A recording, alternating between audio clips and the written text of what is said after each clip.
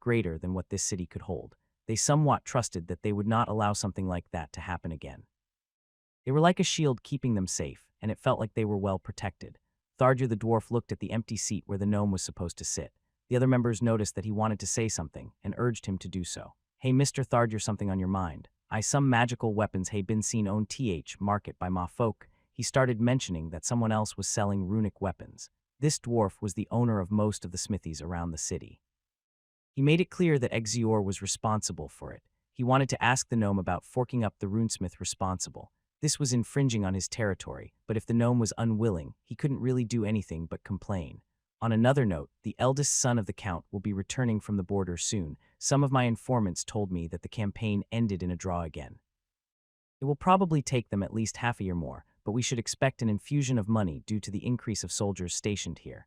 When the soldiers came, they expected to receive orders for new and improved weapons. There would be more mouths to feed and probably a coming home feast. The surviving soldiers and knights would probably spend the money they had fought hard for. The red light district would probably be really busy by then.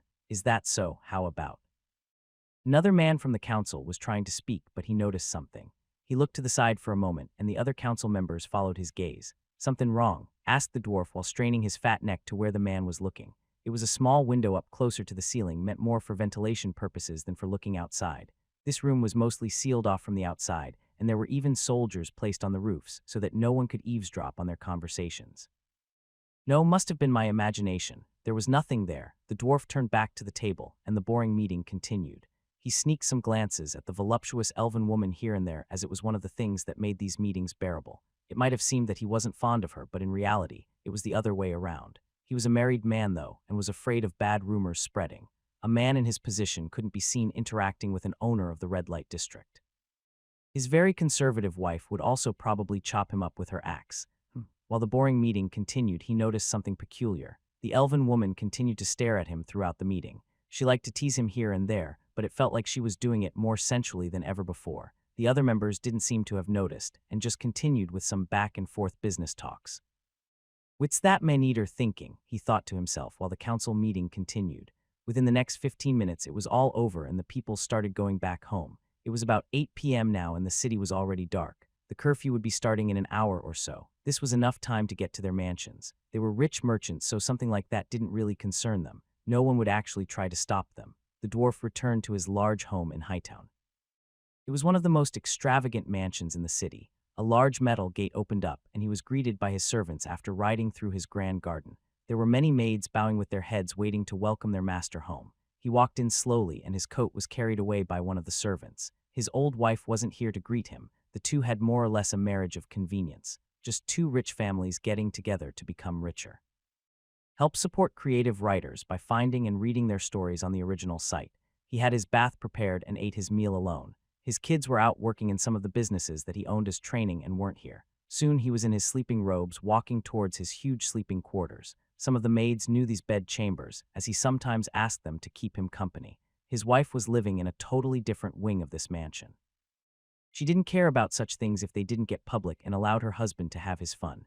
This night would be slightly different. As he walked into his room, he felt a draft. The balcony was open and the drapes were fluttering around. His eyes weren't drawn to this, though. There was a certain womanly figure on his bed. At first, he thought it was one of his maids, but then he noticed the long silver hair. They were almost as white as snow, and the woman's body was quite sinful. She was plump in all the right places while slender in the others. "Liletta," he asked with eyes bulging out, why was the owner of the red light district here, and why was she naked on his bed?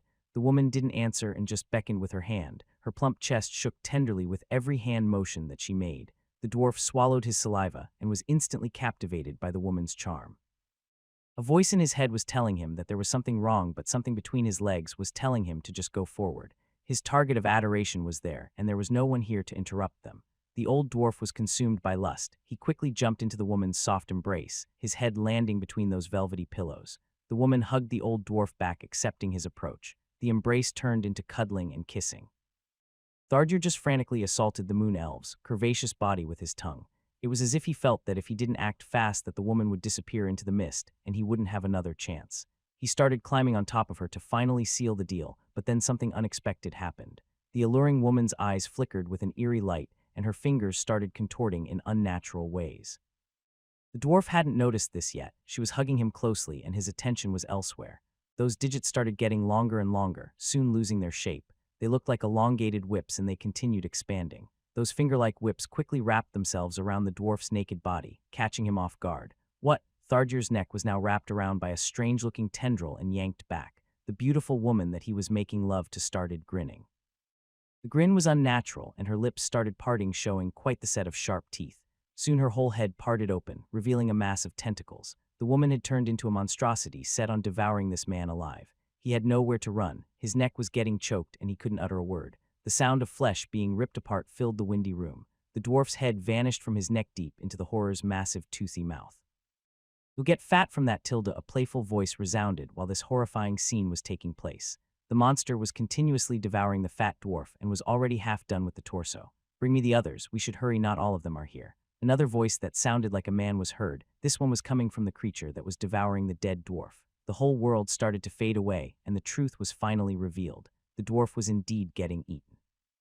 A man in a dark robe was standing above Thardir's corpse. He had his hand pointed at him, but it didn't look like a hand. It was a mass of tentacles that was coming out from within his robe's sleeve. The tentacles were devouring the man's body along with his clothes till nothing was left. This was still the meeting room where the 6 council members were previously in. The dwarf wasn't the first person to have been devoured by this man. Only 2 other people remained. On the ground you could see a strange-looking item. It looked like a double helix. It was generating a strange sound while the runes on its surface shone in a red light. "Ah, that's why I don't like working with you abyssal warlocks. What's the fun in rushing things? Not time to play." Tilda the woman pouted slightly. Her hood was down and you could see her face. She had similar features to an elf, but her skin was much darker and almost obsidian. Her eyes were pitch black, and there were thick veins bulging out close to her eye sockets. She was in the middle of prancing around. She was holding onto the body of the passed-out red light district owner. The woman's head and legs dangled around as the woman did the waltz. With one strong twirl, she sent the woman's body towards the man. Her body was flung away with force as if she was a sack of potatoes. The man, without replying, turned to this person, and a mass of tentacles shot out of his arm sleeve. The tentacles wrapped the elven woman's limbs up and lifted her up into the air. The thickest tentacle parted, turning into a giant set of sharp teeth that looked shark-like. Soon the body was lowered into them and devoured without even leaving the clothes behind. After the warlock was done with feasting on the flesh of all the present council members, his tentacles retracted themselves back under his robe. The woman that was with him just waited for him to pick up the magical device that made this all possible. The double helix-looking item created illusions and made the targets fall into a deep slumber. Even when their bodies were injured, they wouldn't wake up. This item was a greater magical device and would even work on Tier 3 classes. Only people with an immense amount of willpower could hope to resist it. Even then, it would probably take them some time, and not like they would have any with these 2 around. There were 8 members, 2 still remain. The hoarse voice of the abyssal warlock was heard in the silent room. Making it soundproof worked against the owners in this situation. "Are we going to them?" The girl clapped her hands together while smiling. She really wanted to go towards their next target. "Yes, did you leave the mark?" The girl nodded at the question. A large, occult-looking mark was left on the wall.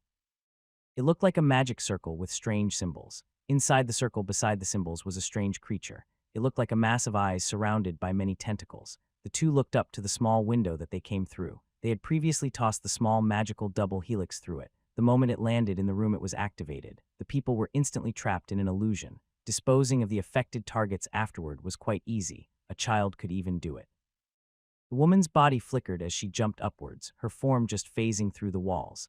The man, on the other hand, jumped towards the small window. His body contorted and expanded in length so that he could fit through it. He wiggled outside like a worm. The guards that were stationed on the roof were previously taken out. The 2 soon left the premises of this mansion, heading towards their next target. They had 2 more council members to kill, and the first one wasn't that far away. They had information that he was busy in his lab and would probably be there the entire night. Unbeknownst to this, another scene was playing out elsewhere. A youth that could be confused for an adult man was knocking on a door. Next to him was a lovely-looking elven girl just smiling while holding a tray with tea. This was, of course, Roland. He had taken his newly produced sword that he had made. He wanted to show it off and have the manager give him a good price. They could then discuss some future manufacturing plans. He wanted the company to supply him with some common-grade mana stones, just as the one he used. What is he doing in there? It was already past 8 p.m. and it was getting late. He thought that he could talk it out before the day had ended, but now he was realizing that he had been hasty. "Oh, you know the manager, it's just that time of the month. Want some tea while you wait?" Roland grumbled under his nose. He knew this gnome well by now. When he was close to some kind of breakthrough, he would not let anyone into his office. This could continue for days or even weeks. He really wanted to talk things over, otherwise he wouldn't know how to budget his items. No, it's fine. He decided to wait half an hour or so. If the gnome didn't finish up till then, he would come back in the morning. Ziliana just shrugged at the response and turned back to leave. There was a small waiting area on this floor, so he wanted to stay there for the time being. Suit yourself, the elven woman stopped in her tracks and did a quick 180-degree turn. She kicked down the door that almost flew open out of its hinges. Roland was surprised at the display of might, and even more that she just stopped the moment the door was kicked open. Is something wrong? He asked while moving forward and peeking inside of the office. Inside was nothing out of the ordinary, just a pissed-off gnome working on some alchemy potions. What the hell do you think you are doing? Ziliana rubbed her head while holding the tea tray with one hand and apologized. Roland, not knowing what this was about, just asked if he could talk with the grumpy boss. No, don't you see that I'm in the middle of something? Just come back tomorrow and close that blasted door behind you. Roland just nodded and closed the door. The elven girl just gave him a smile, as if nothing was wrong, and walked down to the first floor. He didn't know what this was all about, but he never really got those two, so he just attributed it to them being weird. He decided to go home. There was no use waiting here if the manager told him that he was busy. At least he gave him a reasonable answer to coming back in the morning. Roland pulled out his sword that he wanted to show off. He activated his skill to check if everything was in place while walking towards the stairs. The moment he did, he stopped in his tracks, as what he saw was quite out of the ordinary. The hell? Roland was standing in the middle of the corridor with his hand holding the blade that he previously made. He had looked at it many times before, but this was a first. Thanks to his debugging skill, he was able to always see the runic structures of any item that he came across. If he focused on it, the skill would show him various colored lines: red, blue, and green. He had already seen how his blade should look while under his skill, and something was very off. The traces were wrong. They didn't fit the sword that he made, and this wasn't even the oddest thing here. Roland moved his eyes up and glanced at the walls. He looked at the doors and even the ceiling. He could see them. Traces were everywhere. It was as if everything in here had runes inscribed into them. He had come to this place many times and even used his skill before to glance at some items, but nothing like this ever happened. Something was really wrong here. Even the potted plant that was in the corner had runic components on it. He quickly ran downstairs. He wanted to ask Ziliana if she noticed something. The moment he got downstairs, he saw the elf just standing there, her body consumed by runic traces. Roland backed away. The elf, covered in runic symbols, just looked at him and smiled. Oh, what's the rush? Are you sure that you don't want some tea? She giggled and gave him the brightest smile that she could. This only made Roland shake his head. He decided to leave the store for now. On the outside, it was all the same. Magical pathways were littering the streets and the buildings. Even the sky was full of them. He deactivated his skill and shook his head side to side while trying to gather his thoughts. The moment the skill wasn't active, he saw the world as he normally did. Nothing looked out of place. He squatted down and touched the soil. He even picked some up and let it fall through his fingers. This was strange indeed. Even without using his debugging skill, he should be able to somehow feel the runes in items. Without his debugging active, he couldn't feel the characteristic mana signature that an active runic structure would give out. Illusion. His mind wandered in a certain direction as he reactivated his skill again. He now looked at the runic components that were around him. The structures were more advanced than anything he had ever seen. Grand? No, greater rune. If it was a grand rune, then it would be something on a tier 4 level. These structures were more advanced than common ones, but not by that much. This had to be a greater runic structure. He had diagrams on various runes, lesser and common. Depending on the type of spell, the runes belonged to some of the components would repeat themselves. An ice arrow rune would share some components that an ice blast rune had. The same was in this situation, as he recognized some of those structures. Some of the runic formations looked similar to runes that had to do with illusions. There were also some that were from runes that affected the target's state of mind. He could see something similar to a sleep rune component, just more intricate. From his observations, he deduced that he had fallen victim to some kind of illusion spell. This world that he was seeing was not real. When it happened was a mystery, though. He activated his skill when he was back at his workshop, so it had to have happened after he left. Was he attacked in the street or when he arrived at the company store? Also, why someone would even do this evaded him. Did he get caught up in another mess of the gnome manager? It had been 1.5 years since the home invasion incident. He had almost forgotten about it till this moment. No item he had could protect him from a mental attack of this magnitude. Am I trapped in here? He looked around, his heart pounding fast. He had no idea what the person that put him in this illusion was doing outside. Was he holding a dagger to his throat while he was here, unable to do anything? With the skill activated, he started looking around. Even though these runic structures were more advanced, they were still just runes. He had spent years studying them, and he knew how to tell the pathways apart from each other. There was always one prime rune through which everything connected. Without that rune, the whole spell would instantly collapse. Maybe if he found it, he could destroy or alter it. If he could damage these runic structures was still unclear, but he didn't have much time for a test. He could see some people walking around, looking at him. In this world, he was alone, and he didn't know if it had some kind of defensive mechanism. It would be unwise to alert his enemy to his knowledge. It was better to find the prime rune first and destroy it. Roland could even see in what direction it was. There were many runic pathways going in one direction, in the direction of his workshop. This world of illusions was probably made from his memories, and his workshop had most of them. He would probably find what he was looking for there. He strapped his sword to his side. Even though it wasn't real, it probably would work against the denizens of this world. He walked while slightly rushing. He could feel strange gazes on his back that were giving him the chills. Was there even anything behind him, or was it just the figment of his imagination? The walk back to his workshop felt really long, but he managed to arrive without anything out of the ordinary happening. He quickly opened up the entrance and ducked inside, closing the reinforced door right behind him and locking it. He gave out a sigh and quickly quieted down. It was really silent in here. He couldn't hear anything outside either. He still wasn't sure what this illusion world was or how it operated. A runic item that could produce something like this must have been made with some high-quality materials. But where there was a runic artifact that was active, the caster was probably not far behind. Some items could be activated remotely and could even run on their own depending on the manufacturing process. There had to be someone to activate it unless he walked into some kind of trap that set it off instead. Roland activated his debugging skill. The pathways converged into one spot, into his forge. The one he was using was made from bricks but now looked like a Christmas tree. There were various magical pathways, some were quite red. Apparently this greater rune wasn't quite perfect. The pathways connected to a larger rune that was in the middle. This was the prime rune. It consisted of many other runic components that were inside a magic circle. This prime rune was on the inside of the circle right in the middle. The other runes and runic components were around it in another outer circle. Roland moved towards the forge that was part of this illusion of a workshop. It was really convincing, as he couldn't really notice a difference between this world and the real one at all. He placed his digit on one of the runic pathways and tried rubbing on it. This didn't achieve anything at all. Even when he grabbed a metal tool to scratch the brick material, the magical pathway remained in place.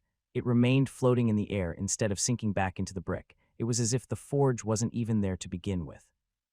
I guess it won't be that easy. He moved his finger towards that magical pathway that he tried to rub off his forge. He injected some of his mana into his fingertip before moving towards the runic structure. As a runesmith, he was someone that was able to affect runic structures with his own mana. With the help of runecrafting, he was able to repair runes but also destroy them. It was part of the process. You just removed the faulty components and replaced them with the good ones.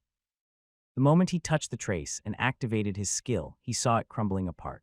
This was only one of the many that he had to remove before the whole structure became unstable. The moment he did this, he could feel the earth trembling a bit. It was as if a small earthquake was taking place. The magical pathway that he severed with his finger started to slowly mend itself back into shape. It seemed that this rune had some sort of self-repairing property, but it was slow enough for him to continue his work. The more pathways he destroyed, the more the world shook. It was as if this illusion was reacting to his interference. I should probably hurry up, he thought to himself while getting a bad feeling. The pathways were slowly regenerating, but he was able to sever them faster. After getting one of the larger components fully, he could feel the whole workshop shake. The walls started cracking and the wooden beams strained themselves to hold the warehouse together. He wasn't quite done yet, as this prime rune was a lot more intricate than what he was used to. While he was going for another part, he suddenly heard a knock on the door. It started off quiet, like a normal everyday knock, but soon turned to loud pounding. He didn't even look back to his door. He was convinced that this was some sort of defensive mechanism of this world. It had probably noticed that he was messing with the prime rune structure, and it was now here to stop him. He had no idea if there were some kind of rules in this illusion world. Though from the fact that the thing that was outside wasn't rushing in to stop him, there had to be something. The loud thumping sound stopped after a while, and he continued with the rune destruction. That was until he heard a voice behind the door. "Roland, let me in, it's me." He jerked slightly after hearing the voice. He clearly recognized the owner of it. "Helsai, yes, I've come back. Please open the door. It's cold out here." He could clearly hear her. This world was somehow reaching into his memory and pulling out people that he would probably be willing to let inside his workshop. The moment of pause didn't stop him. He just grabbed the hammer that he was using for runesmithing. Roland injected his mana into the tool and delivered a blow to his forge. The runic pathways and components quickly became distorted after the strong blow. The Helsai outside started shouting frantically, and the pounding on the door continued. He started sweating and continued with the destruction of this runic structure. It was a lot harder than he expected, probably due to his skill being low compared to this intricate rune. "Why won't you let us in?" Another voice was heard by him, this time not at the door but a floor above by the window. He gazed at it momentarily and could see a female hand reaching through it. This was the window that his half-gnome assistant had once sneaked in. He had long since put an iron grate there. All of his windows were now barred, as he really didn't want anyone climbing through them. This hand and voice was different. It was very muscular, and the voice sounded deeper, but he still recognized it. Sahildr. It was the voice of his old party member, and she wasn't alone. All the other windows in this warehouse were now occupied by some people that he previously knew. He could even hear the voice of his maid Martha. Anyone that had treated him nicely was apparently here. This illusion world was trying to lower the defenses of the afflicted person with their loved ones. Most people were more willing to let their guard down around their friends. In this situation, though it looked like a bunch of zombies were trying to get inside and tear him apart, Roland delivered another blow to the forge and saw the runes crack. All of the destruction was starting to affect this world. The shaking didn't stop, and he could hear lightning bolts and loud wind outside.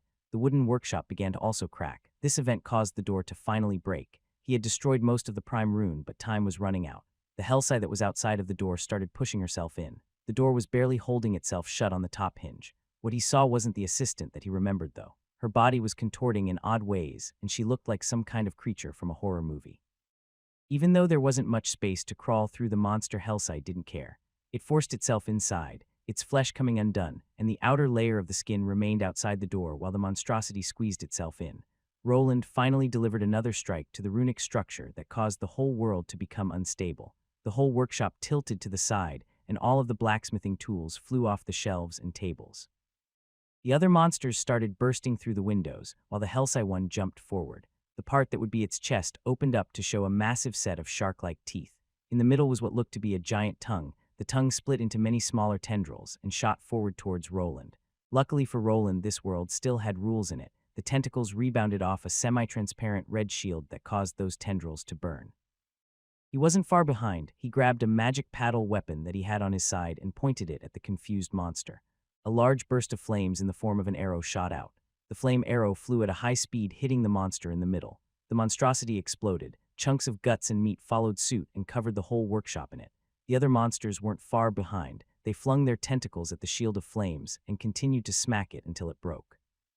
Roland could feel something grabbing his legs. It didn't feel like anything human. He had no time as the monsters were upon him. He had to destroy this prime rune. He swung his hammer down while a sharp tendril pierced his chest at about the same moment. He coughed up red and felt a metallic taste, and the whole world began to distort even more. His eyes started getting blurry, and everything went white as he passed out. "Lung. You should praise me. If it wasn't for me, you'd never get through all these traps." Tilda Roland heard a voice. He gasped out for air, but remained silent for the most part.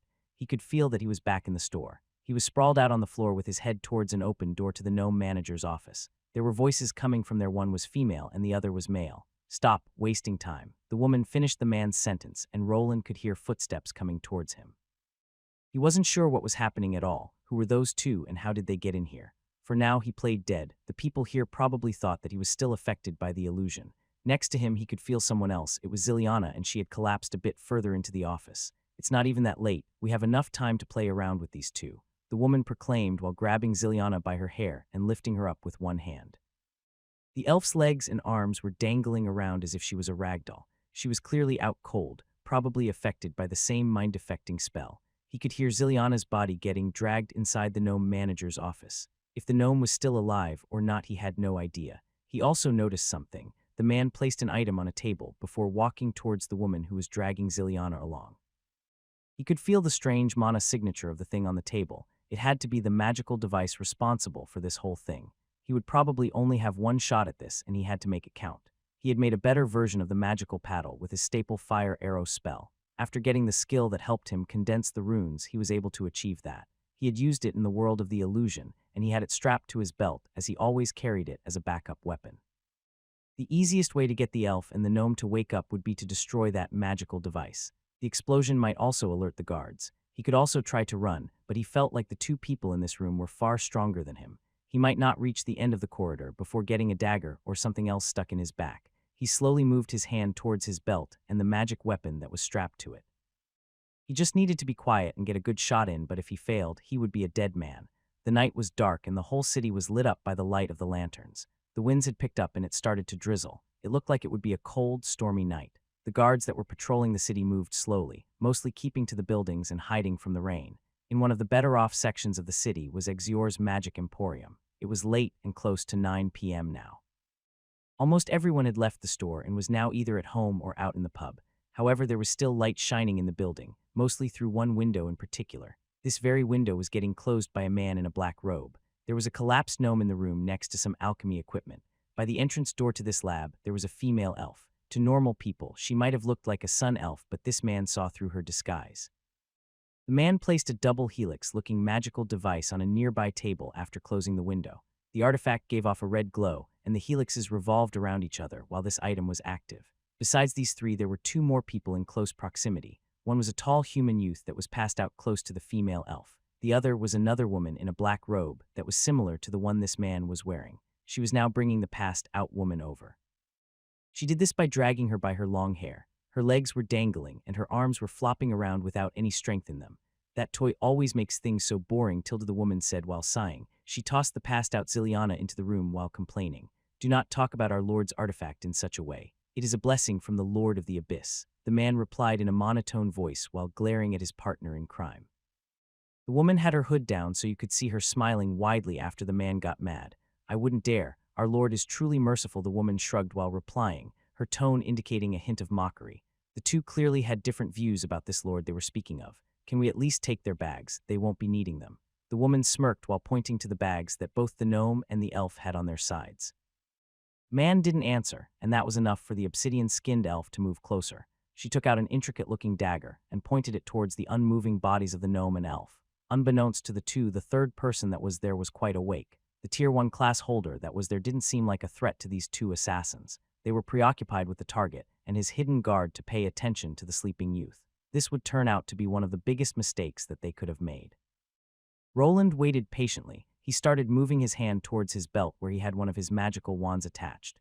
They still looked like pieces of wide metal with a handle. After getting the knack of steel weapons, he had created one that could support his fire arrow spell. There were some downsides in making a weapon like this. The charges a regular steel weapon could hold was limited. Even with the highest rune quality and the help of the rune compression skill at most, he could squeeze out 10 charges. The runic components would erode afterward. That is also why he kept the paddle-like design. With the added thickness and wide shape, he could repair it more often. After each repair, some of the material would be lost, but these wands didn't need to keep an edge, so it was fine. Finally, he saw the opportunity to strike. The woman pulled out her dagger and started going for the bags of holding. He grasped his weapon and was ready to point it at the strange artifact that was radiating with an unusual mana signature. The man in the black robe didn't look like he would be waiting much more. He moved his hand up and Roland could hear some strange cracking noises. It was as if bones were being broken. He had to act now. He knew that this was probably the only way he would survive. These two were far above him in levels. He didn't think that he would be able to make it down the corridor if he ran. He would probably get stabbed by the strange black-looking elven woman. She looked like the speedy type, and agility was the stat that Roland lacked the most. He knew that Ziliana wasn't what she seemed. She was the only person that could get him out of this bind. He also wasn't sure how strong the gnome was in a fight, but he also could have a trick up his sleeve. There was a slight delay with the spell activation. To be on the safe side, he needed to inject his mana before aiming with his steel wand. The downside of this was that he couldn't focus on his target before activating his weapon. He had no choice, though, as otherwise he might lose the element of surprise. A large, thick tentacle rose from the man's long sleeve but stopped midway. He was about to devour the gnome that was on the floor. He had carried him over here and placed him next to the elven woman. He wanted to order his accomplice to carry the last person over here, but before that could happen, he noticed a new mana signature. Someone was clearly activating a spell or a magical item. The man's class was an abyssal warlock, a prestige class that needed some special steps to unlock. He was someone that was proficient in transformation magic. He could transform his body into many abyssal monstrosities. He was also someone that started just like every other magic caster, as a Tier 1 mage. He possessed all the magic-related skills and traits. He had noticed the shift in mana around Roland's body, but it was already too late. He had believed in the artifact. It had never failed him before. Even this Tier 3 elven woman and gnome had fallen to its might. Only people with specialized classes that were resistant against abyssal illusion magic would be able to resist it. The youth that was there didn't fit the criteria. He didn't even have a Tier 2 class. Yet somehow there he was, pointing a piece of metal at the artifact that this man was so proud of. The abyssal warlock's eyes glowed in a crimson color, and he pointed his large tentacle at the magical device. He was trying to defend it. What the youth was planning was clear. The thick tentacle flew to block the path of the fiery arrow, but it was too late. The mass of fire elemental energy slammed into the double helix-shaped item. The artifact wasn't built with defensive measures in mind, so it shattered into many tiny pieces along with the table that it was on. Nuo, the man wailed in a strange deep voice as he watched his artifact being destroyed. The woman that was with him was already next to the perpetrator. She had vanished from her spot and instantly appeared with her dagger above him, ready to deliver a killing blow. Without giving him much time to react, Roland turtled up. Right after firing the fire arrow spell, he instantly activated every protective item on his person. He had many magic shield-type runic spell scrolls on himself just for such an occasion. His body was covered by various elemental shields: fire, wind, water, and earth. He was encased in many layers of common-grade magical shields. The woman didn't falter with her attack. Her face showed a ghastly wide grin. The dagger flew down and started going through the protective barriers like through butter. Only after passing the fourth one did it start slowing down. Roland continued activating more shields in hopes of stalling her. His true objective wasn't to defend himself from this attack. It was to give the people in this room time to react. The biggest problem was that he didn't know how long that would take. He was putting his life in others' hands yet again. He had a theory that Ziliana wasn't just a simple shop clerk. She stuck too close to this gnome, and he never saw any bodyguards around. Either the gnome was strong himself or this woman was the one defending him. His theory would be now put to the test, and he really hoped that he was right. The last barrier finally shattered and the dagger poked through. It went right into his shoulder as he was given enough time to shift himself to the side. The pain was excruciating. He couldn't help himself from screaming. The woman's eyes turned into two crescent moons, and it looked like she was enjoying herself. Naughty boy, she said while twisting the dagger that had cleanly penetrated through Roland's scapula bone. It had even reached the floor behind it. You have been poisoned. You have been paralyzed. You have been cursed. You are bleeding out. A myriad of notifications sounded out. His HP had dropped by a third just from this one hit, and if he looked he would see it ticking down continuously. The weapon the woman was using was clearly meant for killing. Even if she didn't finish the job, the poison and curse status would probably be his undoing. Luckily, due to the woman's nature, he wasn't quite dead yet. She wasn't like the abyssal warlock who did his killing proficiently. No, she on the other hand liked to toy with her targets. Naughty children need to be punished, Tilda. She yanked out the blade from Roland's shoulder and aimed it for the other one. Now that she had the chance, she would play with her prey. The warlock had also momentarily spaced out. The shock of losing a holy artifact, a symbol of his faith, wasn't something that could be easily forgot. But it was gone and the targets hadn't been eliminated yet. Kill him now, we can't waste time, he shouted while turning his tentacle towards one of the bodies on the ground. To his dismay, both of them were missing. He quickly looked around, his skin shifting color as he got ready to receive an attack. Then he heard it, the voice of his accomplice shouting. He turned his head to the door where the youth that destroyed his magical artifact was. His partner in crime had been attacked from behind. She was too focused on the boy to react fully. She now had a large gash on her side, obsidian-colored blood coming out of it while she backed away. "Yo by TCH, the warlock heard her shout but turned to another location. He had his own problem to combat. The gnome he was here to kill was now missing. It was as if he vanished, but he clearly wasn't someone versed in teleportation magic. Even if the boy and that elven woman survived, it wasn't a problem, but if the gnome got away, they would fail their mission. The man quickly activated various detection skills and spells that he knew. To no avail, this wasn't his forte. He was more of a fighter. The gnome had to be here. He was probably using some kind of skill or item to hide his presence. The man moved his hands forward, tentacles shooting out and splitting into many smaller ones. They looked like long whips with pointy claws at the ends. If he couldn't see him, he would destroy this entire room and the whole building with it. Roland, at this time, was coughing up blood on the floor. Ziliana had swooped in for the save at the last moment, but he was having a hard time staying awake. The moment the dagger was pulled out, the paralyzation effects subsided, but the curse and poison status didn't. He did the only thing that he could and started crawling down the corridor, a trail of his blood following him. He heard two women shouting profanities behind him and strange whip-like noises. His plan of waking up Ziliana and the gnome had worked, but he still got stabbed. He needed to get an antidote and find a priest to remove this curse, if not he would die. He had some healing potions in his own bag, but the lesser antidotes weren't working. Luckily, this was a shop owned by an alchemist. There were more powerful potions downstairs. He managed to crawl up to the stairs. Even while drinking his potions constantly, his health was still going down. His legs felt like they were made from lead as he slowly wobbled down the stairs, almost falling down at the last step. He stumbled and ravaged through the glass cases. There were various potions out behind this glass so that the customers could look over them. He didn't care if he would need to pay for it later, he needed to survive first. When his health was at about 20, he finally got to the antidote section of the store. He tried bashing the glass open, but his attack bounced right off. Fuck, he backed away and took out his wand. This glass wasn't something that would easily break. He had forgotten this fact while panicking downstairs. He needed a key to get there, but he didn't think that he would find it. He pointed at the case with the potions in them, and a fire arrow spell rushed forth. It collided with the glass but didn't shatter it. Roland continued pelting his target with his spells while his health continuously ticked down. The steel paddle wasn't designed to take this much mana, and the metal started heating up. He bit his bottom lip and continued. Finally, after the 6th try, he had managed to melt a hand-sized hole through the partially magic-resistant glass. He frantically lunged forward and grabbed one of the higher-grade antidotes. The purple-colored liquid made its way into his mouth.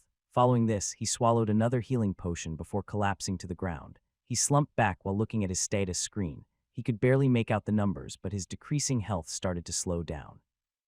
He didn't have much time to rest, though. A large number of tendrils burst through the ceiling and started wreaking havoc on the level he was on. The whole building started shaking as the battle upstairs continued. I need to get out of here. His shoulder didn't stop hurting and his knees felt weak. He had gotten over the poison part, and the bleeding was slowly stopping thanks to all the healing potions he had drunk. The only problem was that the wound was starting to take on a black coloring. The curse still remained, and he needed to either find himself a priest or a blessed elixir. Curses like this one varied, and most of the time worked at a slower rate compared to poisons. They could cause various effects like dementia and madness to boot.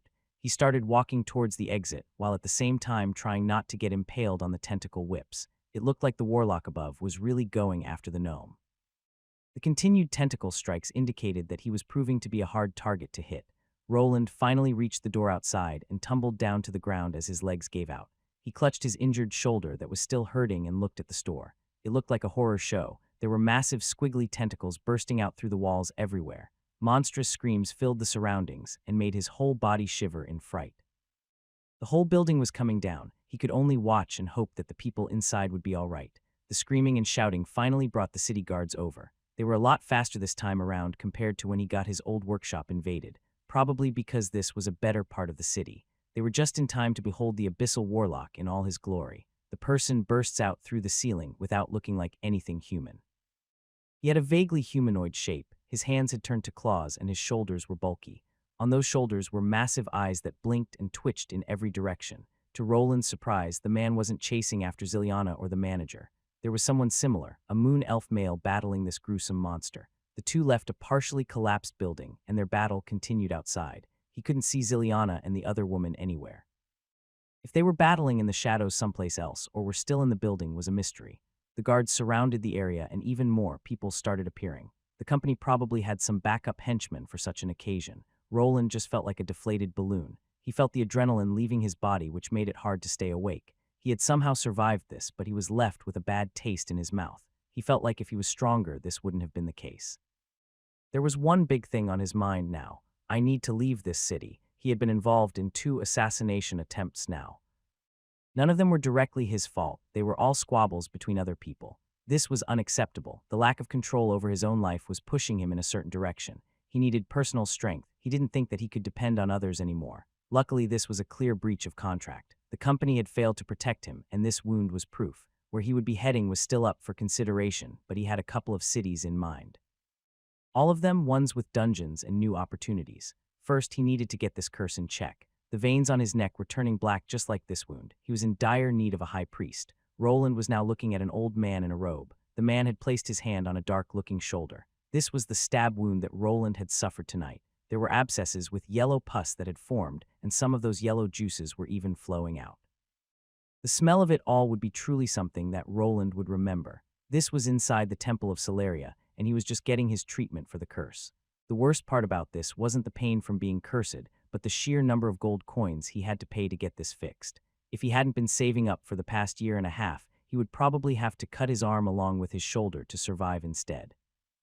The old man was a Tier 3 high priest, and the treatment required Roland to fork over 9 small golden coins.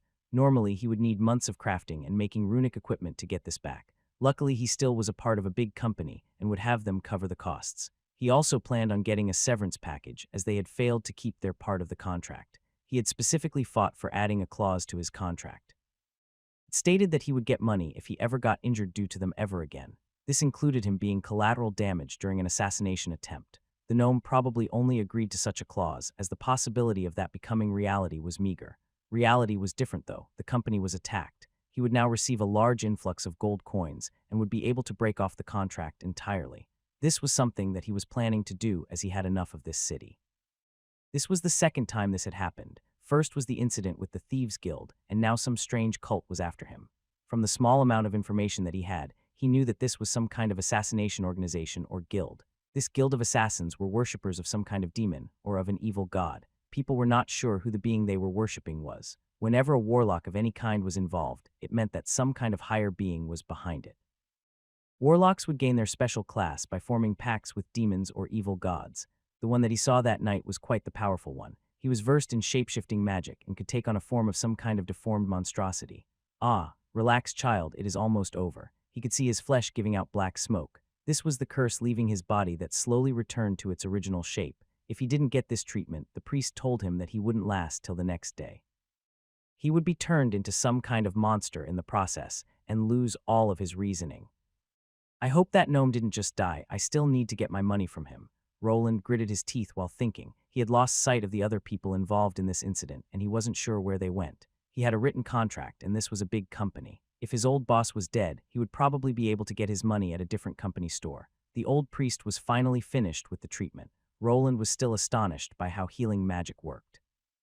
A person's wounds would just patch themselves up. He could even see the process of the healthy tissues forming in real time. It was as if time was wound back to the previous healthy form. Roland didn't know how healing magic was exactly different from regular magic. During the procedure, he tried activating various skills that he had, like his mana sense and debugging. There were no runes involved, so he couldn't copy it onto a diagram. The priest was still using mana to fuel the spell, so maybe it would be possible to emulate these spells in the future. For now, he removed himself from the temple of the sun goddess. While going through it, he could see some other injured people getting treated. The fight didn't end just with the destruction of Exeter's magic emporium. The unidentified assassins moved into the city and started battling with other high-level people. One of them was Ziliana, but there were others which Roland wasn't acquainted with. This in turn caused a lot of collateral damage. The horrible-looking shape-shifting warlock was quite indiscriminate in his attacks. The battle continued throughout the night, and the two assailants were never apprehended. Roland managed to get his tired body to the temple before passing out. He was lucky enough to have brought money with him, and they were very eager to take it off him while calling for a high priest. On the outside, he was greeted with some sunny weather. The clouds had parted and the day was looking bright. It was still quite cold, though, and the sun did nothing about melting the white snow that covered most of the city. Roland decided to walk towards Exior's magic emporium, or at least what was left of it. On his way there, he could see collateral damage. Some of the buildings in the neighborhood had suffered during the scuffle that ensued. He could even see some red spots in the snow the closer he got to Ground Zero. After he arrived, he noticed that there were a lot of people around the store. They looked like battle-hardened soldiers, but they weren't part of the city guards. These people were part of the company. They were a bunch of mercenaries contracted as hired muscle. Obviously, they were a bit late to the party as the battle was now over. Maybe if more of them were here, the night before the store wouldn't have been destroyed this much. Though the Tier 3 magical device that was used would probably render them useless, he was fortunate enough that his debugging skill worked on the greater runes and he was able to get out of the world of illusions. Halt, identify yourself. As Roland was getting closer, he got the attention of one of the guards there. They had even fenced the area off with a makeshift wooden fence. He looked at the man. He was quite tall, over 2 m, and was of the Goliath race. Before he could mention his affiliation with the company, someone else called out from the side. "It's fine, let him through." It was Ziliana, who looked different than usual, mostly because she didn't look like a sun elf anymore. Her skin was dark caramel, and her hair changed from gold to silver. There was no rule against moon elves in this city, but they weren't on good terms with the Church of Celeria as they worshipped opposing deities. She was wearing some kind of black leather armor and had some weapons strapped to the side. She looked battle-ready. He didn't see any wounds on her body. She went against those two psychos from yesterday, which made Roland reaffirm his notion about her hidden strength. The large man just nodded and didn't question the elven woman's order. Apparently, the beautiful elf was someone in high regard to these company soldiers. This place has seen better days. He moved over to Ziliana while commenting on the store's new looks. The top floor was missing chunks out of it, and the whole building was riddled with holes. The Abyssal Warlock had really renovated the place during the late-night melee. "Well, you seem chipper for someone that almost died, Roland. Not even surprised about my new looks," the elven woman mentioned while chuckling. "Why would I be surprised about that? Also, I'll be more chipper after you give me back the money I've spent on that blasted high priest." Roland was unamused. He narrowed his eyes at the moon elf. Ziliana just shrugged while turning her head to the side. She did feel kind of bad about the whole predicament. "I'm sure the boss will give you back the coins. You did save his ass and mine. I bet he will even give you a big fat bonus." The elf tried shifting the conversation to the monetary aspect. She knew that she was mostly to blame for that fiasco that happened yesterday. She had failed spectacularly as a bodyguard. If the boy hadn't been there, she and the manager would have been dead without a question. She didn't even see anything wrong in the illusion world. Ziliana had been affected by the magical device first after she opened the door to the gnome's office. Her mind was unable to paste it together, and the manager in the illusion just shooed her out of his room. The whole illusion world then broke down after a few hours when Roland destroyed the runic device. She found herself on the ground with a small headache. Only after that did she realize what occurred and that enemies were nearby. Her boss had activated one of his magical items and went into hiding while she engaged the assailants in battle. Her coworkers like Zirian were alerted by her boss with a sort of panic button device that was there. The rest was now history. "Ha, you think a bonus is enough?" Roland clicked his tongue, but he stopped himself. He didn't really wish to argue with this woman that could probably cut him up into thin slices in a matter of seconds. She was also just a guard, and without her, he would have been dead. That doesn't matter. Where is that gnome anyway? He looked around. He could see that besides the group of guards, there were other people here. He could even see his own halfling assistant moving stuff around. They were clearly carrying the goods outside. Maybe they were even planning on relocating somewhere else. The boss. "Oh, he isn't here. He should be back at his mansion, probably calling the big boss himself. You should have seen him last night. He was ready to blow a gasket. Have never seen so many veins on someone's forehead before." Roland eyed the moon elf while raising one of his eyebrows. She didn't look that distraught after facing off against a tentacle monster and a crazy, cursed, dagger-wielding assassin woman.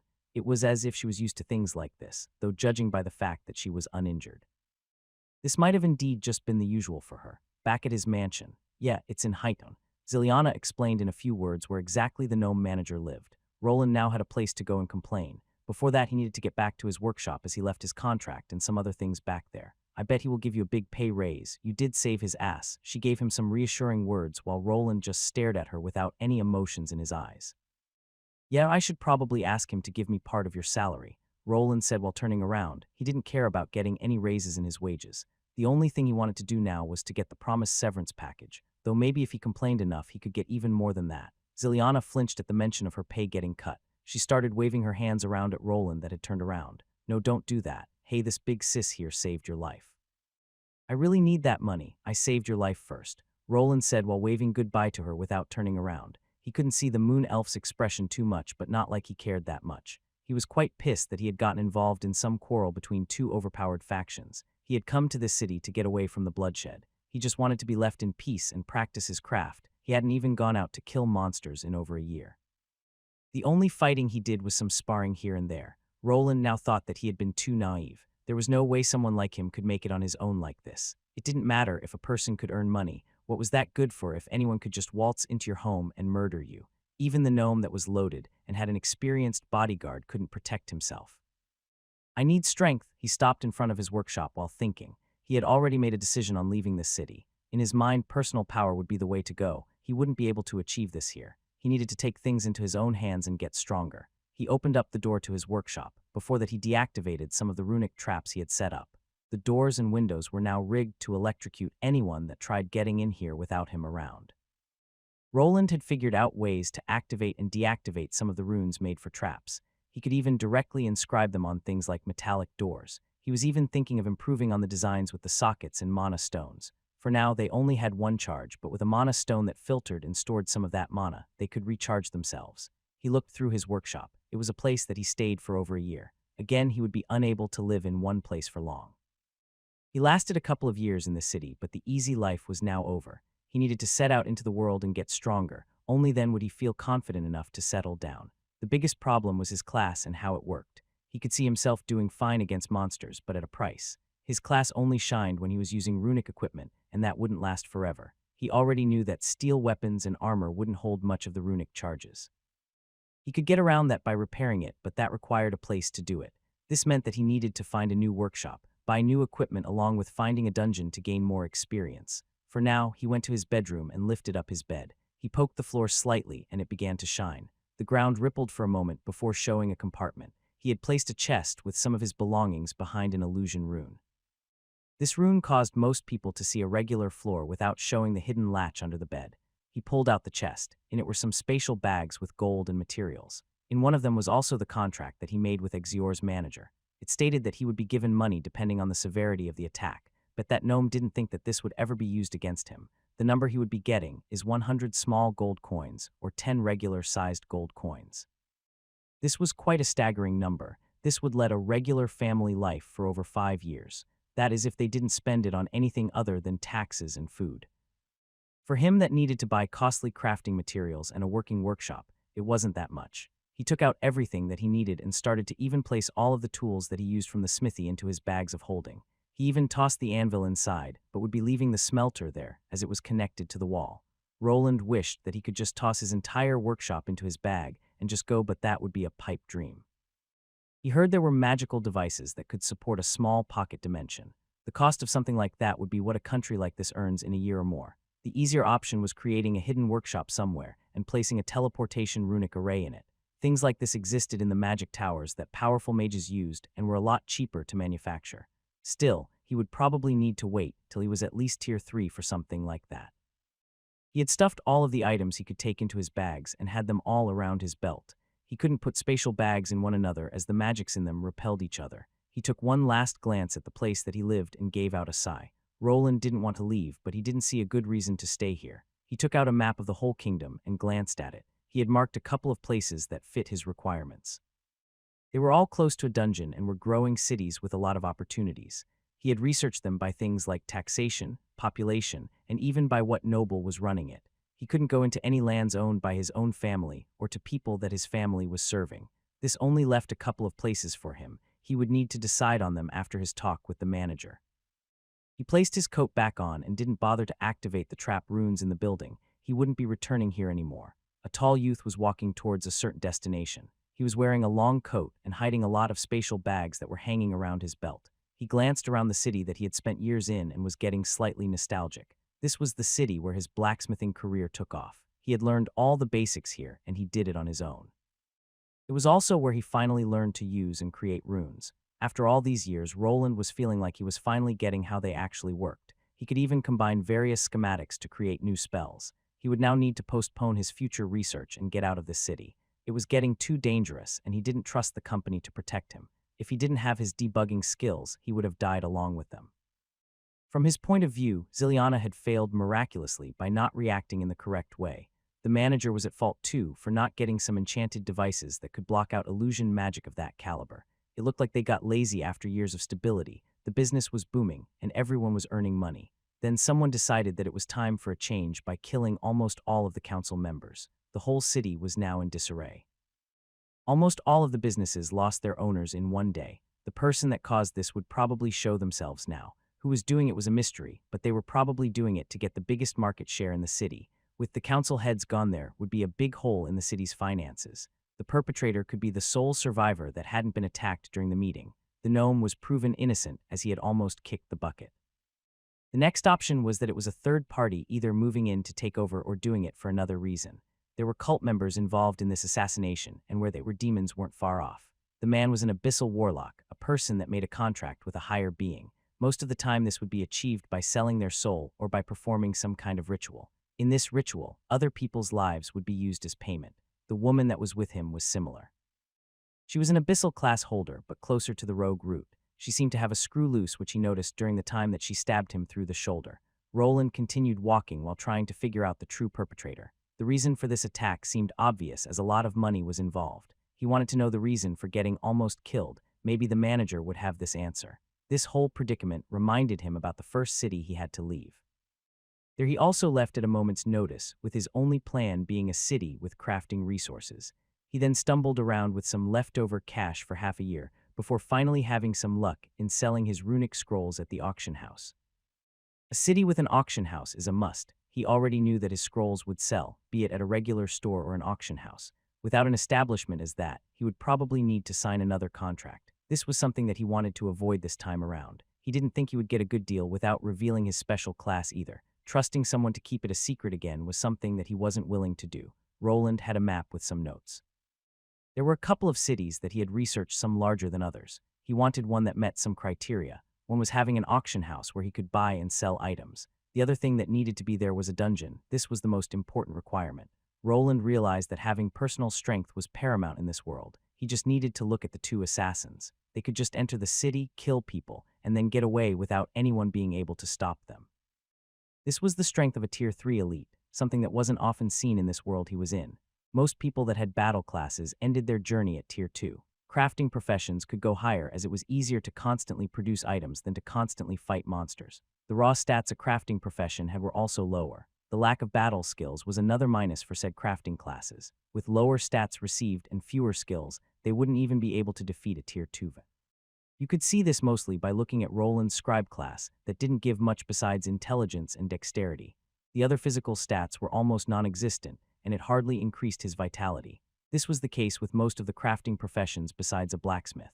That was a class that actually required high strength and endurance to produce items. Yet someone like a leatherworker or goldsmith wouldn't get much besides dexterity, and then meager numbers in the rest. Roland felt like he needed to increase all of his battle-related skills before his advancement into Tier 2. Luckily, his runic blacksmith class increased his battle-related stats, though they looked to be stats for a stationary tank with high magic usage, high strength, endurance, and willpower, but with low agility. Roland felt like he would have to either mitigate his weakness with some enchanted gear or strengthen the things he was good at.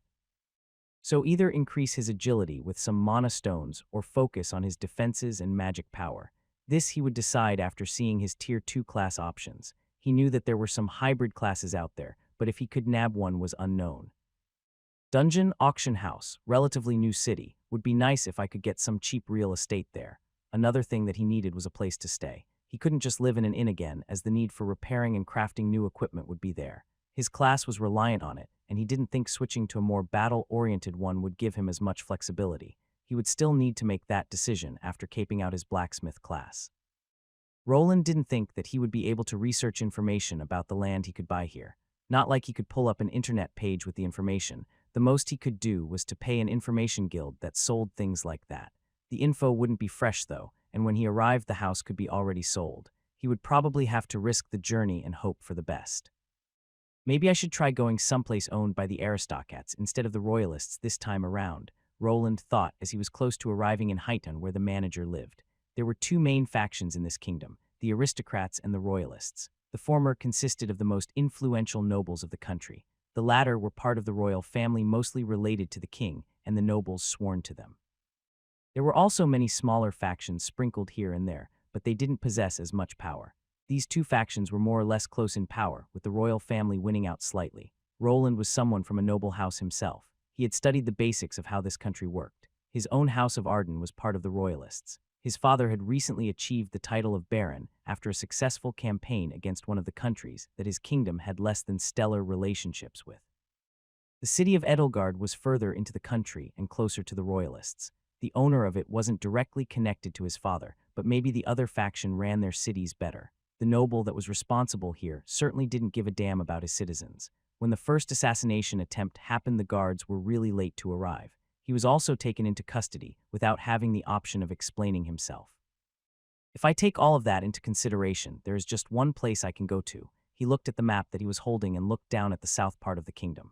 There was a certain large island there. It was ruled by a duke that was part of the aristocrat faction. That wasn't the main reason for going there. There was a certain new dungeon that had risen recently. Things like new dungeons appeared from time to time. No one knew exactly how they came to be, but each of those lairs had a dungeon core.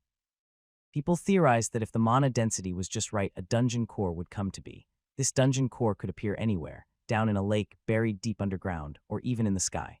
Where the dungeon core appeared would mostly dictate how the dungeon looked and what kind of monsters appeared in it. This peculiar one that he was willing to risk going towards appeared in a volcanic region. The spot he would be going was rich in minerals. The monsters were fire types or rocky ones. The closest settlement to this dungeon was but a small village before this occurred.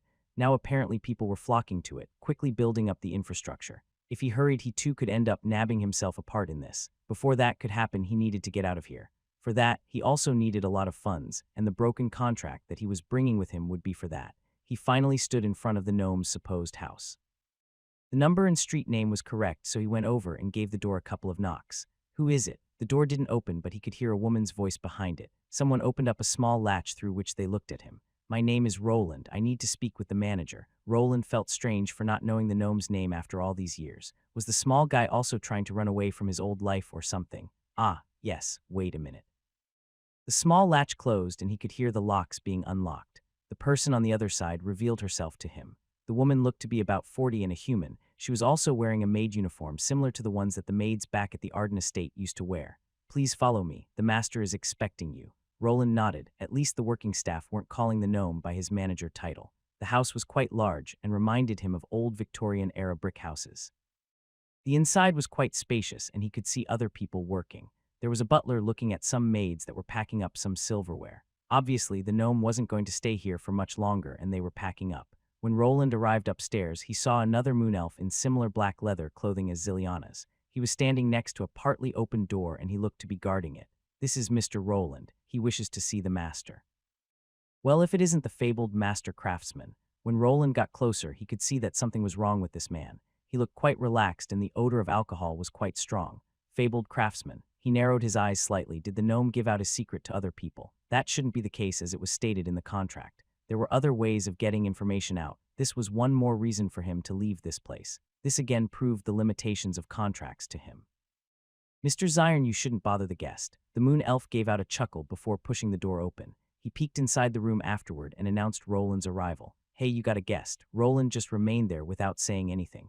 The moon elf had a strange grin plastered all over his face. "A guest? Who is it?" He heard a familiar voice from that room. The gnome sounded quite alive, but there was something off. "Master, Mr. Roland has come to see you." "Ah, let the boy in." When he peeked inside the room, he noticed what the problem was. The gnome was sitting in a chair, and to the side were some crutches. He was missing his left foot. It was gone a bit below the knee. "Manager, that fucker got me good. Don't worry about it. It can be healed later. Wounds from warlocks like that don't heal that easily. I need to make a special elixir." The foot looked to be wrapped in some kind of strange bandages that had peculiar symbols on them. They didn't seem to be runes, but they were exuding some kind of mystical power.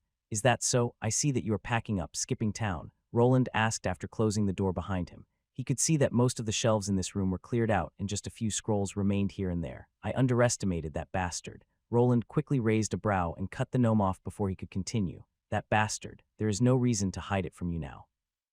The gnome took out his old pipe and puffed out some smoke. "First, I have to thank you for saving my life. If you weren't there, I'd probably be coming out of that warlock's ass right about now." The gnome chuckled slightly, while Roland cringed at the image that popped into his head. "About the man responsible, it's the second son of the Count. The bastard contacted the blasted abyssal cult. The idiot is crazy. He knew that the noble house that this land belonged to was the House of Drew, and the noble that resided here was called Louis Drew. Louis Drew, why would he aim for your life? I'm not sure. It was either just greed or another fight for succession. You know, Louis has an older brother, Armand. Armand is the true heir, and this land is under his supervision, but he had to leave towards the border. The gnome gave him his best theory. Armand, the first son, had left for the border to aid in the war effort. There were some skirmishes. The kingdom and the Hatfordian Empire were involved in, but they didn't escalate into a full-scale war yet. The idiot tried buying us out a couple of years ago for an atrocious price. If he owned all the businesses in the city, he probably could somehow contend with his brother. Maybe he wanted to try buying his way back into his father's heart. The gnome blew out some of the smoke through his mouth again while grimacing. "Unfortunately, we won't be able to pin this on him. Those abyssal cult bastards got away. Even if we caught them, they wouldn't talk. They would just commit suicide." Roland had to take a second to process this. Apparently, he had got himself into the middle of some petty squabble between two noble sons. While one was away, the other was trying to buy out the city from under him. When the other came back, he would actually own all of the money-making businesses. Roland wasn't really sure about the laws around here, but even nobles couldn't just take over stores without getting the right papers from the current owners. Even they couldn't go against the law of the land and needed to have the owners sell their property. The only way to go around this was if the owner died without an heir. Then the noble would get ownership of whatever that person owned. The noble, by killing the current owners, wanted to get the stores for free. That or get them from their next of kin that would probably sell it instantly after seeing their deaths. The abyssal cult's involvement would have been difficult to prove. Even though everyone knew who the perpetrator was, with no hard proof, it would be impossible to pin something on a noble. "Don't worry, kid, you can come with me. I'll be leaving towards the capital. I'll get you a nice workshop there. You did save my life." The gnome changed the subject after everything was clear. He and his people were leaving. Even though the assassination had failed, there was still danger. Most of the council was dead, and their business associates probably knew why. Everyone would either sell what they had or leave. The noble in question would probably get most of the establishments. If that was enough for him to take this city over before his brother returned was unknown. Yes, about that, Roland didn't beat around the bush for much longer. He got his answer to his question and now knew that nobles were involved. He quickly pulled out his contract and placed it on the table before speaking out. I will be leaving but not with you. Now give me my money. You broke the contract. The gnome blew out some smoke through his nostrils and looked at the piece of parchment. He didn't look that surprised. I thought so. You sure you won't reconsider? You'll need a better workshop in the future. This is something I can provide you with. The capital is a lot safer than wherever you are planning to go. You should think it over again. Roland just shook his head while declining the gnome's offer. Having a workshop was fine and all, but hanging around people that attracted Tier 3 monsters left and right was too stressful. I thought about it, but I'd rather try things my way. The gnome pointed to the side with his pipe. On one shelf there was a lone bag and next to it a book. Figured you'd say that. The money is in there with a little bonus for your troubles. Should cover the healing fees. Roland moved over and looked inside the bag. He was greeted by quite a bit of golden coins. 150 small gold coins to be exact, and next to the bag was a book. This was a skill book and had the mana reinforcement skill knowledge in it. He had asked the company to procure it before this whole fiasco happened. 150, that's 50 above the contract sum in this book. Just take it. Most of it came out of Ziliana's and that idiot's pay. The gnome grumbled while Roland placed the gold pouch into one of his spatial bags along with the skill book. So don't think you'll tell me where you're headed. Roland just blankly stared at the gnome as if that was a stupid question to ask. He didn't really have a deep connection with this man, but he did at least pay him well. I'd rather not. I don't know what you're running away from, kid, but take care of yourself. If you're ever in the capital, be sure to find me. I'll give you a good deal. Just say that Marlowe Grimboodle sent you. Marlowe. Roland looked at the gnome that was smiling. His pipe was placed to the side while he grasped one of his crutches. The one and only, don't be spreading my name to just anyone. Roland finally had his money and had even gotten more than he anticipated. The only thing left now was to get to the train station. This journey would take longer than before as he would be traveling a lot farther than last time. Maybe if he got stronger, he might take Marlowe up on his offer. A tall youth with dark hair and a somewhat handsome face was standing at a travel agency. He was looking at a map on which he scribbled some notes. This was Roland that had just gotten the information that he required to reach his next destination. This would be the next place that he would be staying at. Third time's the charm, eh? He muttered to himself while walking towards the train station. He would be traveling even longer than he was before, and he would even have to take a boat. His destination was the large island in the south of the Cauldrus Kingdom. The large mass of land was called the Dragnes Island. It had a large volcano right in the middle of it and a couple of smaller ones sprinkled here and there. The name of the island wasn't just for show. There apparently was a dragon living there. It wasn't roaming the lands and burning the villages, though. It was the last boss of the dungeon that resided there. This was the main dungeon of this island, and its rating was an S. There were various other smaller dungeons sprinkled around the entire landmass. Due to the peculiar way that the main dungeon was placed, it was said that the smaller ones connected to it. The one he was going towards had formed a couple of months ago and was still getting its rating. Contrary to popular belief, Dragnes Island wasn't a wasteland. It was true that the center part was mostly uninhabitable and overrun by monsters. The coastline in comparison was covered by lush greenery, and the climate was quite warm. There were also various safety measures that were put in place. One of them was the Magus Towers. They were 5 large ones surrounding the main volcano. They formed a magical barrier that kept the monsters at bay. It also protected the rest of the land from volcanic ash and from surprise volcanic discharges. At least that was what the lady that worked at this world's version of a traveling agency said. The people in charge there were probably trying to attract more people. It was a land of opportunities for sure, but at the same time, it was dangerous. This whole kingdom was a dangerous place. Even in this large city, people that were part of strong factions like the council weren't safe. There was no guarantee that you wouldn't be stabbed in the back. Here we had a feud between 2 noble sons. The younger one wanted to take over the city's money-making facilities before his brother returned. If that didn't work, the deaths of 6 of the council members would cause this city to turn chaotic. He would be blamed for it as the acting regent, but the older brother would also be blamed as he was the true heir. Wonder if those 3 idiots are going to do similar things when they are older. Roland was also from a noble house, one not as established as the Drew house that had a count as the leader. There would be only one heir to the estate. Would the other 2 sons just let the oldest get everything while they went away to be knights for other nobles? Or would the heir bribe them with promises of cushy positions at his estate? Roland just shrugged. He was glad that he wasn't involved in those power struggles anymore. Even if he told them that he had no interest in the title or land, his brothers could still go after him. He really didn't want to get into a war of succession. A barren title wasn't even worth that much. He could probably even earn more money as a runesmith.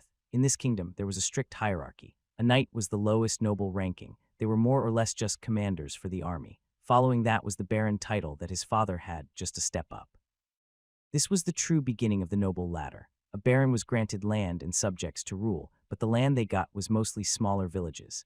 After that came the viscount title, then the count, followed by the marquis. The higher the title, the more land and more subjects the noble was granted. The highest title a noble not related to the royal family could possess was the ducal title. Nobles with the title of a duke were the leaders of the aristocratic faction, and there weren't many of them around. There was also the archduke title, but it was reserved for the royal family. Mostly the brothers or sisters of the current king were allowed to call themselves that.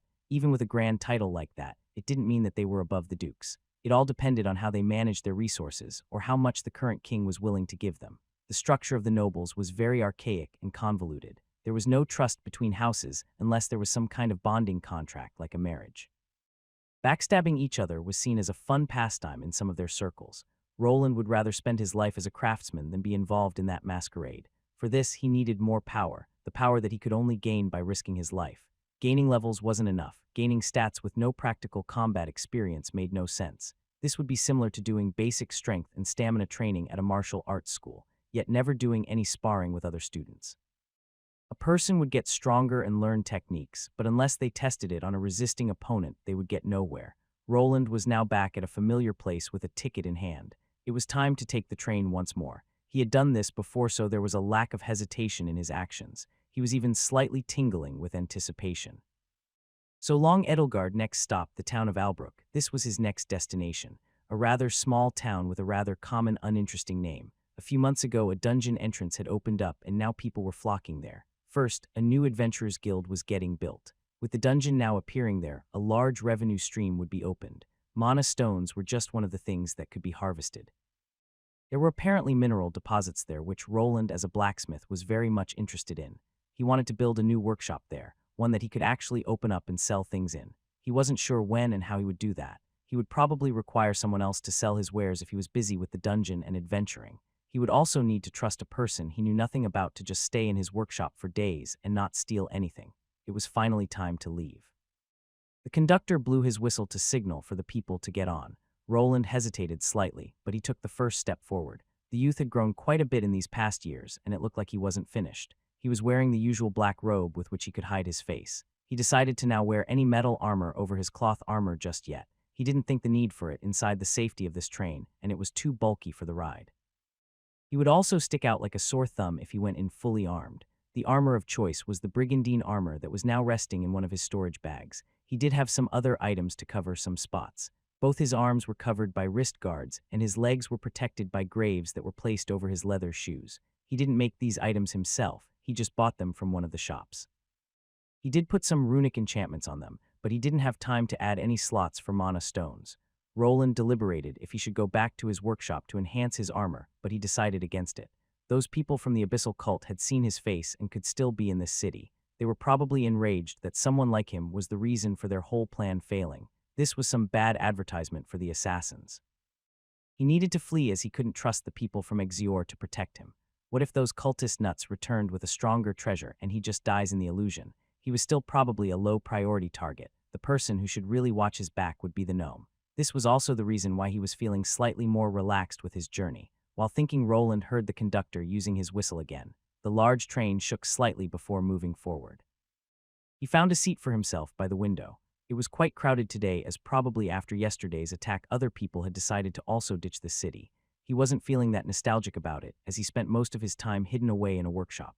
The only noticeable people that he met here were Marlowe, Helsai, and the gnome's elven assistant.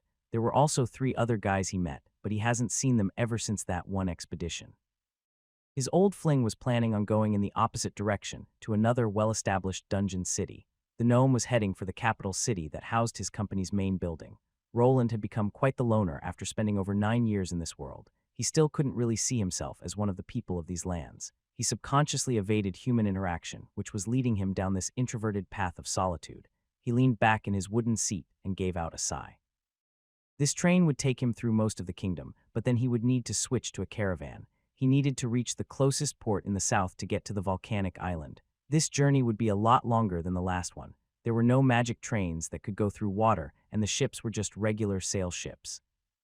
At least the one that he would be taking due to not wanting to spend too much money. He didn't see one yet, but from the books, he read there were supposed to be ships that looked similar to old steam ships. Instead of steam, they ran on mana. He actually wanted to visit one and see the engine room. I have enough money to start over, but I should probably do it better this time around. Roland took out his adventure card and to the name that was on it. He was thinking about ditching his old name and starting over. There were certain ways to alter the status of this card. The one that he wanted to be gone was his name. There were no computers keeping the exact stats of every adventurer in this world. There were only these adventurer cards that were updated with certain magical tools to show your status.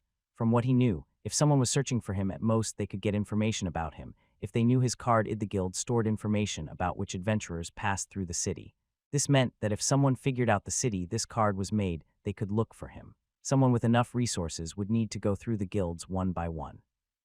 Sooner or later, they would find which cities he visited and could then narrow the search area. He wasn't worried about his family in this instance. He was worried about the abyssal cult that even had 2 Tier 3 monsters out killing yesterday. They could probably sneak into the guild and steal the records if they really wanted. He grimaced after making a decision and ripped his adventure card in half. The rest was tossed out the train window, never to be seen again. He would start over from the beginning.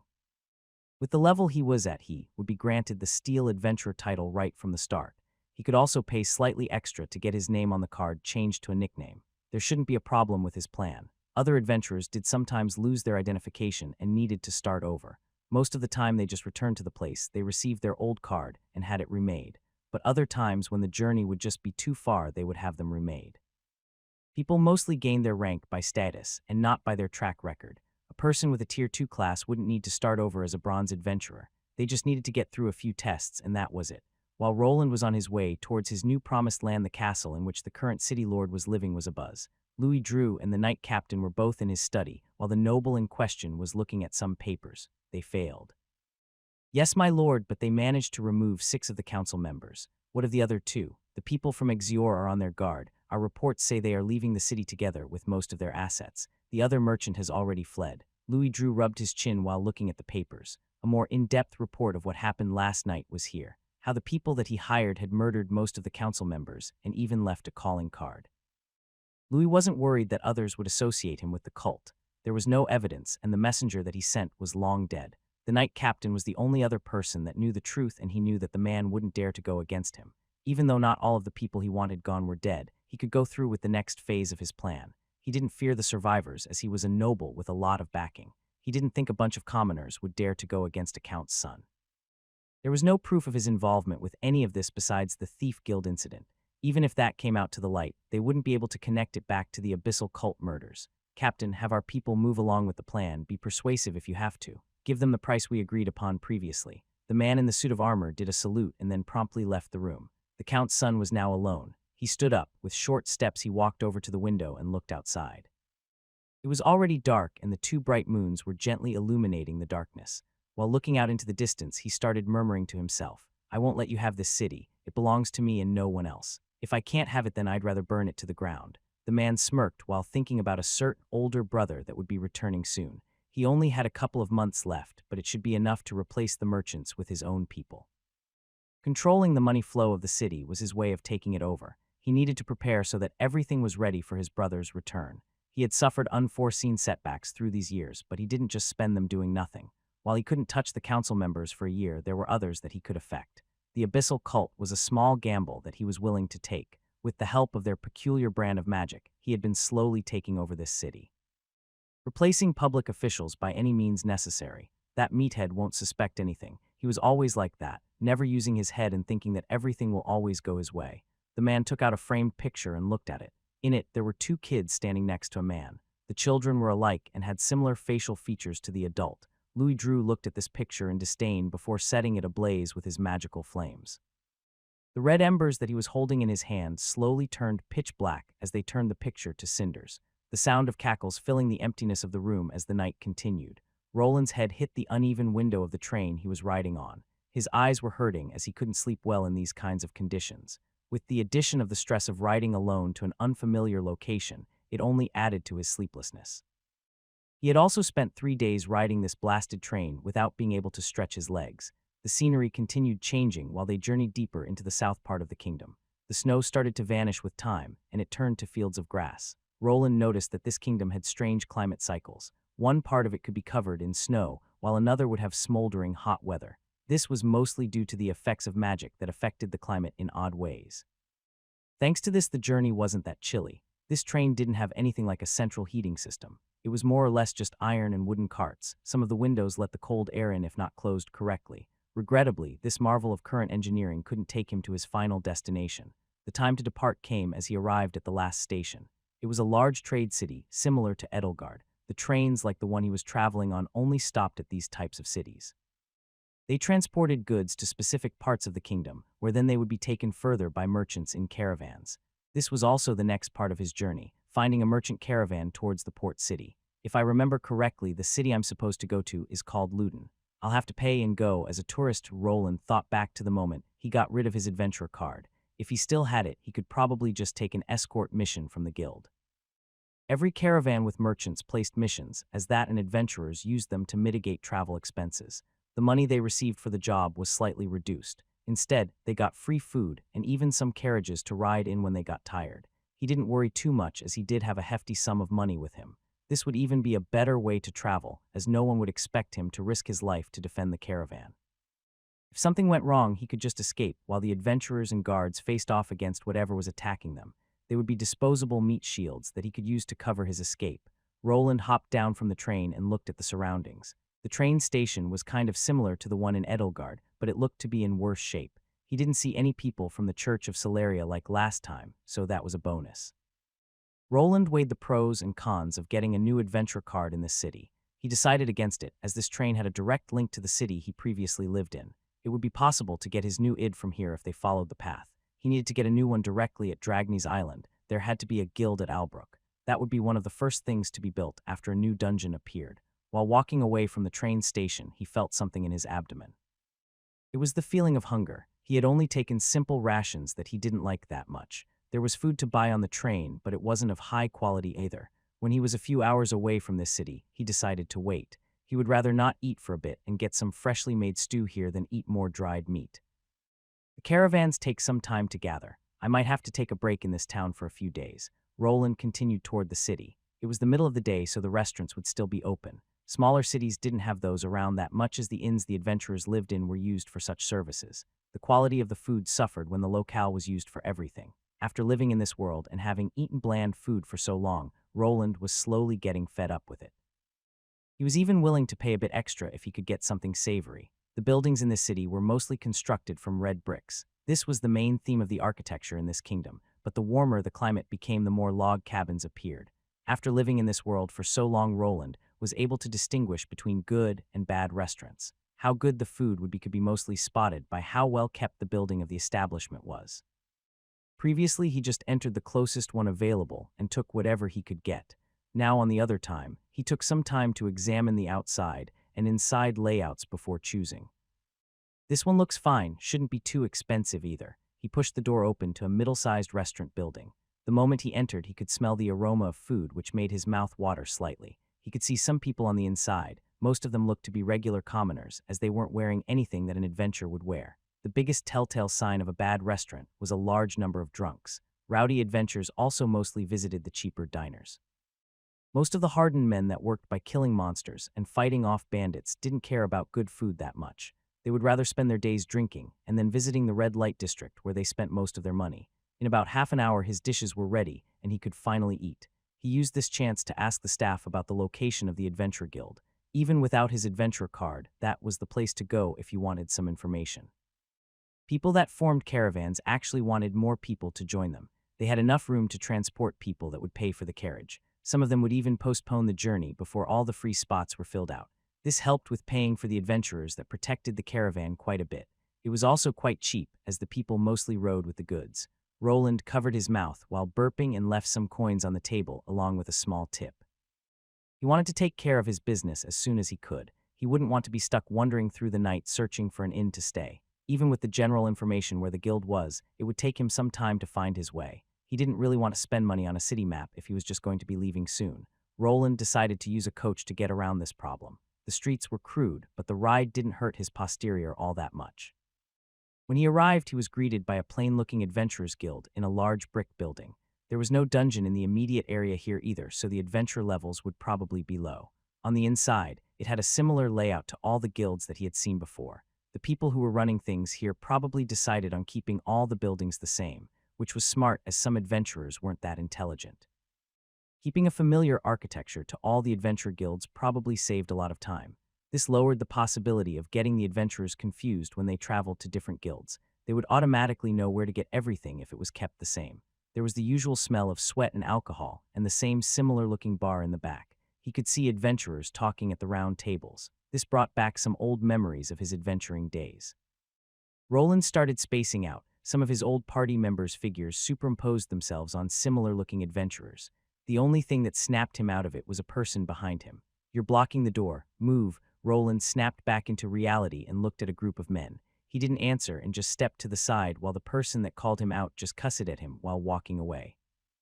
Am I missing the good old days? Roland asked himself while going towards the notice board. Would he find anyone pleasant to work with in the new city? There would probably be new adventurers flocking there to hit it big. He wasn't planning on taking a passive backline position, though. He had seen firsthand how limited a mage class actually was. When someone at your level managed to close the distance, you were a sitting duck.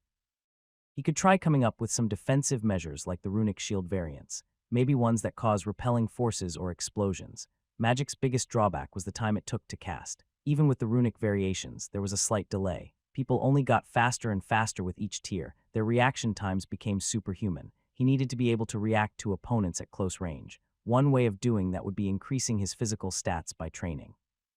He still needed to raise his weapon proficiencies to the max and could pick up some passive skills that gave some bonuses that he hadn't tried before. Another faster way would be by using his runesmithing class. He now knew how to insert mana stones into slots. These gems would increase his stats by a flat number. He could create an armor for himself that aided him in battle. He had a large mana pool and a skill that lowered his mana usage when using runic gear. If he added the mana stones on top of it, all he felt like he could match higher tier classes in pure stats. He just needed some time to prepare and the right materials. All of this would cost a lot of money. Luckily, he had a good head start thanks to the broken contract. There is one caravan heading towards the port city, leaving in 2 days. He looked at the notice board and quickly found his next destination.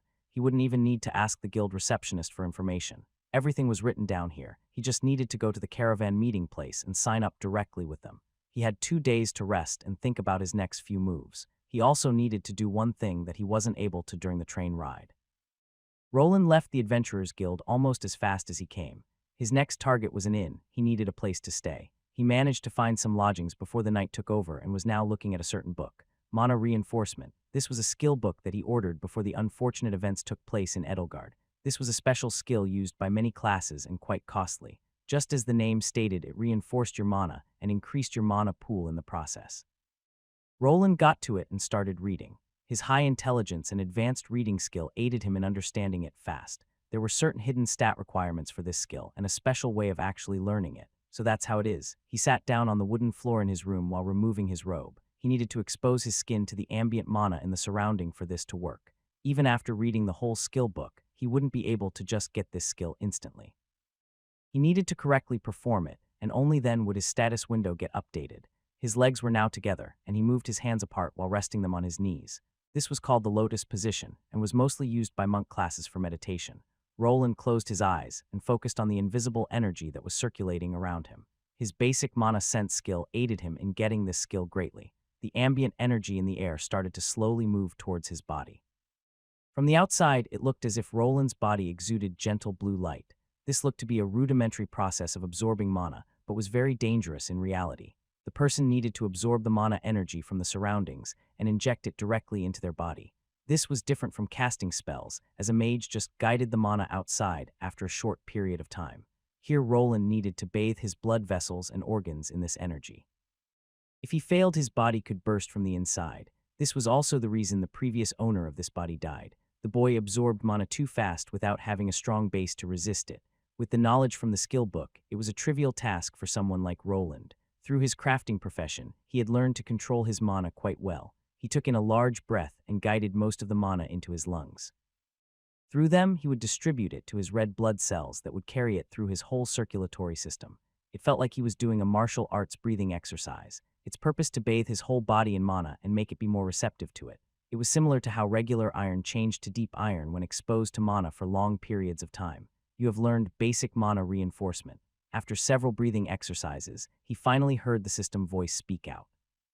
He looked to his status and could see it now being there, at L1. This skill added a percentage of mana to your base stats. At L1, it only increased it by 1 all the way up to 9 when maxed out at the basic version. The good thing about this skill was that he didn't need to buy another skill book for the higher tier version. He would be able to automatically rank it up after reaching tier 2. From what he knew, the skill at tier 2 would go up to 25, and at tier 3 to 50, which with his already high mana would net him a big chunk of usable mana for crafting. He didn't have much to do for now, so he decided to practice this skill throughout the rest of this and the following day. His stay in the city consisted of going to the restaurant and then practicing his mana reinforcement skill. With his current level and stats, it proved easy and he managed to get it to level 2 before the second day ended. On the dawn of the next day, he arrived at the place where the caravan would be leaving. He could see a lot of people gathered and over 20 carriages were there. They looked like long horse-drawn carriages, but the animals that were pulling them varied by species and size. Ones had large lizard-looking creatures, others had large bulls with 3 tails and 3 horns. Some did have horse-looking animals, but they were much bigger than the ones you would expect to see. These were mostly tamed monsters that had a lot more stamina than regular barnyard animals and could pull a lot more weight. Roland went over to the person that looked to be in charge. He was easy to spot as he had a clipboard in hand and was taking down notes. "I'd like to travel with this caravan to the port town."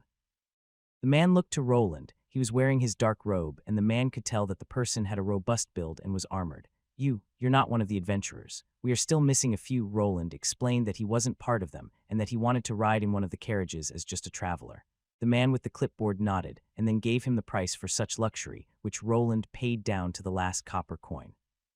The exchange was now finalized, and he could pick one of the carriages to travel in. In situations like this, it was mostly expected to just ride with the transported items. People were expected to just find a free spot themselves. He found himself one that had some space with a lot of wooden crates inside. He was able to lean against one of them with some leftover leg space. Now he just needed to wait for everyone to gather up, and his journey would continue.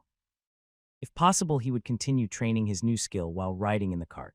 The trip would take about a week, so he had a lot of free time to practice. Roland was one of the first new arrivals, but he wasn't the last. There were other people that wanted to travel in this large caravan gathering. Luckily, the cart he was using was stocked to the brim, and most people came in larger groups. This saved him from having travel companions in the cart he chose. He was sitting at the back end of it, so he also didn't need to talk or look at the coachman. This was the perfect spot for someone like him that didn't really see the point of interacting with these people. While sitting and waiting, he glanced outside. He noticed some people gathering. He could see some of the adventurers arriving while wearing various types of armor. Roland was already someone that had dipped his toes in the blacksmithing profession. He could already spot some areas that were unkempt.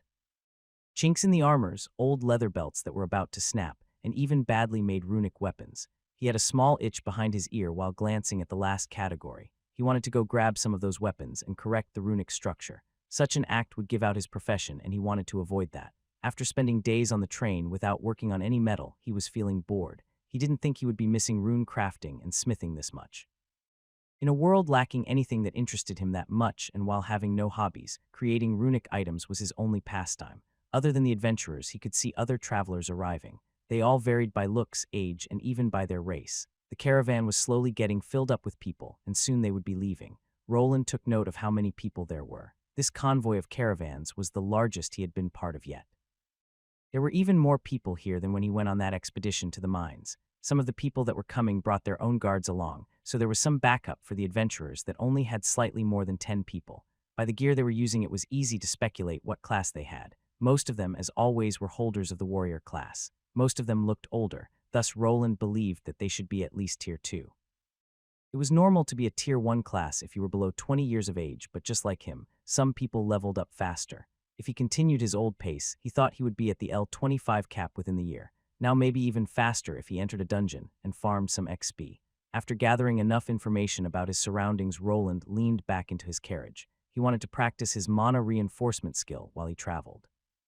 He couldn't remove his clothes this time around to get more mana in. With monsters and strangers around, it would be unwise to remove his armor. His mana shield enchantments couldn't activate on their own quite yet. He wanted to develop a rune that would repel weapons and attacks on impact. He just needed to figure out the minimum requirement for it to activate. If he set it too low, it might activate while he was running, while when too high it would be useless. He had one technique that he wanted to try, but he needed more time to develop his crafting. He wanted to try placing the impact, detecting components deeper into the metal. With this, when a sword pierced into it more than a millimeter, it would set off the defensive measure. It would also need to work with blunt force, like hits from maces, bending the metal more than it should also set it off. The problem would be to not make it react to other outside forces like gravity. He couldn't have it activating if he jumped from a high spot and it turned on when he landed. With his increased stats, he could perform superhuman feats by this point. His strength was already above any grown man from his old world. It would be quite hard to develop something like that, but it would be a lifesaver if he got attacked from the back. For now, he only knew how to produce simple runes that activated on impact or on a timer. He could somewhat play around with their settings, but he didn't have full control over it. He was still limited to the hardware and could not affect the software yet. Wonder if it will be possible when I reach Tier 2. He rubbed his chin while thinking. The biggest drawback of his debugging skill was that he couldn't see inside the components. It was like looking at a motherboard. He could insert what parts he wanted, but was limited to pre-made ones. He could keep replacing the processor and hard drives that he knew off, but he couldn't affect the software in them. When he achieved that step, only then he would feel like a true runesmith. While he was contemplating some new designs, he felt the carriage that he was sitting in jolt forward. They were finally setting off. He could see some people riding on horses and even large birds that looked like giant chickens. They were lankier, and their legs had sharp claws than regular poultry. This journey would take at least a week, as they would be making a lot of stops along the way. This kingdom wasn't a safe place outside the large cities. There were monsters prowling everywhere, only shying away from large human gatherings. These monsters had their migration circles, and some even set up their own territories. If they arrived in a new one, that some kind of goblin tribe established battle was inevitable. They had a lot of adventurers with them, as well as some guards. Roland felt that their group should be able to defend themselves during a fight. He was only a traveler and not affiliated with the guild for now, so he wouldn't even need to take part in the skirmishes.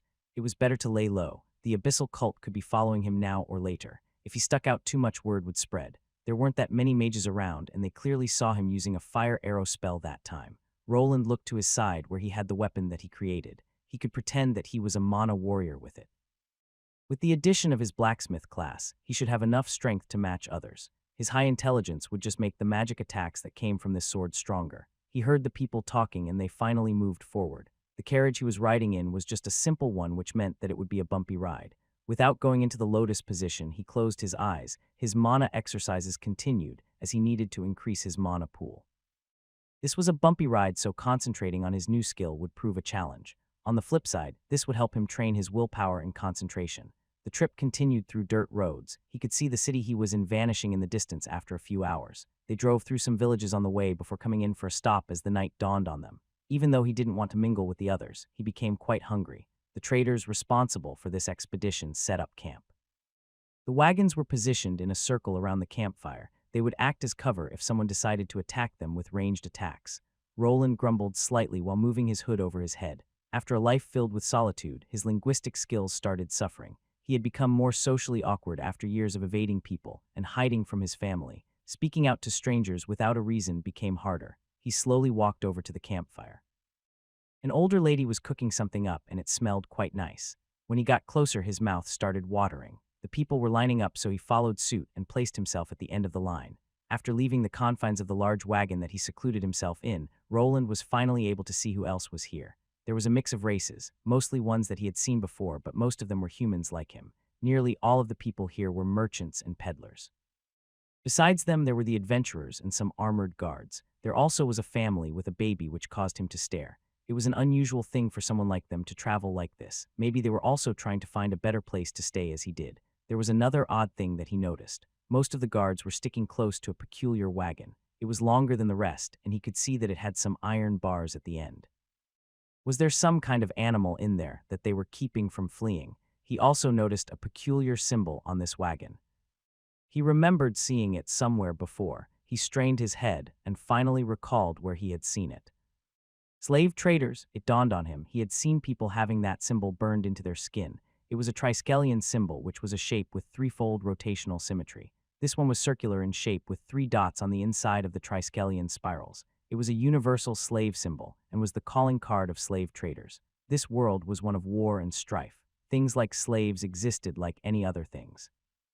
There were various types of them, some of which were war slaves, criminal slaves, and debt slaves. Criminal slaves were people that were, as the name stated, criminals. They were mostly robbers, killers, and thieves. Depending on the severity of their crimes, they would be sentenced to a life of slavery. War slaves were mostly just prisoners of war. Captured soldiers would be taken in as slaves after losing a skirmish or a war. Even high-ranking nobles from another country could end up like this if they lost to another empire. Debt slaves were people with massive debt, depending on how much they accumulated, and with who they could end up in slavery if they couldn't pay up. Sometimes people even sold their family members as collateral damage, and they would be in this category. In this world, a person wouldn't be able to easily escape after they were branded a slave. People would earn this title through trial by judge. This title would show up during identifications via skills or magical devices. Most of the time it would be a lifelong sentence. The title would then stick with the person till the end of their life. There were certain ways of removing it. This mostly happened after a master was acquired. This person could then set the slave free after a small ritual. The title didn't compel the slave to follow his or her master's orders. The person still needed to be kept in check.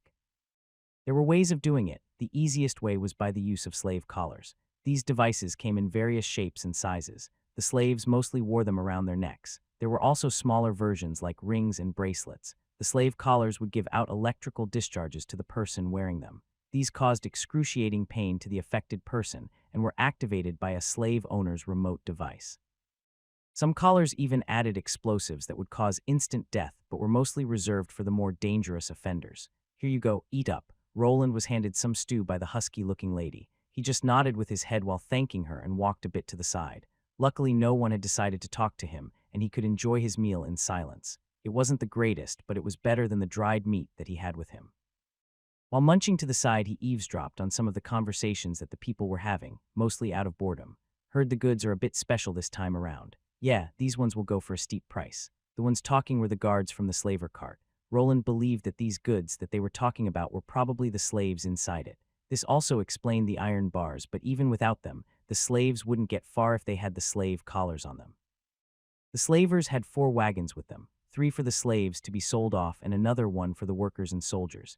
He was interested in these special goods, but not enough to snoop around. This was the reality of this world. He had to think about himself first and not others. After eating up, he decided to return to the back of the carriage cart. Some people set up tents while others just slept in sleeping bags out in the open. Roland had no tent, and he would rather just lean against a crate with a blanket over himself than spend it outside. The adventurers took turns on guard duty, and the night went past without a problem. Roland didn't get in much sleep as always. He was still slightly stressed. During the bouts of sleeplessness, he just trained his mana reinforcement skill. The journey continued. There was nothing in particular happening. On the second day, the caravan suffered a small monster attack. Some familiar-looking boar monsters appeared. Roland didn't need to act. The adventurers were more than enough to handle this small beast attack. This even allowed the people to feast on some monster boar meat, which was quite a delicacy in these parts. After the show of strength, Roland started worrying less about the continued journey ahead. The people protecting them looked at least decent in their battles. Unless a large group of Tier 2 monsters appeared, they should be safe on their journey.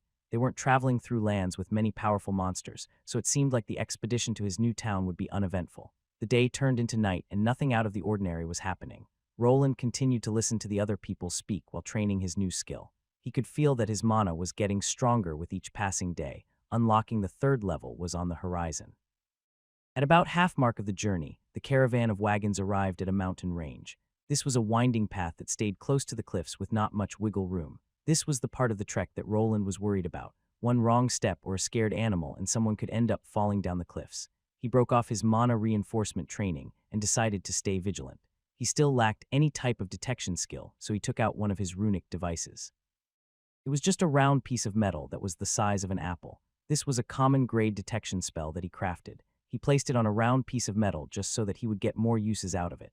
It would slowly shrink after getting repaired, but due to the thickness, it would last him for a while. This item acted like a sonar. When he activated it, he could see living creatures in a set radius. The more mana he inserted, the further the range would expand.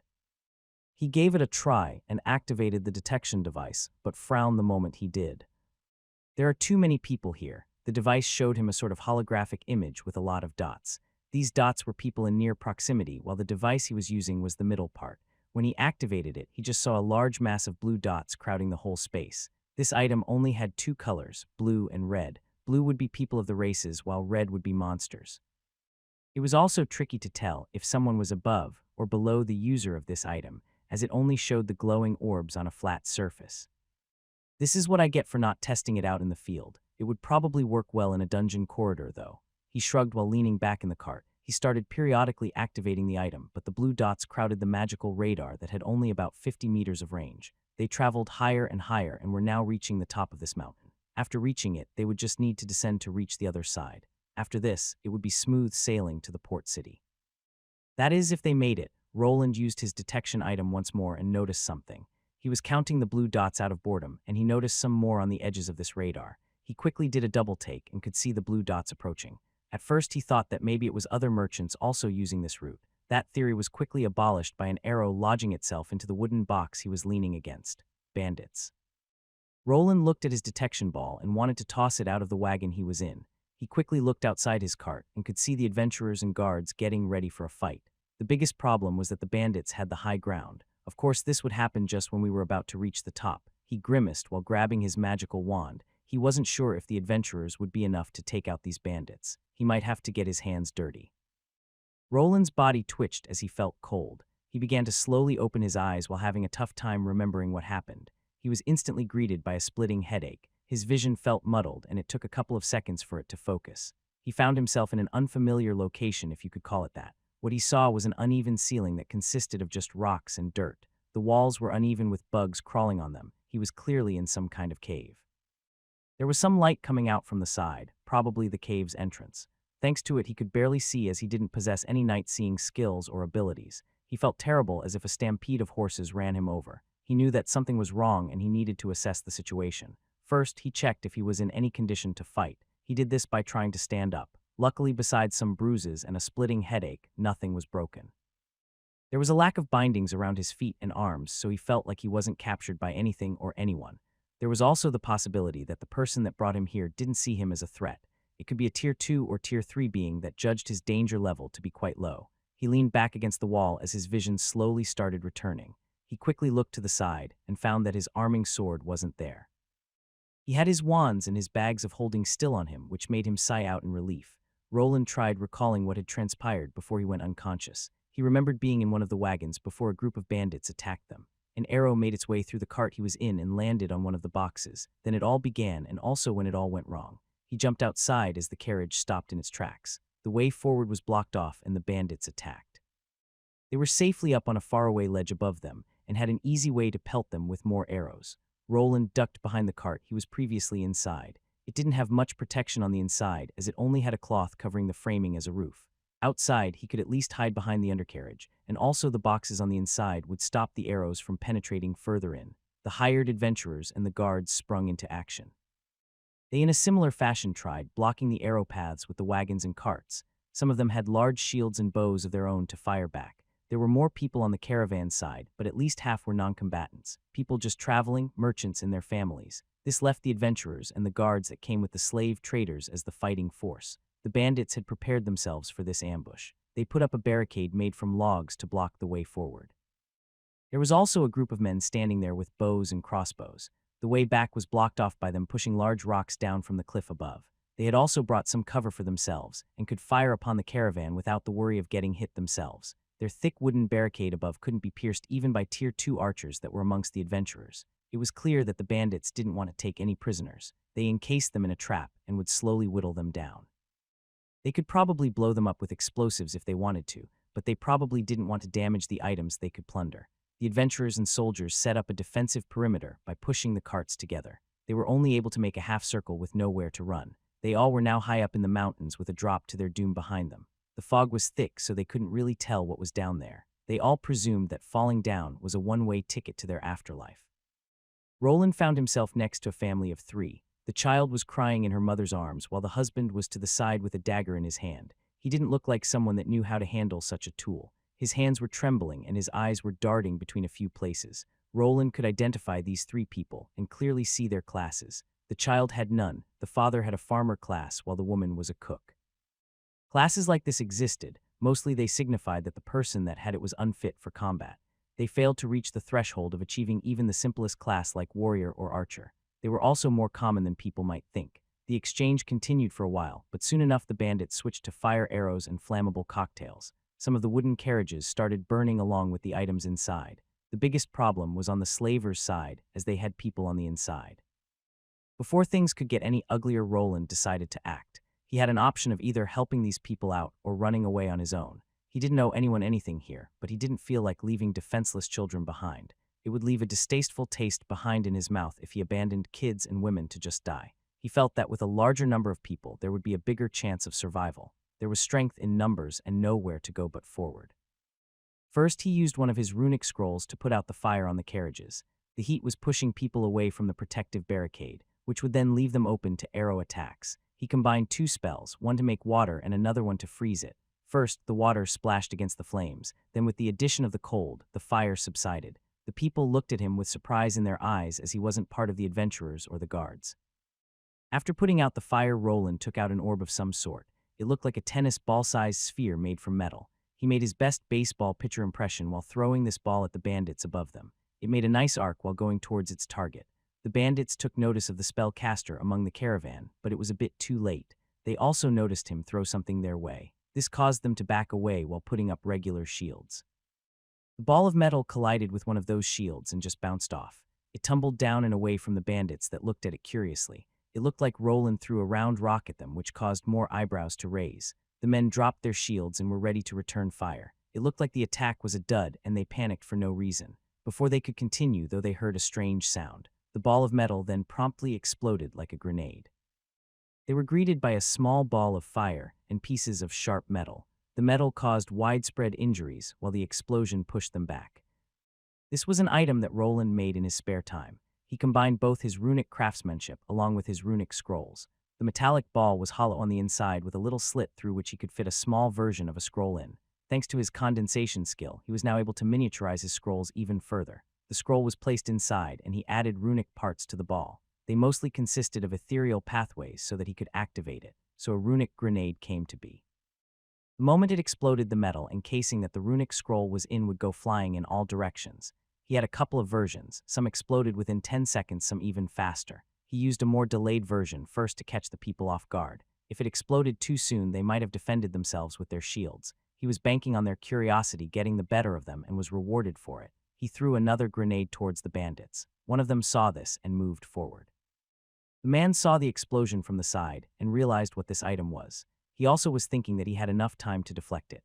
To his surprise, this orb exploded much sooner than the previous one. The adventurers had tried using some of their own enchanted spell scrolls before, yet the bandits' shielding barricade and the mountain walls proved to be a good defense against them. The spells traveled in a straight line, but Roland could throw his nads in an arch behind the enemy line to hit them. The adventurers used this chance to fire off some arrows and bolts towards their enemies. Finally, the battle started shifting, even more after Roland unloaded his most powerful spell. A large ball of condensed fire collided with the barricade and makeshift shielding that the bandits constructed above. This was a fire blast spell empowered by Roland's large amount of mana. It caused wide destruction to the robbers' side, and it looked like the people here would be getting out alive. Roland even managed to clear out part of the other barricade that was blocking the path forward. With his high mana pool, the runic spells that he could cast were many times stronger than if a regular person activated them. The bandits were sore losers, though. They still had the high ground, and a plan B. This plan consisted of pushing massive boulders down below and causing a rock slide. Just as the people were close to cheering, they were pelted by rocks. The large stones crushed the carts and carriages and rolled forward. Roland grasped his hurting head and felt that it had been bandaged up. He didn't remember much after that. The ensuing rockslide caused part of the people to fall down to the misty pit below. He only recalled putting up as many magic shields as he could on himself and the people next to him. I must have survived the fall and someone brought me here. Roland took out a healing potion from one of his bags and quickly drank it. He noticed that someone tried bandaging up some of his wounds, but they did a poor job. It looked like the bandages were part of their clothes. His weapon was missing. Either it was taken by the person who patched him up or it was lost during the fall. He needed to get more information first. While getting himself together, he moved towards the light. He leaned against the walls a bit while slowly walking. The potion was slow working and his body was still aching. Before he could get outside, he heard someone talking. He heard a man's voice and one that was more high-pitched. "Lady Aradhul, we must move quickly. This is our chance to escape." "Logon, why did you take our savior's weapon? Return it. We should wait till he recovers his health." But what if a monster appears or those bandits? Roland could hear the two arguing. The man was referring to the woman as lady, which made him think that she was some kind of noble. Were there hidden nobles in the caravan? It was quite uncommon for nobles to travel in such a way. They would have their own luxury carriage and the protection of some knights. They wouldn't travel along with merchants and commoners unless they were hiding from something or someone. He couldn't get much information from their conversation.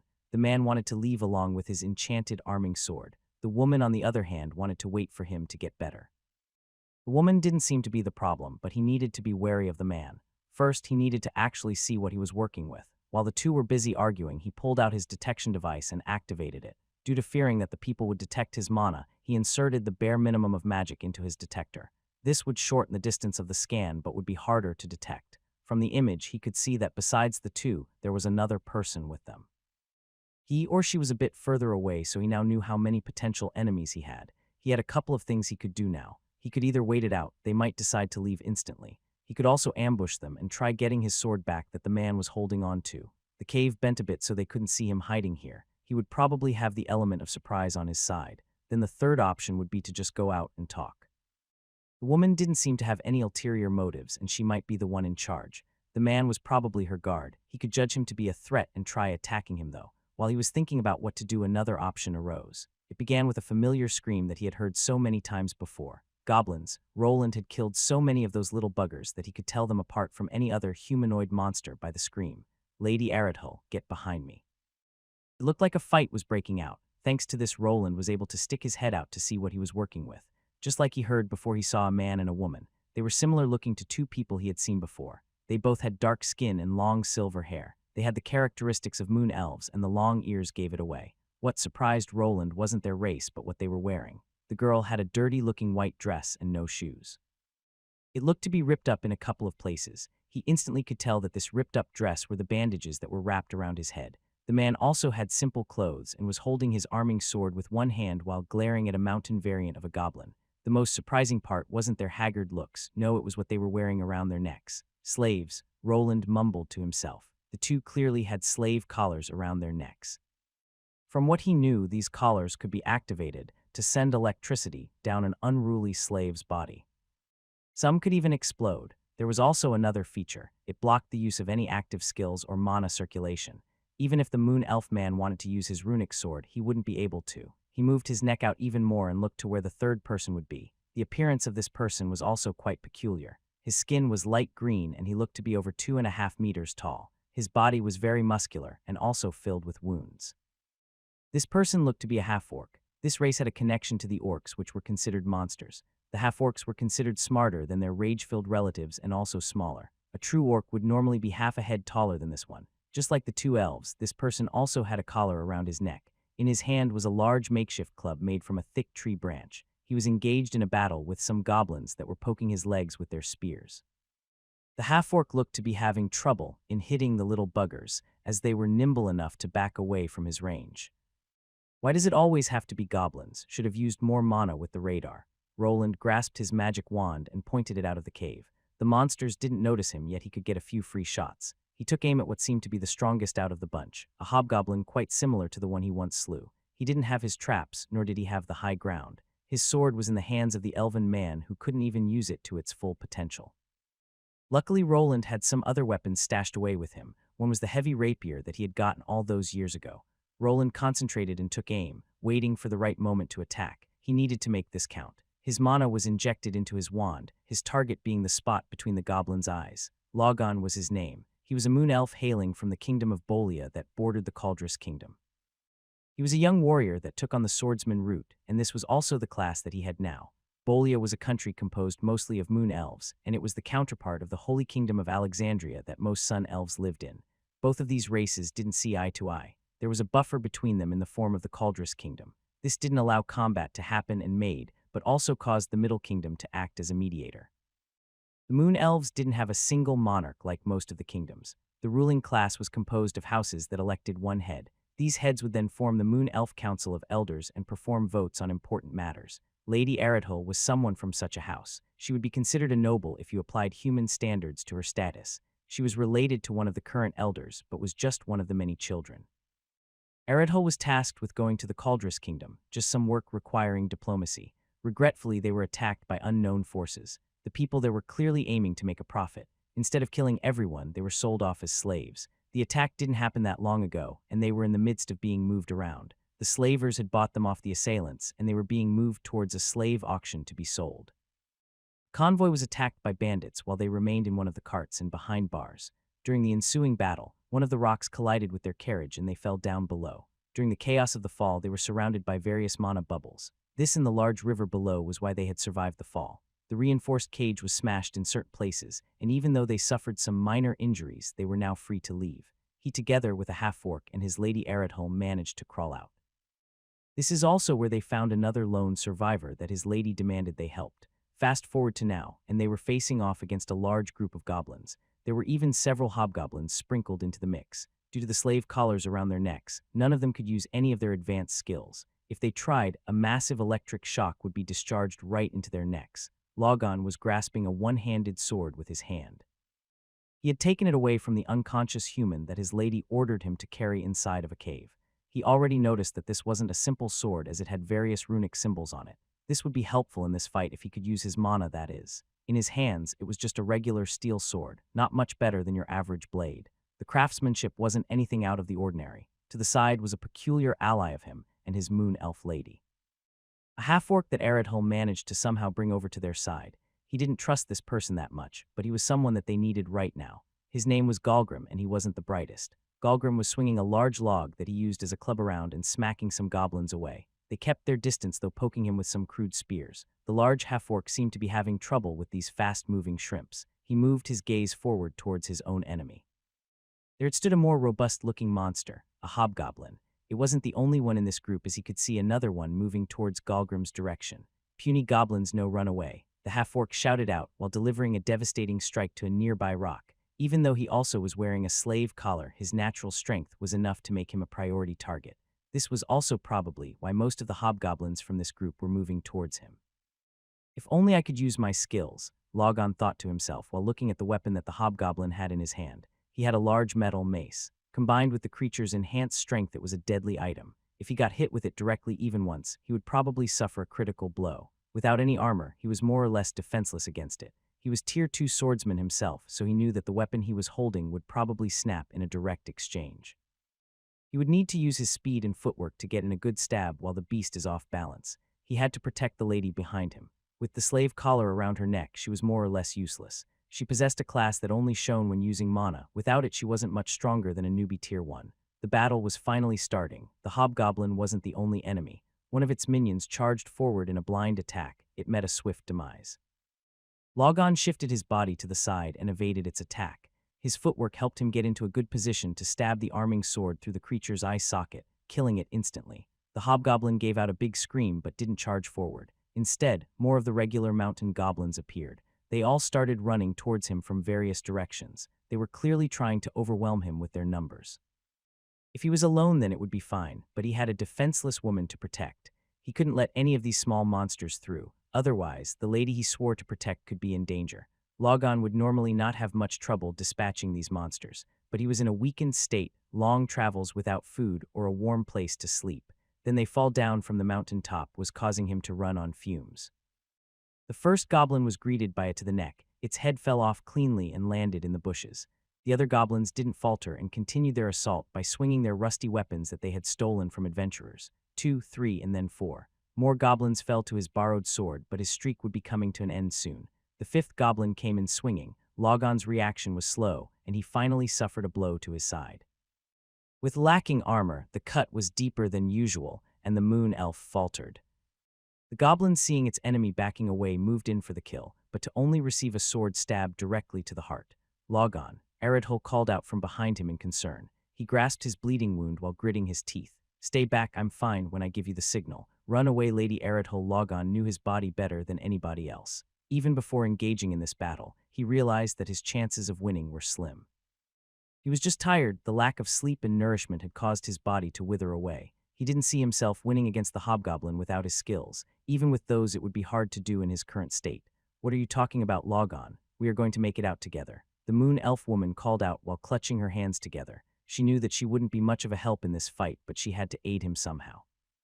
She grasped a weapon that one of the killed goblins previously had.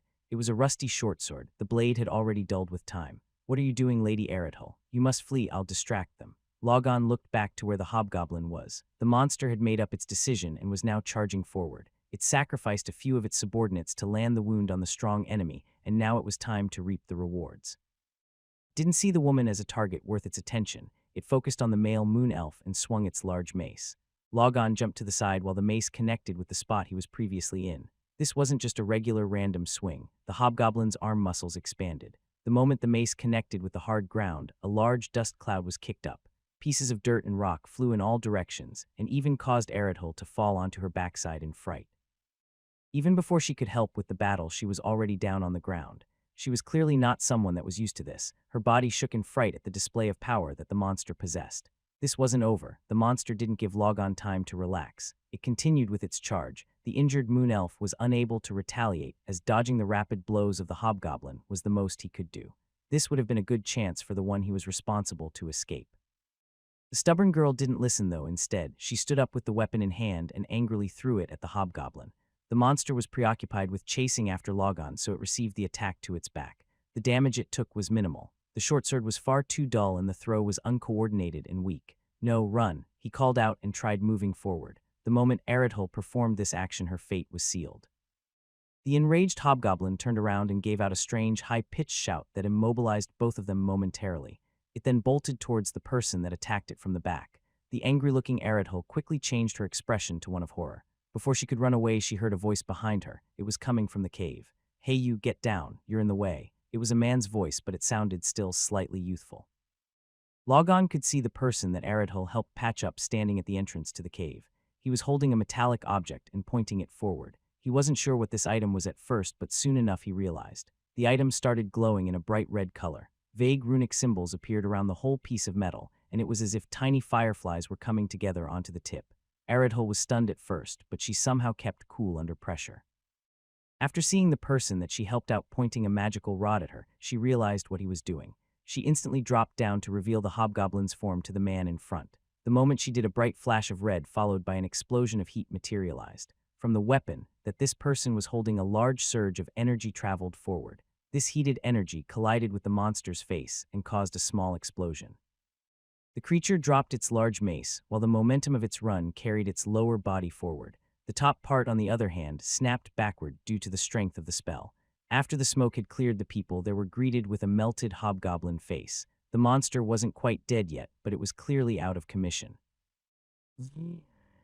Roland had been waiting in the cave for some time. He had been there a moment before the goblin attack. He had waited while watching the moon elf fighting to measure his strength. The man was clearly strong, but his movements felt sluggish. Soon he needed to spring into action, as he didn't quite want these people to die yet. After the hobgoblin went down, the battle still continued. There were more regular goblins around that were moving forward after their leader succumbed to the spell. The half-orc in the background was also covered in wounds after having to tussle with the small monsters for so long. The regular goblins didn't pose much of a threat. They all succumbed to a barrage of regular mana arrows and mana bolts that Roland could produce with one of his earlier magic wand creations.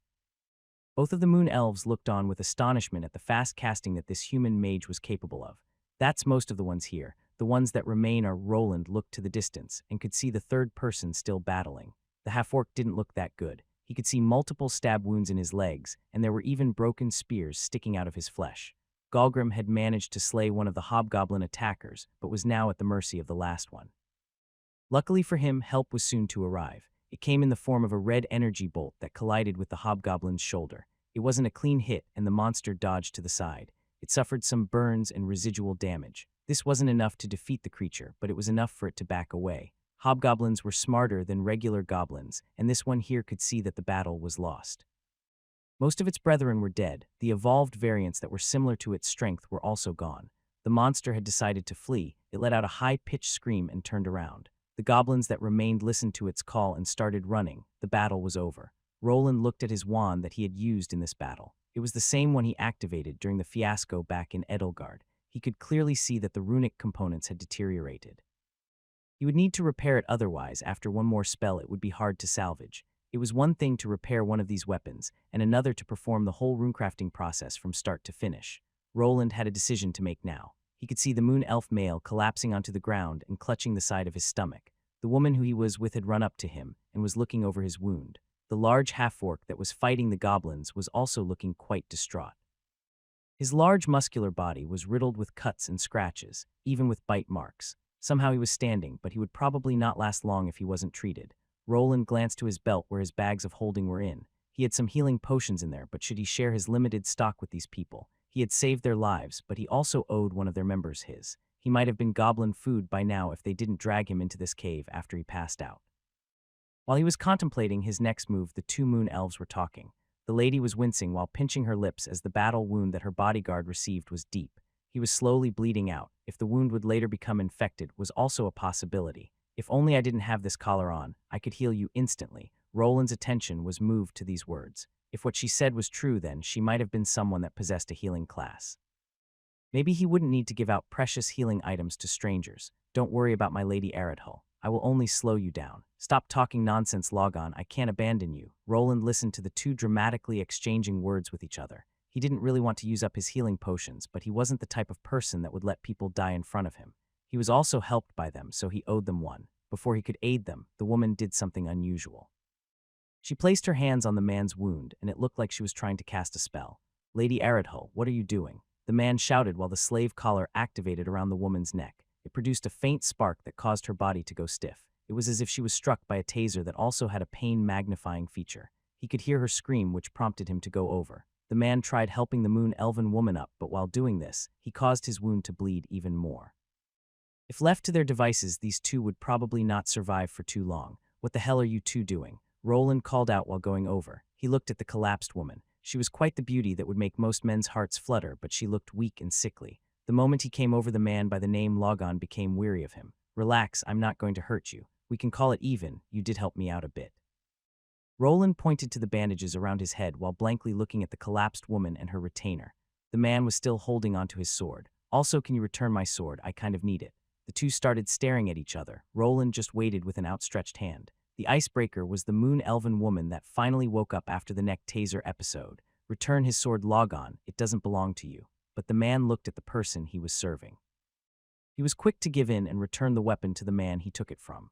Roland took it back without answering and quickly activated his debugging skill to see if everything was in place. Luckily, the man using this sword wasn't half bad. He knew how to hit the goblins without damaging the blade. As Roland was looking back down after examining his sword, he noticed something peculiar. He activated his debugging skill again while looking at the neck of one of the elves. He could clearly see that there were runic components there. So, did you say that you could heal if that collar was off? Can I take a closer look at it? Roland said while the two moon elves looked at him funny, not really sure where the young man was going with this. So they even branded you. The sound of a crackling fireplace could be heard while some people talked. A slight clank of metal against metal was also discernible. Regretfully so, a woman in a black coat was holding her hands out toward the fire. Her skin was dark caramel and she had quite the long ears. Her name was Aradhull and she was part of the moon elven nobility. Those damn bastards, if I ever get my hands on them. Another moon elf was here. This one was a bit angrier looking as he started spitting out profanities. Hey, stop moving. If I make any mistakes, your head could blow up. Next to him was a dark-haired youth. Roland was his name, and he was holding onto his blacksmith hammer. He was in the process of gently hammering the slave collar with it. I can remove these, but can't really do much about those branding marks. You'll have to hide them while returning to your own country. Roland had examined Aradhull's slave collar first. It was something made by a runesmith, so he could easily inspect the components in it. With the help of his debugging and runecrafting skills, he was able to find the prime rune. With its destruction, the shackles became nothing more than neck accessories. Prying them off was another thing entirely. Even though the runecrafting job was done sloppily, this item was still made from deep steel. It was much harder to break than regular steel and also resistant to magic to some degree. After deactivating the prime rune, the locking mechanism was also rendered ineffective, so he needed to use some tools to fiddle it open. Roland wasn't sure at first if he should do this. The people were branded as criminal slaves, though that was a lie. He heard them talking before he saved them, and it was clear that they were just captured to be sold. He wasn't sure if it was another squabble between noble parties, but at this point in his life, he wouldn't be surprised. The woman might have been an eyesore for someone in her own house. This wasn't the main reason that he decided to help them. That was the monster problem outside. The mountain was swarming with goblins, hobgoblins, and other monstrosities. He wasn't even a Tier 2 class holder. The chances of getting out of here in one piece were slim. He needed some backup. Roland didn't want to rely on these strangers, but he didn't see himself getting out of here without some help. In the event of a betrayal, he did prepare some countermeasures, plus he could always run. The woman was a priest not of Celeria, but of Lunaris instead. This was also the biggest reason the Moon Elves and Sun Elves were at each other's throats. They both had different deities that allowed them to have priest classes. The healing magic of the Moon Elves was a bit different, but it worked in a similar fashion. When it came down to gaming terms, the Moon Priests were better at buffing their party, while Sun Priests were ahead in terms of pure healing. There were also variations of the classes and some special ones that were great at both. Think that should do it. Clink, he gently tapped the collar that was around Logon's neck, and it popped right off this time around. Roland grabbed the piece of deep steel and placed it inside his storage bag. He could melt these down later and maybe create a fitting weapon for himself. Golgrim turned now. There was a third member of these slaves, the large half-orc. Roland was a bit on the fence about setting this one free, but the Moon Elf woman assured him that he could be trusted. Yes, just sit down and try not to move.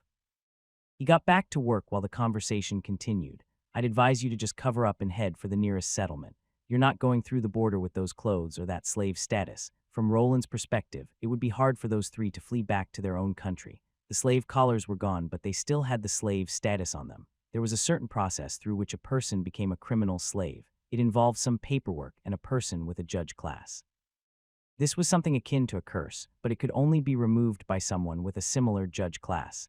This slave status mostly came with a timer, but regretfully, theirs was close to 100 years. I'm thankful for all you did, Carmen, but we can take care of ourselves. I will bring the lady back safely. Golgrim strong, no problem. Both Logon and the half-orc were apparently not worried about getting over the border. He wasn't sure what they were planning, but not like he would be going there with them. He also decided to give them a fake name. Carmen came to be after he thought back to his red comet signature on the scrolls that he used for his wares. Yes, Mr. Carmen, you already did so much for us. You even gave us some clothes and food. Aradhul replied while munching on some beef jerky. The two were clearly malnourished, so he decided to aid them a bit. He wasn't doing it for free, though. He would be getting most, if not all, of the mana stones from the monsters they slew. He started with the 2 hobgoblins, and now he had 2 more common grade stones to add to his new creations. He also gave the swordsman elf a spare sword while taking the enchanted one he had for himself.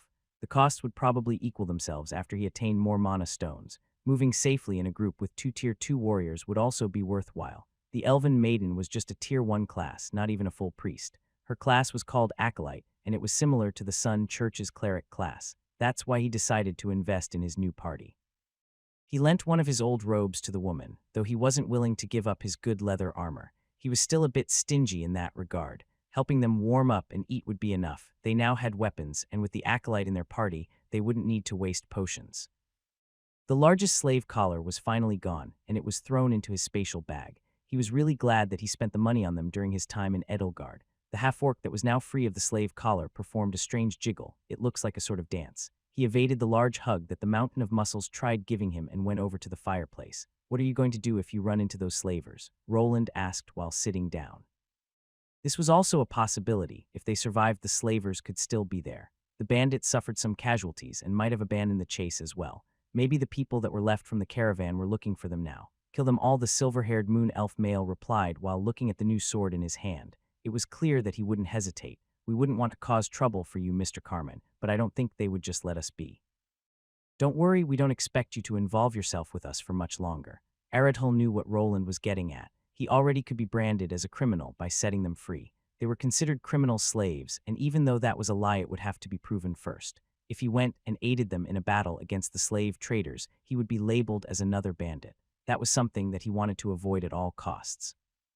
Having a wanted poster going around the kingdom would throw a wrench into his future plans. First, he needed to get out of this predicament alive. Well, I can always say that you forced me to remove those collars. There is a village if we follow the river. We should go there. Roland did bring a map of the area and had some prior knowledge of where he was traveling. He knew that it was always important to know your location and the geography of it. He decided to go towards the closest settlement. He could try returning to where the caravan was attacked.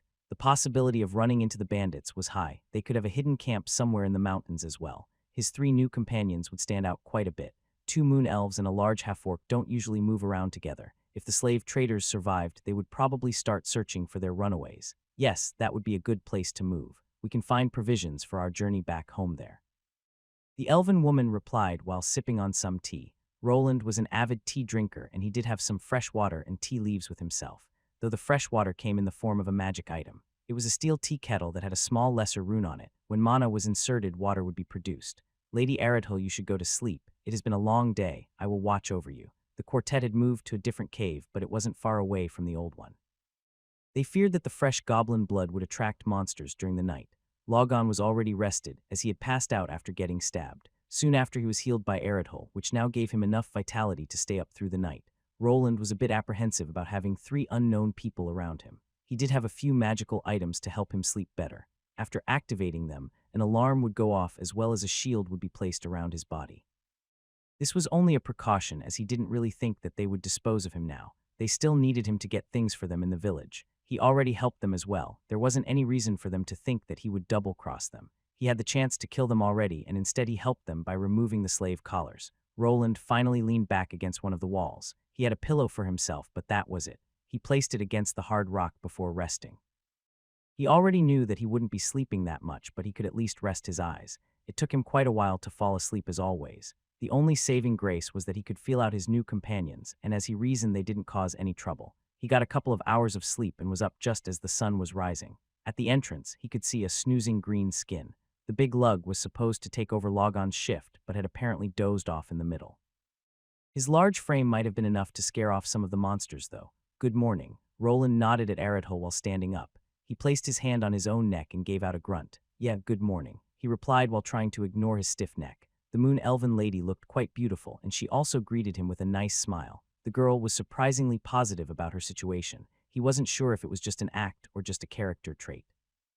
Think we should move? We don't know what might happen. Roland nodded at Logon's call out. Staying in this place for too long would be a bad idea. They would need at least 3 days to get to the settlement, maybe even longer. I agree, we should probably hunt something along the way. The rations that I brought with me will run out soon. Roland didn't expect to have party members that he would need to feed. He also didn't have that much space in his storage bags. They were mostly filled with various tools and materials. You should probably wake him up. Roland pointed at Golem that was snoring loudly and scratching his behind. It was surprising how relaxed he was and how well he could sleep on the rocky ground. They all finally gathered up. Roland lent Logon some spare shoes and some sandals to Aradhil as he felt sorry for their shabby looks. Walking barefoot for 3 days would probably be very taxing. He didn't have anything for the half-orc though, but that one looked comfortable walking without any boots on. They started going. Logon and Golem were in the front with Aradhil in the middle and Roland in the back. This wasn't the greatest setup as they didn't have anyone with a scout or tracking-like class. He would need to use his detection device to somehow fill that role. The acolyte was the weakest of the group, so they decided to put her in the middle. She could heal moderate wounds and perform certain buffing spells. It didn't take the party long to meet their first opponent. It weren't goblins or hobgoblins this time around. These creatures that they came across were something new that even Roland had never seen before. Adolescent Bacchanach L46, he identified the creature's name and level. The creature had a humanoid shape with long, lanky arms and a goat head. Their legs had hooves, and it looked like a satyr below the waist. This was a type of goat monster with giant horns and crooked teeth. It wasn't alone, as there was a similar-looking one next to it, at a similar level as well. This was when he noticed the weakness of this party. The moment Golem noticed the creatures, he bolted forward. Golem bash ugly goat. He gave out a roar that caused the 2 monsters to focus on him. This would be a fine start, but the loud scream also alerted more of these monsters to their whereabouts. Roland could see them popping out from the bushes. The moment they did, Logon decided to move back. Get behind me, Lady Aradhil. The moon elf was sticking to his duties as a bodyguard a bit too much, while the half-orc just charged into the distance, leaving the rest of the party behind. What was left was a fight at 2 fronts, with also losing the element of surprise. These guys don't really know how to work together, Aradhil complained, while her companion stuck to her like a tick. 2 other Bacchanachs came out from the sides and locked on the 2 elves. It was lucky that they ignored him for now. This gave Roland ample time to use his wand that he had repaired the day before. A bolt of heated energy collided with one of the goat heads. The scream that the monster gave out was truly frightening. This would have been a good moment for Logon to move forward and deliver a finishing blow. To Roland's surprise, the man didn't want to abandon his lady. He was probably afraid that something might happen to her if he moved too far away. Roland clicked his tongue while firing off another spell towards the other monster. This one dodged slightly to the side and got his horn blown off in the process. It then charged forward the mage that was causing the most trouble. It would have been an easy battle if the 2 warriors kept the monsters busy. He could then fire off spells from a safe distance. Not protecting your mage was one of the worst things a frontline warrior could do. The creature was now close and charging with its head lowered. It wanted to impale the attacker on its good horn. Roland wasn't such an easy target, though. He was someone close to level 70. Thanks to the blacksmith class, he now had stats comparable to warriors. He grasped his arming sword from the side and waited for the right moment. He used the creature's momentum against it as he dodged to the side. The monster ran past him and came to a stop, but as it was turning around to have another go at it, it saw a flash of blue light. This was the tip of Roland's enchanted sword and the runic version of the mana thrust activating. The condensed magical skill connected with the goat creature's upper body.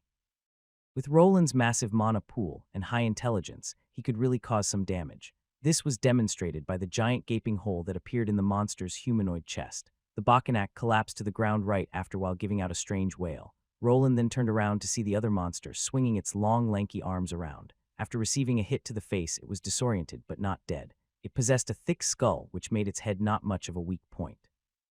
Finally, Logon decided to move in and delivered a killing blow to the confused creature. He did it only after it got too close to where the woman he was protecting was. The two creatures were dead, and after a bit, the half-orc returned as well. He was covered in scratches and even some holes. Aradhul got to healing his wounds quickly while Roland scratched his head. Besides the two warriors, the acolyte that was supposed to buff the party didn't do anything. The woman lacked combat experience and probably was too nervous to act. Maybe I should have left them in that cave. On the way, the new party visited the site, or what remained from it.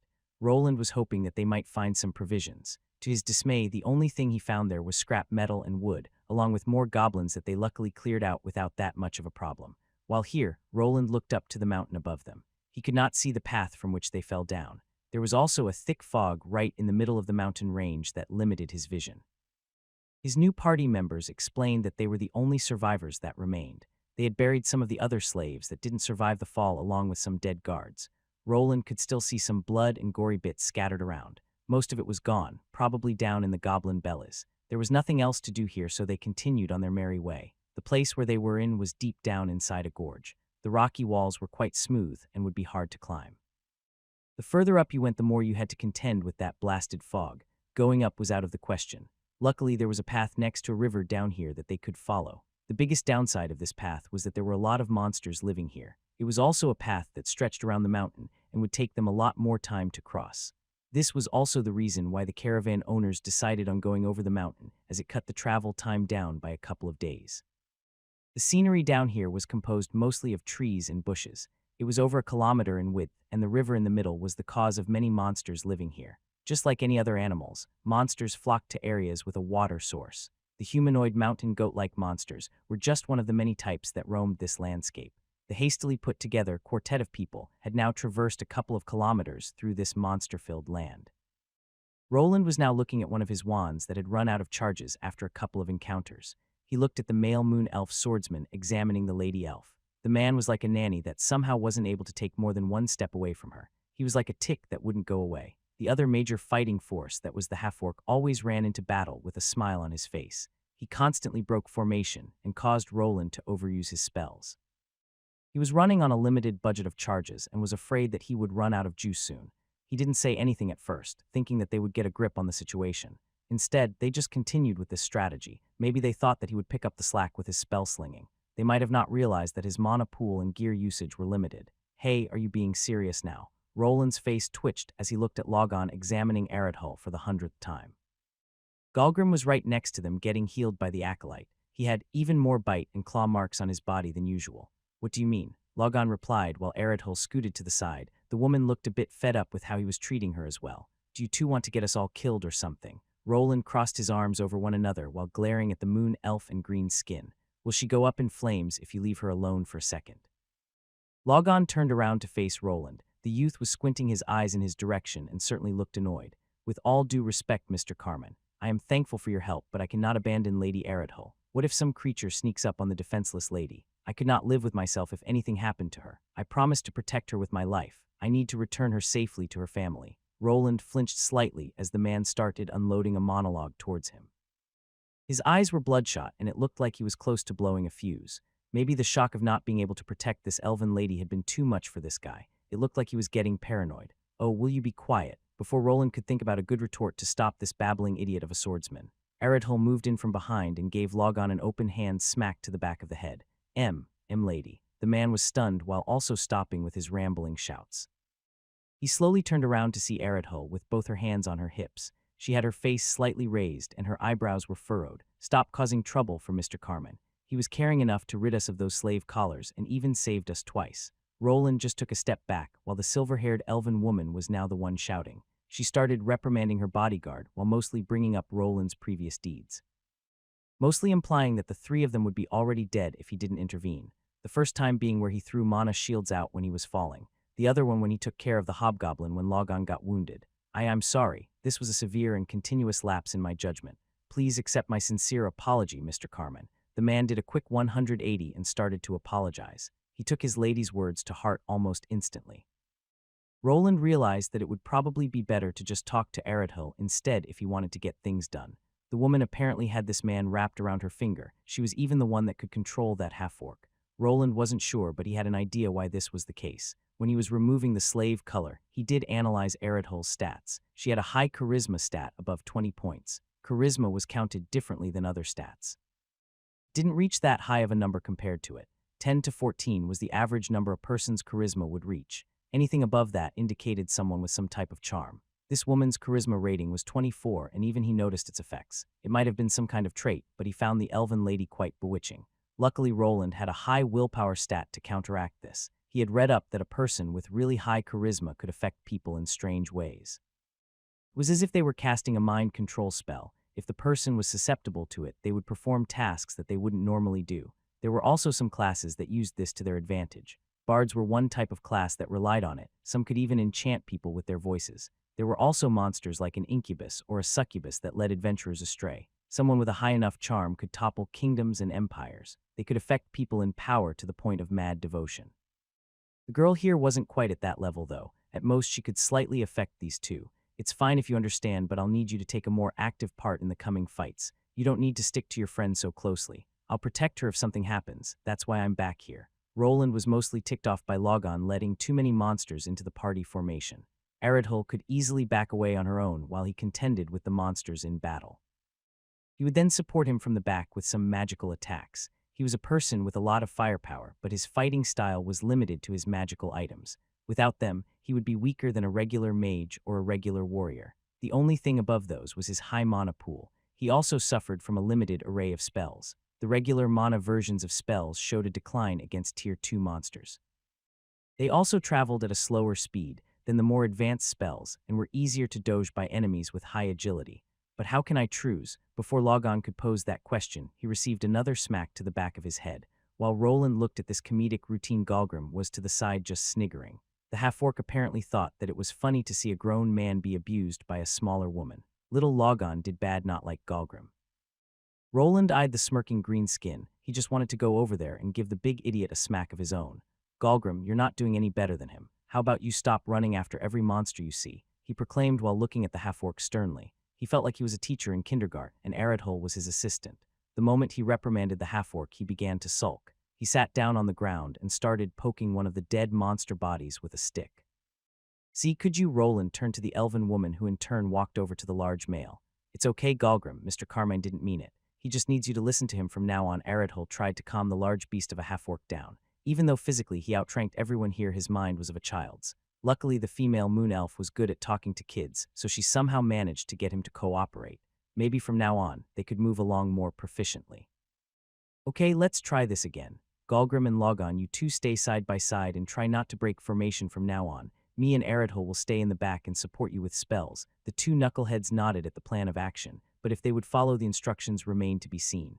For now, the party removed the mana stones from the monster corpses and treaded forward. They needed to find shelter in the next couple of hours before nightfall. The moment of truth came quite fast, as after an hour of walking, they met another type of monster. It was only two this time around, and they looked like a giant praying mantis. Greater Mentodia L57 Roland's identification skill was finally at a level that he could use it for fights. These monsters were of the Tier 2 variety. They were above human-sized and quite long. Their raptorial forelegs were their calling card, the razor-sharp blades those had could even cut through metal. Luckily, insectoid monsters were susceptible to fire-type magic. Golem, Logon, Please distract them, but don't break formation. I'll finish them off with a fire spell." He gave out the order while preparing for the right moment to strike. He could see the half-orc moving forward while holding his club. Golem understand. This time, instead of charging forward like a bull, he started smacking the club on a nearby boulder. The monster's attention was brought to the commotion and to the person that was responsible. The two insectoid monsters charged forward, their blade appendages raised high in the air. The moon elf glanced back for a moment and noticed that Aradhul was chanting a spell. "Holy light of the moon, which gently illuminates the night, let all things be filled with your pure essence." Logon's body shone in a dark color as he felt his speed being increased. If he looked at his status screen, he would notice an increase in his agility by some points. Roland had seen her cast this buffing spell before, but not on him. He was curious if such a buffing spell increased your stats by a flat number or by a percentage. Logon took the chance that Golem gave him and attempted a flanking maneuver while the two insect monsters concentrated on another target. Even though these two were slightly more coordinated, it didn't mean that this would be an easy fight. Golem swung his large wooden club at the monster, which received the attack with its razor-sharp appendage. It was debatable which of these two had more raw power, but one thing was certain.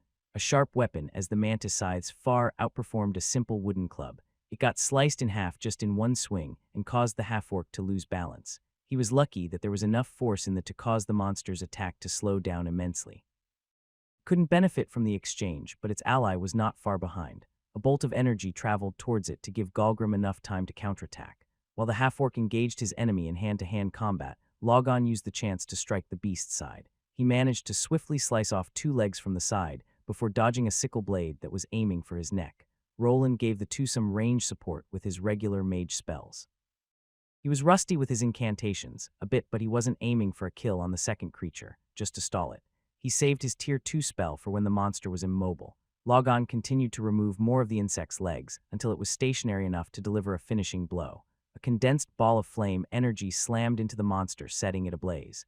The heat was enough to cause critical damage and almost finish it off in one hit. The finishing touch on the huge mantis-looking monster would be Golgrim's large fists. The second monster wouldn't just wait there for the party of people to kill him. He noticed the two spell slingers in the back and charged at them with its sickle arms raised. At least that is what it was trying to do instead. It received a mana arrow to the face. The monster was fast enough to dodge to the side, but killing it with that spell wasn't the thing Roland was aiming at. The remaining Mantodia got one of its legs sliced off by Logon that quickly returned to keep the backline safe. With him bothering it from close range, it was only a matter of time till the beast was also killed. At the end of the battle, Roland was rewarded with 2 common-grade mana stones. They had a nice green tint to it and could even be mistaken for emeralds. One of his party members was also quite happy about the spoils. Roland saw Golem leaning down, and after some crunching sounds, he removed one of the large sickle appendages. In his hand, the insect's appendage looked like a large machete. He started swinging it around. He even chopped up the monster's body with it. Golem now even stronger. He cheered while removing the other weapon appendage. Roland now had a dual-wielding half-orc on his team, though the brute certainly had zero finesse with how he was swinging those around.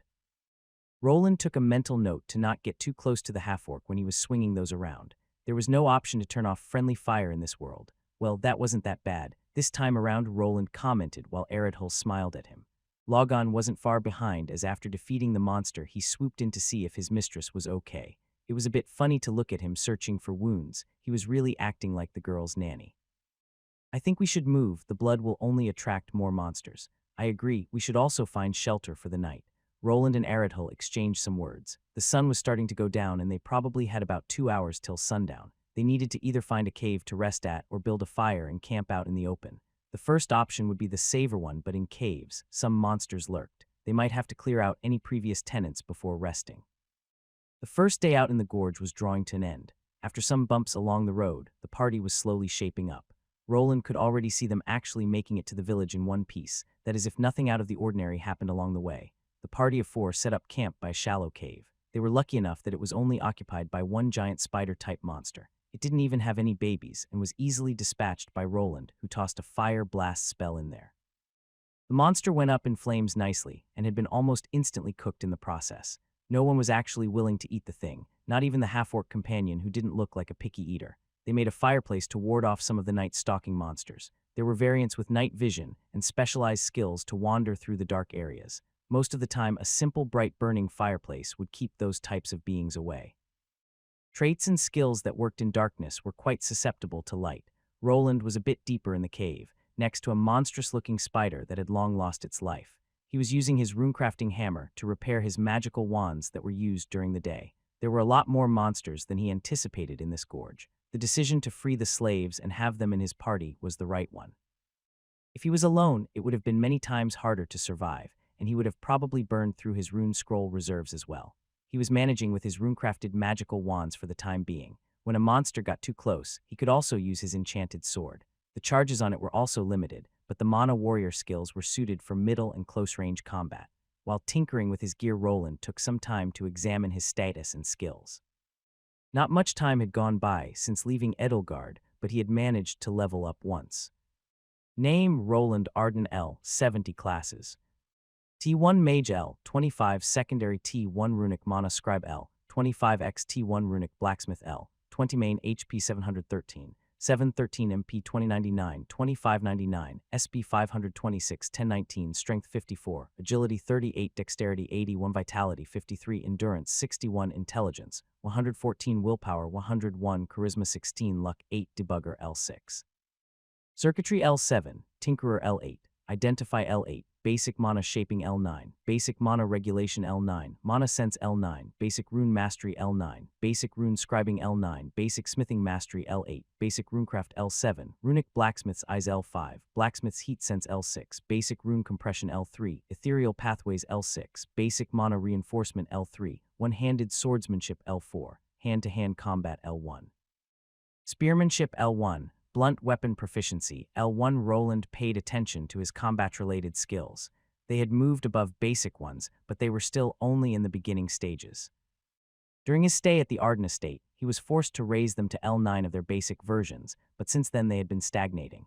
He focused on increasing his crafting professions and then his mana-related skills. That left less time for combat practice. He did use the sword from time to time, which increased this skill the most, but he wasn't sure that it was the right choice to only focus on that one. He was going to be a runesmith and would be able to produce various weapons and tools. Swords were nice against other people, but against monsters, something like a spear might have been better. Increased reach and thrusting attacks could win out over sword slices.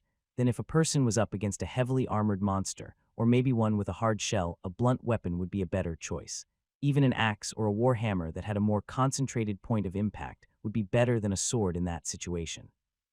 There were just too many skills to focus on though, but he did have time till he maxed out his current class. He could both fight monsters during the day and then craft during the night and constantly receive experience. Even now, while he was fixing his magic wands, he was gaining small amounts of experience. With time, this would certainly stack and let him increase his levels fast. First, he would need to escape this foreign canyon and get to that next settlement. I hope they have carriages going through that village. I might have to go to a larger one on foot if they do. Roland grumbled as he knew that small villages were rarely visited by outsiders. Mostly some merchants came once a month or every other month to sell and buy some items. Then maybe the tax collectors would show up, or the governing lord would send people to pick up grain. If he arrived there just after the merchants visited it, he might have to wait over a month for another one to arrive. There was also the problem with his 3 new companions. They stood out too much, 2 beautiful elves and 1 huge mountain of muscles. People would probably start asking questions about them. If it came to light that they were escaped slaves, then he might get in trouble for setting them free. Even though he knew they were innocent and were not criminals, he had no proof. This slave ring was probably something run by a shadowy organization. If he got involved with it at this point in his life, he might end up as a slave too. Well, they didn't seem like they would be going towards the port town though. The border to their country is to the west. They agreed to split up after reaching the village. It was only a place to get some better clothes and food. He would be repaid for everything with mana stones. These he wanted to keep for now as he had many new items to produce. That is if he actually managed to get a new workshop out there in the sticks. City he wanted to go to was a frontier town, just an old village before people took notice. With the arrival of the dungeon, things would be taking off, but how far it had advanced was still unknown. He only wished that he wasn't too late and he would manage to get himself a house of his own. With one last hit, the wand that produced the fire arrows was finally repaired. He looked over the runic structures. He could see the metal shape deforming a bit, and the runes started to erode into the hard steel. The more he used and repaired it, the less steel there would be until finally, it would be unusable. Should last me through more repairs. I wish I could smelt those collars down and use deep steel instead. He was already thinking about improving his sword, but it wasn't that easy. The better the metal, the harder it was to place runes on it. The reason deep iron or deep steel could hold more charges was that it was somewhat resistant to mana. Runic structures burned up at a much slower rate, but were also harder to inscribe.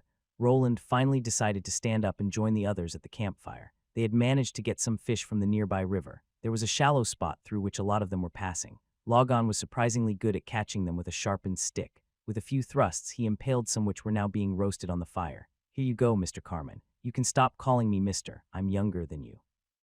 "Oh really? You seemed older. I just assumed." Roland and Aradhul exchanged some words. There were a lot of magical races in this world, and also vitality increased even human longevity. It wouldn't be much of a stretch to believe that Roland here was much older than he looked. "You don't conduct yourself like a child. You remind me of my uncle." "I'll take that as a compliment, ha." Logon was also here. He was responsible for making the dishes today. He was surprisingly good with these sorts of things. Apparently his father had been your typical elven hunter that taught him to scour the woods. Too bad that his son ended up receiving a warrior class instead of an archer one. Golgrim peeked in as well. He was a bit in the distance as he was shooed away by Aradhul. He already devoured some of the fish before they could even be cooked. This left the rest of the party maddened, and they all agreed to give him guard duty.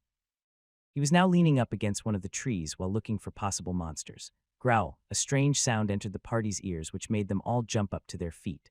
Roland pulled out his sword along with the wand he had repaired. Logon leaped in front of Aradhul while looking in the direction of the strange rumbling noise. Grrrrrrrr. What they saw was not a monster or a beast. No, it was Golgrim holding his stomach and trying to keep it from rumbling. The trio of baffled individuals narrowed their eyes at the half-orc while he twiddled his thumbs and turned around. Soon the feast started and everyone got their share of the fish, the hungry green skin included. Nothing out of the ordinary had happened that night, but there were some lurking friends watching them. The party took turns on guard duty through the night. They made it till the next day without any major problems. They continued their journey towards their destination. Sometimes they stopped to get some fruit or get more fish. Once in a while, they would be attacked by stray monsters, some in smaller and ones in larger groups. What they all noticed that the closer to the village they got, that the weaker the monsters became. At the start of their trek, they were running into Tier 2 monstrosities, but now they were left with easy Tier 1 mobs. Some of them would be easily dispatchable by the acolyte in their team. Soon they were right next to their destination. The large mountain was getting left behind, and they were even able to get out of the gorge. They just needed to follow the river to arrive at the village. They finally saw some signs of civilization as a dirt road appeared. They could even see some cart marks here, and it seemed like one had recently gone by. At least that was what Logon was claiming from the way the track's marks appeared. It looks like more than one carriage passed this way. The moon elf tracked with his eyes from where this dirt road appeared. He could see it going all the way to the mountain range they just passed. It could be the slavers, he mentioned while frowning slightly. This threw a wrench into their plan. If they met up with the slave traders, they would probably not react kindly to 3 of their own wandering unchecked. Depending on how many of them were left alive, they could even attack. "Don't worry, Golgrim will cut puny enemies." The half-orc started flailing his hands around while holding onto the appendages of the monster mantis they had slain. He changed his catchphrase a bit after exchanging his club with those. "Well, isn't that reassuring?" Aradhul clapped her hands and smiled. She looked like a gentle mother just going along with her hyperactive child. Roland, on the other hand, was worried. He didn't want to be labeled as a criminal. For freeing criminal slaves, you would most likely be also sentenced to be one. He also wasn't interested in fighting the people from the caravan, as that would also give a similar result. "I think you should wait outside the village. I can see that there is a forest area around it. How about you lay low there while I scope out the situation?" He didn't owe this group of 3 anything by this point. He still wanted to keep his end of the bargain. He promised to help them get food and a set of clothes if it was possible. If the caravan survivors were in the village, it would actually be a good thing for him. He would be able to continue the journey with them. He did pay for the trip already. "Mr. Carmen, you've already done so much for us. I'm not sure that we should inconvenience you with our problems anymore." Surprisingly, Aradhul spoke up against his plan, though Logon, on the other hand, was quick to jump in with a counterargument. "My lady, we will need those clothes and provisions. If any traveling soldiers spot us, we will be done for." He saw the bigger picture and knew that they still required help. When someone saw 2 beautiful elves and a large half-orc in a loincloth, they would surely approach them. With a high enough identification skill or a body search, their true identity would be revealed. Then running or battle would be the only option. Roland was fine either way, but if he was in their shoes, he would probably take him up on the offer. The only reason he would turn the favor away would be if he suspected foul play. Even though these 4 spent some time together battling monsters and watching each other's backs, they were still strangers. They couldn't be 100% sure if Roland wouldn't double-cross them. He could very well go to the village where the survivors from the caravan were and come back along with some soldiers. The only reason they trusted him was because he removed their slave collars, but he could have done that just to survive. You are right, but we shouldn't rely on Mr. Carmine's goodwill so much. But it would be reassuring if he continued to aid us.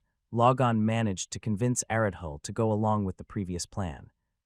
These two sure don't seem to be doubting my motives though, and the third one. He looked over to Golgrim, who had stopped swinging his weapons around and was now picking his nose. Roland was just in time to see the mass of muscles swallow a booger, which made him cringe.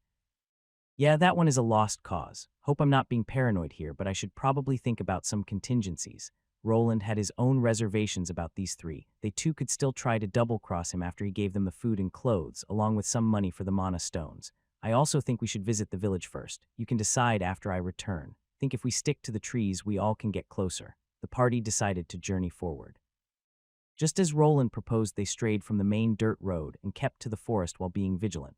There were no dangerous monsters in this forest, only some animals. In a couple of hours, they arrived at the town outskirts with luck on their side. They had a safe spot to examine the situation before they entered. Logon took it upon himself to climb a tree. What he saw out in the distance wasn't anything good, though. What do you see? I can see some carriages. The people from the caravan are there, but there are others. It looks suspicious. I can't see any farmers or villagers. They are also wearing armor. Roland and Logon exchanged some information before he himself decided to climb up a tree. He was quite good at this thanks to doing a lot of tree climbing in his youth. He noticed what the elf meant when he saw the situation. What he saw was armed men walking around the village. He could somehow distinguish their armor from this distance. Thanks to his good memory, he was also able to recognize similarities that this gear possessed. He had seen similar-looking leather armor that was unkempt on a certain group of people before. If he got closer, he might have even been able to recognize some faces, as he did get a look during the fighting. It's those bandits. They have taken over the village. He could see some of the carriages and wagons from the caravan there. Robbers must have followed them here, or this town already was part of their territory. The problematic part in all of this was that he now couldn't approach the village to get provisions. The next settlement was over a week away if they traveled on foot while fighting monsters on the way. That would still probably be a safer option than attacking the bandits here. While deliberating about the next move, he heard a scream coming from the village. Both he and the elf looked to the source only to see a person running. It was a woman that didn't get far soon enough. She was tumbling on the ground with an arrow stuck in her shin. They looked as she was dragged back by a bandit into one of the shabby huts before silence took over. They have hostages. It was now clear that this wasn't a bandit hideout. They had clearly taken over it, and the villagers were still there. Now a decision needed to be made, either help them or escape. The second option would probably be the easier one. Two men dressed in shabby clothes were walking through the night. The visibility was bad, but the two just couldn't hold it in anymore. Nature was calling. After drinking diluted alcohol for most of the day, the two needed to empty themselves. Their buddies were still being loud while having fun.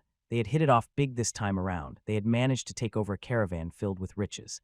They had suffered a small setback, but after taking out a certain mage, the defenses of their prey crumbled. They were staying in this village for the time being. Soon they would need to move, but before that, they needed to go through all the loot. This was a group of bandits that roamed the lands. They preyed on wandering merchants or adventurers. They would find certain ambush locations and stay there, waiting for the right time to strike. Information traveled slowly in this world. Before anyone sent a subjugation force after them, they would be long gone. If they found a good hiding place, they could even lay low for a few weeks until the coast was clear. They had been doing this for years. Sometimes they lost some people, but they could always pick up new recruits.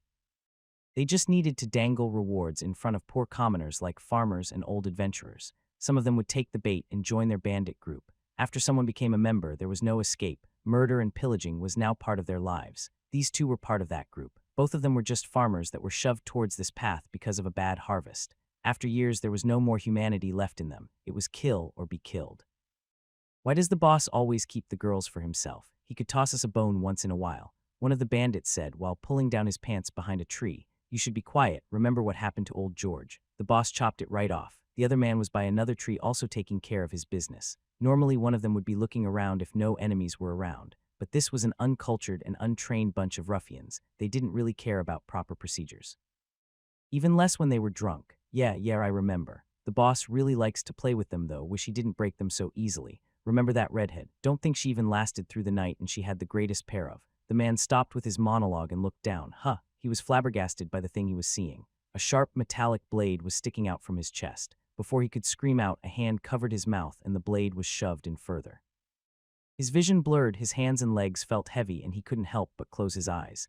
The other man whistled to himself as he wasn't finished with his deed either. The redhead, he asked but didn't hear the other man reply, only the howling of wind and trees rustling. Hey, are you there? Stop bullshitting around. The man finished up and pulled his pants up.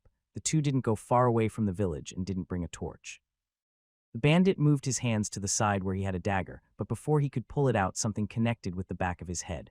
There was a muffled explosion. The bandit's head exploded like an overripe tomato. Behind him stood a silver-haired elf, in his hand a heavy rapier. This was Roland's old weapon that didn't see much use. The explosion was controlled, silent but quite messy. Logon was smart enough to quickly duck behind one of the trees to not get the man's brain all over his clothes. That takes care of two of them. Should we wait for more to arrive? Logon stepped out from the shadows while looking down at the two bodies. Golem and Aradhul were here as well, but the one that had stabbed the first person was Roland. He was wearing goggles. These were enchanted with a simple night vision spell. The two moon elves were beings of the night, so they had something similar as a racial trait. The same was with their half-orc friend. Don't think we can take that gamble. It could be hours before any of them decide to come here. Everyone might be sober by that time, Roland commented while the group gathered.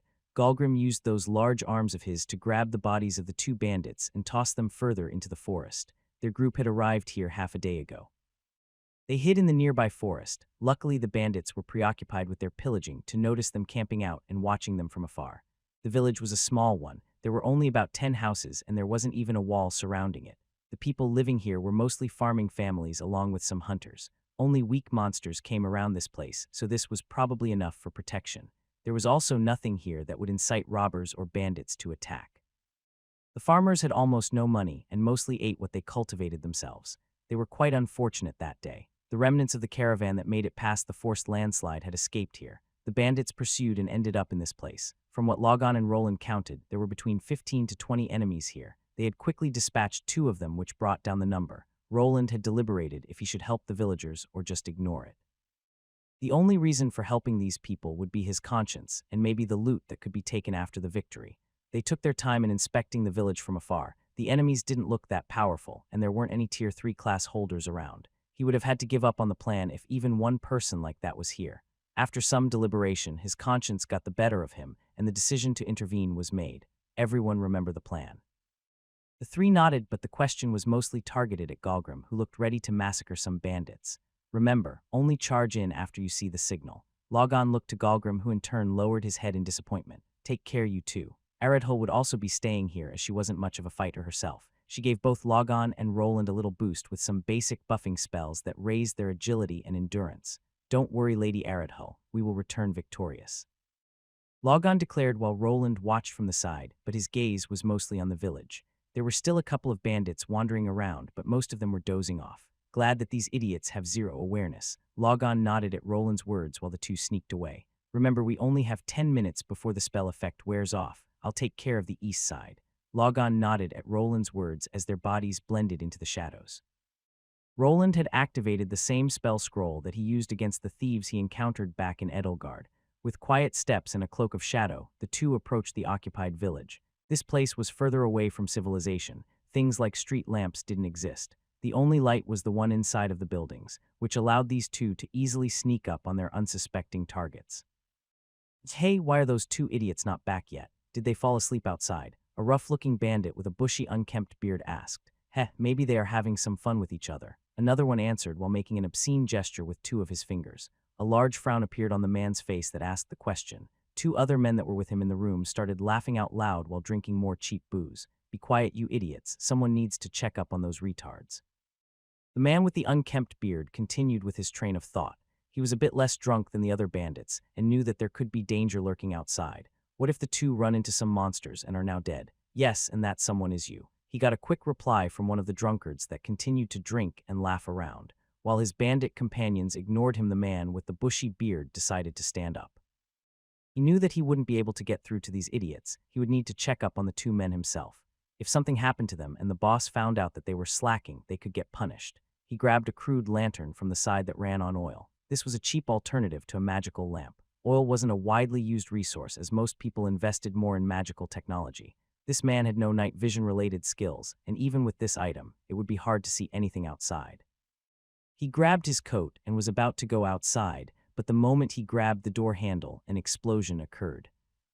The door exploded into many wood chunks the moment he tried opening it. He was unprepared, his hand was mangled as it received the brunt of the force. The bandit's body got tossed back into the home the group was occupying. The man hit a nearby table where the rest of his comrades were. He was bleeding from various orifices, and his whole face was filled with wooden splinters. The man screamed out in pain while convulsing violently. His health was going down at a dramatic pace as he was bleeding out. "What the?" The other men screamed out in shock as they heard the explosion. Even more after they realized that one of their bandit buddies was almost dead. Enemy attack, monsters. The rough-looking men shot up to their feet. Even though they were still drunk, the adrenaline in their system made them sober up fast. They all quickly went for their weapons, while also hearing similar-sounding explosions and shouts outside the house. They were clearly getting attacked by someone or something. Is it a mage? Do they have firebombs? Some of them recalled the man that they fought with during the initial ambush. He had some strange explosive bombs with him and was also using magic. The last time they saw him was after they pushed large boulders down the slope. He was supposed to have been long dead, but maybe he had somehow miraculously crawled out of there. "We can't stay here if they have bombs. Quickly go outside." One of the men shouted while remembering the grenades. If one of them was tossed inside this building, they would look even worse than this injured bandit here. The bandit that shouted grabbed a large wooden shield from the side. He then positioned it in front and charged forward, his logic being that if any arrows came flying, he would be well protected. He managed to go outside, but no arrows came. Instead, he saw some orange light shining from below. The two men that were behind him heard another loud that was followed by a magical discharge.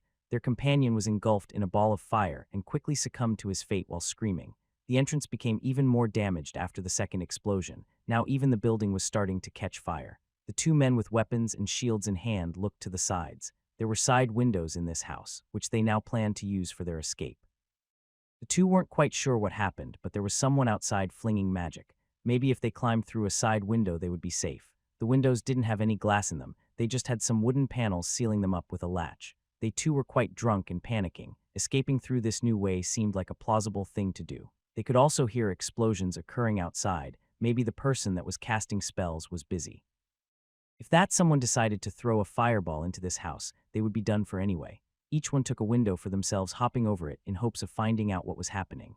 The moment they did, though, a strange piece of paper was discovered. It was attached to the side of the wall right next to the windows. The moment they crossed the threshold outside, it began to shine in a blue light that quickly turned red. Two new fireballs filled the area that was already cracking with detonation sounds.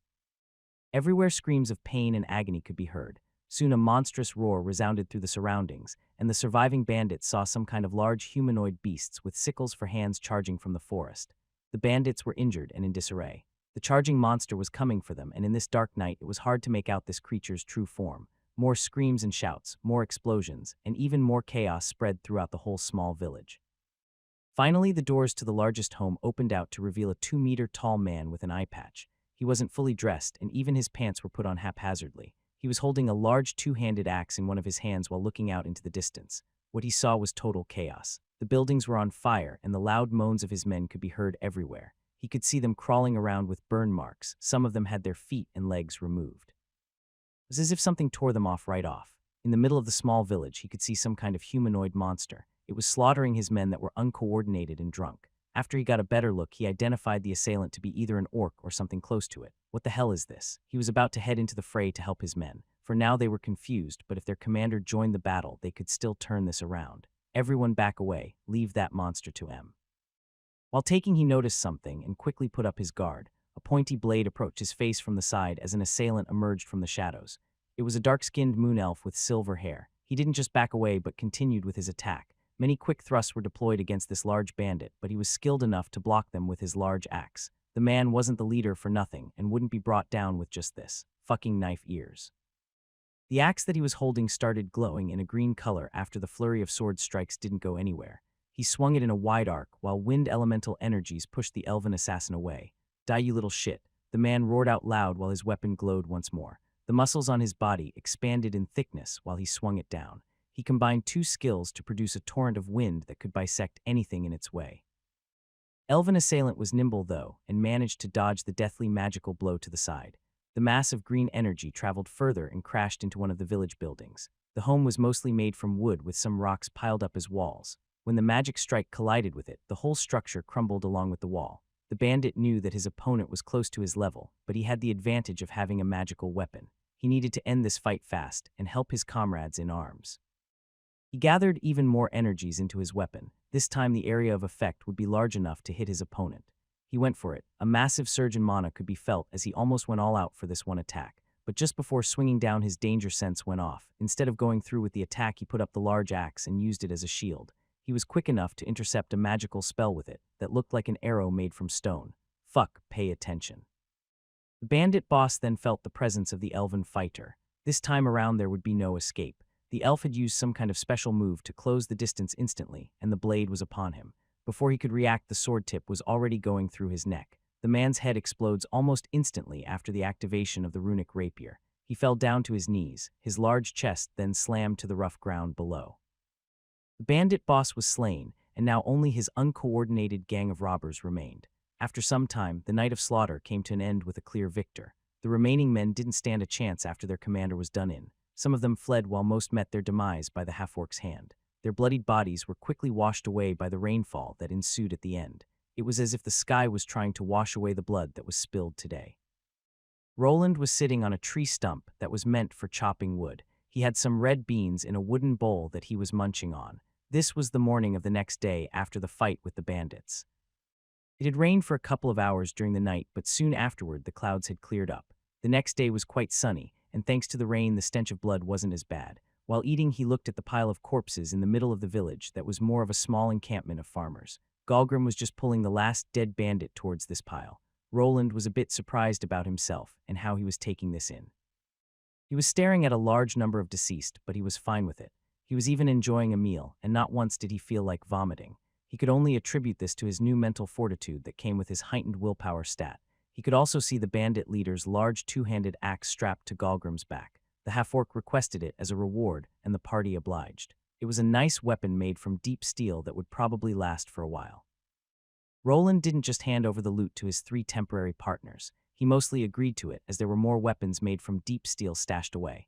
The bandits had placed all of their earnings in one of the wagons that had remained. The party of 4 wouldn't be taking all of that, though. It didn't belong to them. There were also survivors from the caravan that were the true owners. The rescue party would be getting something in return. They were free to take things that had no owners.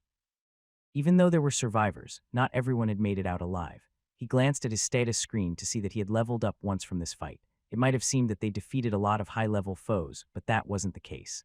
Roland's level was above 70 with all his classes combined. That meant that anyone that was below this level wouldn't give him that much experience. He would start leveling up well only after defeating people or monsters above his base level.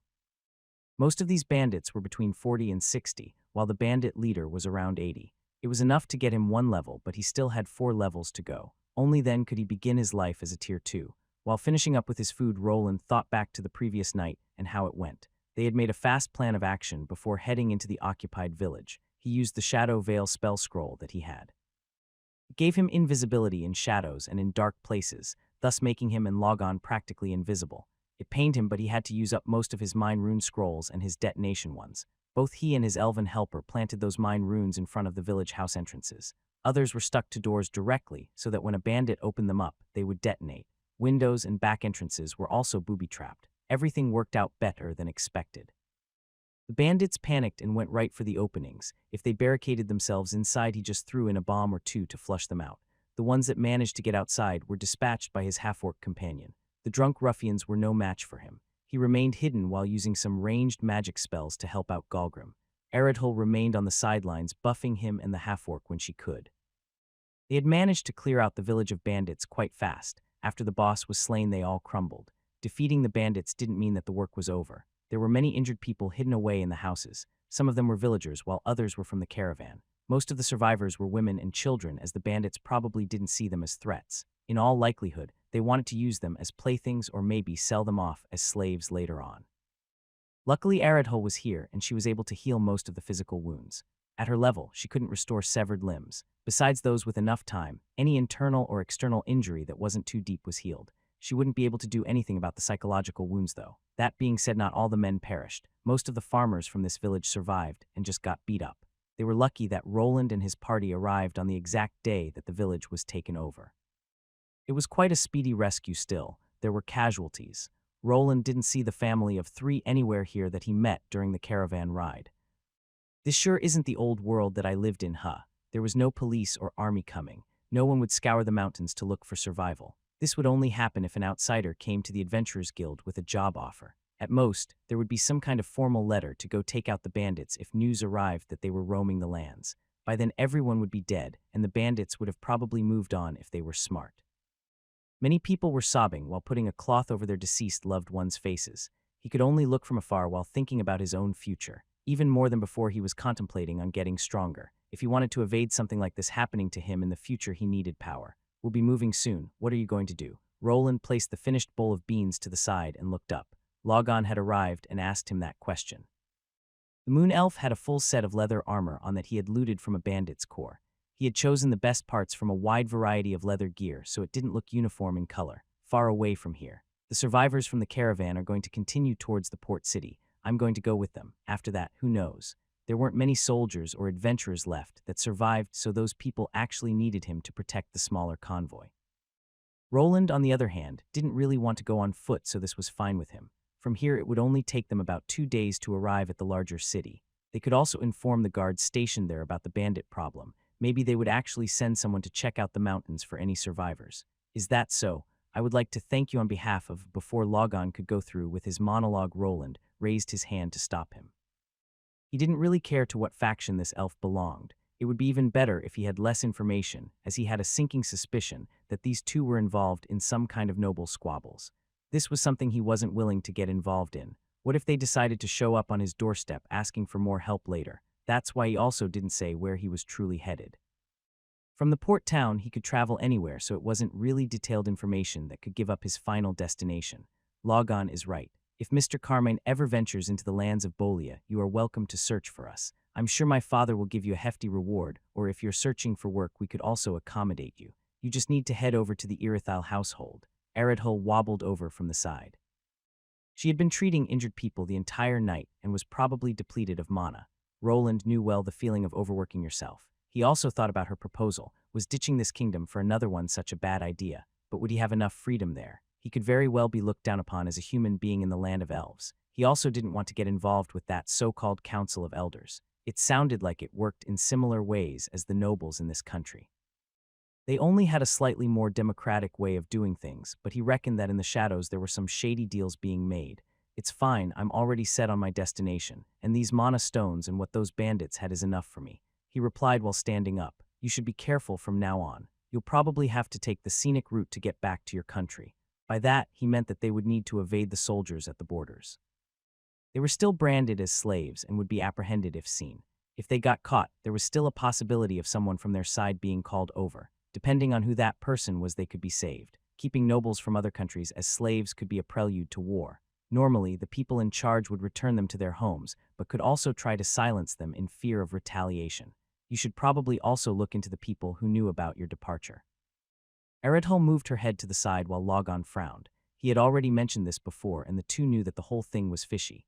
Don't worry, this time I won't let anything happen to Lady Eredhul. The moon elf spoke up as he saw his lady contemplating things. That's very reassuring. I bet my father will hire you as an official warrior of our household when we return. This was similar to getting a knighthood. He would be given status and even some land if he got accepted. Golgrim hungry. The last party member finally showed up. He would also be going with the two elves. I see that you got your work cut out for you with this guy. The half-orc looked like a liability when trying not to stand out, yet he was quite a welcome addition in any fight. It would be hard to not stand out with him around, but if they kept to the forest, they should be fine. The borders weren't highly defended, and there was no such thing as a wall barricading both sides from one another. Both kingdoms only had large fortresses at strategic locations. 3 people shouldn't have much trouble in slipping by. Don't make fun of him, Mr. Carmine. Golgrim is a good child. Now come, I think there still was some leftover meat. The two left while Logon approached him. He stuck his hand out, and the two shook hands together before parting without any more words. He looked at the trio that he traveled with for a few days. I really do keep encountering weirdos whenever I travel. First was the initial trio of girls he met in his first city. Then he met the half-gnome along with the gnome manager and his moon elven bodyguard. There were even those 3 guys he shortly interacted with during the ant monster disaster. They all were kind of peculiar from his standpoint. Maybe I am the weird one here. He gave out a sigh while leaving the tree stump he was sitting on. He walked towards one of the remaining caravans that were close to getting packed. Ah, Carmine was it. We will be able to depart soon, just waiting for everyone to finish with their meal. Roland looked to the back and could see 4 people eating. 1 man and 3 women were the survivors from the adventurer's side. They had also explained to him what had happened after the boulder incident. After the initial hit, a landslide occurred and the caravan was split in 2. The worst end was met by the slavers that tumbled down into their doom along with him. The carriages that were in the front quickly escaped down the mountain. These were the people that were here. They thought that they had escaped the bandits, but after half a day of being in this village, they were attacked again. From over 20 carriages and large wagons, only 4 remained here. They were lucky that the horses and other beasts were still here to pull the remaining carts. The villagers would be moving along with them. Some of the bandits had escaped, and if more were out in the mountains was unknown. If they gathered up their buddies, this village could be burned down to the ground even further. Roland's mines and explosive runes had taken out chunks from the buildings, and these people were now considering moving elsewhere. From their conversations, he found out that bandit attacks weren't all that rare here or in other villages. Most of the time the bandits didn't go overboard and just took away some food and other resources like clothes or iron tools. The bunch here was more violent than usual. This would have never happened if the nobles didn't have a stick up their arse. Roland nodded. It was the responsibility of the governing noble to send soldiers to keep their villages safe.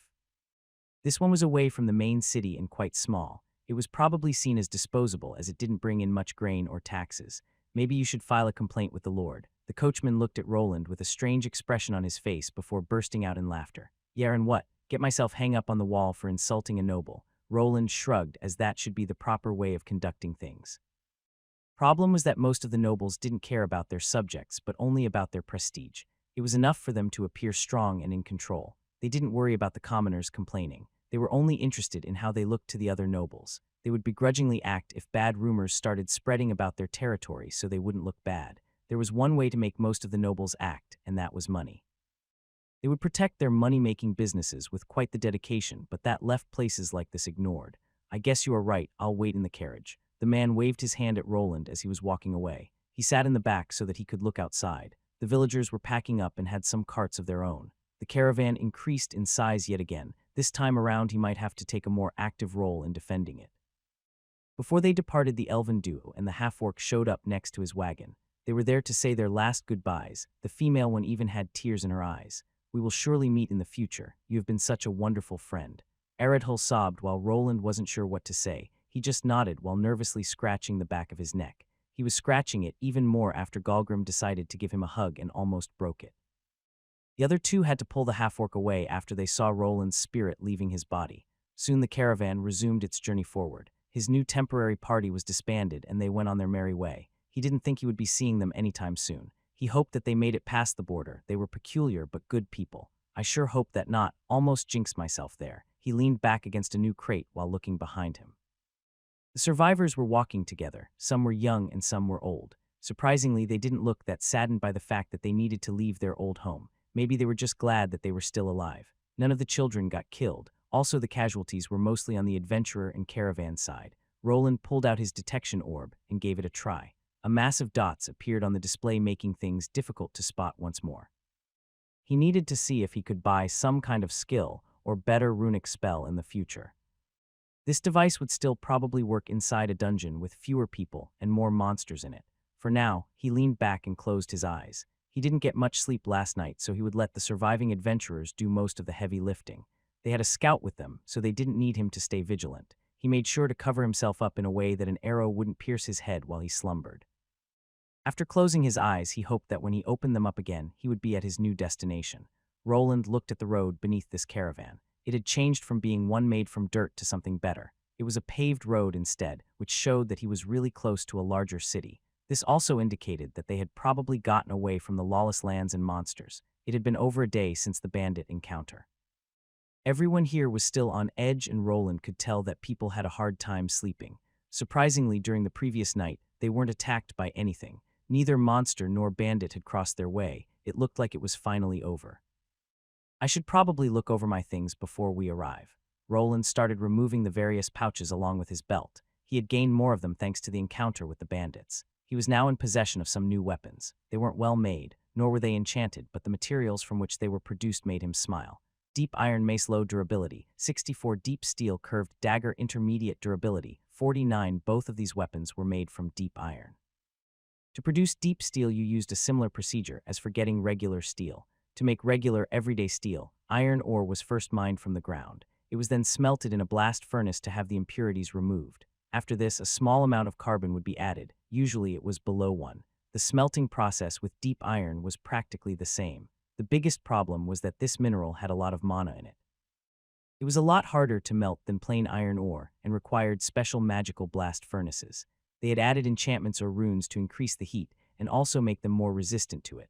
The carbon added was also a special kind that had also absorbed mana before. The finished product would produce an item that was a lot harder and resistant. Even a crude weapon made from deep steel would break a finely made steel one. It was just a tier above, and it was also the metal of choice for Tier 2 adventurers. It was the metal that runesmiths worked the most with as well. It was far more common than something like mithril or orichalcum. Roland looked over these 2 items. The mace was just a club made from metal. The type of mace he was holding was a flanged mace. The flange on this one was slightly spiky and added a lot of weight. He could probably bash a lot of goblin heads in with this thing, and it would be really proficient against opponents with heavier armor. If someone was going against a knight in full-plate mail armor, he wouldn't get far while using a one-handed sword. Metallic armors were really good at protecting its user against slashing and piercing attacks. On the other hand, they weren't so good against blunt force, even less if the person in the armor got hit on the head. The force traveled through the armor and could even cause internal damage. Roland looked over this mace. It was chipped here and there, but it could be repaired. A weapon that was for bashing in skulls didn't need that much tending to. If it was a sword that lost its sharp blade, it would be another thing. The dagger, on the other hand, looked a lot worse. The blade was dull, chipped, and even part of the tip was missing. He would need to grind a lot of it down to make the edge uniform again. It was still repairable, but the blade on it would have to be shortened. I can still add a rune on it. With it being deep steel, it will last quite a bit more than those wands of mine. The mace was better as a weapon for now, but it was still only made from deep iron and not deep steel. The dagger, on the other hand, was a finished product that went well with his runes. He just needed to get his rune condensation skill increased to fit a common one on it. The axe that Golem had taken might have looked like the best weapon out of the bunch. For him, that wasn't the case. He had already lifted the rune that was on the axe for himself. He had the schematic and could put that enchantment on any of these 2 weapons. The 2-handed axe was also a bit too big for his frame. He would rather use a shield weapon combo. A shield also had a lot of unused surface space that he could place mana stones in. Putting several defensive spells on it that would barely use any mana wouldn't be that hard. Speaking of mana stones, Roland was in possession of quite a few.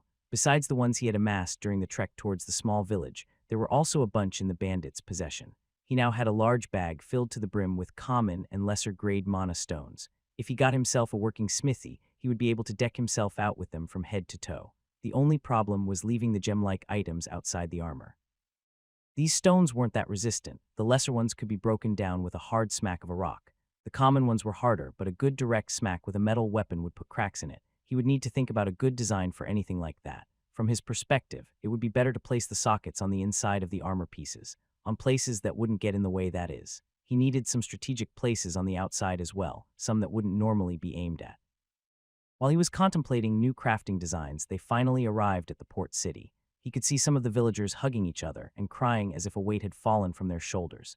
They had been walking for 2 days almost without sleeping, afraid of being attacked. Roland wasn't sure what the authorities would do in this situation. This was the first time he was involved in a bandit attack. He didn't think that they would be questioning him much. The merchants that survived would be enough. There was a bit of trouble with getting in through the gate at first, but after giving an explanation, they got in. The adventurers headed straight for their guild, probably to make a report and maybe to ask if some of their other companions survived. After the man-made avalanche, the middle part of the caravan was taken out. The ones at the front were the ones here. The people that were in the back had to contend with a barricade of rocks, though while the ones in front could mostly get through, as Roland had made a large hole in that barricade with a fire blast spell. Even if someone survived, they might still be somewhere down in the gorge, or they might have backtracked into one of the villages on the other side. There would probably be a rescue party being formed, that is if the city officials here agreed on giving the adventurers money for it.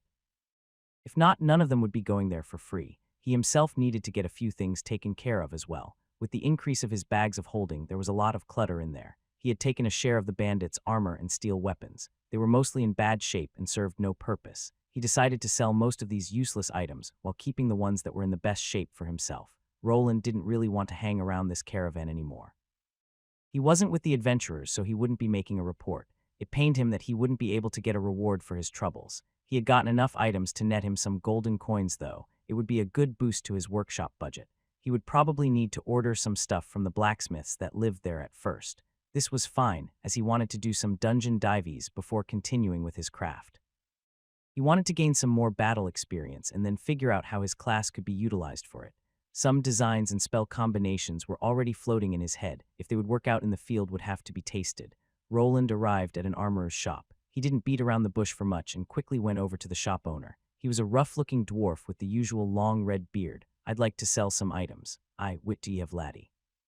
After the quick exchange, Roland started to pull out some of the crude bandit armors. Most of them were leather ones, but they had some metallic parts like chain shirts, graves, and pauldrons. He didn't think he would be getting much for them, but he wasn't worried about that, as any small amount of gold would help. "Let me see.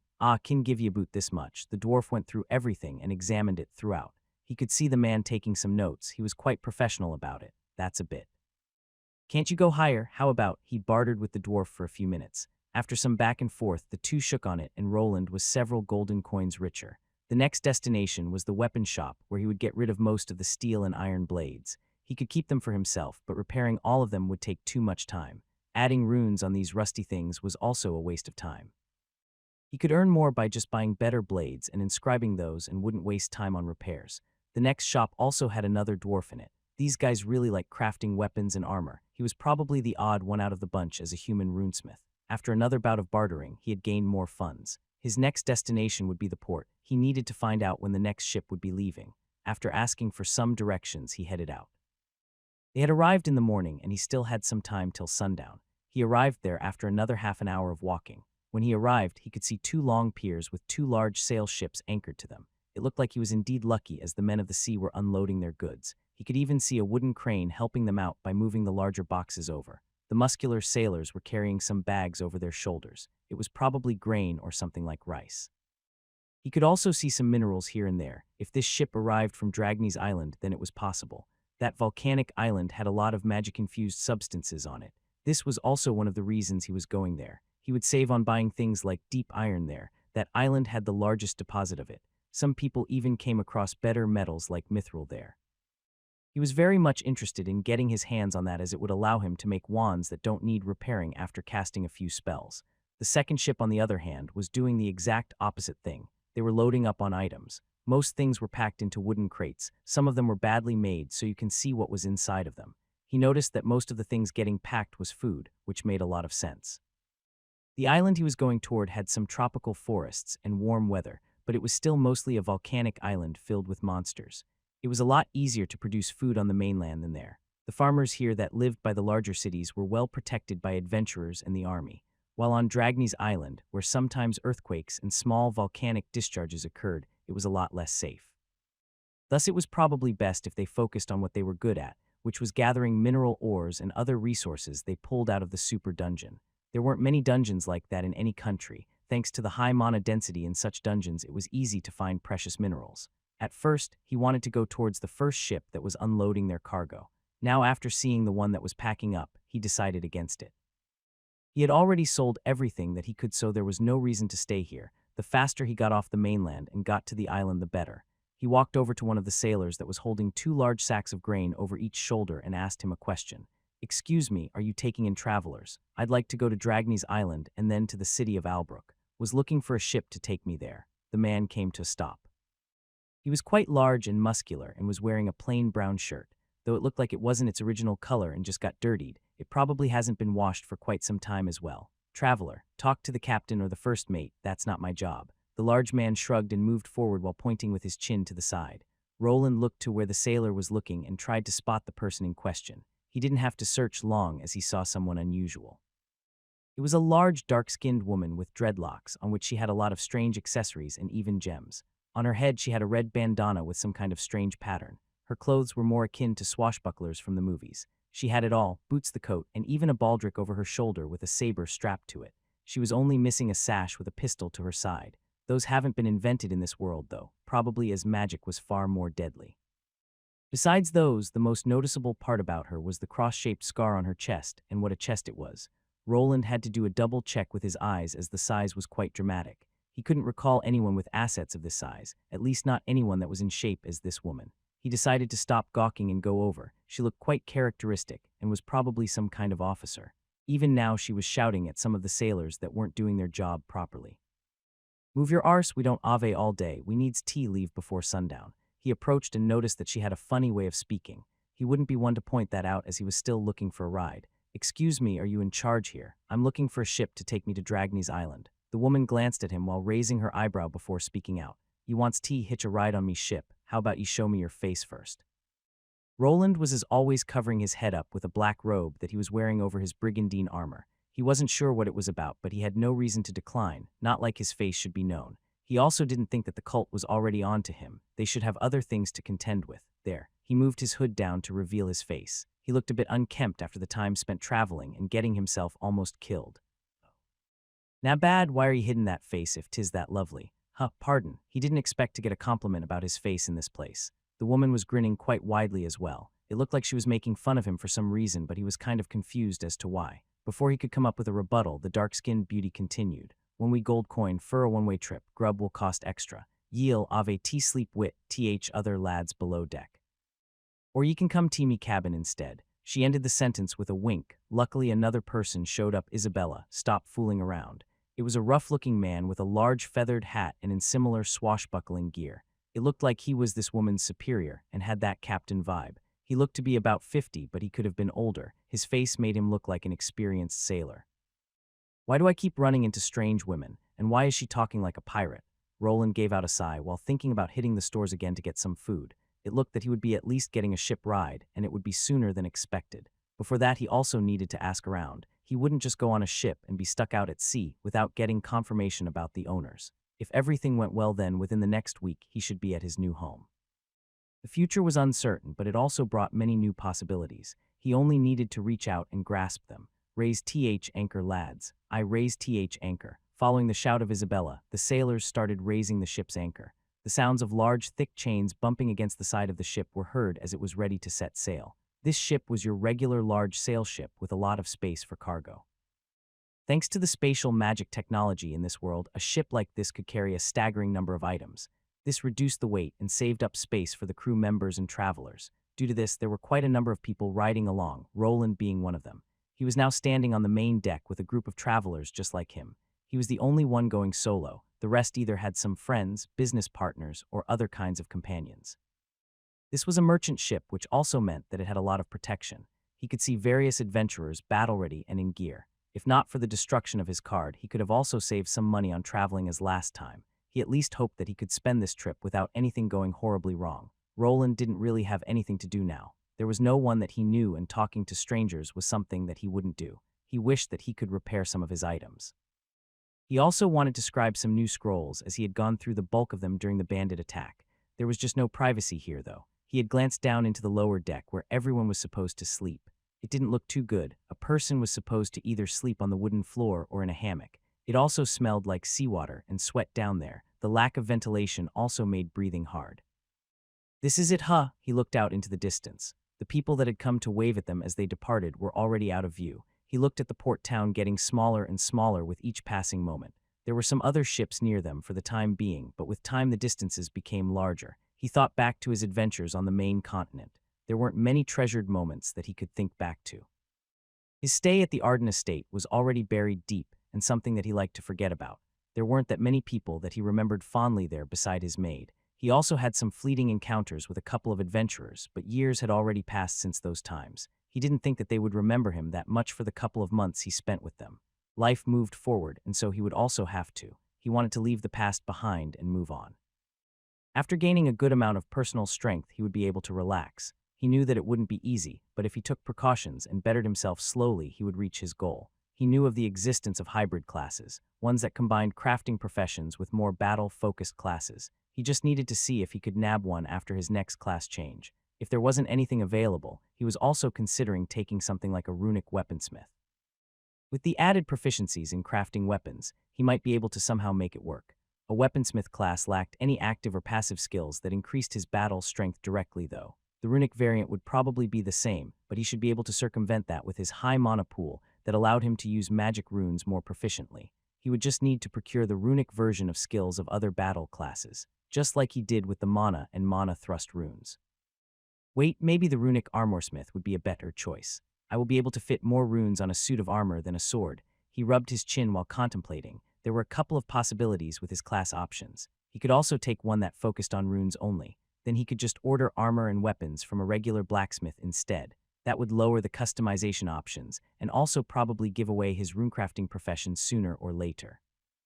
Well, looky here, wha are you doing here all alone? Wants big sis T keep you company? Roland looked behind him after hearing a woman's voice. After turning around, he noticed that it was the woman that he previously met. This was this ship's first mate. She went by Isabella, and for some reason she was interested in him.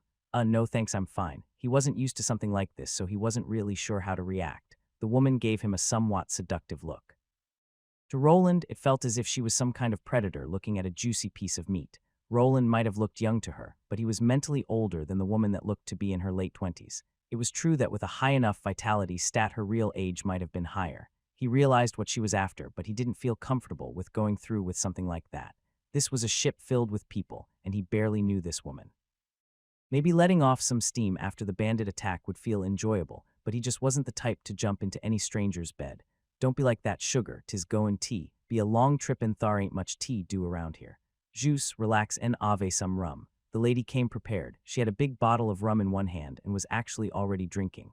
The moment she came closer, the stretch of alcohol washed over Roland and made him cringe. No, it's fine, I really don't need a drink. He just shook his head while moving to the side. Isabella was just about to lean on him, but instead tumbled forward and had to grasp herself on the ship railing. Look, lads, Isabella got dumped again. They were all on a boat, so this exchange was noticed by the sailors. They started pointing fingers at their first mate and laughing out loud. She be lossin' her touch, must be gettin' old. Roland started to move away while noticing a large vein appearing on Isabella's forehead. She even pulled out her saber from the side and started pointing it at her crew member.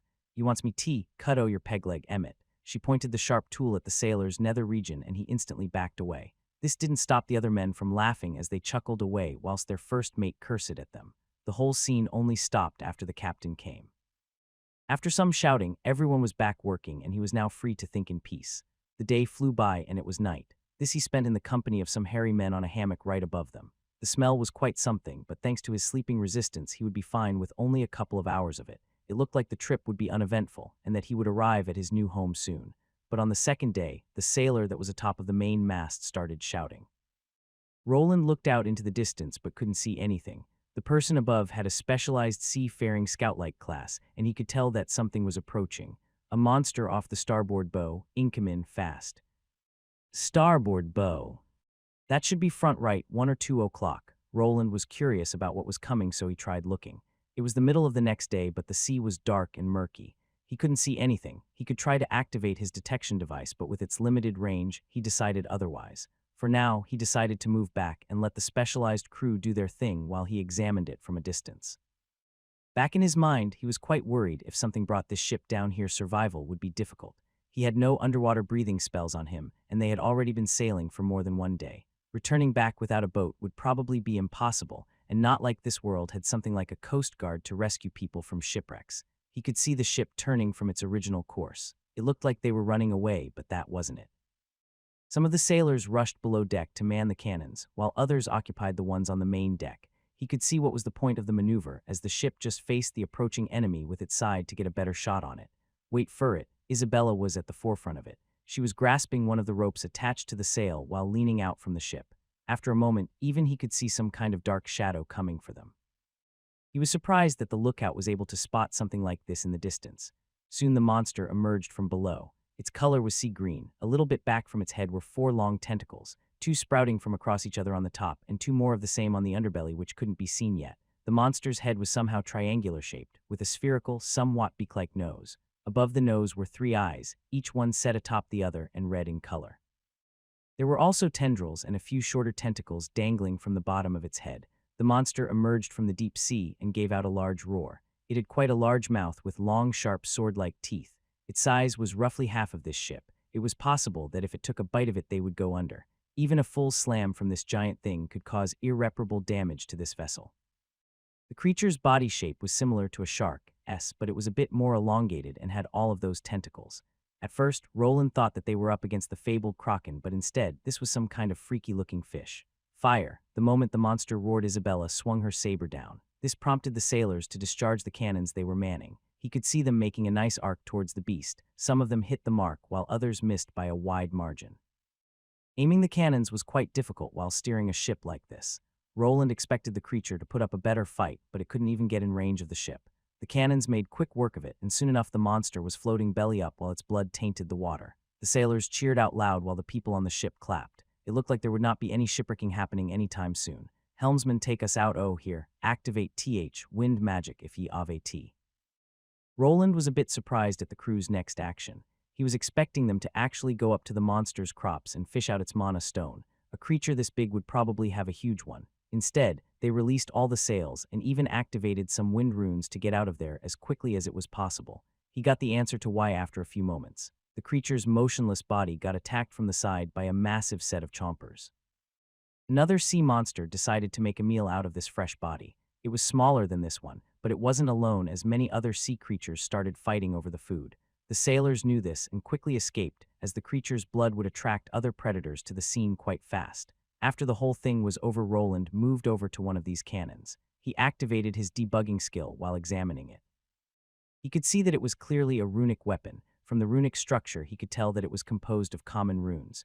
It looked like it was similar to some of the detonation runes he worked on before. The magic item probably simulated gunpowder to propel the metallic cannonballs outside. He could also see that there were mana stones involved in this construction, probably thanks to that even these sailors with low mana could fire these off.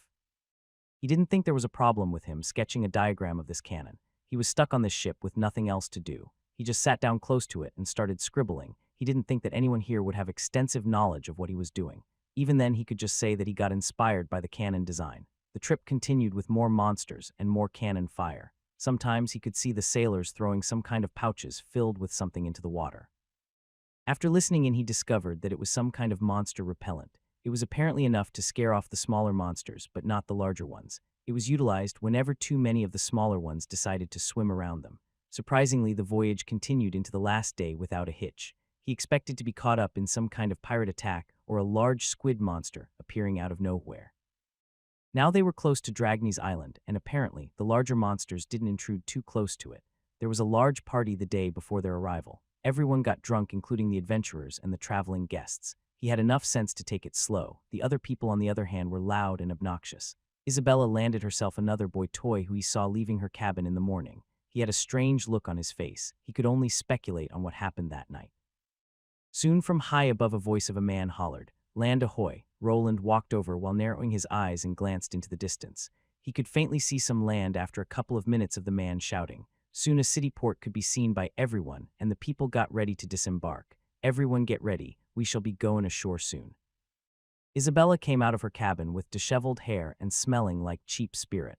She was showing a bit more skin than usual, probably due to the previous night's encounter. "I guess this is it. I should restock at the port and find transport towards the town of Albrook." This was his final destination. He hoped that he had made the right decision and that the town wouldn't turn out to be a dud. The quality of the dungeon was also unknown. It could be too new for adventuring or training.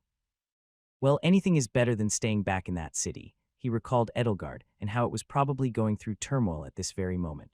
With that noble's son's assassinations going through, some people might decide to leave. There was no concrete proof that the noble did it, but rumors were enough to cause potential business partners to turn away.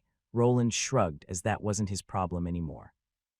Nobles and their problems weren't on his agenda. What he now had to do was to gain more levels and craft better weapons for himself.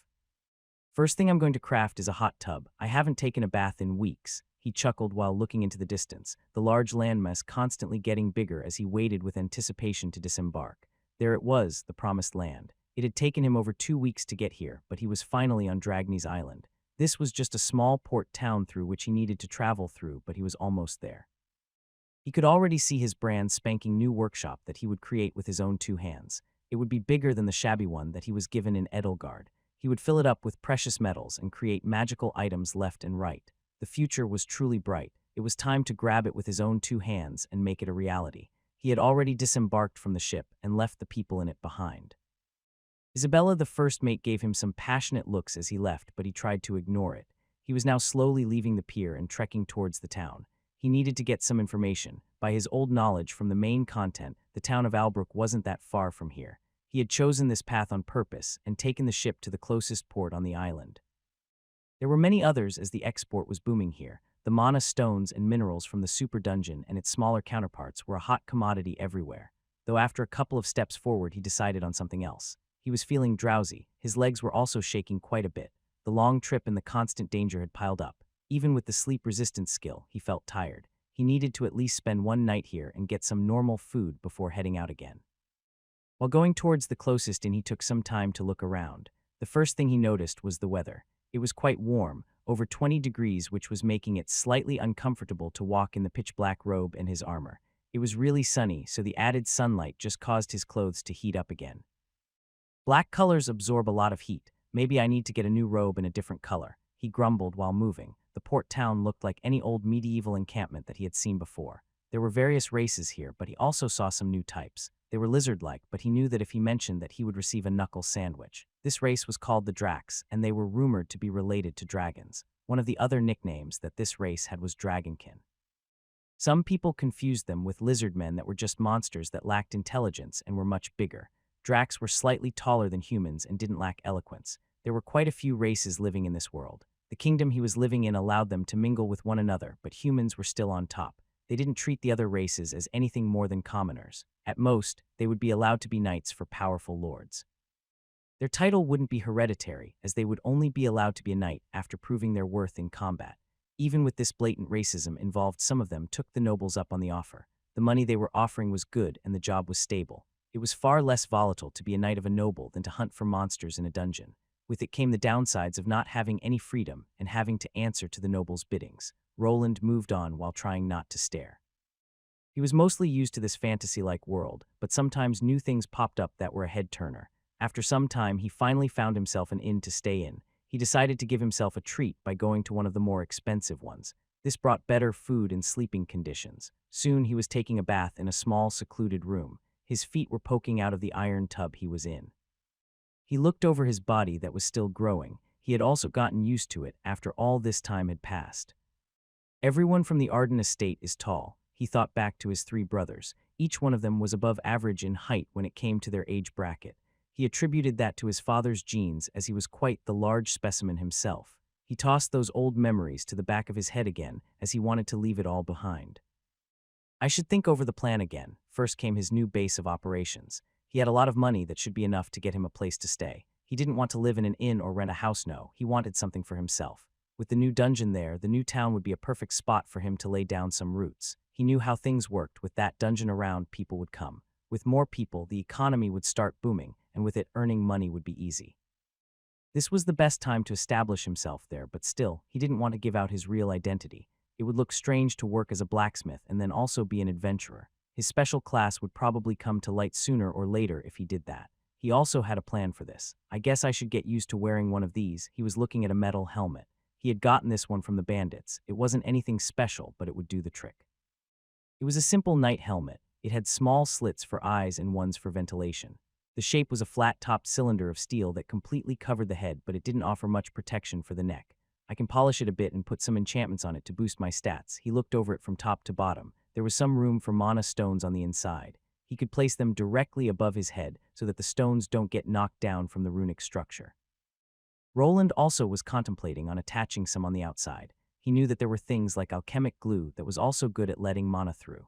With it, he wouldn't need to wedge the stones in mechanically. He could also use both techniques at once for added structural integrity. Maybe a rune to see in the dark. How about infrared instead? He thought of an old movie that he watched back in his old world. He imagined himself switching through various methods of detection on the fly. Having the ability to see heat signatures, maybe add some ultraviolet vision and X-rays, though the latter might be too unhealthy in the long run. After washing the helmet slightly, he placed it over his head. The narrow slits were hard to see through. They would make fighting more difficult for him, but there were enchantments to widen his field of view. They weren't even that uncommon. There were even special helmets without openings for eyes. Uncomfortable, he removed the piece of steel from his head while sighing. He preferred wearing lighter armor to move around faster, but agility wasn't really his forte. Roland felt like he wasn't that bad at evading, but he wasn't good at it either. Adding more armor and some other repelling functions might be the way to go. He could also try inserting some mana stones that increased his low agility to equal things out. There were a lot of possibilities. He was only limited by his imagination and the resources.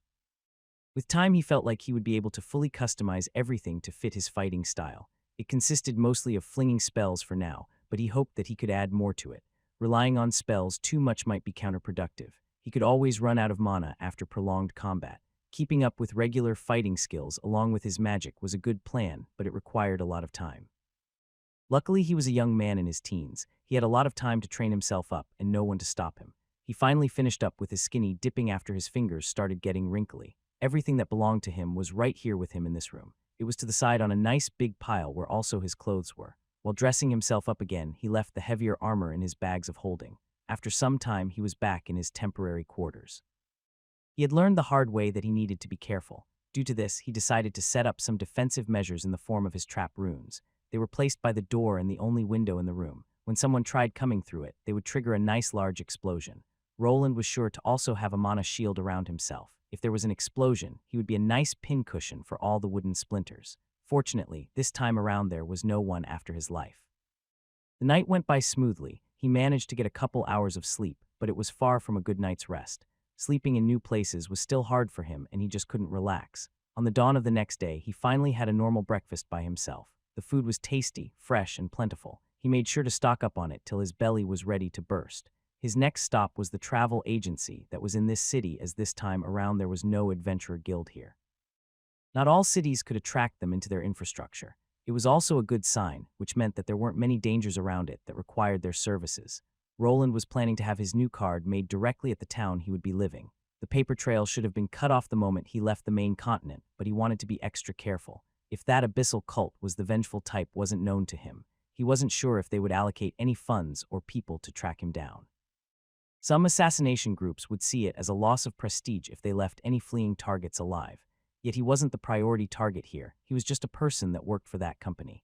The one they were after was still the gnome manager. Though he did break their cursed toy that made those illusions, they might have been mad about that. With time, he was back on track, a new caravan with more merchants and adventurers, which was heading towards his next destination. From the onset, he could see that he was going towards the right place. The number of adventurers heading to Albrook was inflated. There were 3 times the bodies here than when he was traveling towards the port town. I guess everyone wants to check out the new dungeon. The old ones get monopolized by certain factions.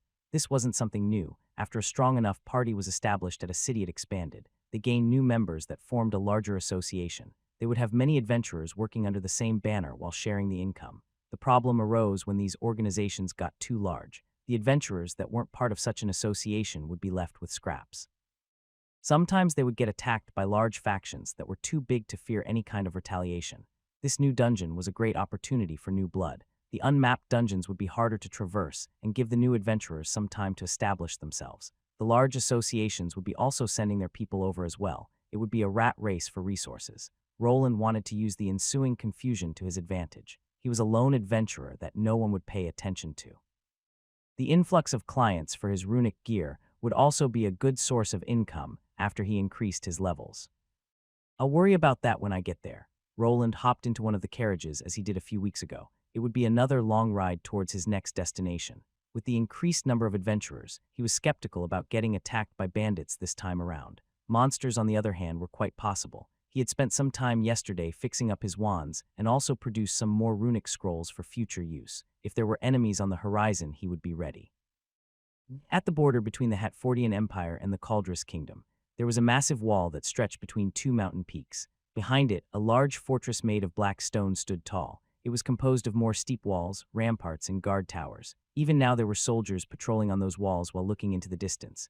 Deeper inside the fortress, after many checkpoints and barricades, a person could reach the main tower that stood tall. Inside of it was a large meeting room. In it a large table by which many men were sitting together. They were wearing various armors that had noble houses' insignias on them. At the center sat one man. He had short silver hair with a magnificent mustache that covered quite a bit of his face. The man was clearly in charge, as everyone in the room was looking at him while he was talking. With that, I will conclude this last meeting. Does anyone have any questions? He asked while moving a piece of paper to the side that he just signed. The people at the table didn't answer. Some of them just shook their heads. Some impatience was visible on their faces. Very well, with this gentleman, you are free to return to your fiefs. Take care, and may the Emperor be with you. Finally, I have had it with this place. I haven't seen my kids in years, one of the older men said while standing up from his chair. His fist slammed down on the table while the other men smirked. My thoughts exactly, Viscount Godwin. Let us return. the room got noisy and everyone stood up from their chairs.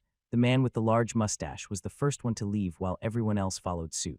On the outside, there was a large gathering of soldiers waiting for their lords to return. This was the main fortress at which the armies of the Khalidi's kingdom gathered. After some skirmishes with the Hatfordian Empire, the war was on hold.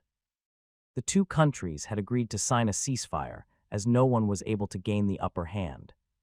The men in the room were leaders from noble houses tasked by the emperor to protect the border. After years of back and forth, they were finally free to go home. Both of them and the soldiers that participated would be rewarded. While morale was high, two people were walking side by side. Both of them were ones of the last to leave the meeting room. One had a large frame. His height was about 2 meters, but his sheer wideness made him seem taller. He also had a characteristic scar running down from his left eyebrow all the way to his lower lip.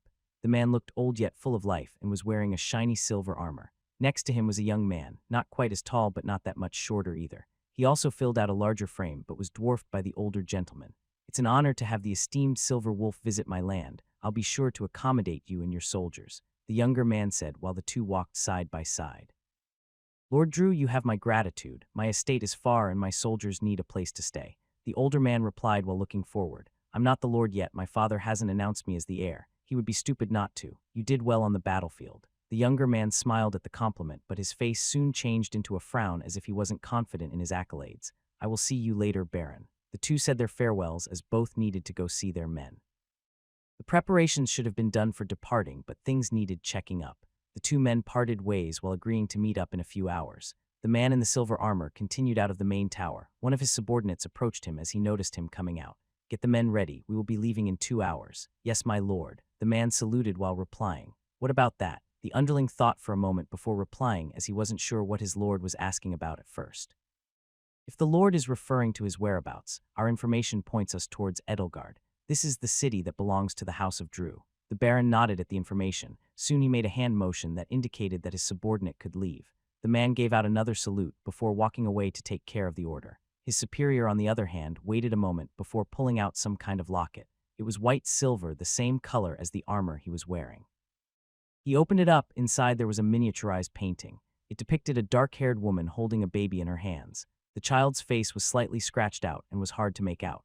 The man stared at the two people depicted in this picture for a moment, his brows slightly furrowing at the sight. He placed this locket back under his armor soon enough and continued forward, his face moving back to looking cold and devoid of emotion as it always was. The sound of hooves clopping on the hard ground filled the area. It was followed by the sound of wooden wheels spinning on multiple carriages. There were many people talking while trotting forward along with the horses. Their destination was the town of Albrook, which was just around the corner. Roland was just one of the many people with big dreams that had come here. Adventurers, merchants, and even entertainers, all of them were trying to hit it off big here.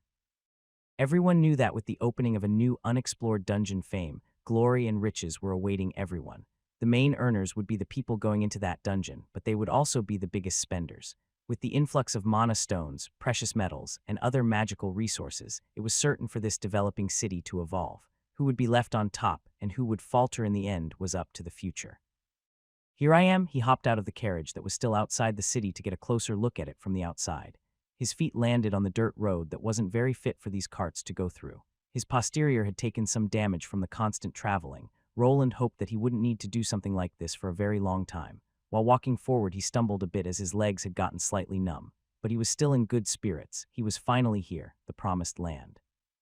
The first thing that he noticed was the green grass that was everywhere. Before coming here, he expected the Dragnes Island to be mostly covered by dark rocks and even smoke. When someone like him thought about volcanic lands, an image of molten lava and dragons popped into their head. That was actually true if you continued to travel further into the land and towards the supervolcano in the middle. Most of the cities or towns on this island were located closer to the shore or by larger bodies of water like lakes and rivers. On the way here they passed one of those. There was a large freshwater lake close by. Some rivers connected to it, and people could even reach other towns when traveling through them on smaller boats. They weren't quite wide and deep enough for actual ships to traverse long distances through them. There were some shallow patches that made such things impossible to go through. This left carriages and horses as the main ways of travel. The people that he came with were also looking at the new city, their faces showing mixed reactions at the sight in front of them. The town of Albrook was located in a valley in the distance. There were some mountains with one looking larger than the rest. This one was the dungeon. It was quite easy to spot as a small amount of smoke was coming out from it. It looked like a regular volcano. It had apparently just burst through one of the mountains surrounding the valley not so long ago. There was an earthquake that even signaled its creation, along with a burst of smoke and flames in the distance.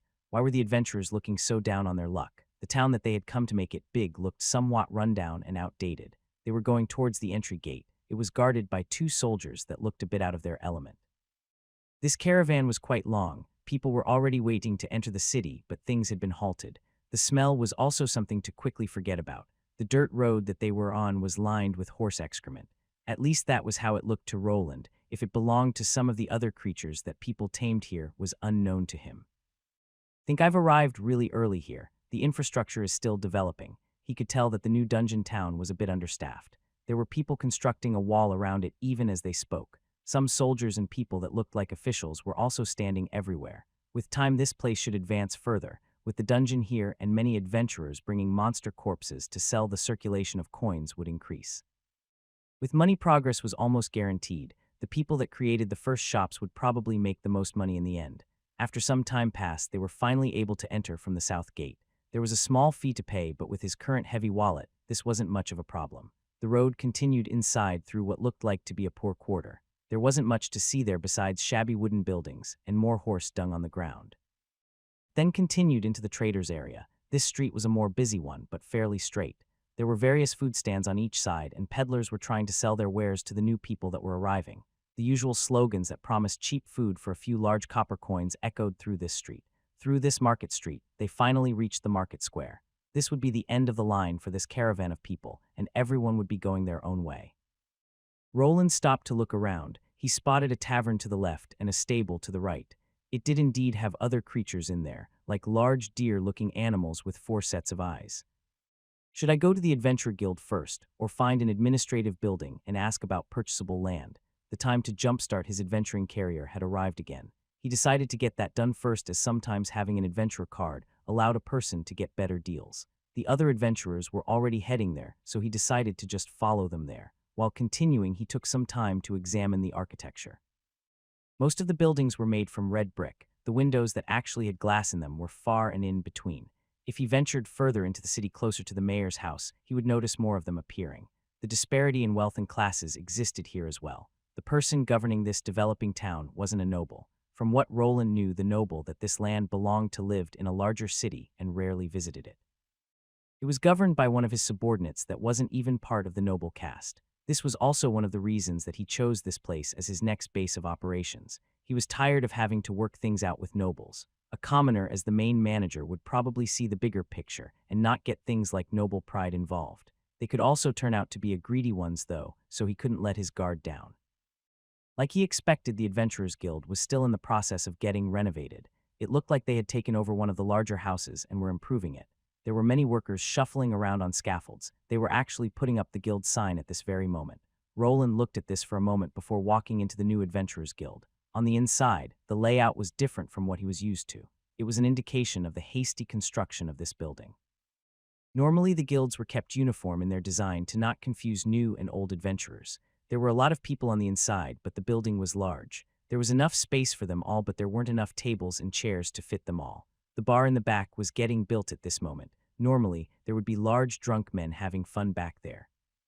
At least the notice board is there. The reception area was filled up, and there was already a long line. There were only 2 ladies working there. They both looked swapped with work. Roland was surprised that these girls looked similar to all the other receptionist ladies that he had seen in the other cities. One was a woman with pure black hair and an updo hairstyle. She was wearing the usual square-framed glasses. She looked like your no-nonsense secretary that took her job very seriously. This he could see in the way she was handling her workload. Her line was moving quite fast. The other lady was a sun elf. She had a cheerful appearance, long blonde hair, and a smile that would make your day go by faster. Her line was moving slower, but that was probably due to the male adventurers taking their time and flirting with this beauty. Seeing this, Roland did the only right choice and placed himself in the elven girl's line. Not because he wanted to flirt with her, but because she looked like the type that would bend the rules a bit if asked nicely. If that was the truth, he would soon find out, well after waiting in line for close to an hour before it was his turn. "Good afternoon. We welcome you at our Albrook Adventurers Guild. How can I help you?" Roland was a bit tired of waiting in line. He was also wearing his armor along with the helmet to hide his face. This wasn't anything out of the ordinary, as some warriors tended to keep them on. There were even others who just came wearing all sorts of strange masks or exotic items. I'd like to have an adventurer's card made. My old one got lost along the way. It was time for him to go through with his plan of getting his new card. It could go a couple of ways, but he hoped that he was lucky enough to have it go his way. Oh my, you lost your adventurer's card. The receptionist lady shook her head while placing one of her hands on her own cheek. Her long golden locks waved side to side as she overreacted by fidgeting around. Would you like us to reach out to the guild you had it made? If he went with that option, he would have to disclose his old credentials. This was something he wanted to avoid, so he shook his head side to side in refusal. No, I would like to have a new one made. I fear that your proposal will take too long. He brought the guild receptionist's attention to the long waiting line and to the fact that the guild was still getting rebuilt. If they actually went through with what the woman was proposing, it could take weeks. If they wanted it to be faster, they would need to activate an expensive communication device that used up a lot of mana. Roland knew this and knew that they would probably want to avoid that. Is that so? Good choice, sir. Fill out these papers then, please, and I will bring over the measuring device. What rank were you before losing your card? Roland could hear people grunting behind him as they knew that making a new card could take long. Most of them were here to complete a mission or sell some items which wouldn't take that long. It was his turn, though. They would need to wait. Steel rank. Depending on the rank, other types of identification devices could be used. He would also need to pay more money to make a steel rank card from the get-go. I hope this thing works. He was wearing a magical pendant that he received from his previous boss, the gnome manager. It had a couple of functions in hiding a person's status. In theory, it should be enough to affect this identification device that the adventurers were using. The woman returned with some papers that he started to fill out. He had to sign some agreements with the guild like before. They wanted to make sure that everyone signed a contract to make it clear that they weren't responsible for anything if an adventurer died in the dungeon. It was also an agreement on the fees that are deducted from the jobs an adventurer takes. Some people might think that the taxation of these increased with the difficulty. It was the other way around. The weaker adventurers needed to give more of their hard-earned cash. The higher rank you were, the more prestige you got. Such workers were cherished, and the guild started to invest in them. The easiest way of doing that was dropping some of those guild fees. This made very much sense to Roland. Why would the guild invest their time into people that were untested? There were already far too many adventurers out there at lower ranks. The harder it was for them to make it to a higher rank, the better.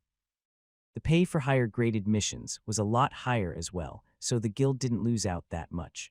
The blonde elf brought out one of the measuring orbs like previously. There was no way of going around this. Without having your status measured for strange traits and titles, there would be no card, though there were a couple of things that these people would let through and ignore. Name, R234L70 classes, T1L25 secondary T1, S3A5L25XT1, B4ML 21 main HP 726, 726, MP 26, 26, 26, 26, SB 1034, 1034, Strength 55, Agility 38, Dexterity 82, Vitality 54, Endurance 61, Intelligence 115, Willpower 102, Charisma 16, Luck 8. He placed his hand on it, and then watched the woman look over the statistics. He could also see them this time around, and they were bugged. The things that were mostly unreadable were his name and the classes that he possessed. You could figure out his level, also that he had 3 Tier 1 classes. Sir, do you have some magical items on you, or perhaps any skills that affect identification? The lady knew that the device the guild had could be countered by other ones or by some rare skills. If the client had an item that blocked it out, then it was easy to just remove it. If he had a skill or some kind of racial trait, then it would be harder. She would need to get a more robust version of this identification orb, but that one could fail as well. Does it matter? You can clearly see my status. Do you need to see my classes? I wrote my name on this form, so it should be fine. Do you want to spend the rest of the day checking for it while everyone here waits? He moved a bit to the side while pointing to the angry-looking adventurers behind him. Everyone here wanted to get things over with just like him. The longer it would take to get his new adventurer's card commissioned, the longer the people in the line would need to wait. There also weren't any rules in place that forbade certain class holders to become adventurers. Even when they were a thief, they could join up. Only when there was some kind of warrant or wanted poster hanging around would they be turned away. With nothing like that existing about him, Roland hoped to get this process done. Well, Mr. Wayland, is it? The elven woman looked over the papers that he filled out. He didn't lie about them too much, but he wrote in the regular versions of his classes. Runic Mana Scribe turned into the regular version, and so did his Runic Blacksmith. His mage class was also written in, as he didn't think he could hide that. He was going to be selling his wares here one way or another. Hiding that he was a runesmith would probably be out there sooner or later. He trusted the guild to hide his stats more or less. His father never did show up on his doorstep after all these years. which meant that getting information from them wasn't that easy even for a noble. The abyssal cult might pose a bigger problem, but they probably didn't know what his true class was either. They wouldn't think that some Tier 2 runesmith would be able to break through that illusion device. The more they overthought the encounter, the better it was for him. I'd at least need to see your face. The woman needed to confirm if he looked like any criminal. Roland moved his helmet up to reveal his young face. The elven lady even gave him a strange smile before getting a closer look. Everything seems fine. We will have your card ready by tomorrow. As you can see, we are slightly busy these days. The woman laughed a bit while covering her face. Roland just nodded while walking to the side. He got a piece of paper with which he could later redeem for his brand new card. Somehow he had managed to complete this task with a new name to himself. He decided to go with something else than Carmen this time around. The name came to him after remembering an old myth from his old world. It fit quite nicely with his persona, and the name wasn't uncommon. Okay, while they are making my card, I should see if I can buy a house.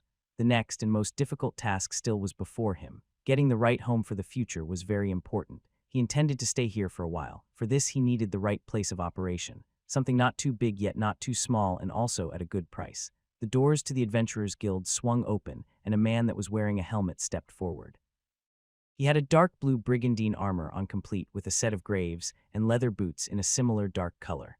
Under it was a thinner piece of cloth armor that was keeping him warm. It was doing its job a bit too well, as underneath that helmet sweat was forming on the young man's forehead. I bet that dungeon will be a lot warmer. Maybe I should include some kind of chilling rune in my armor. Keeping a low profile was harder than he expected. He wanted to hide his face, but the weather was against him. There was also the option of somehow getting a skill that increased his heat resistance. In a city with a dungeon that sprung out from a volcano, it wasn't such a bad idea. Either that or I could put a heat resistance buffing rune on it. He had gone through Edelgard's stores throughout that year and a half. Each week he would pick one store and scribe down one of the lesser runes. Fire and cold resistances were quite common. They were the first that he procured from the armor runes. He had also recreated the schematics for all the other elemental resistances, even the rarer ones like poison or curse resistance. The runes used on armor were bigger structure-wise, but there was a lot more surface area to use for inscribing them. Roland felt like he could take care of this heat problem with some minimal work. He just needed to get a house first. In it, Roland would be able to craft his items in peace. This was easier said than done first. He needed to find the correct location. After asking around, he was on his way towards the town hall. There he would be able to look at the locations that he could buy or rent. He preferred to go with the first option, but depending on the prices, he might have to go with the second. There were pros and cons for each of the two options. If he decided to rent the home, he would probably be limited to what he could do there. Adding new rooms, expanding the cellar, and similar tasks would need to go through the real owner of the house. Depending on who the owner was, he might show up for unannounced visits. He could even get evicted for no reason whatsoever.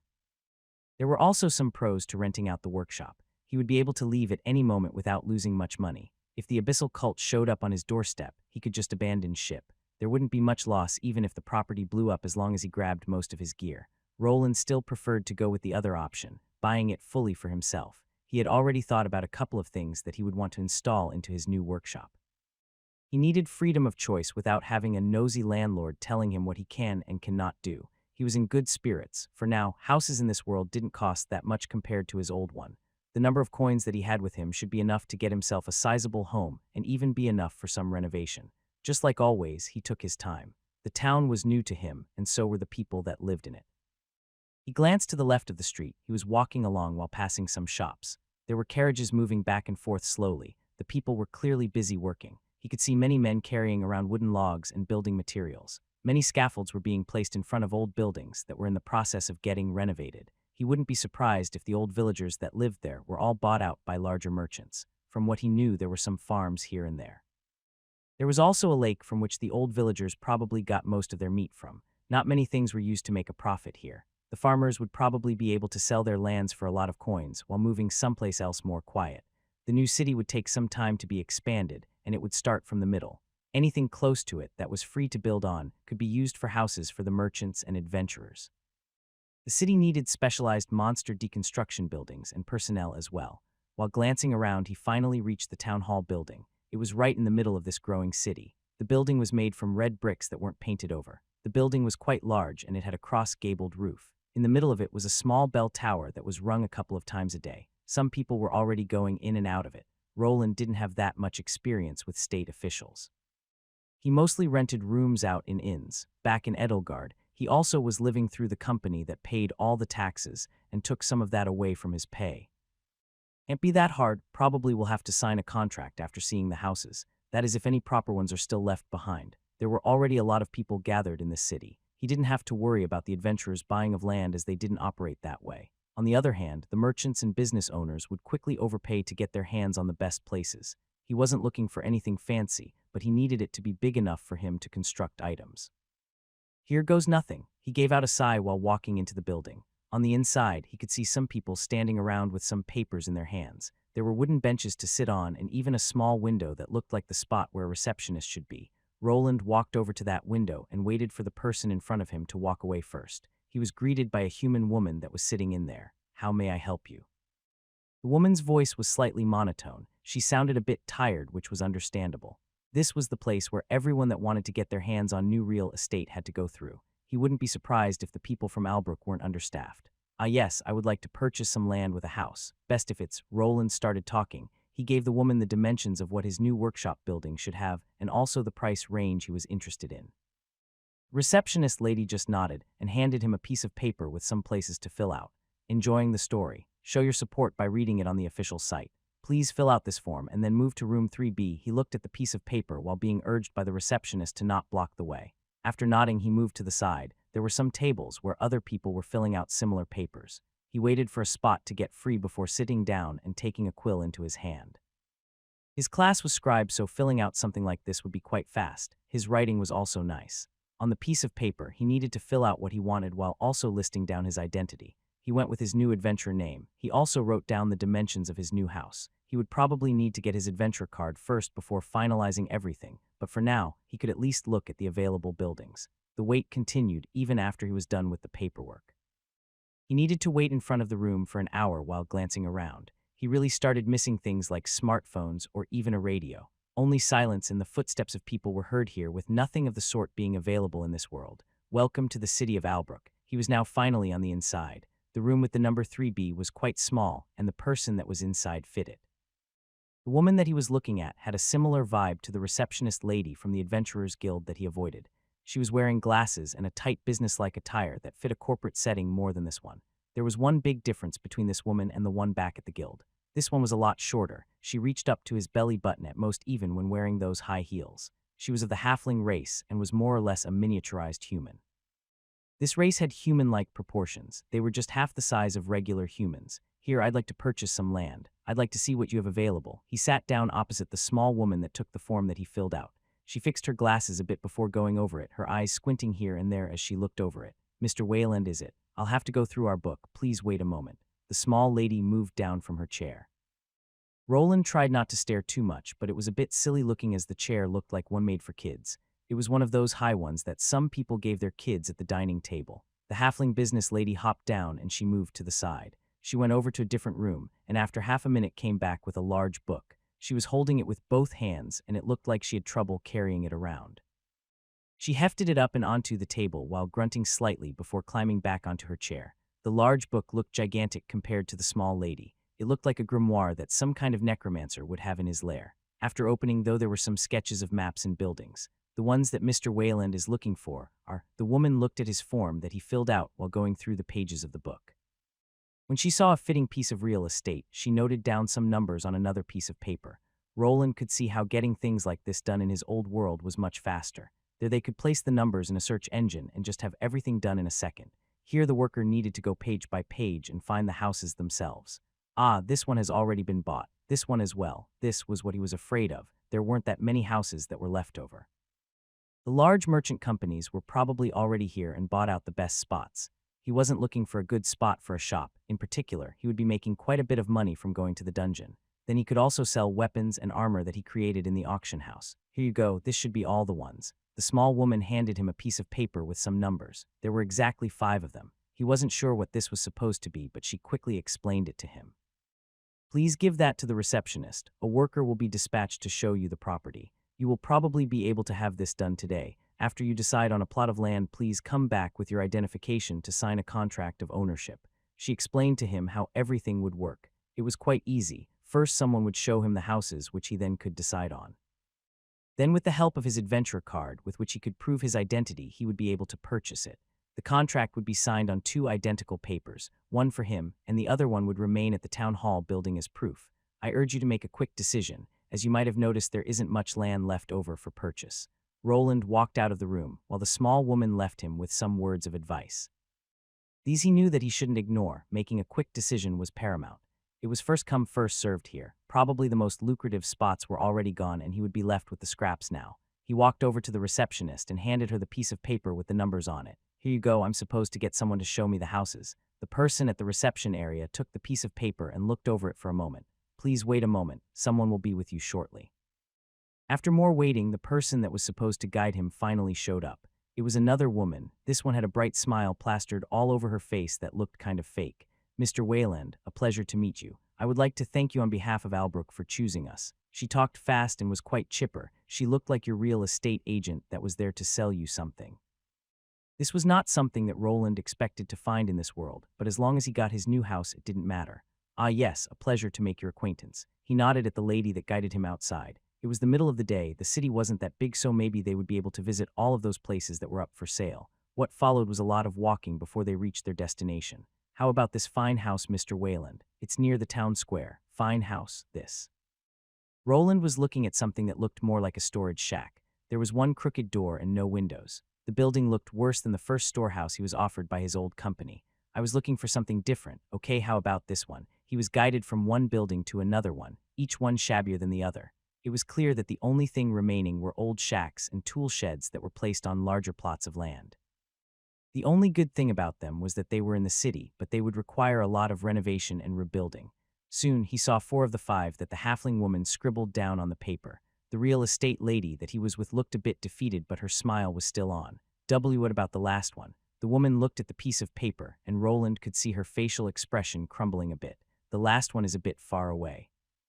It doesn't matter where it's located as long as it's close to the city. I'll pay for the carriage. Roland didn't care. If he needed to spend an hour on foot to get to Albrook from his new house, it would be fine. After he agreed to cover the travel fee, the woman was back to smiling again. Within about 40 minutes, they were at the last spot. What he saw was an old farmhouse with a shack to the side. It was a house made from red bricks, as all the other ones, while the shack was composed of thick logs. This was clearly an unused farm. The ground was dry and barren. Probably the old farmer that lived here wasn't able to make a living growing anything and abandoned it. Roland moved inside. The house was nice and spacious. The wooden floor creaked with each step that he took, but that was fine. It also had a large cellar built in below. It was a lot bigger than he expected. The price reflected that it was well over 100 small gold coins. This building was located far away from the city, which was probably why it hasn't been bought out yet. On foot, he would need to spend about 40 minutes, which wasn't that bad. The biggest downside was safety. The guards didn't really patrol that far. This wasn't much of a problem in his eyes. He already knew that safety wasn't something that could be guaranteed in this world. Even the mayor could be easily taken out by someone at Tier 3. He rubbed his chin while thinking. He had made a quick decision. He would turn this old farmhouse into his new residence. There was enough space to store his equipment, and he could construct his smithy in the large cellar or in the log cabin. There was also no one here to bother him, which meant that he could place all sorts of traps against burglars if he wanted. What remained now was to get his adventure card and sign on the dotted line. Here you go, Mr. Wayland. Due to the lack of information, you will have to start off as a bronze-ranked adventurer. You shouldn't worry, with your current level you should be able to rank up in no time. Roland was standing in the busy Adventurers Guild wearing his armor. He was looking at his adventurer card. It had his new persona's name on it, and also it had a small bronze symbol in the corner. It looked like a small sword and shield that were placed over one another with the sword in front. If an adventurer leveled up further, this card would be updated. Its color would be changed to the corresponding metal. The card had other indications besides the color. The rank was written out as well as the date of this card's creation. For all intents and purposes, this would be his first adventure card. He would take it as a clean start. He wasn't sure if the Adventurers Guild would mark down that he had lost his previous card, and this was a replacement. He was hoping that they wouldn't bother with it, not like they cared, not even when someone had a thief class did it matter. As long as there were no outgoing warrants, it was fine. Even if an adventurer had prior run-ins with the law, if they had done their time, they were free to work. This guild cared more about earning money than people's backgrounds. This was also why this lady didn't ask too many questions. I understand. He placed the card in a secure, specially crafted locket and kept it around his neck. Keeping it in a back pocket was just asking to have it stolen or it getting lost during combat. While waiting for this card to be processed, Roland did some digging. He asked around the Adventure Guild for information about the dungeon. He could see the volcano that was gently giving out a smoke trail. This would be his destination and place of work for the coming future. The dungeon wasn't mapped out fully yet, and entering it was all on the adventurers. The guild would not pay for any injuries or deaths, nor would they stop people from going in. It was a free-for-all down there, and something Roland expected. Even with the bronze-grade adventurer card, he was free to roam the dungeon. Probably after a few months, maybe a year, the dungeon would start to get managed by this guild more throughout. They might put restrictions on the adventurers at that time. Next stop, the town hall. He opened up the swinging doors that looked like they would fit a Western-type saloon. It was time to sign the deed to his new home. He wouldn't be getting anything special, but it was better than staying at an inn. The people that were running those were already having problems with accommodating people. Some of the adventurers that didn't have much money on them even had to spend the nights at the stables. He himself had to overpay to get a tiny room for the night. Some of them were even forced to camp outside the city in tents while waiting for the new hotels and taverns to be established. There were many of them being constructed even now. While passing through the main street, he could see the busy workers running back and forth. He would also need their help soon. His own home needed some renovation, and he wasn't that good with carpentry. He could probably replace some hinges here and there, but nothing too drastic. Soon he visited the small town hall lady that helped him with his home search. This time around, he was here to sign some papers. He tried bartering the price down, but it was no use. The town was booming, and they would probably find someone for that plot of land sooner or later. There was a possibility of the town expanding even over to his new home. If that happened, this piece of land could go up in worth.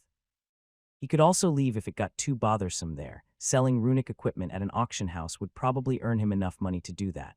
Please sign here and here. The card number goes here. The adventurer card was one of the rare items with which you could use as identification. Without it, he would need to prove his origin, or apply for citizenship, which could take months or years to resolve. Thanks to this small piece of paper, and over 100 small gold coins, he was now the proud owner of a rundown farm. Roland paid slightly less for it, as he didn't really want the extensive farmlands that came with it. They were just unfertile fields that he couldn't use. There was more than enough space to place a big workshop where the farm building and the shack were located. He could also dig into the ground or go vertically if he needed. This still left him with slightly below half an acre of land to fence up. The biggest reason for not getting it was that the price was tripled if he wanted to get all of the land around it. The people from Albrook probably were thinking with the future in mind. This land's worth could increase with time, so they didn't want to give it away for free. There was nothing there for now, but the sheer size was immense. The whole transaction went quite fast. Roland had an idea why. With so many new people buying and selling land, there was that much time to go through lengthy procedures. One quick contract was enough. Doing a background check would just take too long. He walked out with the contract that was now in a spatial pouch. It was time to go to his new house. He was given a key and was sent on his way. After walking all the way there again, he could see his new possession. The house wasn't that large. The roof was a hip roof, and the building had a small attic. He walked inside. The doors almost fell out of their hinges, which caused his face to twitch slightly. He examined everything again. There was a porch on the outside onto which he walked on by ascending wooden steps. The house opened up into a small foyer. If he wanted people to take off their shoes, then this was the right spot. Past it was a large room. There was an old wooden table there along with a couple of chairs. An old fireplace that connected to a chimney was also present. To the side was the kitchen area along with a small pantry. This was all to the west side of the main room, while to the east was a bedroom along with the bathroom. The bathroom had a very rusted tub, which looked more like a container of some sort. There was no running water in this place, but there was a well not far in the back. It was in working order as he had checked it out beforehand. The well wasn't that necessary, as he had the knowledge of water creating runes. But if he needed to save up on mana, it would prove useful. It would be a good backup. He was also planning to have a water tower built in. The water from the well could be rerouted into it in one way or another. With a water tower present, he could get himself some running water. Making a shower and a working toilet wouldn't be far-fetched. He checked out the attic upstairs. He could get to it with a shaky ladder that was badly nailed together. Roland didn't trust the structural integrity of the floorboards on this level, so he only took a peek. He could see a lot of rats running around. The walls were chewed up with holes, and the rodent droppings were everywhere. Wish those workers could get here sooner. He had asked around for help, but there just weren't enough craftsmen around the city. Others had been here first, so he would need to wait for the companies to be done with the other houses first. He had already made an appointment with one firm, but he would need to wait at least 3 weeks or more. After moving down from the ladder, he moved downstairs. There was a large cellar that he could go to through a set of narrow stairs. It was quite large and spacious. The ceiling reached to about 3 meters. What did they use this room for? There wasn't much in here. The walls were reinforced with some wooden beams so it didn't look like this place was dangerous. He could only speculate on what was being kept here. From his point of view, grain and maybe meat could have been stocked here. It was a lot cooler down here due to it being underground. There was a small vent in one spot, but it was a bit stuffy. I'll put my tools in here. He was planning on making this his main workshop. There was enough space for all of his tools and even a forge. With some magical additions, he would be able to craft here in comfort. The increased heat that would be produced by working with smoldering metal could be circumvented with some frost runes here and there. He would be able to install something akin to an air conditioner from his old world. There was also a spot outside where he could place his second workshop. The large log shed was quite spacious and had better ventilation than his underground room. The only problem was that it was easy to spot. If he placed costly runic equipment in it, he would be asking to get robbed. Placing explosion runes all around it could keep some people away, but it would also bring people from the city over for an inspection. Having a minefield around a house would probably be frowned upon. He was planning on setting up a dummy workshop in this log cabin. He would place regular iron and steel tools in here, along with a regular smelter to go with it. Roland was even planning on working there from time to time. Down in the cellar would be where the real magic happened, though. All of his runic creations could be done down there. If he got robbed, the thieves would only find worthless junk, while the real costly weapons were behind an illusion rune below the house.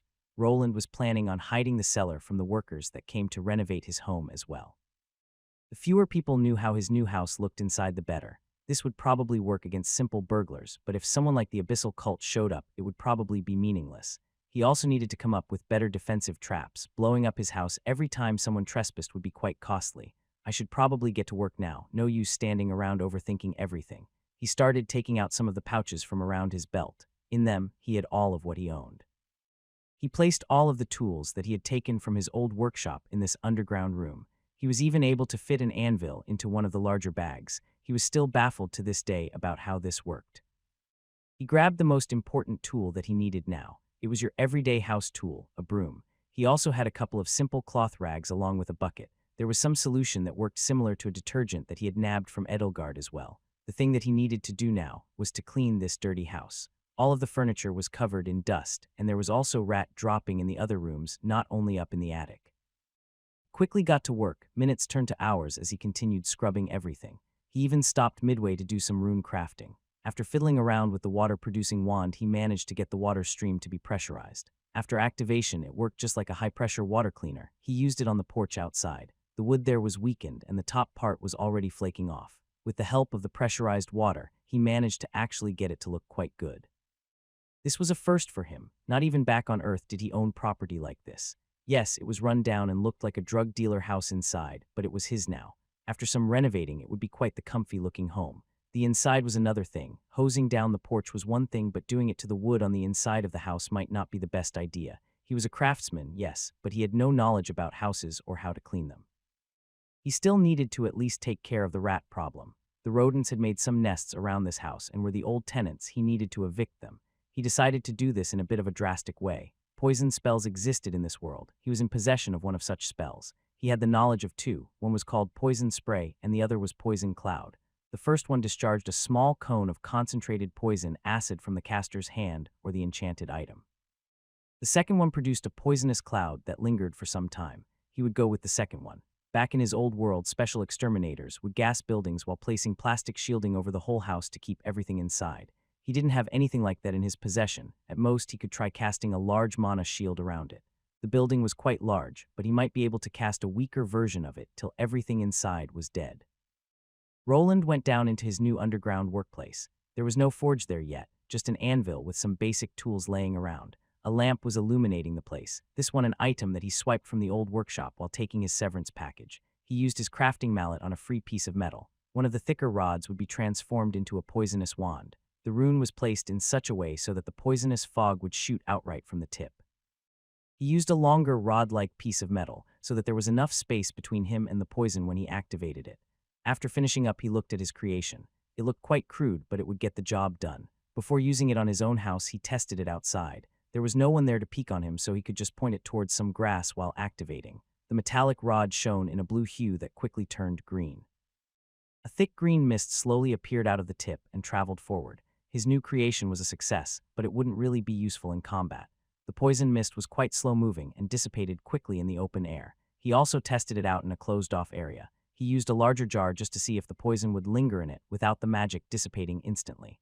The green mist remained in place for about 10 minutes before it started going away. Well, at least I won't need to air it out. Roland scratched his head a bit. He was having second thoughts about plunging his new home into a poison fog. This would probably be dangerous, but also the fastest way to kill all the rats and roaches that were nesting up in the attic and all the other rooms. He moved over to his attic first. The plan was to insert the magical rod through an opening and to discharge the poisonous fog. Roland had some detoxification potions with himself if something happened. A mask to cover his face was also used to keep the inhaling to a minimum. This isn't the smartest idea that I've ever had. He inserted mana into the impromptu magical device. The green poison started to seep inside the attic and slowly engulfed the room inside. After a few moments, he could hear some squeaking and scratching noises. The poison was starting to escape from the entrance point, which prompted him to move back. He started spraying the rest of his new house while backing away. Soon the whole structure was flooded with green mist while he himself was outside. He cast a regular magical spell to put the building behind the shield. It was quite thin, and a regular human would be able to just punch through it without a problem. The poison, on the other hand, was just gas, and it could be contained with it. Guess I can make a living as an exterminator if the dungeon business doesn't work out. His lower lip curled up slightly as he watched his house get engulfed in poison. He could see some of the rats escaping outside. Before they could get to safety, they started dropping dead. The same was happening to insects like the cockroaches. Roland decided to use up most of his mana to cleanse his dirty house. He would be camping outside in his shed this time around, then it would also be cleaned from any rodents. After finishing up with spring cleaning, Roland had decided to move towards the dungeon. This time around, he wouldn't be trying to get a party of his own. He wanted to take it slowly and better himself. His new adventure life would be starting soon. Town of Albrook it was called. It was a mostly unexplored settlement away from large cities on Dragny's Island. The people that lived here were a peaceful bunch that liked to live their lives slowly. Most of them were farmers, hunters, and fishermen that earned their living through their craft. It didn't seem like the monotone life that they spent here would be changing anytime soon. This changed on one faithful day. The ground shook on a certain stormy night. Everyone woke up thinking that some kind of monster had finally attacked. People had heard the rumors of dragons living on this island in the innermost parts. Maybe one of them had decided to pay them a visit. The truth was slightly different. It did involve monsters, but the citizens weren't in any danger. After the storm cleared up and the sun shone on the mountains, they could finally see it. A large volcano had sprung out from the ground. Smoke was coming out of it, clearly active and dangerous. Only a small number of guards and hunters lived here. A scouting party was quickly formed, and in a few days, they brought the news of the new discovery. The new volcano had an entrance. It wasn't a natural cave. No, it was quite different. It had an uncharacteristic gate design with embedded patterns. It looked man-made, but the people living there clearly knew such a thing was impossible. There was nothing there just a day ago. This was clearly an entrance to a dungeon. The people in this country, or even the whole world, weren't sure about how dungeons came to be. There were various types of them around. Some even had their own ecosystems. Others looked like ancient ruins with catacombs spreading below the earth. This one was similar to the latter, but also different in many ways. With this news, their life got turned upside down. Their peaceful little town would soon be overrun with adventurers. The old farmers despaired, but some of the more crafty ones knew that this was their chance. The person who took the initiative now could become rich. The adventurers brought a lot of problems with them, but they also brought lots of gold coins. Half a year later, the people that took it upon themselves to invest were now taking in the profits. The inns and pubs were filled to the brim with new people. New shops were popping up to accommodate the new demand. The new unrated dungeon brought all of this in, and this was just the tip of the iceberg. Everyone knew that only after the dungeon was giving a rating, its true potential would be discovered. Things like this took some time, as even powerful adventurers weren't willing to venture into it blindly. It was believed that this dungeon was an extension of the main Dragny's dungeon that was a supervolcano in the middle of this island. The biggest concern with it was the connection. It could be connected anywhere, to another smaller dungeon far away from here, or even directly into the dragon's lair. This was highly unlikely, but it was possible to meet monsters above Tier 3 in random places if this dungeon connected to the main one. Mapping out a dungeon could take even years depending on how large it was. Some of the beginner-friendly levels were already mapped out by the more experienced adventurers. The Adventure Guild even made money by selling some of the maps. Not all decided on a purchase like that, which could prove fatal in the long run. A certain person in an uncoordinated armor was walking towards this Albrook dungeon. He was holding onto a map and slowly reading it while finishing up an apple that he bought on his way here. It looks like this dungeon is a labyrinth type. Those are tricky ones. This was Roland wearing his brigandine armor along with his helmet to cover his face. He had his arming sword strapped to his side and a shield that he bought strapped to his back. He looked like a regular warrior. With his height over 185 cm, he could easily pass for one. He had made a decision of training up his close quarters fighting skills. The sword-related skills that he had were the most advanced from the combat ones he had. A decision was made by him to focus on it. The shield would also be used for protection, and not only that, as he had tweaked it a bit with his runecrafting skill, Roland didn't abandon his spell casting just yet. He had two smaller wands strapped to his side as another means of attack. He wanted to increase his all-around fighting capability. He could go about it in a couple of ways. First, he could focus on crafting better runic equipment. With various defensive and buffing runes, he would be well protected. His biggest weakness at the moment was a close-range exchange. It was very easy for him to even kill Tier 2 monsters with his common grade spells, that is if they allowed themselves to be hit. He had won most of his old fights by ranged surprise attacks. There weren't really any moments where he had to face a monster on his level in a true one-on-one battle. Either he hid and used his spells from a safe distance, or he had other people distracting the monsters for him to land a critical blow from afar. I need to develop some kind of fighting style. While walking towards the dungeon, he looked up while thinking. His close-range tactic came down to evading any attacks and then using a fire arrow spell with his wands. There was no fancy footwork involved, any blocking or parrying. It was just pure magical power that was possible through his runic weapons and his high mana pool. If I meet a monster that either dodges or resists one of these spells from close range, I might die. As he was thinking about some fighting combinations, he finally reached his destination.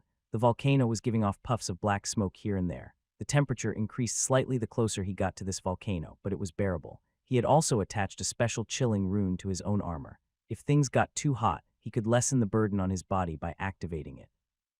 This rune worked similar to buffing rune and lowered his mana pool by a set number while being active.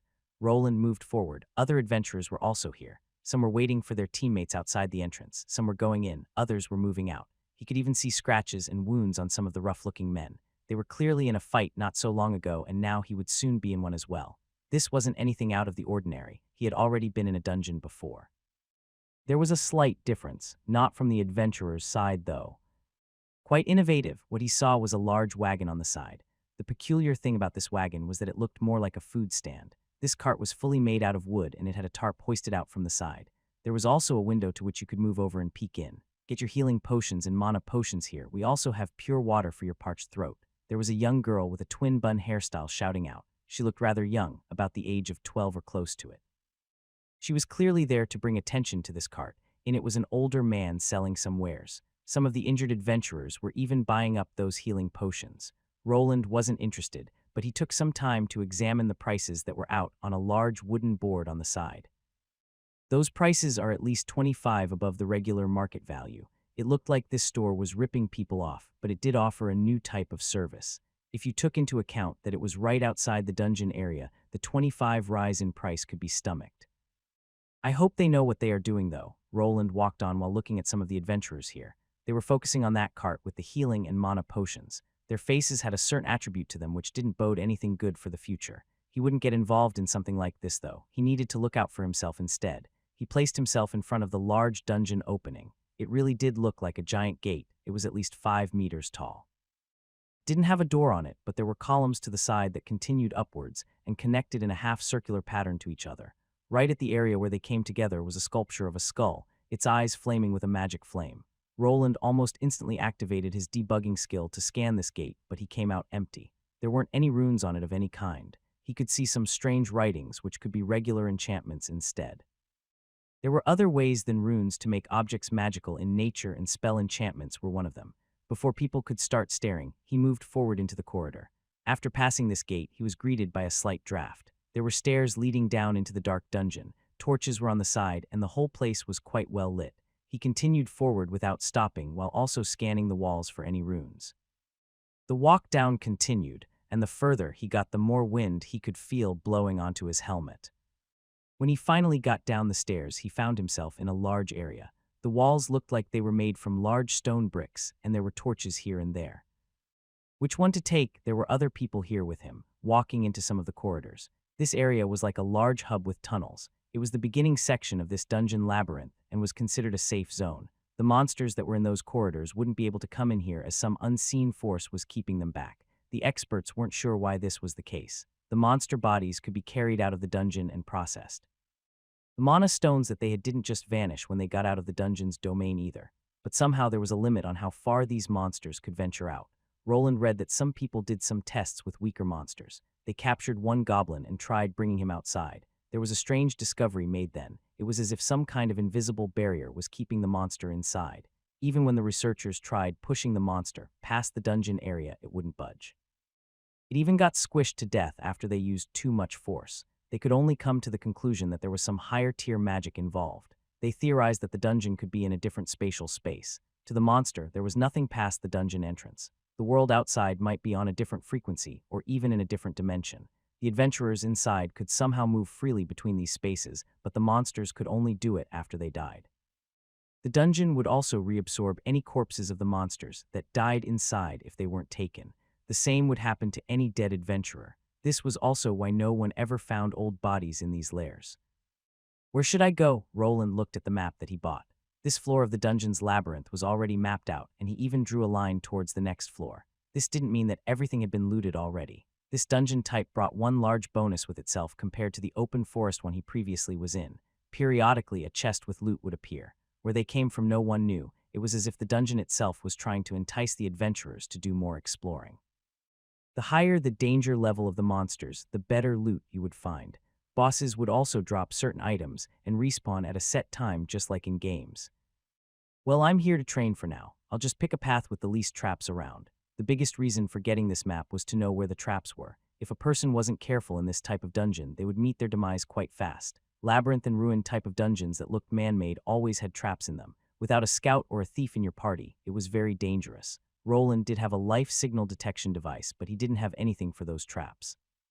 With the map in his hand, he would be able to evade his untimely demise. He finally looked to one of the corridors, which he then picked as the one to use. The passage was quite huge. It had a similar flaming skull above the entrance. The inside was another corridor with some torches on the side that gave the minimal amount of light for people to see. Roland was a bit surprised about the insides of this dungeon. If he didn't know any better, he wouldn't think that it was located inside a volcano. From the information that he gathered, apparently the further down a person went, the more the heat increased. There was even a mining section after you made it past this labyrinth. He continued further, and finally, the first monster of this dungeon appeared. It was a common type of being that looked like a deflated basketball. Its body was semi-transparent, and inside of it was a round object that was of red coloring. Fire Slime L2 Roland pulled out his arming sword and shield while looking at the small creature. Slimes like this existed in vast quantities around here and in other dungeons. They were one of the weakest monsters around, but even then you had to be careful. They multiplied quite fast and could overrun a newbie adventure party if they weren't careful. He didn't hide his presence as he approached his first monster. It was quite slow in its approach. The transparent ball-like body stretched out slightly towards his direction as the creature moved. It looked a bit like a small worm, but a rounder one. Roland knew that he could one-shot this thing with the simplest attacking spell that he had. This wasn't the purpose of his training, though. He wanted to level up his reflexes. Dodging, blocking, and even swordsmanship leveled up faster during real fights. It was unknown why, but during actual combat the skills gained some kind of boost. Increasing them like this was many times faster than regular training. When the fire slime got in range, it started compressing itself. It showed off its iconic attack of spitting some kind of heated liquid towards him. The pressure propelled this spit forward and made it look like some kind of ball of fire. He simply dodged it to the side. The creature was really slow, and the attack was easy to read. The moment this heated liquid collided with the wall to his side, it also started to sizzle. If he got hit in the face with something like that, it would probably melt right through his skin. Even a simple monster like this could prove deadly if it got someone by surprise. After dodging to the side, the slime remained unmoving. This was the right time to strike. He gathered some magical energies on his sword while charging forward. The monster was far too slow on the uptake and could only wait for its demise. He sliced with his mana-imbued sword right through the monster. The slime died instantly after one hit. The slimy body that it had quickly dissipated into liquid, and the slime core in the middle dropped down to the floor with a little clanking sound. You have gained 1 experience point. Normally, to defeat this type of monster, a person would need to destroy its core. Regular physical attacks were ineffective against the gelatinous body of the slime. There was a way around this problem, and it was quite simple. A person just needed to use a spell or a mana-infused weapon just like Roland did. There was one reason that he used mana instead of going for the core. This slime core was something that he could sell. If he destroyed it, he wouldn't get much for it. This item had similar properties to mana stones, but it could also be used for various other things.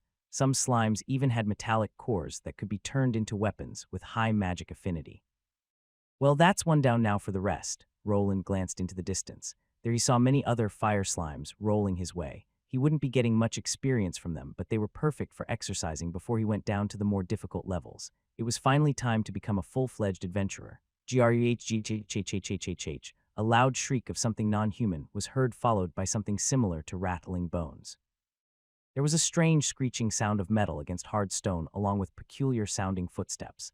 This was inside the Albrook dungeon that hasn't been raided quite yet. Dungeons in this country would be raided after an extensive investigation. The harder it would be to finish, the higher the rating would become. Most of these dungeons also were given nicknames. The super dungeon in the middle of the island had its own. It was called the Infernal Dragon Dungeon. The dragon that lived there had yet to be beaten. A certain youth in an uncoordinated brigandine armor was standing there, shield and sword in hand. He was looking at a new type of monster that he had never seen before, but he had read about in books. It looked like a common skeleton that you would find in many other similar dungeons. There was a small difference though. This one here was literally on fire. Fiery skeleton L10. This flaming skeleton here was dragging a large sword with one hand and moving towards Roland very slowly. He knew that taking care of this monster would be an easy feat, but he wasn't here to do that.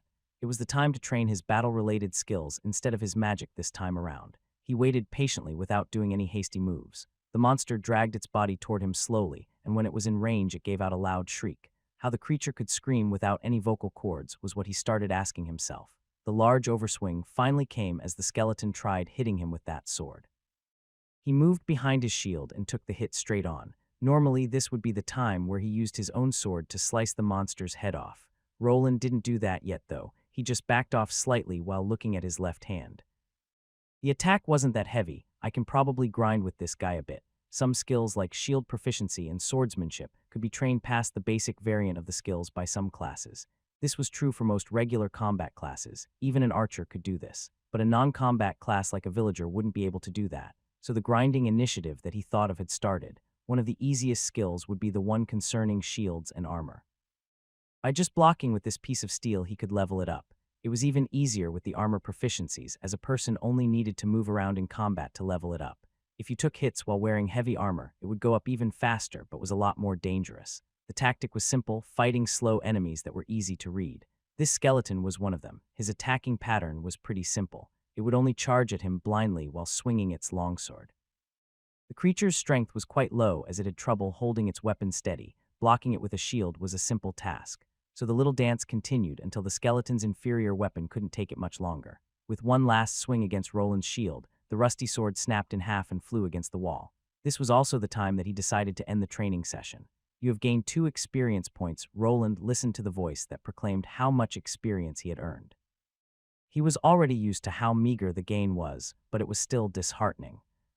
I could probably get more experience by quickly making iron nails at this point. The monster crumbled into a pile of bones after having its head chopped off with one swing. The fire on its remains continued to burn for a few moments before leaving mostly dust behind. As a little bonus, a small mana stone was retrieved from one of the eye sockets. Can I sell this bone dust for something? Roland rubbed his chin while looking at the pile of half-singed remains. He wasn't sure, but an alchemist might be able to mix this with something. It was a magic skeleton that could resist fire while moving around, so maybe this could be used for a fire resistance potion. More money was always better, so he placed what he could into a large jar that then was pocketed into a spatial bag. After he was finished here, he was planning to visit the city. The market there was booming. This was his first day on the job, so it would be better to take whatever he could. He had many spatial bags with himself, so he probably had a leg up against the competition. Most bronze adventurers lacked the funds for a bag like this, and steel-graded ones probably only had one. The bags he had weren't bottomless. He would probably fill them up quite fast if he started gathering the larger creature corpses. Roland grabbed what he could get and then examined his shield. He could see that the skeleton had scratched up his kite shield, but it was still in working order. This particular one was in the shape of a teardrop. When he held it up to his chin, it reached below his knees and was able to cover most of his body with its width. It also had some mana stones imbued to its structure. He placed them on the inside right next to the shield's end arms. This end arms was composed of leather gripping straps attached to the back of the shield. It was held in place by riveting through the leather and the facing of the shield. On the other side, a person could see the spots that it was riveted through. It wasn't perfect and looked a bit janky, but it worked well enough to get him by here. There was a limit to how many mana stones a shield like this could hold. He couldn't just plaster the backside with 10 of them to mitigate all of the mana requirements. The runic structure wouldn't be able to handle the purified mana and would just deteriorate the whole spell structure instantly. Something akin to a short circuit would happen which would destroy the whole rune. He had chosen the lesser stones for this shield as he wasn't willing to test the common graded ones on it. The limit on this steel shield was 3 stones. With them around, the mana cost went down dramatically. Each stone lowered the mana requirements by close to 20. That counted for only spells at the same level though. He had placed a regular mana shield runic spell on it. With the stones and his passive skills, the cost was lowered by close to 70 of its original. For him, with a high mana pool, this meant that he could spam this skill quite often and not fear running dry on mana. This wasn't the only spell that was on this shield. He had gotten the hang of multi-structural runic compositions a bit now. He had also gone with a lesser fire resistance buffing spell. This spell would take a flat number of mana points away from him for it to work. This would produce a constant effect. With the lowered mana costs, it was quite manageable and a must for the dungeon filled with fire-type monsters. He had already done some extensive testing against the weaker monsters. The slime's heated spit was useless against this shield. He didn't even feel it heating up after taking a direct hit. It was also the highest possible spell structure, which would make any fire attacks below Tier 2 highly ineffective. He didn't have time to work on all of his gear yet. His house renovation was taking up a lot of time, and he still lacked a forge. The plan was to train in the dungeon while waiting a month for the construction workers to arrive. Most of them were busy working on the various new stores that were being built by some rich merchants or business owners. The city was constantly progressing, but he had already made an appointment. Roland gripped his shield while placing his sword back into the sheath. He then pulled out the map of this dungeon's level. This was still the first level, and he was finished with examining it. It took him a few hours to go through the tunnels without rushing, but it was time to move on. The skeletons were the strongest enemy on this level, and capped out at the 10th level. Besides them and the slimes, there were also lizard-looking monsters called baby salamanders. That last one was rumored to evolve into more ferocious monsters like fire drakes and fire wyverns if they gained enough levels. The biggest problem with this level was the sheer number of other adventurers. He met them along the way quite often, which slowed down his progress. When they were fighting, he needed to wait for them to be done before progressing. He could be accused of kill-stealing if he tried forcing his way through. Roland wished to evade conflict with others, at least for now. After getting a silver grade card, he could start throwing his weight around a bit. With higher levels, prestige wasn't far behind. If I beeline for the second level from the entrance, I could probably get there in 15 minutes. This level wasn't that large. If a person knew the way, they could stroll past most dangers and descend to the second level quite fast. The lower levels would have less competition and more space to move. The size of the labyrinth increased with the lower levels. There was also supposed to be a boss room somewhere. After passing it, you would arrive at a different area than the labyrinth, or so the intel said. Should I go down or head home? Roland looked at his remaining mana and stamina. Due to sticking to close quarters combat, he didn't really waste any of his magic points. He did spend a lot of time here, mostly by using his shield to deflect the monster attacks. He could easily kill the creatures here with one swing of the sword. Using his spells, on the other hand, would be overkill. In the end, he decided to head home. It was close to sundown, and he didn't want to trek back while it was dark. He could still scribe more spells back home and repair his runic gear. This would also increase his experience pool and help him level up faster. After using the map to guide himself, he was outside after about 15 minutes. Other adventurers were also going home, and not many were going in. There weren't that many facilities in this city, so remaining here during the night would be dangerous. Sleeping or camping inside the dungeon was also ill-advised. There were expeditions that took precautions when venturing inside. Some gold and silver adventurers were already down in the lower levels, mapping everything out at this very moment. A large group, sometimes part of a larger organization, would take on such a task. They would bring non-combatants inside that could cook and disassemble monsters. Some were used as packing mules, as even with the spatial technology, space would run out with long expeditions. People like that would be called packing mules. They were easily identifiable by the large backpacks that they were wearing. Those were specialized spatial devices with increased capacity and weight management. This job didn't pay much, but such a person wasn't required to fight. Roland was a solo adventurer, so he didn't really have much use for a packing mule like that. He could just dump everything back at the guild for processing. The monsters he was fighting at the moment were small, so he could manage. Protecting such a person in a one-man party would prove difficult. The red sun rays greeted him after he ascended the long flight of stairs outside of the dungeon. The people that were selling potions were still there, and the young girl was still trying to entice buyers. With time, more merchants would probably set up camp here. maybe some large stores, and even a hotel could be placed in close proximity. Can't have a store too close, though. The dungeon might go through an expansion sooner or later. Some dungeons went through things like expansions, which increased their size. Such a phenomenon could change the landscape that such a dungeon was on. This volcano could start getting larger and push itself more in a given direction. The possibility of that happening was low. Mostly the dungeons expanded below ground, but you had to take things like that into account. Having a smaller store in a wagon was probably the smarter option at the moment. He left the dungeon along with some other adventurers that were probably also going back to their homes. He remained between some groups as it was unavoidable with so many people around. Roland took some time to look at the parties that were here and spotted a common trait that most of them had.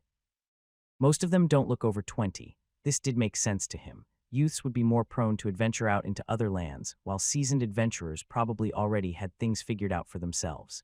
It was a big gamble to go to another city that was far away if you already had a good thing going for yourself. The veterans also knew the dangers of going into unmapped dungeons. The first ones there had the opportunity to gain some rare loot, but also to get killed by a trap or unique monster. The grinding spots should clear out the further down I go. Most of these people are bronze or steel grade. He thought that maybe going down to an area that monsters were around the 40th level would be the best choice. Facing ones over 50 would be manageable with his spells, but he wasn't really a true Tier 2 class holder yet. With time he arrived back at his brand spanking new home. The door wasn't even squeaking that much as he did replace the hinges. That didn't keep it from scratching the wooden floor that he had fixed, as the door was a tight fit. No one had decided to pay him a visit back here for now. He was in the middle of setting up a wooden fence around his land. If he had the time and manpower, he would place large 3-meter-tall walls to keep everyone out, along with barbed wire to make it hard for people to climb over it. This would be a project for the future, as he still needed the construction company to get over here. Roland was still in possession of some gold coins that he earned back at Edelgard. He received a large sum from Marlowe, his old boss. Besides that, he had his own gold saved up from years of scribing scrolls and enchanting runic equipment. He should be able to get the place renovated with what he had. Resources like wood or stone weren't that costly, so setting up the wall and some defenses wasn't a pipe dream. The wall would be placed more as a deterrent than a defensive measure. He just wanted people to see that they weren't that welcome inside. If someone decided to climb over the barbed wire walls, then the gloves would come off.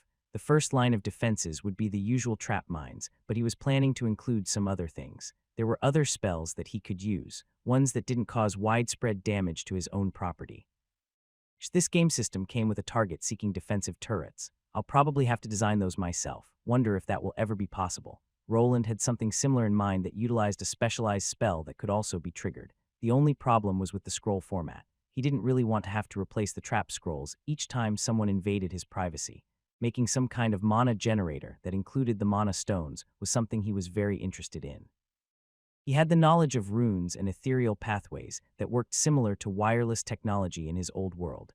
If he managed to create something to generate a source of mana that was constant, he could wire up his whole house.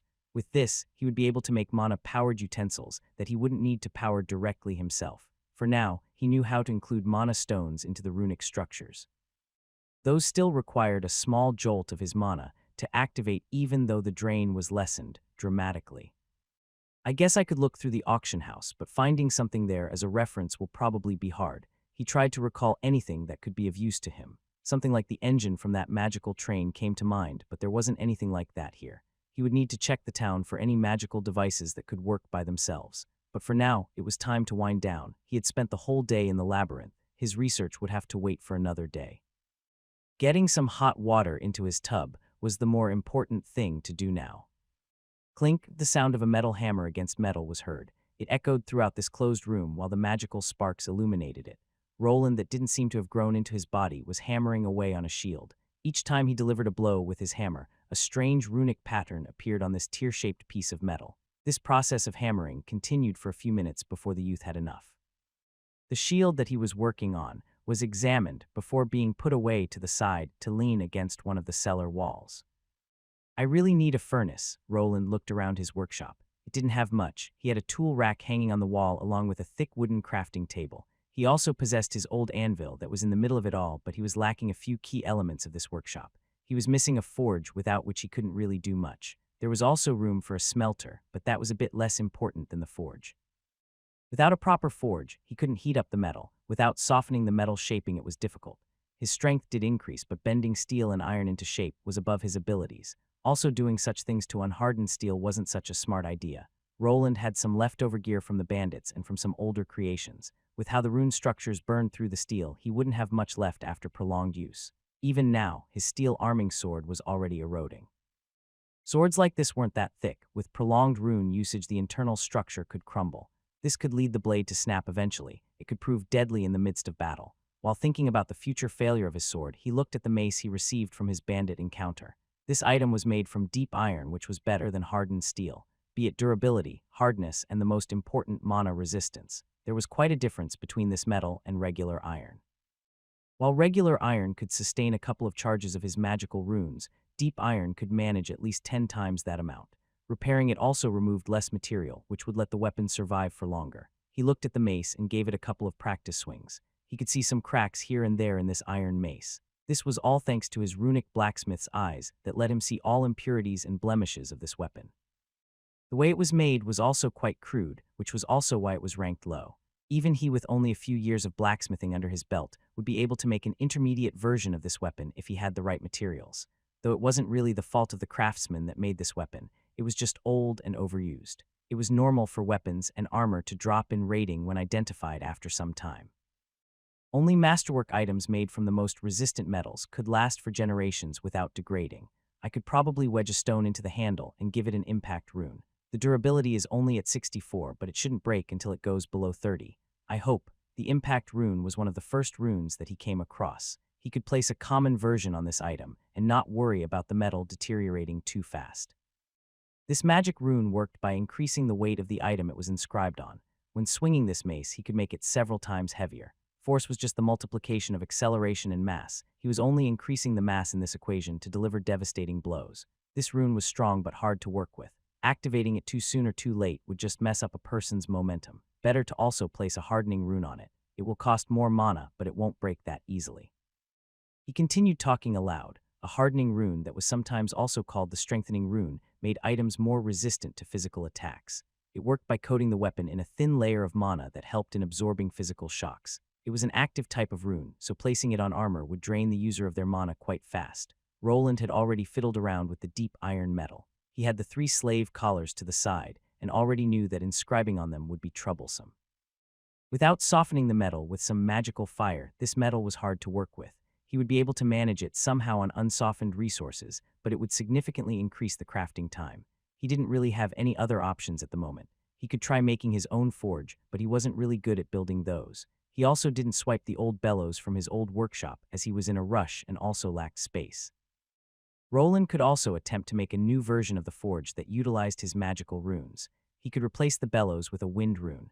The forge itself didn't need to have some kind of special design. It only needed to spit fire. The more condensed, the better. The problem, as always, were the materials. For a magical forge, he would need a lot of deep steel or iron. One from regular metals wouldn't last him long. He also needed something to fuel this forge. Runecrafting while also inserting mana into the forge would strain his mana reserves even if they were abundant for his level. I better get to work then. He decided to work on the mace first. The mana stone would be attached in a crude way for the time being. There would be a lot of hammering and bending involved, but without any alchemical glue, he could only wedge it in by force. He did this by forcing a small opening at the base of the handle with one of his hardy tools. The opening was slightly larger than the mana stone in question. He then gently hammered the opening shut while trying not to damage the hilt along with the stone. Following this, a lengthy process of runesmithing took place. The unsoftened deep iron proved to be quite hard to work with. This forced him to run out of mana several times before he was done with the runic structure. In the end, he had a half-baked weapon with a dual runic structure. Deep iron mace low impact, rune high, hardening rune intermediate, both of those runes were common runes. They were hard to perfect even for him who had spent years training his craft. The difficulty was also increased by the fact that this weapon was made off deep iron. This all without the forge, which made the whole process tedious. He was more familiar with the impact rune, so it came out better. The materials he was working with were also hard to work with, so it would take him some time to perfect everything even with the available highest quality schematics. This will do. He took the mace into his hand and gently inserted mana into the runes. The moment the impact rune was activated, he could feel the weapon getting heavier. The more mana he infused, the more his arms started to shake from the added weight.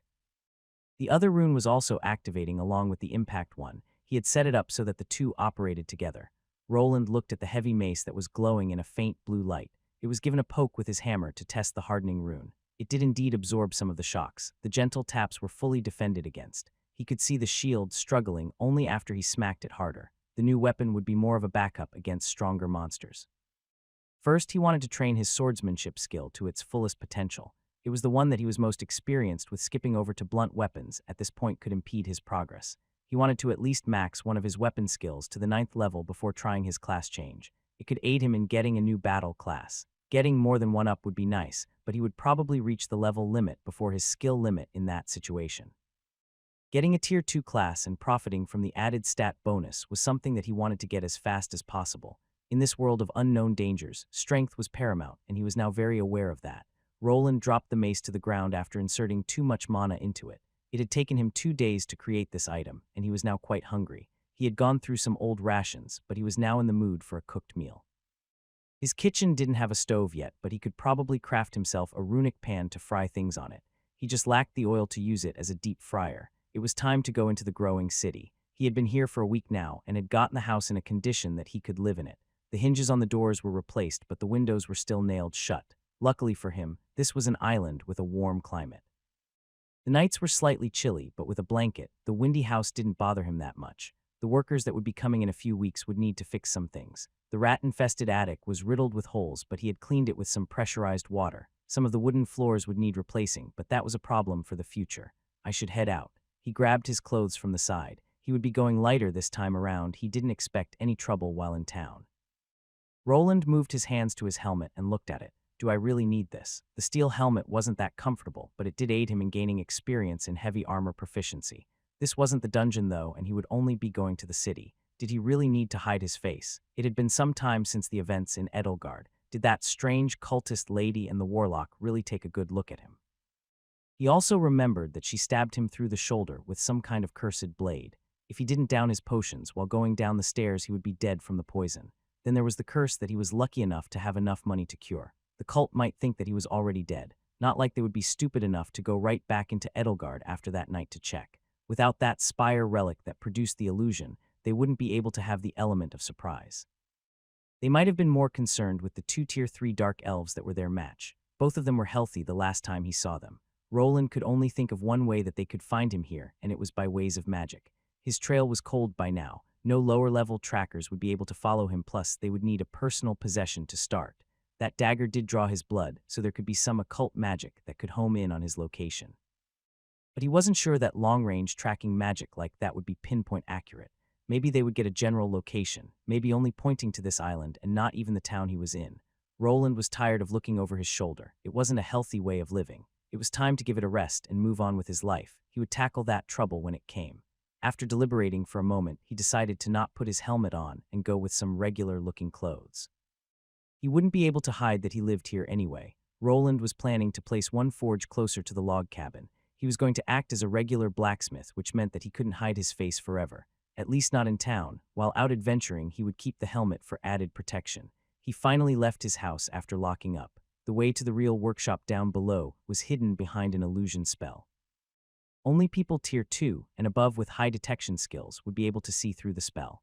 There were also some detection spells that worked, but not like anyone had reasons to believe that there was treasure in this house to bother with something like that. After a long walk to town, he was there again. It looked busy as always, and he could even see another caravan arriving just like the one he was part of. There were more young adventurers amongst them, hope for riches and fame clearly visible in their eyes. There were many people coming in and going. He had already seen some of the youngsters getting injured. Not everyone had extensive battle training against monsters when they were young as he did, thanks to his noble upbringing. Most people thought that weak monsters like goblins or those slimes didn't pose much of a threat. They were dumb, slow, and weak, but their attacks hurt like hell when they landed. Roland already witnessed some people getting burn marks from the slime lava-like spit or the fire skeletons. One-on-one they weren't much of a problem, but there were certain areas in the labyrinth where a group of them could lurk. The slimes sometimes stuck to the ceiling and tried to land on a person's head. To the inexperienced thrill-seekers, even a little monster like that could prove deadly. He could kind of tell which ones of these would not be having a good time in the coming days here. He himself was taking a slow approach to the dungeon and slowly fighting the unfamiliar monsters to see how they acted. Only after getting accustomed to their attack patterns would he move on to the lower levels. Just like with the other dungeon that he was in, the difficulty steadily increased. The lower levels started getting bigger and more monsters in larger groups appeared. There was also a possibility of an irregular monster that was stronger than the rest showing up. A person had to be careful. He had enough maturity to see this fact, but the regular youngsters had their heads in the clouds. They probably just wanted to get their treasures and hit it off. Most of them were poor, daughters and sons of farmers or fallen nobles trying to reclaim some of that lost honor. Taking the fast route was hard, and there were many bumps along the way. Roland had also learned that during his travels.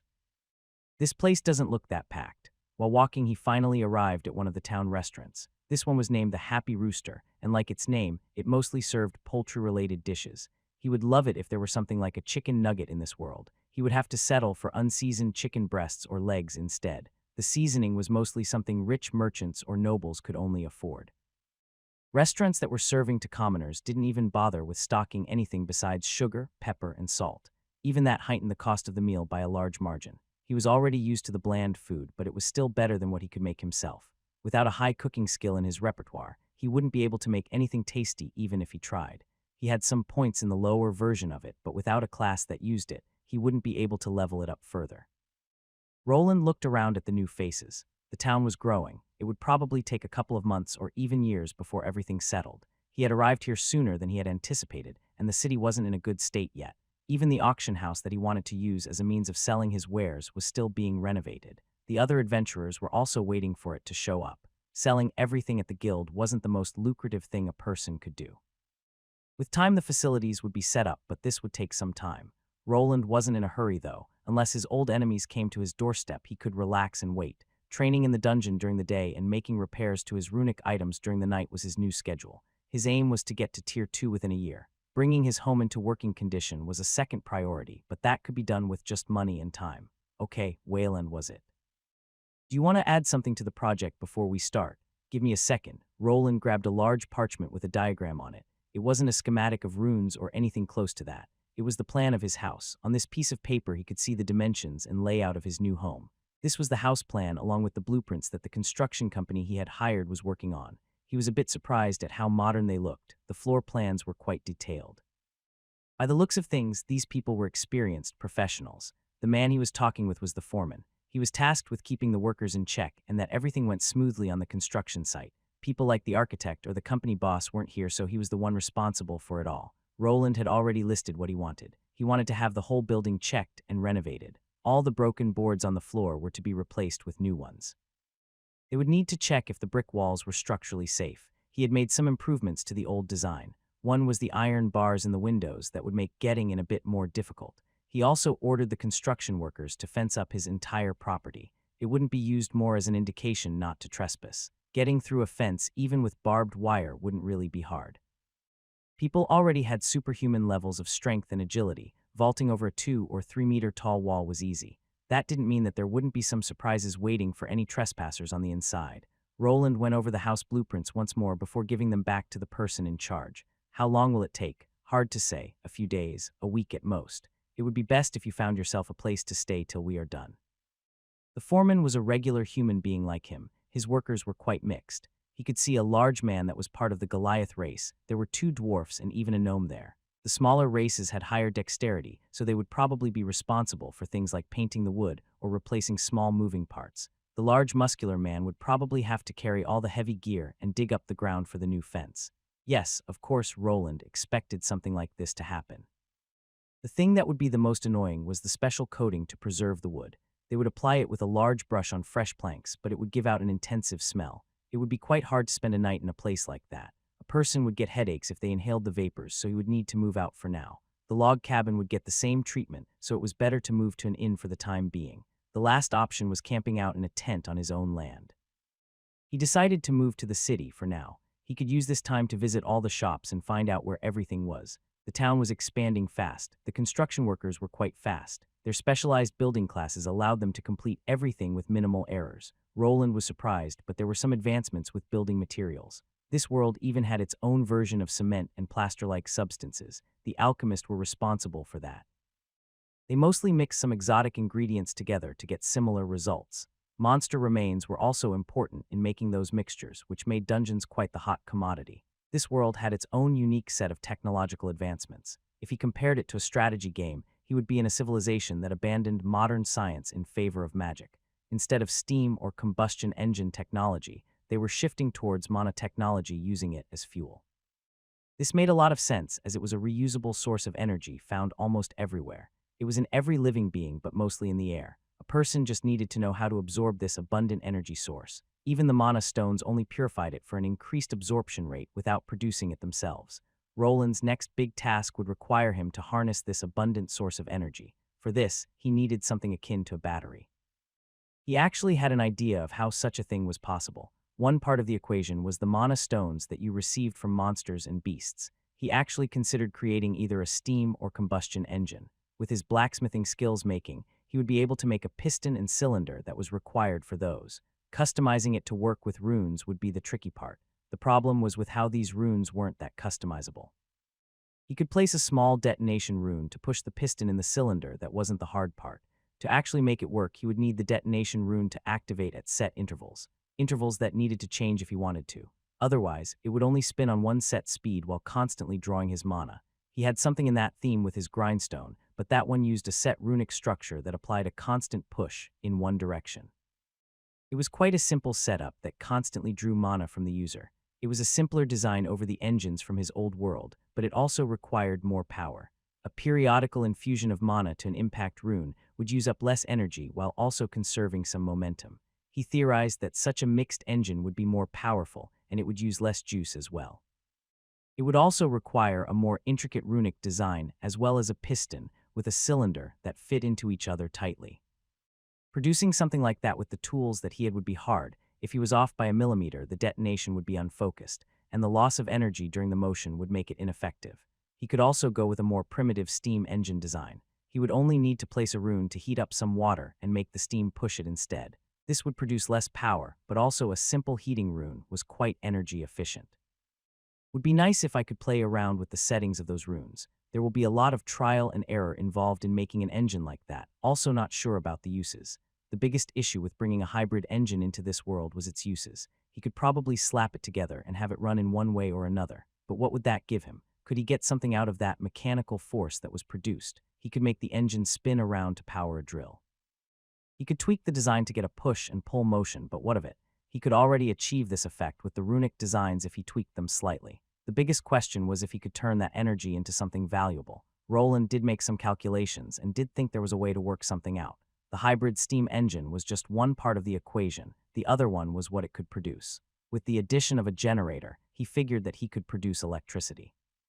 Now came the big question: could electricity be stored as mana in some way? The lightning element was something that existed in this world. It was considered a higher-tier school of magic and more difficult to learn. People with an affinity for it were rare amongst the mages that existed. If you had it, you were considered gifted, as lightning was very potent at delivering high amounts of damage. With this, Roland believed that electricity could be very potent as a power source. He just needed to find a way to store it as mana into something. While thinking about this, he headed back into Albrook. It was time to look over the city again. He had spent most of his time going between the dungeon and his own house. This left the new town mostly unexplored. After a little jog, he was in one of his favorite restaurants. He was mostly here because the food was cheap while still somewhat tasty. After about a month of being here, certain things had changed. One of them being that the new auction house was going to be opening this very day. The new owners had rushed its production, and some of the halls weren't finished, but they were opening it up with one of them being usable. After finishing up with his food, he decided to check it out. This reminded him about the time that he visited Edelgard for the first time. He also used the auction house to get all of his money for a long time before he was scouted by the gnome boss. Maybe if he refused him at that time, he would be still in Edelgard selling his improved scrolls or now runic weapons. He did gain a lot by signing a contract, but in the long run it didn't pan out. Opening up a business was still something that he was thinking about, but now was not the time. The auction house could be used for selling his wares instead. He didn't plan on opening a workshop yet. He didn't have enough time to work full-time in it yet. Welcome everyone to the grand opening of Albrook's official auction house. With the help of the mayor, Roland had arrived just in the nick of time to witness a gnome in a top hat and a cane doing the announcement. This was someone from the auction house, might have been the owner or the announcer. Next to him stood an older man in a tailored suit. He was of the human race and looked about 60 years of age. From what Roland knew, this was the town mayor. If he was here, then this place was probably being sponsored by the noble that owned this city. This spot would be very lucrative for anyone, so owning the auction house would bring the noble and the city a lot of money. They will probably forbid any other auction houses from opening, or it will take some bribing for an opposing auction house to get started, maybe some heavy taxation if the lord of the island agrees. This was nothing new. The rich got richer while the poor were forgotten. It was very smart to get into the auction house racket. This was the only place where regular adventurers could sell their wares and hope for a good price. Most of them didn't want to bother with things like selling. They would rather get drunk at the pub or hunt more monsters.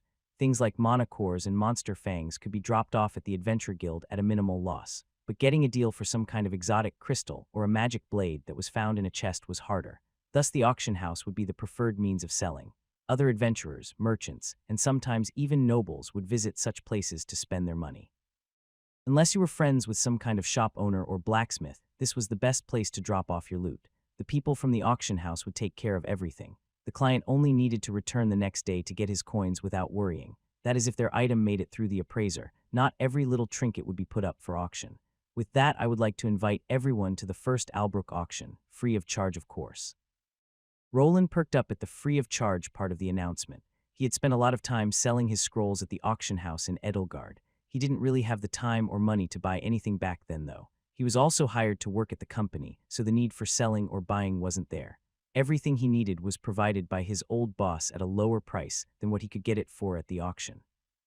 After a while, he kind of forgot about that place and only visited regular stores instead. Maybe there will be something interesting, something that could help me with my generator problem. Other people were also interested, so it would be a packed hall this time around. After further investigation, the auction wasn't actually free, at least not for anyone that wanted to buy something. The people could stay in the back and watch, but if someone wanted to buy anything, they had to buy a small paddle with a number on it. With it, they could raise it when they were interested in something like in all the other auction houses. Roland wasn't that strapped for cash, plus the fee was only one small silver coin. With this, he was also able to get a seat for himself, while anyone that wasn't willing to pay had to stand in the back. The auction house looked like a small theater, quite similar to the other ones that Roland visited before.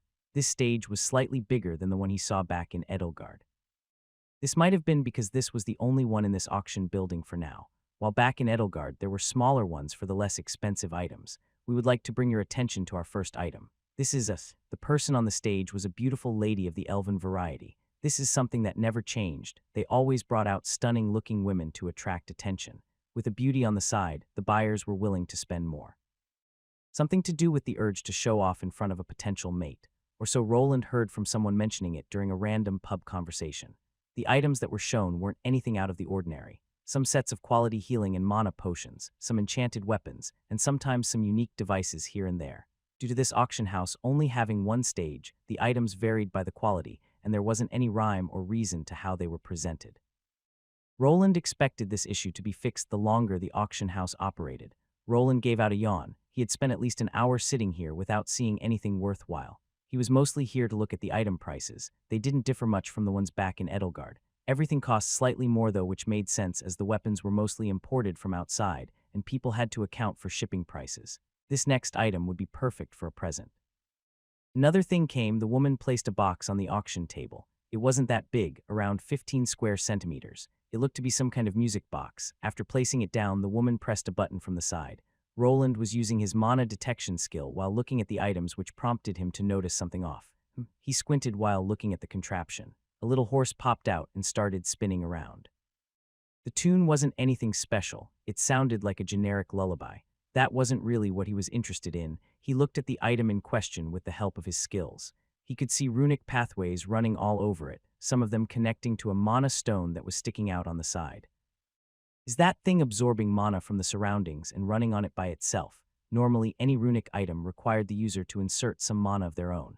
This one seemed to work in a different way. It was apparently activated by a press of a side button. This fact alone made Roland interested in this item. The starting price will be 4 large silver coins. He looked at the lack of paddles in the air. The item was a magical device, but not really useful for the adventurers here.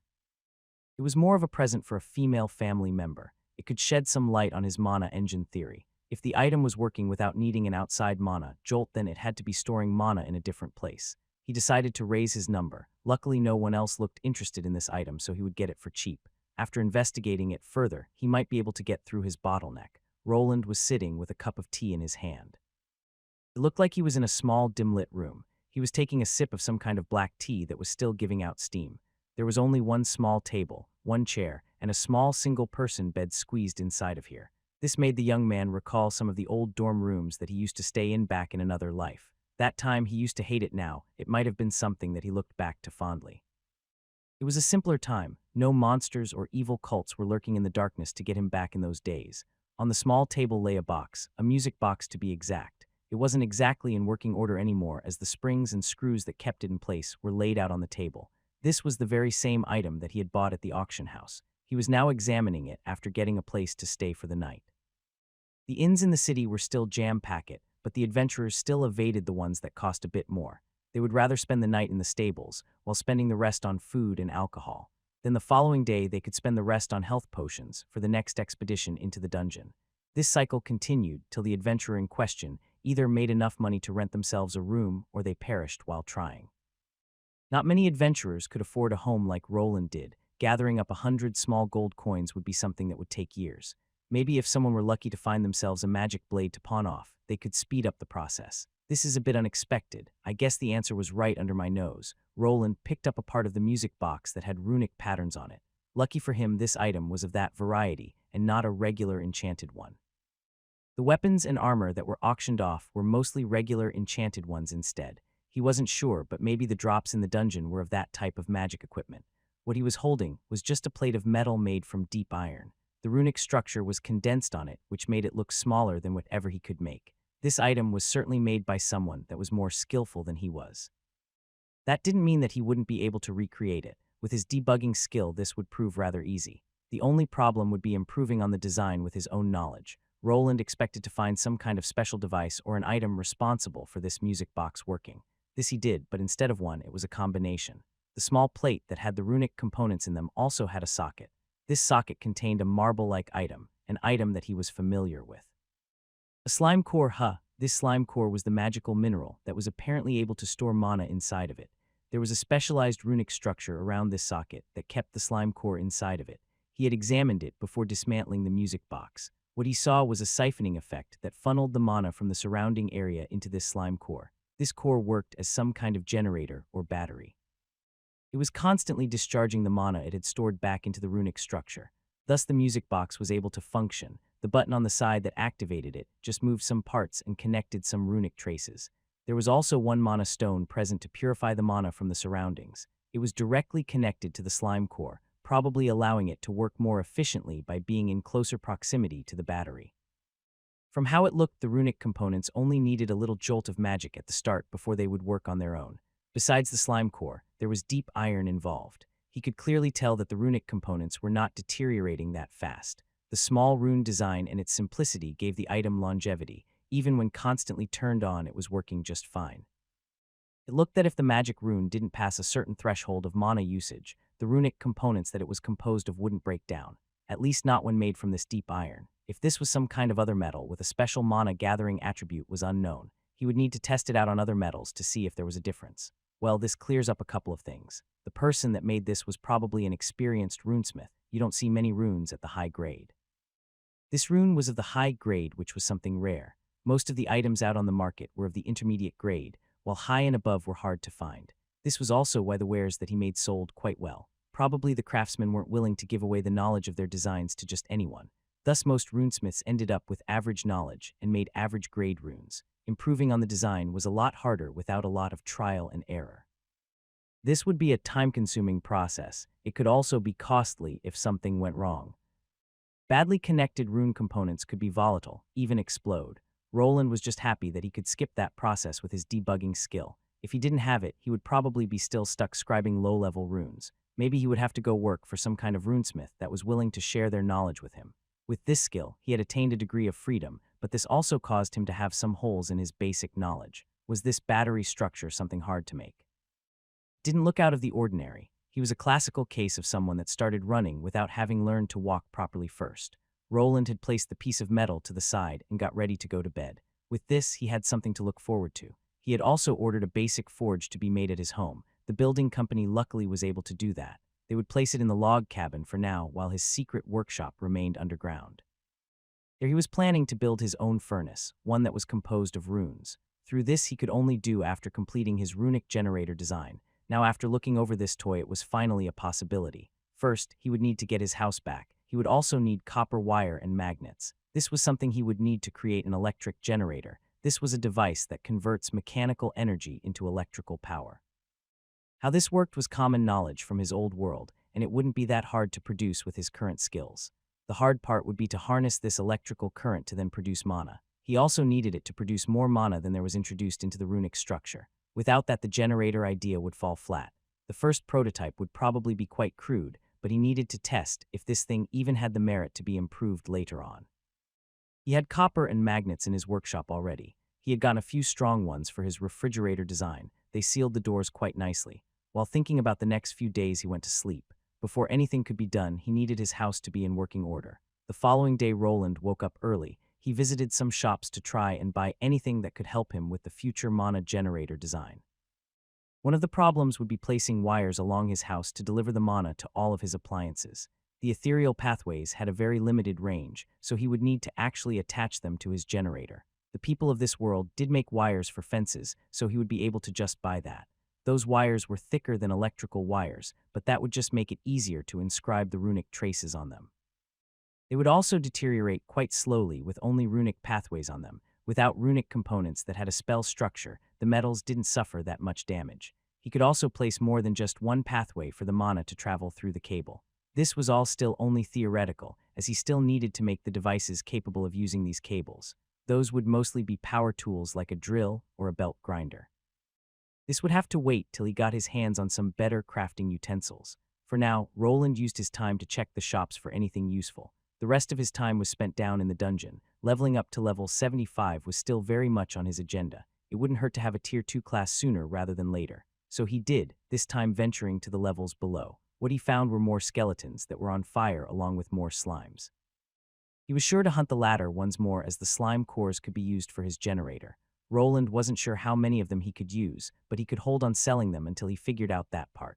Those two weren't the only monsters that he found down there. He was facing another common creature that he had faced before. It was a giant rat. This was a variation of the old foe that was dark crimson in coloring.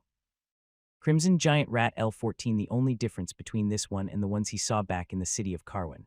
These ones were of higher level and also somewhat fire resistant. For him that was over level 70, this thing wasn't much of a problem. With a couple of stabs from his arming sword, the monster fell. It was quickly replaced by another one. These large rodents rarely wandered around alone. This is good practice. Roland used this chance to train himself when fighting multiple opponents. The trick was not to get yourself surrounded. This was easier in these corridors, as he just needed to move back while not letting any of the monster rats pass him on the side. If he wasn't careful, he might find himself up against a wall. That was still better than being surrounded. At least he wouldn't need to watch his back. You have gained 7 experience points. You have gained 8 experience points. You have gained 6 experience points. He made quick work of the large rats that were about the size of a middle-sized dog. They were kind of a waste of time, as the experience he was gaining didn't even go over 10. None of these critters had any mana stones in them either, and rat teeth or claws didn't sell for all that much. I need to get to the lower levels. I won't get much experience unless I face off against lower-level Tier 2 monsters. This was a fact that he already knew. Ever since attaining his 3rd tier, one class leveling up had got hard. Even after battling Tier 2 monsters and all of those bandits, he wasn't rewarded with that much. Using his time to craft high-tier runic equipment would bring him better results. He was also running low on the crafting schematic exploit that let him get to this point so fast. Roland pulled out the labyrinth map and started examining it. He was now on the starting section of the 3rd floor. The monster attacks were more frequent here, and the corridors were also wider. This allowed the monsters more area to maneuver. There was also a chance of them sneaking up behind a person from one of the side corridors that were passed. While taking a moment to eat something, he looked for the fastest way to the level below. He wanted to take it slowly, but these monsters weren't proving very lucrative. Any of the monster body parts he could sell weren't worth more than the simplest magic scroll he could make. Farming them for money wouldn't be something worthwhile, and the experience was also bad. This was still the safest way of leveling up his warrior-type skills, so he was bearing with it. After eating, he ventured forth to do more battling, but now if there wasn't a mana stone or a creature core, he would just leave everything behind. This labyrinth apparently ran 10 levels deep. Each level increased the monster level by about 5. On the 10th and final level, you would face creatures close to level 50. Some monsters at the second tier could be seen there, which meant that most adventurers below the silver rank wouldn't be seen wandering there alone. At most, a full party of steel adventurers could hope to survive down there. He continued on his way, going down to the lower levels. The further down he went, the less adventurer he saw. This meant that there would be more loot to find, but also more monsters to go through. At the higher levels, a person didn't run into that many monsters, as all the other adventure parties were taking them out. At the fourth level, he battled another new monster. It looked like an iguana and could actually produce something akin to a fire breath. This was also the first time that he actually needed to activate his magic shield to defend himself against this flame breath. Baby salamander L21, it was quite large for something considered a baby. While the rats were the size of a middle-sized dog, this one would be akin to a larger breed. It was close in specs to a full-grown wolf, and it had some sharp teeth to go with it. Roland blocked the fire attack with his shield. The activated magic was enough to not make him feel any heat. The flame resistance rune was working just fine. The moment the monster ran out of breath was the time for him to strike. This time around, he used his mana thrust rune to skewer the red lizard-looking monster. The salamander wasn't able to react in time. Taking one hit from the torrent of mana was enough to slay this creature. You have gained 18 experience points. The monster's head exploded into many tiny chunks which bloodied the wall behind it. He could feel that this one had a mana stone hidden in its abdomen. He needed to stick his hands into its guts to pull it out. It wasn't the best feeling, but after having slain many monsters, he was used to this sort of job. He looked at the defeated monster, while wondering if there was really nothing worthwhile for him to take from it. At times like these was when he recalled that having party members had its upsides. He wouldn't need to go through dead monster carcasses at least. Before he could decide on his next move, one of those salamanders appeared, probably attracted by the stench of blood. Training my shield proficiencies is quite easy in this sort of place. He looked to the monster that was ready to breathe out some fire. His shield started glowing in a blue hue that had a slight red tint to it. The moment the fire attack connected with its magical surface, it started getting dispersed. Roland noticed that defeating this type of monster was quite easy if you managed to resist its breathing attack. It remained stationary afterward. Probably the usage of mana left its body unable to evade any attacks coming for it in that time frame. If other monsters like this had the same weak point, would be something that he needed to find out later. You have gained 17 experience points. GOHHH. After this baby salamander bit the dust, another one appeared. It looked like he was attracting unwanted attention. He preferred to take the sneaky approach while biding his time, but this would also be a good opportunity for gathering experience. Roland smirked a little bit and used the handle of his sword on his shield. A loud sound was produced to get the monster's attention on it. This one, instead of delivering a fire attack, decided to charge towards him. Its mouth opened up wide as it tried chomping down on one of his legs. But the only thing that monster got to chomp down was cold hard steel, as Roland delivered a shield bash to its head. With his blacksmith levels of strength, it was enough to momentarily stop it in its tracks. You have gained 15 experience points with a little poke to the eye socket. The monster was down for the count, just like the other ones. The spot he was in was slowly getting crowded by the salamander monster corpses. As it looked, this wasn't all, as he heard the shuffling of lizard claws from the distance coming his way. I guess the fun starts from this level on. Roland looked over his gear that was still in working condition. There was enough juice left in the runes for him to stay here for a couple of more hours. Maybe now he could get those skills up at a more moderate pace. 7th level, this place looks the same like all the other levels. Wasn't that hard to get here? Not long and we will reach the 10th level. A group of young adventurers that looked to be in their late teens were going through a dimly lit path. It was a group of 4 people, 2 males and 2 females. The girls had lighter armor on them while the 2 men had heavier. It looked like the 2 were warrior types while the other were the more nimble variant. Don't get overconfident, Ruddy. You always had a big head. A girl with neck-length brown hair called out to a red-haired boy. He was the person that mentioned the 10th floor of the dungeon they were in.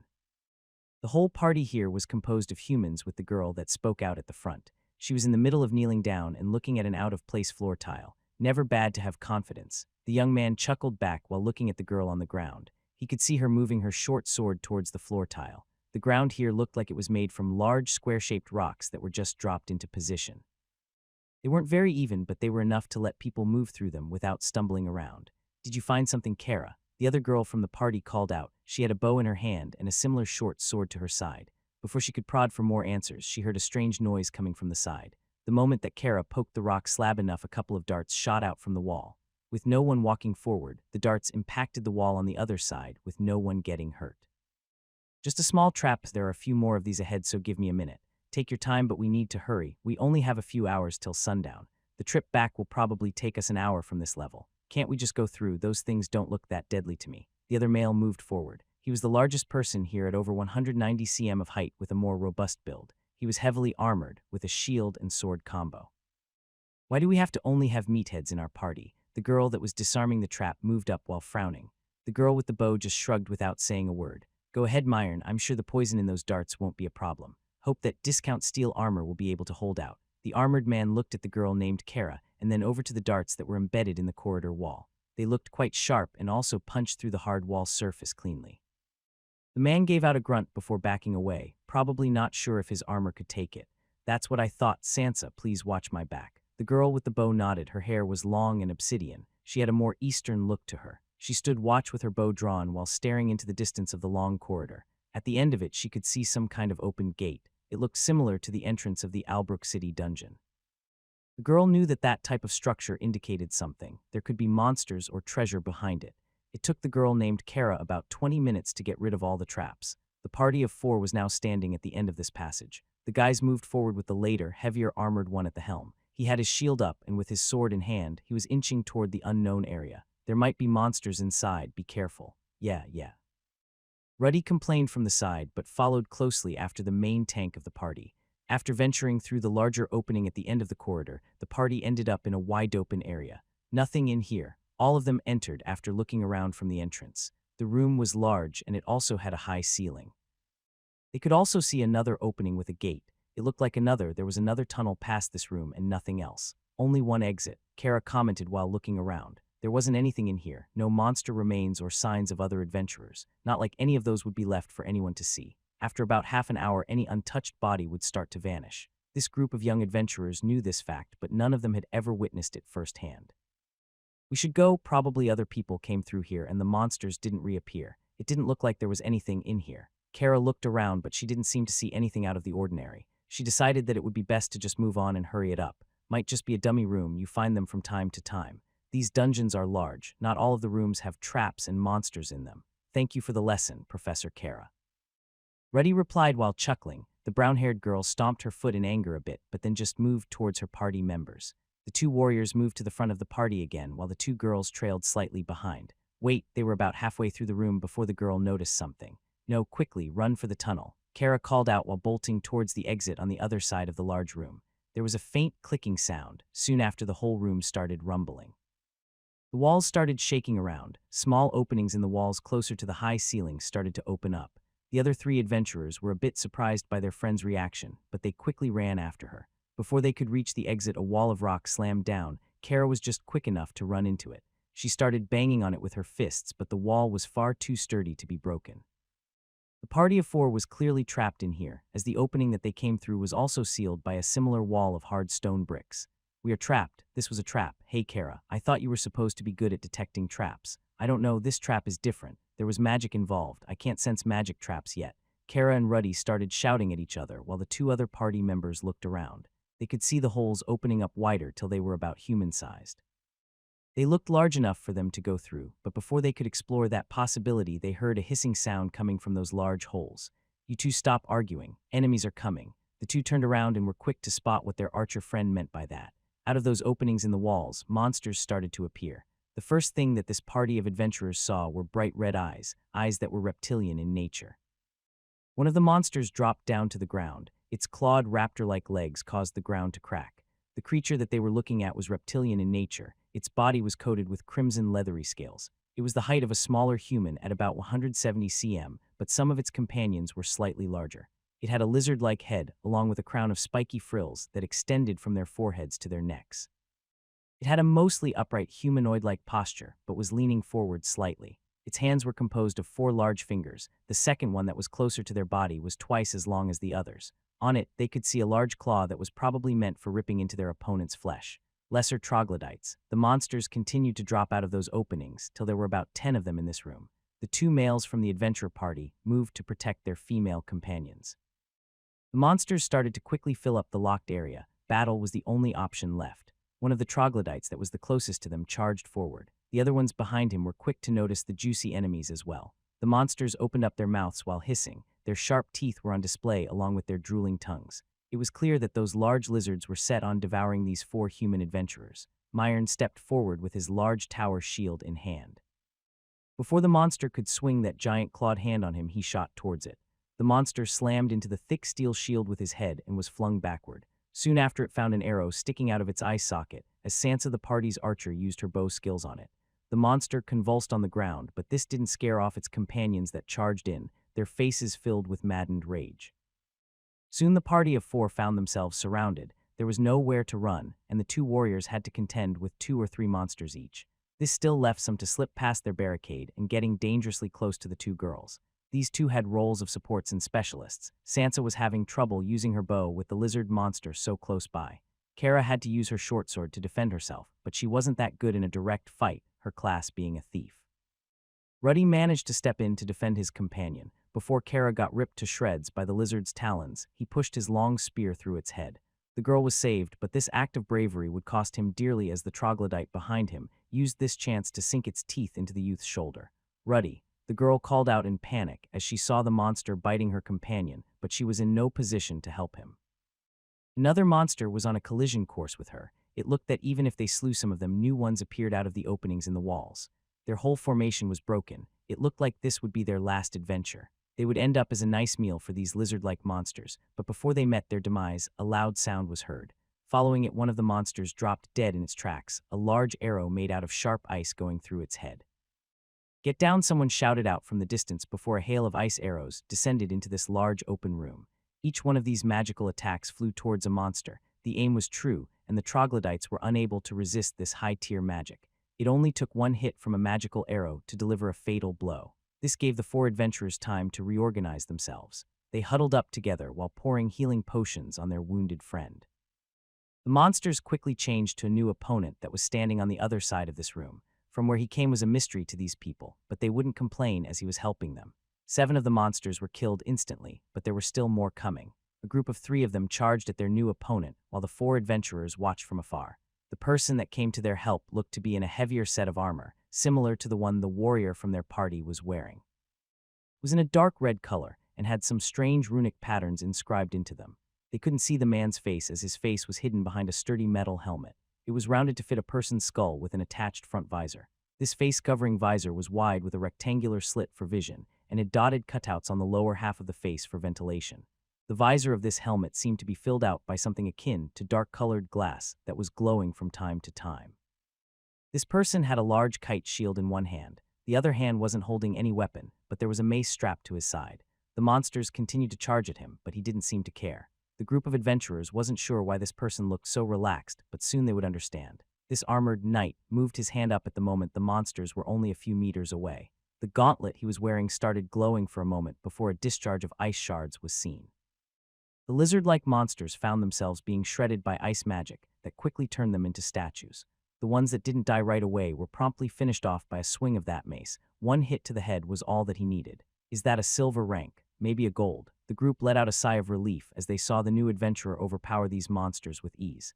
It was clear to them that this person was of a higher tier compared to them by how many skills and spells he was activating. Someone below tier 2 would not be able to use that many enchanted items even if they had them. 3 lesser troglodytes remained. They all charged at the man in the armor. The adventurer didn't retreat. Instead, he took a step forward. The metal graves along with his boot gave off a faint blue light that changed to orange the moment it touched the ground below. This sent some kind of ripple through the earth below. Thick spikes made from hard rock then burst from the ground, impaling the charging monsters. They were strong enough to pierce their hard bodies. He didn't even need to finish them off after turning them into large pincushions. The room that was filled with monster howls and screams of people was now quiet. All of the monsters were now dead, and the openings in the walls were starting to close themselves. The large pathways through which this group of adventurers came in were also opening up. The slabs that were blocking them were sliding back up, probably to recharge before the next time the trap would be sprung. Ruddy was grasping his aching shoulder through which the lesser troglodyte bit through. He had received healing potions, but it would take a few minutes before this injury healed itself. "Are you okay?" "I'm fine, but..." "What are we going to do about him?" Ruddy answered while whispering the last part to Kara. They all were now looking at the person that saved them. The person was just walking without a worry in the world and sticking a dagger into the monsters' bodies. It took them a moment to notice that he was taking out a mana stone each time he did that. He was totally ignoring them, Without even a side glance, he was continuing to go around the monster corpses, plucking out mana stones. He was strangely proficient at it. Normally, they would need to go through the entire body and hope for the best. Only after finishing up with the stones, they saw him going towards them. His height was close to their party tank, which made him look more imposing from close up. "Are you new here or just stupid?" "Excuse me." Kara was the one to reply. The other party members moved closer to each other. The faces of the two men from the party scrunched up, but they weren't willing to shout at the person that cleared out this trap by himself. "Didn't you get the labyrinth map?" "A map? Was there something like that?" The girl looked to her party members for answers, but they just shrugged without knowing what this was about. "That's why noobs are," the man muttered under his breath before speaking up again. "Never mind, you should go up to the 6th floor and level up before returning here. If you continue like this, you will die." The party got a quick lecture by the person that saved them. He was clearly an adventurer that was a tier above them, so they kept their mouths shut. Soon the man in the dark red armor ventured out through the door that they wanted to go through. The adventurers were left here with all the corpses. Only the mana stones were missing, but they could probably disassemble them for some money. Kara. "What is it, Ruddy?" "What's a noob?" The two looked at each other while the footsteps of the adventurer that saved them started to slowly fade away. Roland slowly left the room in which the monster massacre happened. He didn't want to hang around other adventurers for too long if there was no business relationship between the two parties. He was slightly ticked off as the group of youngsters had ruined his grinding spot. This was the 7th level of the labyrinth. It was getting close to the boss room that was on the 10th. One day while adventuring, he found a little secret room, all thanks to his debugging skill and mana sense. It was directly above that trap room where the lesser troglodytes waited. Those monsters would spawn in a hidden chamber. There was a secret tunnel that connected to it from the 6th floor above, all behind a hidden opening in one of the tunnels. The monsters would be confined in a small room and wait for someone to come into that large chamber. When the trap was sprung, they would be allowed to exit. When they followed a narrow corridor, they would appear right above the 7th floor's trap chamber. Thus the trap would be sprung, and the people below would have to face off against these monsters. This wasn't the important part. He used the fact that the monsters were trapped in a small chamber for himself. For someone who could make runic bombs and grenades, this was a great spot to quickly level up. He had used it several times by tossing in such explosives or using spells that had a wide area of effect. To his surprise, when he arrived today, the room was already empty. The trap was activated, which wasn't something that normally happened here. The labyrinth was already mapped out by the guild, and anyone who bought a map would know this trap. It was easily avoidable. Only parties that wanted to farm the lesser troglodytes would bother entering this room. The monsters looked similar to lizard men, had high physical resistance and strength. Most adventurers would rather fight smaller groups of monsters. This trap was far too dangerous, so most people avoided it. The monsters weren't very resistant to magic, though, which made them perfect for Roland's grinding initiative. Roland moved through the narrow corridors to see who activated the trap. To his surprise, it was a bunch of low-level adventurers. They were all around the 35th level. The lesser troglodytes were also close to that, but they outnumbered the intruders 5-1. He knew that the young adventurers would be killed if he didn't react. The monsters didn't pose a threat to him at this point, even in a wide-open area. He decided to use up some of the runic charges of the armor he had inscribed, and so now he was here. There were two good things that came out of this predicament. One was the mana stones that he had still managed to procure for his crafting. Then there was still the experience that he managed to gain. After glancing at the status screen, he now knew what it was time for a big change.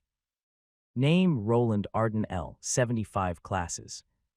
T1 Mage L. 25 Secondary T1 Runic Mana Scribe L. 25x T1 Runic Blacksmith L. 25 Main HP 794 794 MP 28 24 28 24 SB 11 24 11 24 Strength 59 Agility 40 Dexterity 87 Vitality 59 Endurance 68 Intelligence 118 Willpower 107 Charisma 17 Luck 10 L6 Circuitry L7 Tinkerer L8 Identify L9, Basic Mana Shaping L9, Basic Mana Regulation L9, Mana Sense L9, Basic Rune Mastery L9, Basic Rune Scribing L9, Basic Smithing Mastery L9, Basic Runecraft L9, Runic Blacksmith's Eyes L9, Blacksmith's Heat Sense L9, Basic Rune Compression L9, Ethereal Pathways L9, Basic Mana Reinforcement L9, One-Handed Swordsmanship L9. Heavy Armor Proficiency L9, Shield Proficiency L9, Blunt Weapon Proficiency L9, Hand-to-Hand Combat L3, Spearmanship L2. Roland was finally at the maximum level. It was time for that class change that he was working towards all this time. He had managed to level up some of the combat skills as well, but not all. He stuck to using swords and maces, but there just wasn't enough time to take care of the rest. He would need months, maybe even years, to increase his spearmanship or axe-wielding proficiencies. Roland wasn't really aiming to be a master of all weapons. 2 were more than enough for him. He used some fast grinding methods to level up faster. Even though the monsters were low-leveled, there were a lot of them. There was a boost to experience if you killed more than one monster in a short amount of time. It wasn't much, but at this point, his experience gaining had slowed down to a crawl. Roland had now lived in the city for over a year. Only now did he achieve the 25th level of his runic blacksmith profession. He had thought that this dungeon would be a gold mine of experience, but that wasn't entirely true. But he had limited himself by not venturing past the 10th level of this dungeon. Past it was the volcanic area of this dungeon where only Tier 2 monsters appeared. He wasn't a true Tier 2 class. He would rather be safe than sorry. While going solo, he was still able to gain some experience towards his weapon skills and armor proficiencies. He had maxed out a few, and with his level now hitting 75, he was finally ready to give his next class change a try. With this, he decided to make a beeline for the exit. After going through this labyrinth repeatedly for a year, he knew it like the back of his hand. With the help of his high intelligence stat, remembering these corridors wasn't that hard. At this point in time, he didn't even need to look at the map that much. There were some secret spots that weren't charted down. Just like the secret room with the lesser troglodytes, there were some shortcuts between levels. Luckily for him, thanks to his skills, he was able to spot them. From time to time, he came across runic traces in the walls. Through them, finding the secret chambers was easy. With a quick mana infusion, these secret rooms would open up. Some of them were just stairs going up, while others were hidden areas with respawnable treasures. This place was still quite low-leveled, so he never did find anything costly, but some of the treasures could be sold off. Being a blacksmith, he could inscribe runes into armor and weapons, then resell them on the market for an inflated price. After poking a certain spot with his finger, a path opened up. It was just a corridor with winding stairs going up. Roland entered and moved up through it. After a couple of minutes, he was out on the 3rd level. From this point, he would need to travel through the dungeon normally. Roland looked around this place a couple of times. There were still many adventurers here, but not as many as before. The foolhardy ones had been weeded out in the first year of the dungeon's opening. Now not many of them ventured into the lower levels, or past the 10th one that was for silver adventurers and up. In time, he was walking up the rocky stairs that led to the exit of this dungeon. On the outside, things had changed as well. For one thing, there were guards in front of the entrance. They would check everyone's adventurer's cards before letting them venture forth. This was all due to a certain foolhardy farmer's demise after entering the dungeon. That person didn't make it far before being devoured by one of the monsters. Some other adventurers found his body getting nibbled on by a salamander. The rumors were that he was unwilling to accept his farmer class and wanted to become an adventurer. Further away was a large store. The person that had been here selling magic potions at the entrance had expanded. It was true that the ones that came first were the ones that profited the most. Roland didn't see the young girl or the old man combo. They could now hire other people to do that work for them while they sat back at the store. Some of the people that attempted the same line of work weren't that lucky. He heard rumors of some of the merchants getting robbed and their potion-selling business going under. Roland was now far enough from the dungeon. He went behind a tree and removed most of the red armor that he was wearing and placed it back into one of his spatial bags. This one was much larger than regular ones and was worn by him on his back. He stuffed it behind his armor plate, which made it a bit uncomfortable to carry around, but he needed it to be wide enough. This was due to what was hidden inside. He reached inside and started pulling. Soon a wheel appeared, followed by the rest of a peculiar transportation device. It had 2 round wheels that had something similar to rubber on them. To the side of the back wheel was a chain that connected below the sitting area. This was a bicycle that Roland had made. It didn't look anything like the modern variant that he was used to seeing in his old life. The seat that he sat on was quite long and connected to the handlebar directly. There were no pedals for him to move his feet around either. This thing was powered by mana directly. He just made a rest for his feet a bit to the front. He sat down on it, and after injecting some mana, he was up and running. Roland used the main road that was somewhat paved to the dungeon at this point. The people that he passed gave him some strange looks, but he was used to it by now. He was known by them as the strange craftsman that lived out of the city, at least as his disciple, as most people didn't want to believe that someone at 16 could be a runic craftsman.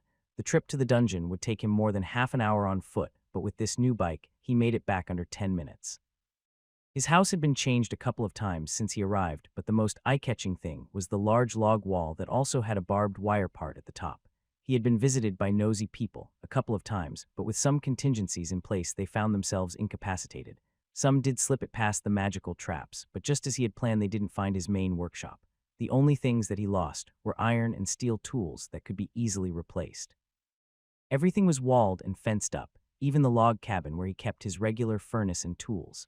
That place was mostly what the thieves set their eyes on, so it was easily defendable with some shock runes plastered on the ground or walls. He didn't care much about his garage, as where the magic happened was downstairs. That was also where he was heading now. Roland needed to prepare for his next class change. This would be best done behind closed doors where no one would bother him. There was a chance of him passing out as the last time. He would rather do this while being in a safe space that was behind illusionary runes. The inside of his home looked decent enough. Everything was cleaned up during the renovations, and all the wooden panels were painted over. He even got himself a couple of cheap rugs to make it a bit cozier, though without a vacuum cleaner he had to do it the old-fashioned way during the weekly cleaning drive. He was still living alone. With the trust issues he had built up throughout the years, it was hard to create new relationships. The people in the Adventurers Guild knew him as that guy that wears crimson heavy armor. It was a pre-made armor set that wasn't that rare around the city. The only thing that he customized was the color along with the helmet. There were runes in each part. It took some time to get the hang of it, but it worked similar to a magic book. He just needed to focus on the body part to cast a spell. Some pieces had more than one runic structure to add to his repertoire. This armor still suffered from the same drawbacks as all his old gear. It wore down quite fast. He needed to repair it constantly, but it was good enough to last him through a prolonged dungeon run. His new gear didn't help during discussions with others, though. Roland was never the one to start the conversation, and there was no purpose in teaming up with anyone in this dungeon as long as he was careful. He had managed for this long without many problems, and now was the time to take a step forward.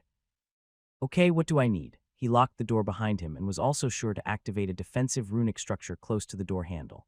There was a sign outside to knock and wait. If anyone grabbed the handle first, they would be tasered. It wasn't quite that late, but the sun was already setting. He didn't expect any visitors, so it would be on them if something happened. It was time to go downstairs or over to a small closet that only had some rags in it. At least that's what it looked like to others. With a couple of strategic presses of this illusion magic lock, a path down was revealed. There was also a lock on the door for an added safety measure. Behind it were the stairs down along with another door, this one very sturdy looking and made from thick slabs of metal. He needed to really give these a push to get them open. He was planning on making them even heavier after getting that status boost from getting a Tier 2 class. On the inside was his workshop. He had used some earth magic to make it wider and deeper. This he had to do by himself, but with some basic building knowledge, he knew where to place all the supportive columns. If the place collapsed on him during his work, he would be having a bad time. On the inside were all the usual things like a workbench with all his old tools. There was a forge sticking out from the wall. It connected to the chimney of his house, but there were special runes that filtered the smoke out as well. This way, even if he was working down below, it wouldn't be smoking excessively. In a side room behind closed doors was his crowning invention, a runic engine. After bumbling about for half a year, he had finally managed to get a working model. This one was a steam model that worked by heating up water and converting it to mechanical force by steam. This was all done to produce electricity that then was stored in a special magic generator. His assumption of gaining mana out of electricity had borne fruit. He was now able to produce renewable energy on a smaller scale. This engine worked similar to the ones used in trains. The heating was done by small heating runes instead of fuel, though. The boiled water would produce steam and pressure. It would push a cylinder back and forth to generate mechanical force. This mechanical force was then used in an electric generator that he fashioned from a magnet and copper coils. The produced energy from this was then transferred by some wires into the special battery unit that he had made. He based it on the rune design and materials that he saw in that music box. The produced energy was higher than what it took to keep the heated runes running. Thus, he had made something close to a perpetual motion machine. It wasn't quite that, as the strain on the materials existed, plus the runes and components had to be replaced periodically. He had it in a smaller room behind closed doors due to the loud noise that it made. It wasn't perfect, but thanks to it, he was able to create his power tools and also power some other magical devices around his house. With time, he hoped to improve on the design, but for now, it just worked. Improving it wasn't on the agenda for today. He had a Tier 2 class quest to finish. He was already dreading the thought of what it could entail this time. The first one was easy enough, just scribing one small runic spell. The other one was harder, as he had to make a ladle without any proper blacksmith knowledge to speak of. This time he expected a crafting-related test as well, but there also could be something more. He brought out the class change crystal to start it. A Celeria church had been built here recently, so now he could just go buy those there. He hoped that he would be able to pass the test on the first try, but if not, he could just get more crystals. He was making some money with his adventuring, and there wasn't a shortage of those crystals yet. Here goes nothing. Roland looked over his stats before sitting down in a chair. He had the crystal in his hand, and a bucket was to the side. He hoped that he wouldn't need to use it, but it was better to have it on standby. Test wouldn't let him take anything from the outside. The only thing he needed to worry about was not getting any visitors while being here. Soon he activated the crystal and was back at his old apartment building. He didn't look around at all this time around and just went to the recreation of his old apartment room. The PC was quickly activated. The list of classes he could choose from had increased as well. This was mostly due to now having some Tier 2 classes to pick from. Weaponsmith. Armorsmith, the runic variations are there too. He started going through them one by one. The classes that were above Tier 1 were in a separate section and easy to spot. There were that many compared to the lower Tier 1s, which had probably increased due to him gaining more combat-related skills. No mage-related Tier 2 classes as expected. There is a Tier 2 Scribe class, also an advanced runic mana scribe. Scrolls had been a good way of earning money for him and added to his combat repertoire. The biggest drawback of that class was the meager stat gains.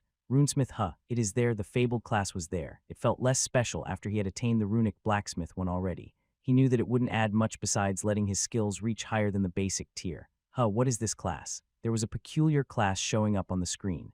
It was placed further away from the other ones and looked like it was above them in that way.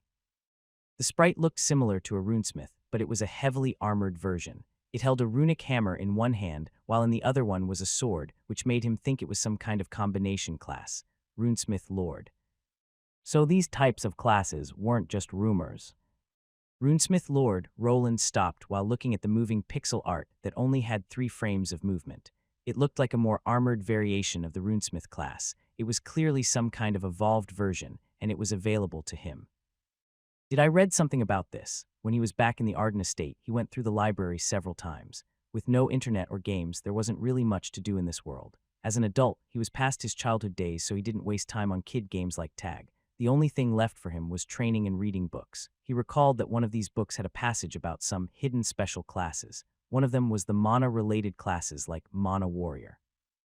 They were quite easy to get with a corresponding aptitude for mana. Past those were the prestige classes like Runic Scribe or Runic Blacksmith that he had gotten along the way. Then there were ones that were even rarer. The way that this class appeared on this screen here showed him that it was one of those. He had no way of knowing how good this class was, though. It could be worse than a Runic Armorsmith or Weaponsmith for crafting purposes. Could not bring much to the table for him who already had one cheat skill in the form of debugging. But there it was, what looked to be another rare class option that he didn't think would be there. He was hoping to get a class that mixed combat and crafting in some way. Could this one be it? Roland looked over the other class choices. There was another one that he originally hoped to get. It was the Runic Battlesmith class. It was there with the basic variant as well.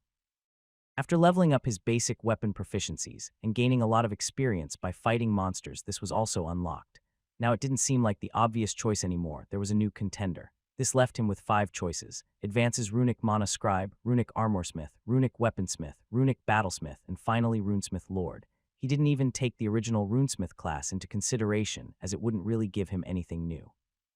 There were no mage type classes available to him, and depending on his Tier 2 class, he might be able to level up some of the basic skills past the threshold with a different class.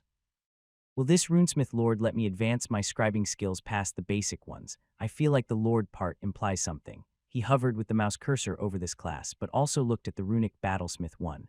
After some deliberation, he decided to go with the Lord variant. This world had a thing about putting noble titles above all other things, so it might have been the same with these classes. I can always fail the class change trial on purpose if it seems lackluster. With the infusion of money, he could just go buy another class change crystal. It was normal for some people to look into the trials and judge if the class was a fit for them. The trials more or less showed what the class would be about. The crafting classes required a person to fashion items of various kinds, while the battle classes required you to combat. What would this one force him to do? Maybe he would need to craft a full set of runic armor along with a weapon. That would actually not be a bad thing, as he would get some free experience and knowledge with the trial. Here goes nothing. He nodded and clicked on the icon. The PC did its thing and the VR headset popped out. It looked slightly different though, like a more advanced model. Roland looked over it before placing it on top of his head. He wasn't sure if it was because of the Tier 2 trial, but that might have been the case. Roland hadn't been here for some years. The last time was his blacksmithing class change. He had to get used to the flash of white light as he got transported into the next trial room. The first one was a smaller library where he just needed to scribe down a simple glowing rune. Then there was a smith's workshop where he had to produce a magical ladle. Both those classes made him produce something, and that is why he was confused about the trial area that was produced this time around. He looked around and noticed that he was in some kind of large arena. It was similar to a Roman Colosseum that he saw in some movies. There were differences though. For one thing, there was no place of an audience anywhere, just walls. This arena was circular in shape. The ground was covered in plain sand. There were a couple of eye-catching things here. For one, there were 4 large gates on each side. 2 were made from wood while the other 2 from metal. The walls were quite high and stretched up to the ceiling for a good 100 meters. The area inside was about the size of a football field. There were many torches on the arched walls that lit up the place quite nicely. There was another thing that was out of place. A lone column stood close to the center of this arena. After looking around, Roland couldn't spot anything that was similar to the other 2 trials. There were no instructions, no books that he could read, nothing that indicated what this trial would be. The only tip was this place. Being an arena, it indicated that this would be a combat-related task. If that was true, then there was another problem. He didn't have any weapons. What he was wearing was just a random tunic. He had leather boots along with pants, but he couldn't spot any weapons anywhere. Was he supposed to fight here with his bare hands? Was this runesmith lord class some kind of grappling profession? That doesn't make sense. There is something on that column. He spotted something red sticking out from that misplaced column. After walking over, he recognized it as a large red button. This thing looked quite out of place. It was bright red and placed on a rocky pillar. It had a certain magnetic feeling to it. The more he looked at it, the more he felt like pressing it. If I press this, the trial will probably begin. He walked back for now. Before pressing that red button, he took some time in examining this whole arena from top to bottom. He looked over every gate, even pressed his ear to it to see if he could hear something. But they all had a similar feeling to the apartment building. He couldn't really touch it, and the texture that looked like wood felt off. The rest of the arena was similar. He started running into invisible walls, and climbing the ones that were going up was also impossible. Soon he returned to the big red button, feeling like he just wasted 10 minutes on nothing. With a slight sigh, he moved his finger on the button. It was pushed in easily, and it took a moment to see a reaction. The entire space he was standing in started to rumble. The pillar with the button began to sink into the ground, while another platform directly in the middle of the arena appeared. Roland stepped back and watched. The ground started shifting. It looked like the earth in the middle of this arena parted to the sides. There appeared a large hole. Before he could go over to see if there was something down there, a platform started to rise up. On it were several items that he was very familiar with. Is that blacksmithing equipment? He called out in surprise as he saw a large working forge along with blacksmithing tools show up before him. On this moving platform, he could see a forge, smelter, workbench, anvil, and all the other things that he always used for crafting. The rumbling continued. Apparently this wasn't quite over. The noise this time around was coming from the ceiling above. He looked up to see another hole opening there, then a familiar object appeared. It was a giant version of the hourglass that he had seen in the 2 previous trials he took. This one was quite large. The sand was dropping slowly, which indicated that he would have some time before the timer ran out. The big question was, what was it for? It's different this time around. There was one thing that was bothering him. There were no books in this workshop that appeared here. What was he supposed to do? The other trials had instructions for building items, but this time around there was nothing. There were all the resources and tools to craft weapons and armor, but no clear indication of what kind. Started picking up the tools and looking over them. There was no indication or clues. It was as if this trial wanted him to craft something, but the choice was up to him. He stopped for a second to rethink this. If he took too long, the timer would run out before he made a single item. Luckily for him, the answer to his question came in the form of a sound coming from the distance. He looked to one of the wooden gates. There was a strange sound coming from it. He listened closely while wondering if he was hearing things, but there it was again. Some sort of scratching or clawing sound was coming from one of those large doors. What is that are there? It dawned on him then what this test was all about. The sounds coming from there were probably monsters. This was an arena meant for fighting. He put 1 and 1 together and got his answer. He was supposed to craft his own weapons and armor, then face the monsters lurking behind that gate. This is going to be one of those unconventional trials. He tried recalling the books that he had read. They all stated that the tests were class-specific, but they mostly were segregated into some categories like crafting tasks, combat tasks, and fetch tasks. The latter consisted of having to go through a course to procure an item.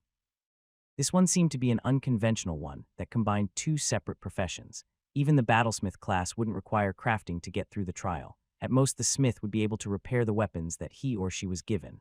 There was also another peculiarity about this trial compared to the other ones. Roland didn't receive any temporary skills that would belong to this runesmith lord class. He had no idea what this class was about without those. The trial was pointing at it being a hybrid crafting and combat class at least. Roland didn't have any time to stand around anymore. Now he knew that there was something lurking behind that door that he would need to kill. He had no weapons or armor. This problem he would solve by fashioning himself a weapon. What should I make, a sword or a mace? These were the two weapons that he was the most proficient in. A sword would be better on softer targets and also more nimble. The mace was good for larger, slower enemies and ones that were armored. I would prefer a sword, but will there be enough time? He asked himself while going through the materials. He felt that a sword could be better for the fact that he could utilize the sword runes he knew. The mace had one advantage, though. It would be easier to make and required no sharpening or pinpoint precision crafting. It was more or less just a blunt metallic club. To make a proper sword, he would require a lot more time. With the mace, he wouldn't even need to make a separate handle or pommel. He could probably just get a wooden handle and just produce a mace head. This all depended on what materials he had. Besides the mace, he needed some protection. A mace and a shield for now. The plan was made. He needed these two items as a bare minimum. If he had more time, he could look into making some armor with added runes for spell casting. He was also hoping to have enough time for a few magic paddle wands. He grasped a hammer from the side and noticed that it was made from deep steel. It was better than the hammer that he was currently using back at his home. The metals he was working with here were bronze, iron, and steel. There were some steel rods here and there, but they were a bit too thin to be used as a handle. It looked like this trial wanted him to work with the thicker ingots. There were several hardy tools that he could punch holes with preset here, but first, he would need to fashion the handle. This could be done by directly molding an ingot through precision hammer blows. The next part would be the crown part. It could also be done like that, but there were other options. There were several molds here to the side. He could save some time by using one of them for the head part. Why would he do that if the end product could come out more brittle than through a regular forging method? The answer was reusability. There were many of those gates around him. He felt like this trial would have several stages where the doors opened one by one, maybe even many times. If he made a mold for the mace crown, he might be able to use it again. At least the wooden part that was made for the spiky ball imprint. He chose to go with steel as it was a superior material compared to bronze and iron. With the molds here, he could also try casting a sword directly from them. The problem would still be with the sharpening of it. A blunt mace with some spikes would be far easier to fashion. The hourglass was very slow, which meant that he had a lot of time, at least for now. First came the hammering of one of the heated-up steel ingots. Thanks to his smithing skills being maxed out, the hammering process went rather smoothly. Roland found how the skills in this world worked to be astonishing. They kept a person at a certain level of ability. Whenever he picked up a hammer or a sword, it all came back to him. He knew where to hit and how hard to do it depending on the item that he was working on. With time, the shaft started taking shape. Next came the griff along with the handlebars that were on the top and bottom side of the mace, between the griff part. This was all done with skillful hammer hits, all while the metal was nice and heated up. He had already worked on something like this before, so the motion was practiced and natural. With time, he was done and could move on to the molding phase. He needed the spiked ball of the mace to fit into the shaft, and that's why he made it first. For some reason, there were various wooden objects here as well. One of them was already similar in shape to a spiked mace head. Maybe the trial was making things slightly easier for him. There were also various carving knives that were enough for him to get a proper spike shape for his next weapon. The time continued to pass. There was a lack of scribing materials here, though. Roland would have to forego his spell scrolls for this test. Instead, he could make some magical wands that worked in a similar way. The problem was his mana reserves. There was a certain lack of mana stones here, so he would have to forget about lessening the strain on his MP. With time, the wooden version of the spiked mace head was ready. He fitted it on the thicker weapon handle from the bottom to see if everything was in order before putting it into the mold. The smelter was heated up by him beforehand. He did it to save some time. The red-hot metal dribbled down into the prepared mold that was shut tightly. It was a similar mold case to the one he used to make his first bronze sword. While it was cooling down, he went around to pick up a thick enough plate of steel. He would make a quick shield with the leftover time. This shield wouldn't need that much forming, as he could just stick to a tower shield design and would just need to rivet the handle part from the back. At the end, he would be preparing the runic structures. Without them, these weapons that he made wouldn't really be cut out for much. Time was of the essence. The large hourglass above his head was a constant reminder of that. Soon he would have to face against whatever was behind those gates, and the weapons that he had time to produce wouldn't really be anything special. He could only hope that the added runic enchantments would let him squeeze out more from them. Sparks flew with every strike of his hammer. The echoes of those hits spread through the large sealed of arena space. With one last bash of his smithing tool, Roland was finished. The runic structure was complete, and he examined it before putting it to the side. What he was working on looked to be a simple piece of steel. It wasn't much to look at. Its shape was uneven, and more thought was put into the handle than the rest of it. This was the last wand that Roland was able to produce. When he looked up, he could see the last grains of sand finally falling. Soon the time would be up, and the next stage of this test would start. He whipped the sweat of his brow while sitting down. He began gathering mana from the surroundings. There wasn't much time left, but he would use it to recover at least a bit of his mana. The whole runecrafting process made him take a hit to his mana reserves that were at about 50. This will have to do, Roland thought while meditating in a lotus position. He could feel the abundant mana in this strange virtual space entering his body. The concentration was much higher than what he was used to in the real world. With it being this plentiful, he could hope to regain his mana pool past the 70 mark in a few minutes. He was limited in what he could make in this short amount of time. The mace was to his side. It looked crude, but it would have to do. He wedged the casted spiky head part on the shaft for a tight fit. There was even a spare for the head part in one of the molds that he didn't open yet. The runic structure he went with was the strengthening rune. He feared that this weapon would break easily if he just left it like this. The next item was for defense, a tower shield with a handle made from leather on the other side. He used some strength to bend it slightly for it not to be just a flat sheet of metal. He could barely pass off for a shield. The part where his hand went into wasn't reinforced too well. He riveted in another piece of steel to add to the thickness on the inside, but that was it. There was a mana shield rune inscribed on it as well. The rest of his time was spent on creating disposable wands. Those didn't take much time to make, as he only needed to make them large enough to hold the runic structure. He placed common grade attack spells on them while he used the lesser versions on his shield and mace. The wands were disposable, but he needed the mace and shield to last a bit more. He had also created a simple knife. It was also made by hammering a piece of steel into the correct shape, then sharpened to get a workable edge. He couldn't really call it a weapon much, but it would have to do as a last line of defense. He went with the sharpness rune. If he needed to cut a throat, it would do. Soon the sand ran out, and Roland could feel the arena rumbling once more. He was sitting in the middle of the workshop part, so he felt it moving violently. The whole thing was moving down into the hole that it came from. He quickly grabbed all the gear and started tossing it down from the platform.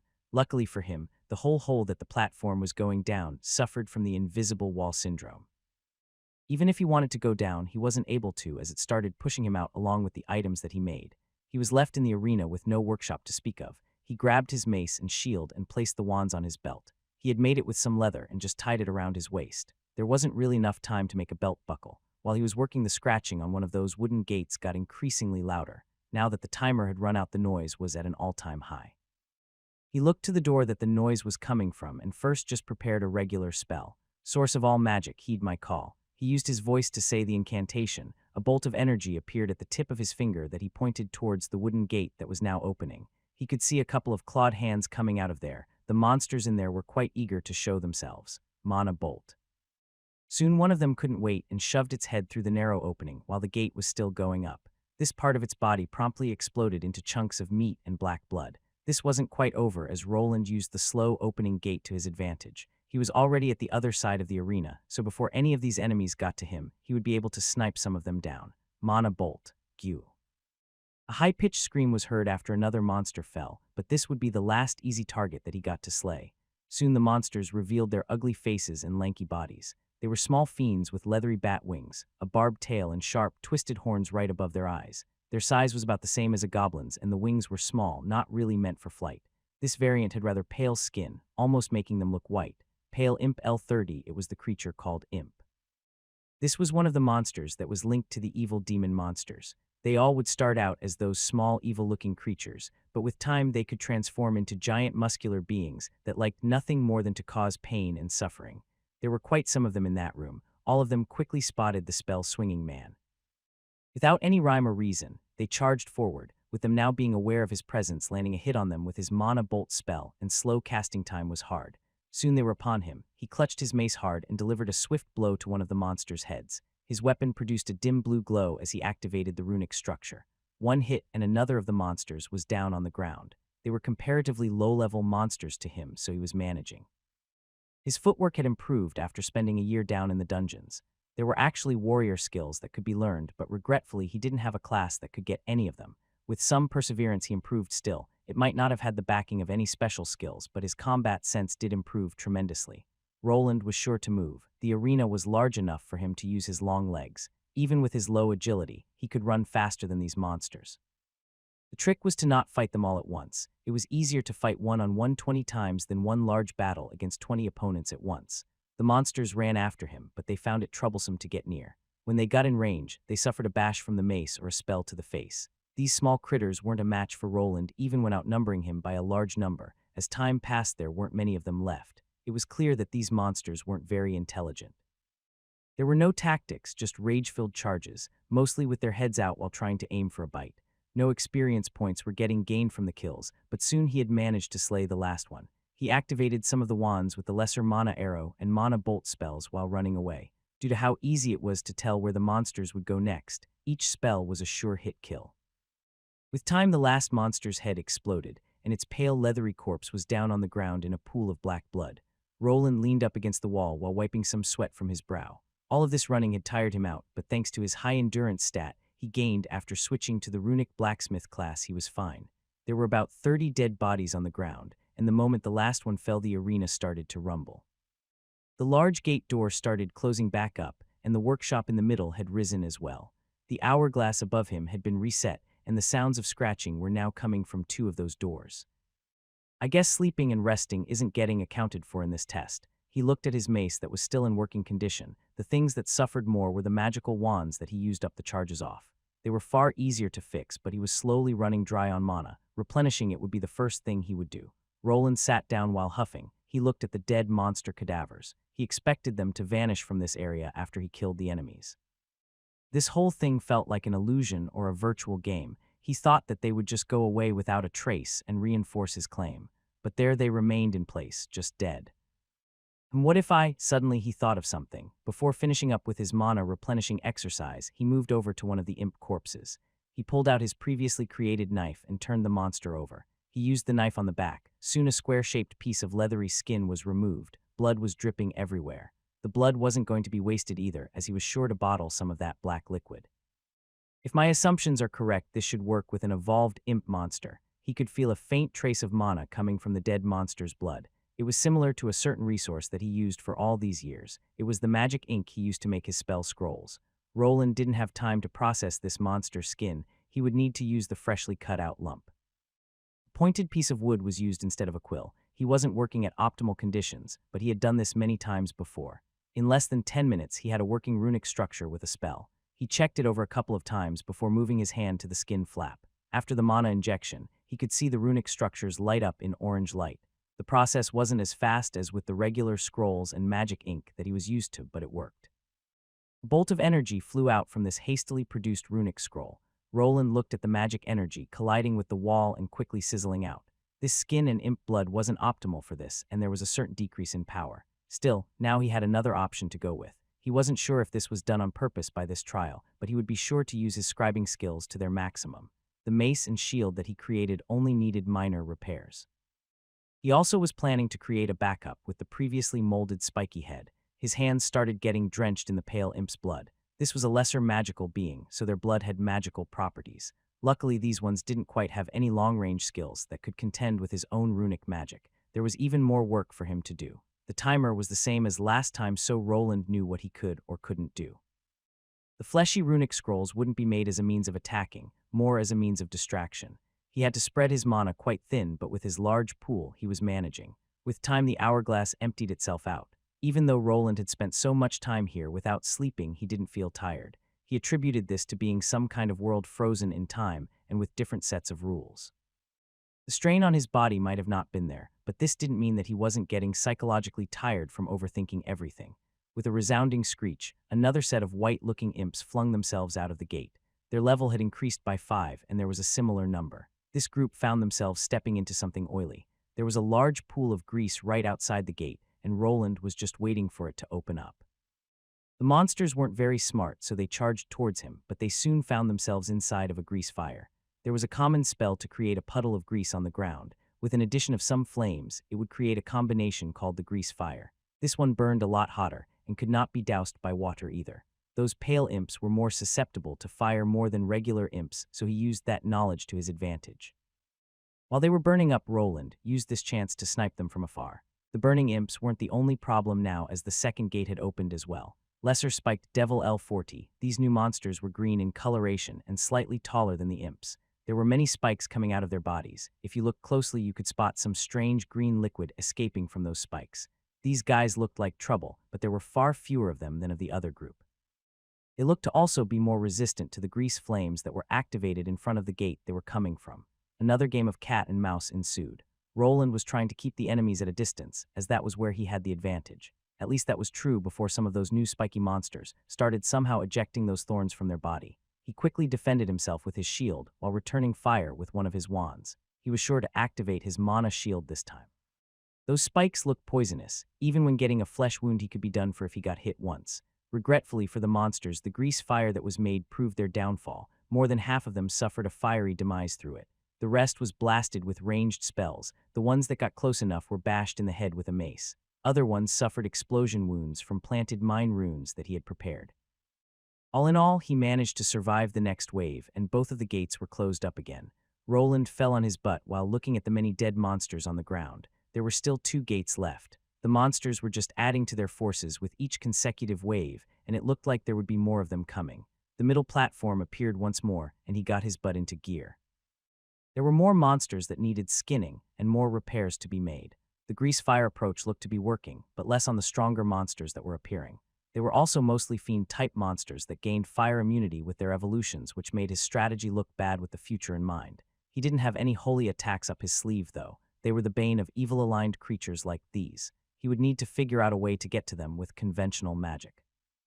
More scrolls were made as well as repairs for his gear. He had to replace the first mace as it shattered into pieces after colliding with a spiked devil's skull. With more time on his hands and a plan in mind, Roland was able to expand his protective capabilities. He hammered a larger sheet of metal to create a half-baked breastplate, some wrist guards and greaves with more runic enchantments to boost his defenses.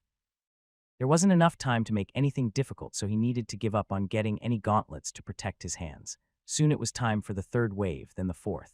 If he would make it to the last one would remain to be seen. Will this be enough? A beat-up-looking Roland was standing close to the edge of the workshop. It was still there, but soon it would slide down below the arena ground once more. The whole area was filled with monster remains that came from 3 of the 4 large gates. He looked at the newest type that was a hellhound. These creatures were quite nimble and hard to fight off.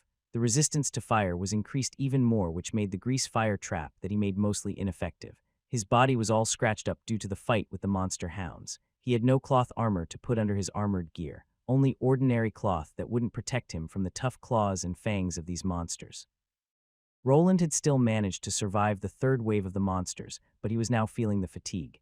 He couldn't use the previous plan of setting everything ablaze or making a minefield. The hellhounds were fast runners and could smell out the buried flesh scrolls. This last gate looked to have an even stronger creature behind it.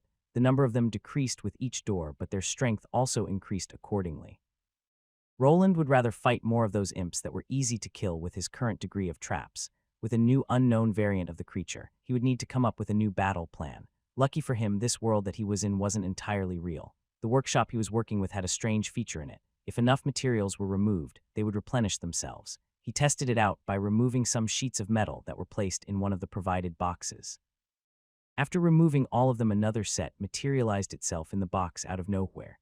This same phenomenon happened with all the other resources, be it the metal rods or ingots. With this slight bug in place, Roland decided on his new plan. The unprocessed sheets of metal that were meant for making thinner armor pieces were distributed around the arena. When enough of them were out there, he utilized the stock rods that were also there. The ones that were used were the thinner ones that could be used as wires. Soon a spider web-like pattern composed of metallic rods appeared through the whole arena. For some reason, the hourglass was giving him more time for this last big door. Roland could try getting through this task in a less troublesome way. Creating a good set of armor and some weapons weren't out of the question in this time frame he was given. He had chosen a different approach this time around, mostly due to the fact of not being a pure fighter. With the help of a special rune wand that could discharge heat and flames, he began connecting the metallic parts together. He didn't need them to stick together that well, just enough for the runic traces to go through them. Quite a grueling process of welding and hammering took place as the work continued.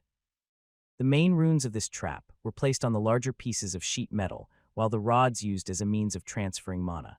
Roland had never tried connecting this many runes together in one runic structure. He knew that there were risks involved, and that he would be instantly drained of most of his mana after one activation. The decision was already made, though. He would take care of the last part of the test. With the biggest problem would arise if the monsters coming out were resistant to the magic he would be producing. Time continued to pass him by as he worked. The more he hammered, the more he started to doubt if this would even work. Roland was afraid that the thing that he was making would just blow up instead of working. That, or he would either lose all of his mana instantly and pass out, or it just wouldn't turn on. After a lot of painstaking work, he was somehow done. There were no breaks in this trial whatsoever, and he had been here for several days with no sleep. For some reason, he wasn't feeling that fatigued, but the constant thinking was slowly getting to him. He placed himself in the center of this spiderweb-like trap that he made. It would have to do, as the hourglass was seconds away from being emptied. The whole thing he made was covered in sand. This was done by him to not make it too obvious for the monsters. He also hoped that the monster dogs would ignore the metal parts, as there was no flesh involved. I guess this is it. Roland glanced over his creations that could very well blow up in his face. The area was still filled with his mines, and the grease fire tactic would be used as well. He heard a clicking sound, and the workshop part slowly descended below the arena. The clawing of the monsters against the gate walls intensified with their movement. These demonic monsters were greeted by the usual fire treatment. These fiends didn't learn from their previous blunders, as they just charged towards his general direction the moment they were out of their locked room. Some of them fell to the flames while he stood away from the danger. He had his tower shield with him to block any incoming projectile attacks like the spikes from the demons from the second gate. The doors were opening at about the same time, which was fine for him, as he needed the monster to enter the area of the trap together. Hounds that looked like they came out of hell started howling as they were finally free from their confines. Roland, on the other hand, looked at the sturdiest fourth gate, which had the surprise last monster type. Chain Devil L65, there it was, about 2 meters of height and quite muscular. Its skin was crimson and disfigured. It looked like the being had been burned badly. The face had small, beady black eyes with which he felt like the creature was looking at him. The most characteristic thing about this monster was its chains.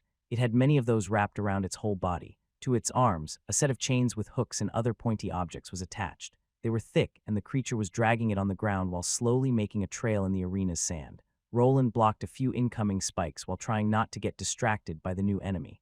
There was only one of those chained demons, but it was a Tier 2 creature above the 50th level. This was a Tier 2 class change trial. Normally, monsters above level 50 wouldn't appear as enemies. When they did, they would be that exact same level. This trial was a bit different, and Roland already knew that. The sheer number of these monsters already was out of the ordinary. From what he knew, even the warrior class trials weren't this enemy intensive. Apparently, most of the time, they would only fight one enemy at the Tier 2 level to prove themselves.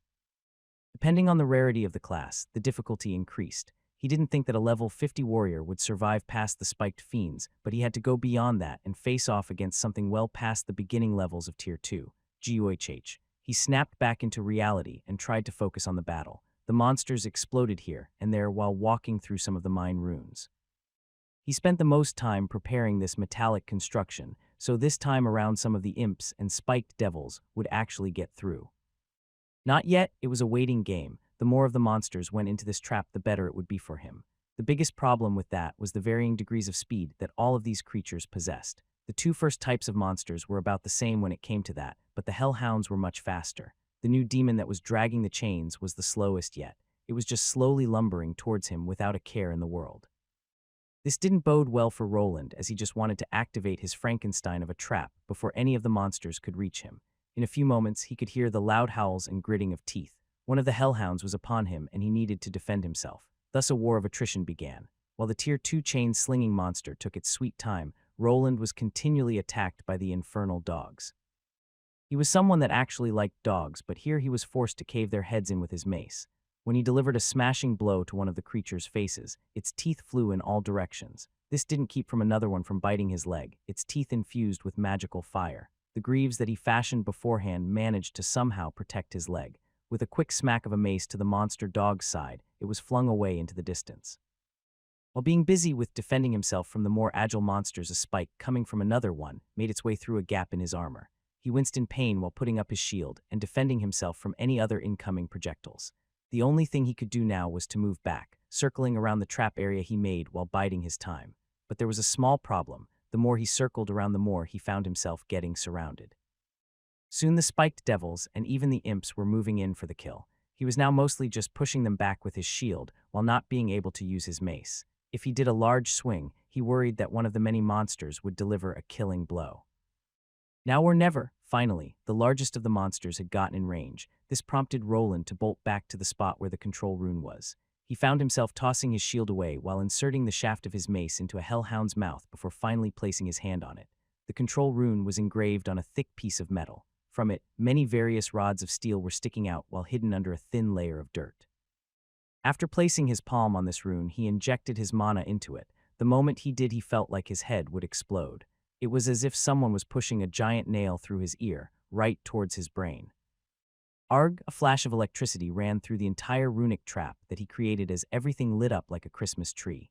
After working for a year with generators and electricity, he had learned a thing or two about those runes. This trap produced a massive electrical shock that was discharged into the monsters. All of them got hit, while Roland curled up in a small area where the lesser lightning runes that he made wouldn't jolt him into the afterlife.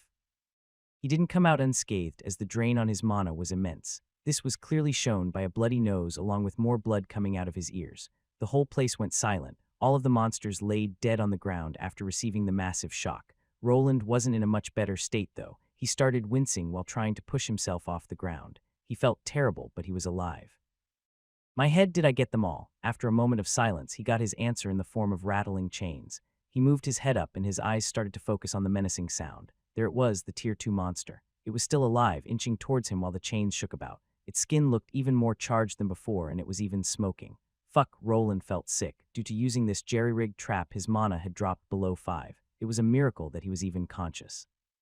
This demon or devil wouldn't give him much time to get back to his feet, though. It just slowly tricked towards him with slow, large strides. It took him a moment to find the mace that he inserted into a monster's mouth along with his shield. With weak, shaky steps, he moved towards it and managed to get to them before this monster got to him.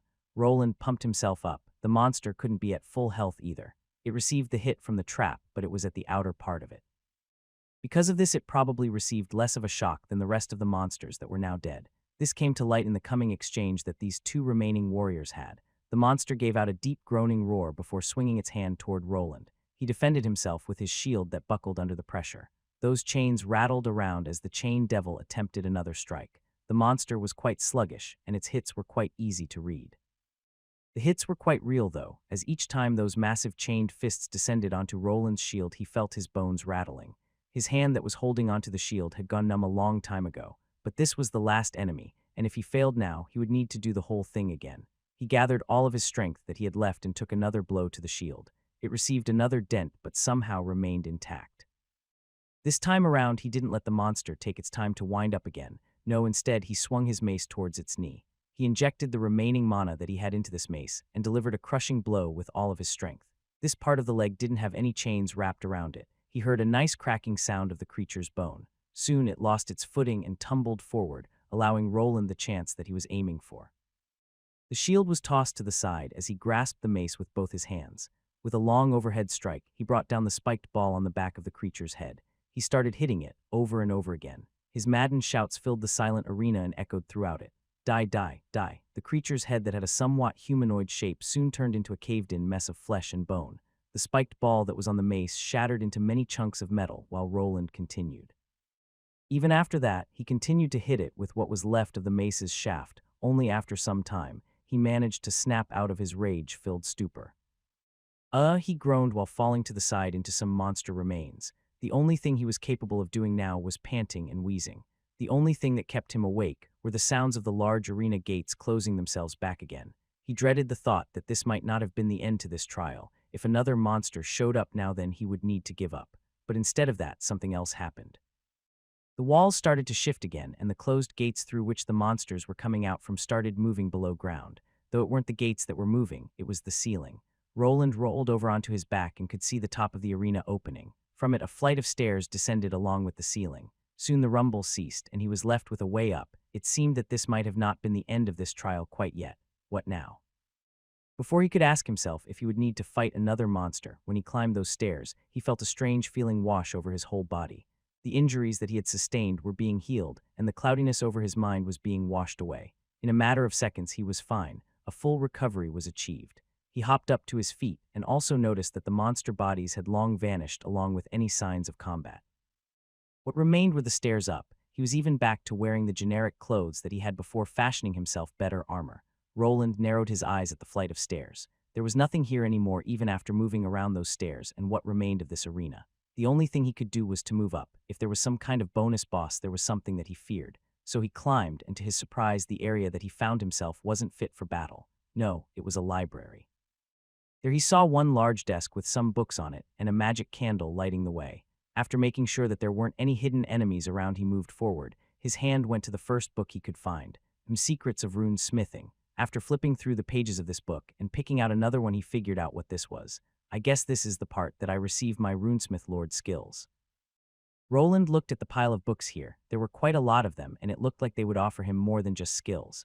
There were designs for certain runes, theories that couldn't be bought at auction houses. With this, he might be able to clear up the deficiencies in his knowledge. It was time to read. Is this going to be a written exam? The sounds of vomiting filled a closed-off room. In it, there were many smithing tools along with scribbles of runic patterns on the walls. This was Roland's workshop that he had hidden away in while going through his Tier 2 Ascension ritual. After it was over, he found himself affected by the strain of going through those tests. In the regular world, the use of a class-changing crystal was almost instantaneous. It didn't seem like more than a few seconds had passed. Reality was different, though. The moment he was out, his brain was jolted with new information. It was like every stressful emotion from all that fighting and then skill learning was condensed into one moment. This caused Roland not only to chuck up his dinner into the bucket that he had previously gotten, but also to pass out. Ugh, he woke up to a characteristic stench that he recalled from some of the parties he was in his previous life. The bucket he used had spilled, and the whole place was a mess. His workshop was lit up thanks to his mana generator, but he wasn't sure for how long he was out. The first thing that had to be done was to get a new change of clothes and then to clean this mess. Roland decided to move upstairs. For now, he grasped the door and was surprised by how much lighter it felt. It was a reinforced steel door that he made to resist heavy impacts. It was also very heavy so that normal people wouldn't be able to open it alone. This already signaled him that he had made it through into the second tier. Before checking his new status, a change of clothes was in order, but then he was quick to take a peek. To his surprise, there was quite the change in his stats. Name: Roland Arden L. 76 classes. T2 Runesmith Lord L1 Primary T1 Mage L25 Secondary T1 Runic Mana Scribe L25 X T1 Runic Blacksmith L25 Tertiary HP 2405 2405 MP 72 5972 59 SB 32 76 32 76 Strength 64 Agility 45 Dexterity 92 Vitality 64 Endurance 73 Intelligence 123 Willpower 112 Charisma 17 Luck 10. The Runesmith Lord class was now at the first level after he went through the trial. He remembered his old stat allocation and noticed that each of his stats went up by 5 points. This was with the exclusion of luck and charisma, as those two acted on different rules. Another interesting thing was that he was able to have 2 subclasses active instead of just one. His blacksmith and mage class passives were still working and boosting his mana and stamina reserves. Even with this, it didn't account for the massive increase in his MP, HP, and SB that he was seeing. After going through a few other status screens, he figured why this was the case. Runesmith Lord class. This class gives a 40 bonus to HP, MP, SP. Mana costs of using runes and rune-related skills is lowered by 30. Tier 2 Lord trait adds a multiplier of 2 to all of the basic stats with the exception of luck and charisma. First was his new class. It immensely increased all of his stat points like health, mana, and stamina. He was also getting something similar to his rune mastery skill that lowered the mana cost for runes and rune-related skills as well. So not only would he be able to cast more runic spells, but the cost for runesmithing would be lowered. The other thing was his Tier 2 multiplier trait. It was also not a regular trait multiplier, as normal classes had it all at a 15 times. This meant that he would outperform regular Tier 2 class holders, even with lower numbers on his side. The points he got after reaching the first level of his Runesmith Lord class were also quite high. In previous cases, something like this wasn't the case. Did this mean that he would be getting that high of a number of stat points at each level? Roland wasn't sure about that. From what he knew, Tier 2 classes did gain more of those points, but not by this much. It could have just been some kind of bonus for reaching this tier. Only when he reached the second level he would know for sure. There was also a change to most of his regular skills. Identify L9. Analyze L1 Basic Mana Shaping L9 Mana Shaping L1 Basic Mana Regulation L9 Mana Regulation L1 Basic Rune Mastery L9 Rune Mastery L1 Basic Runecraft L9 Runecraft L1 Basic Runic Blacksmith's Eyes L9 Runesmith Lord's Eyes L1. Most of them turned into more advanced skills. All of the skills that were at the 9th level had gone through a change. Each and every one of them was now at the first level of a more advanced version. Most of them just lost the basic prefix, but some turned into other skills. Like his Identify skill was now the Analyze skill. His Blacksmithing Eyes made a change too. After going through that library of books in the trial, he knew why. Roland removed his dirty shirt and started to fill up his tub made from iron. He did finally manage to make himself that hot tub that he dreamed about. The mess downstairs would have to wait. Taking a bath was the first thing he needed to do. While at it, he grasped one of his old runic wands to test one of his new and improved skills. His eyes started glowing in a deep purple color as he looked at the runic structures. With a bit of concentration, he was somehow able to zoom in on one of the components. Then he saw it. There was some strange code in there. It reminded him of the programming language from his old college days. Heh. Smirk appeared on his face as he tossed the piece of metal to the side. In that library, the focal point was this code. In reality, it was something akin to a magic language that could be changed and turned to fit the user's preference. During the trial, he learned some basics of it. With it, he would now be able to change the insides of the runic components. In the past, he had to be creative with the placement of the hardware, but now he would be able to change the software to produce more unique effects. He might even be able to create more smart kind of weapons or more universal ones while being able to reduce the size of the runic components. This might reduce the strain on the metallic components and give him some room to innovate. Besides the improvement to his runic blacksmith eyes, he had gained another useful skill. Basic rune mending skill allows instantaneous repair of damaged runes. This skill might have seemed like it was just regular runecrafting, and not much different than regular repairs that he was already able to do. But in reality, it was different. It would allow him to mend used-up runes from his gear on the fly, and without the use of a hammer. The mana usage was quite high, but with all his passives lowering it, and his own large mana pool, it would be quite handy. If any of his weapons ran out of runic charges, he would be able to repair them in an instant. Thus, one of his biggest weak points of running out of charges would be fixed with this one skill. There was also another skill that he received, which was heat resistance. This was a lesser form of the fire resistance skill and allowed him to somewhat cope with high temperatures. From what he knew, it would level up the longer he stayed in areas with high temperature, and this skill could transform to the proper fire resistance later on. This would come in handy for the dungeon that was heating up at the lower levels. It was time to not look at the system screens. He found himself dozing off in the hot tub that was heated by his runic generator. Now, with his new skills and increased knowledge, he would have to go over the whole thing again. This was a challenge for another day as he found himself falling asleep in the tub and waking up a few hours later while almost drowning. After a cleaning drive and sleeping, he was good to go. With this, he was now a proper member of society. In this world, before you reached the second tier, you weren't considered a respected adult. He would also be able to get a silver adventure grade now, of course after passing a little test and paying a small fee. The guild was laxer on the bronze and steel adventurers, but from silver, they got involved more. This was the first larger bump in the road of an adventurer. When he advanced to steel grade, he didn't really need to do much. It went up just by him continuing to kill monsters and doing missions. With the advancement to silver grade, the guild would now get involved. Wonder what kind of mission they will give me. Roland was now down in his workshop. He was still getting used to his increased strength and agility. His stats didn't look like they went up by much, but with the 2-time multiplier, he was twice as strong and fast. He was thinking about going to the guild. Getting a better adventure grade brought some advantages besides prestige, the biggest one being better prices when selling or buying items from the guild directly. There was also another thing that he would like to do now. After being done with his advancement, he needed fitting weapons and armor to go with it. His armor and weapons were made from good quality steel, but that was it. It was time to move on from this and try something from the top shelf. He was going to produce his own deep steel weapon and armor. He had procured some raw materials for this cause, but there wasn't quite enough. It was time to go back to town. The new adventurer rank could wait.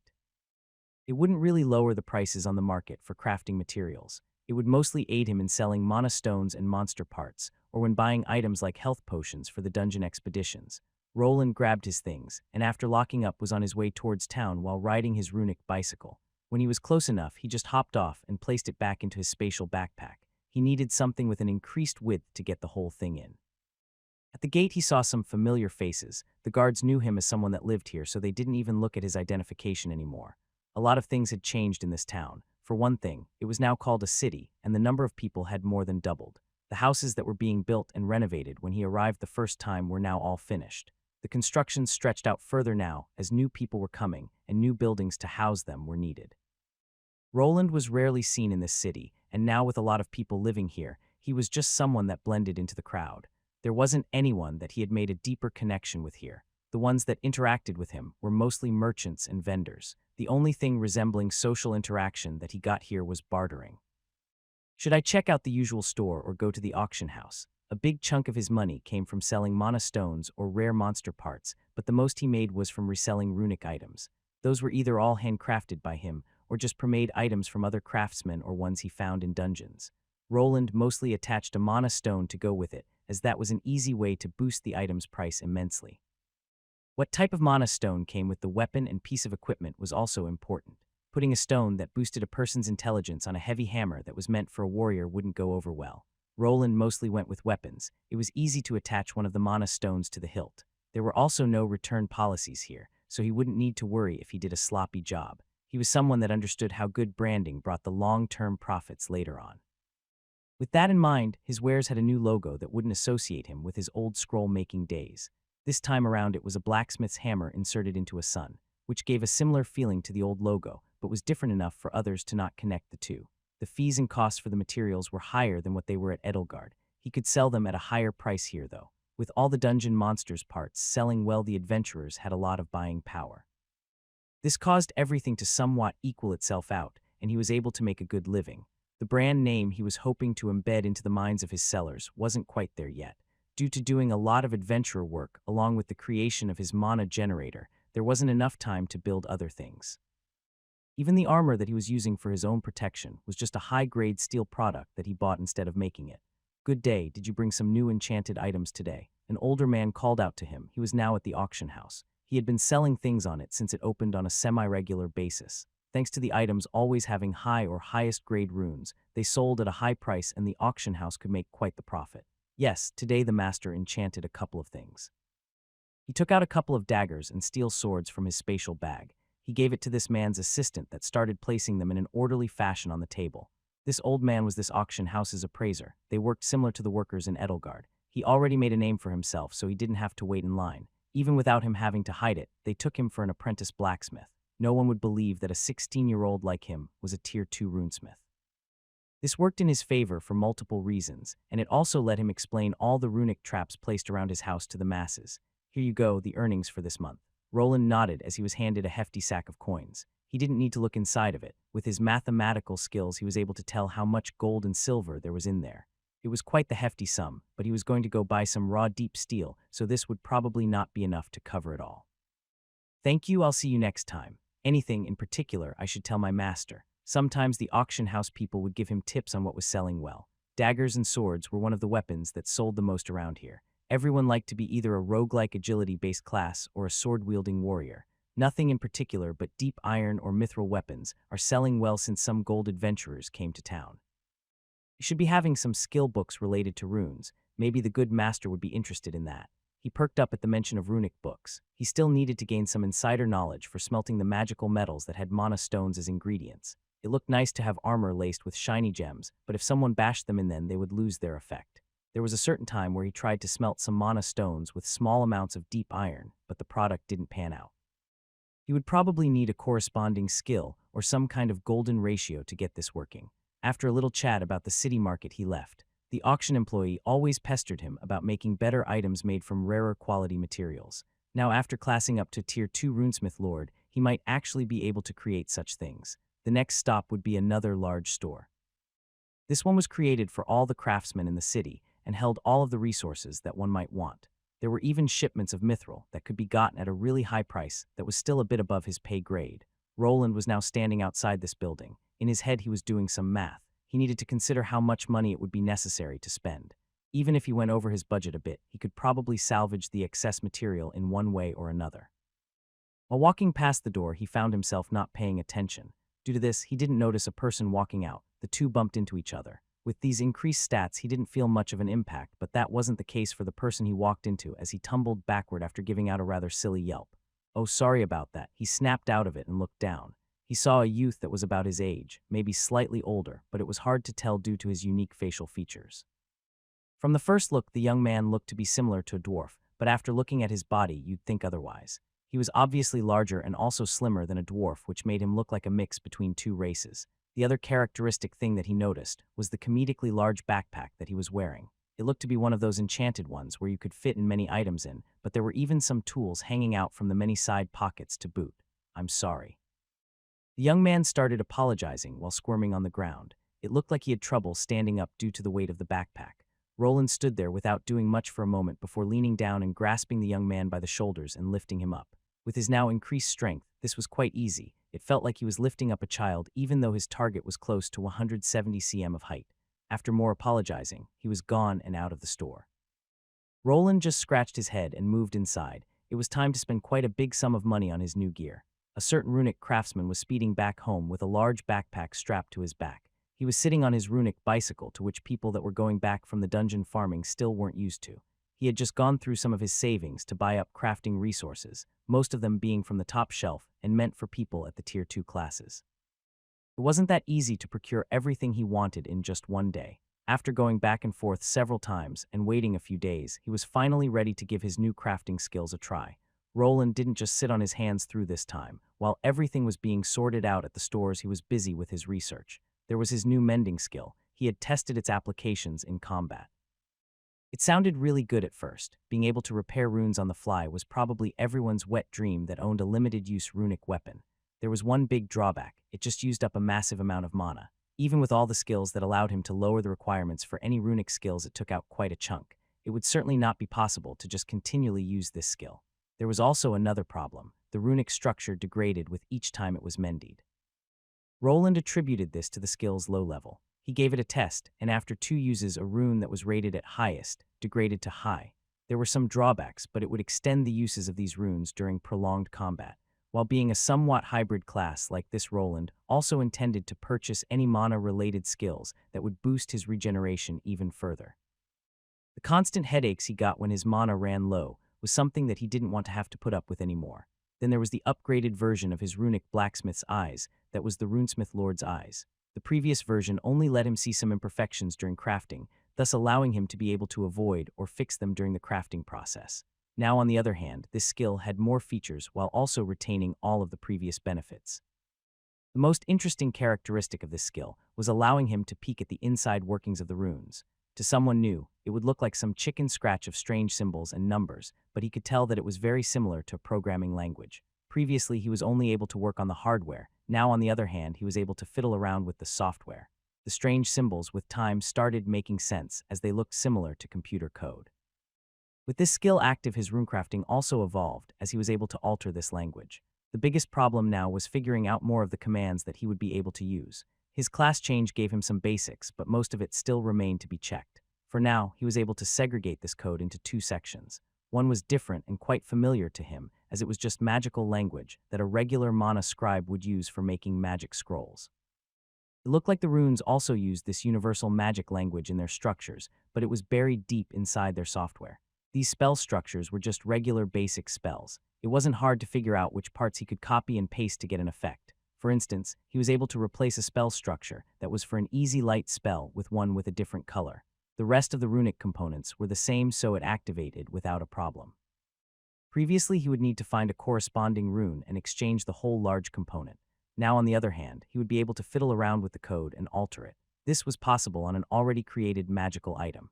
He had a good idea how to use such a thing in combat. If he placed a flame sword rune on his sword, he might be able to change its elemental characteristic to something else. Through some changes in the coded spell, a flame sword could change into an ice sword.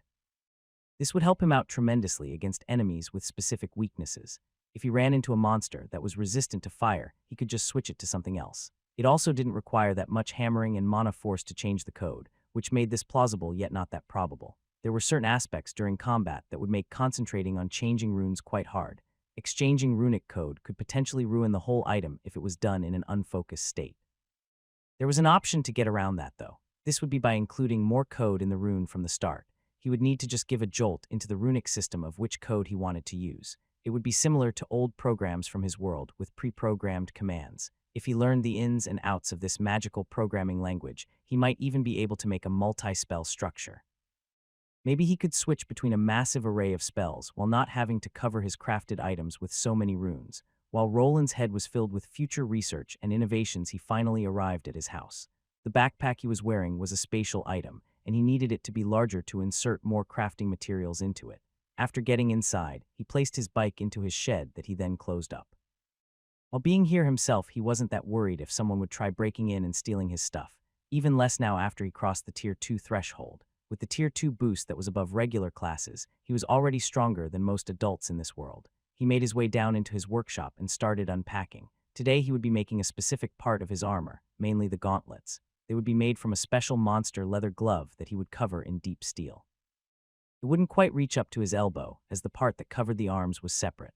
Roland considered just purchasing a set of completed deep steel armor, but the costs were quite high. This material was mostly sold with completed generic enchantments or runic ones that increased the price even more. He tried asking around, but all the smithies were busy with their own work. He would need to wait months, even up to half a year, to get a fresh suit of armor with no enchantments on it. Then also contend with erasing all the old enchantments, which would cause loss of materials. By making his own stuff, he would also increase the levels of his skills. It was also good to train skills. With them maxed out, there was a possibility for other class options being unlocked to him. Sometimes even some hidden skills required a certain skill to be at a given level before it became available. This was also what he would be doing for a week or two.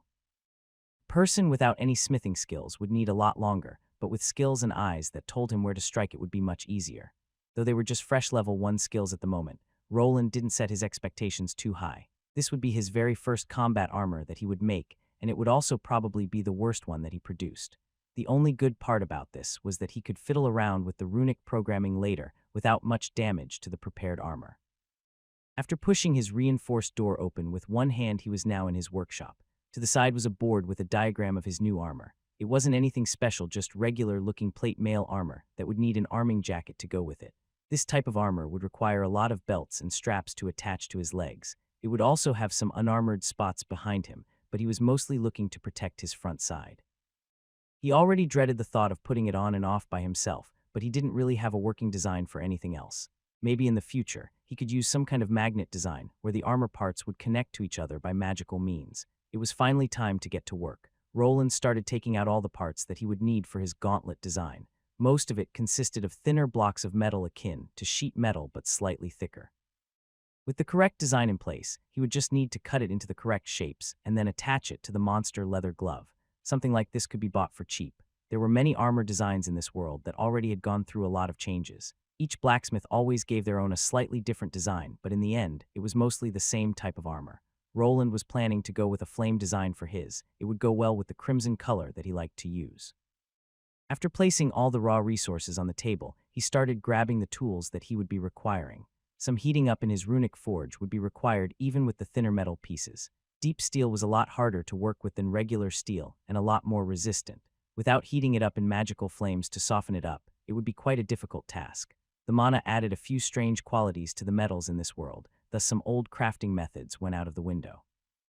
Luckily, he had a few modernized tools already prepared. Punching holes was now a thing of the past as he built himself a nice drill. Making the drill bits was a bit tedious, and he also had to make some from deep iron and steel. The old slave collars helped with that part as he had melted them down to recycle them as some of his current tools. His new crafting hammer was also made from them. Crafting the runes on this piece of armor would come last.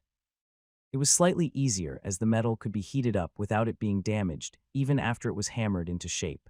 After having prepared everything, it was time to get to work. He put on his blacksmithing apron that he got cheaply off the market along with his protective goggles.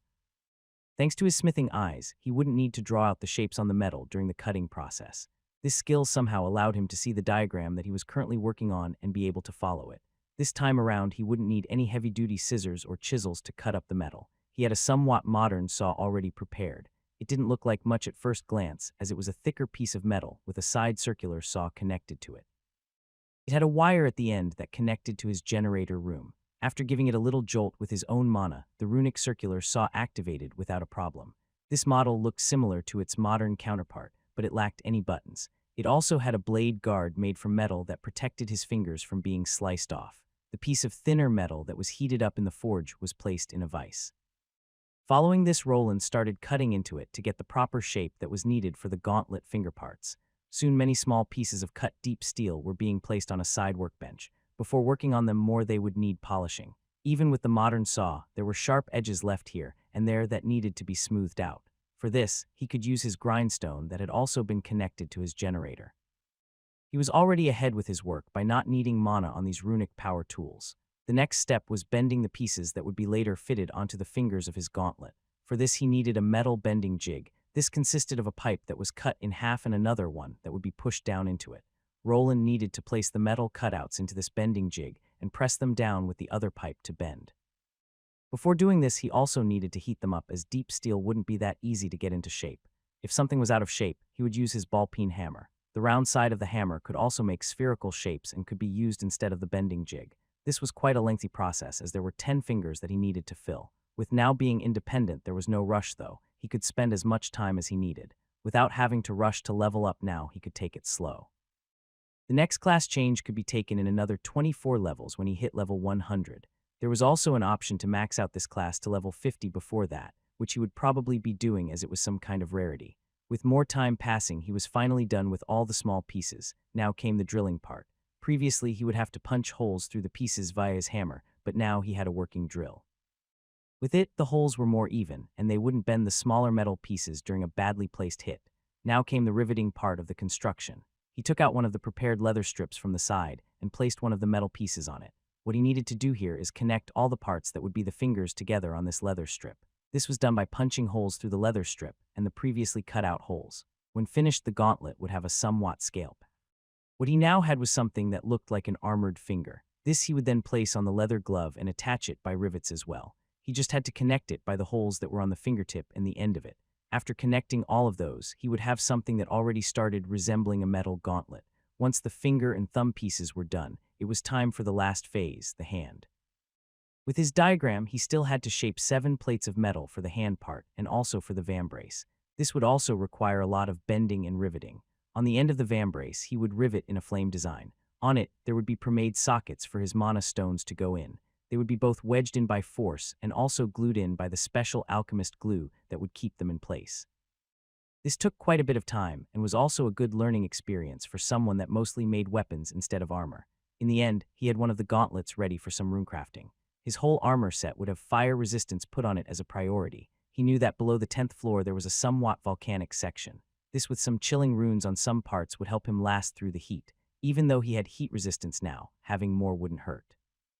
Roland placed the half-finished gauntlet to the side. It had taken him a whole day to get here, and there was still some work left. He was certain that the left gauntlet would take him a lot less time. The lack of skill progress during this proved that it was a lot harder to level up those tier 2 skills. After pushing the door open, he headed over to the kitchen.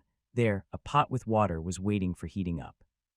His stove was also running on heating runes, so he was saving a lot of money on resources like coal and wood. While resting, he looked outside his window. The moons were already up in the sky. It was one of those times where old memories flooded back. He had been living in this world for over 10 years now.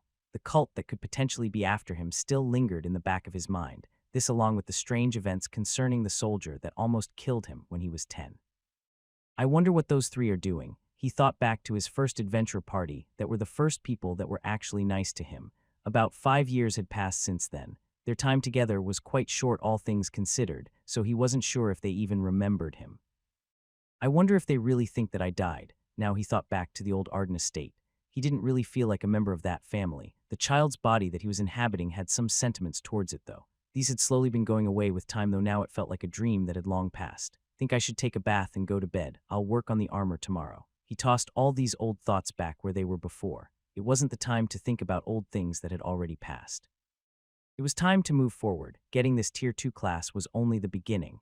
A somewhat nice-looking deep steel gauntlet was laying down on a table. Roland looked at his newest creation and couldn't help to slide his hand inside of it.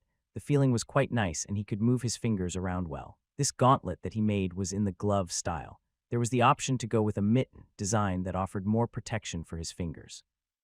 That type of gauntlet offered more defense but at the expense of dexterity. He went with the more dexterous variant that fitted his high dexterity stat more. The right one was done, but he still needed to assemble the left. First, though, it was time to perform some tests. This gauntlet was fitted out with 4 common grade mana stones that were at the sides of the vambrace. Thanks to the ethereal pathways technology, he would be able to connect all of his armored parts together later.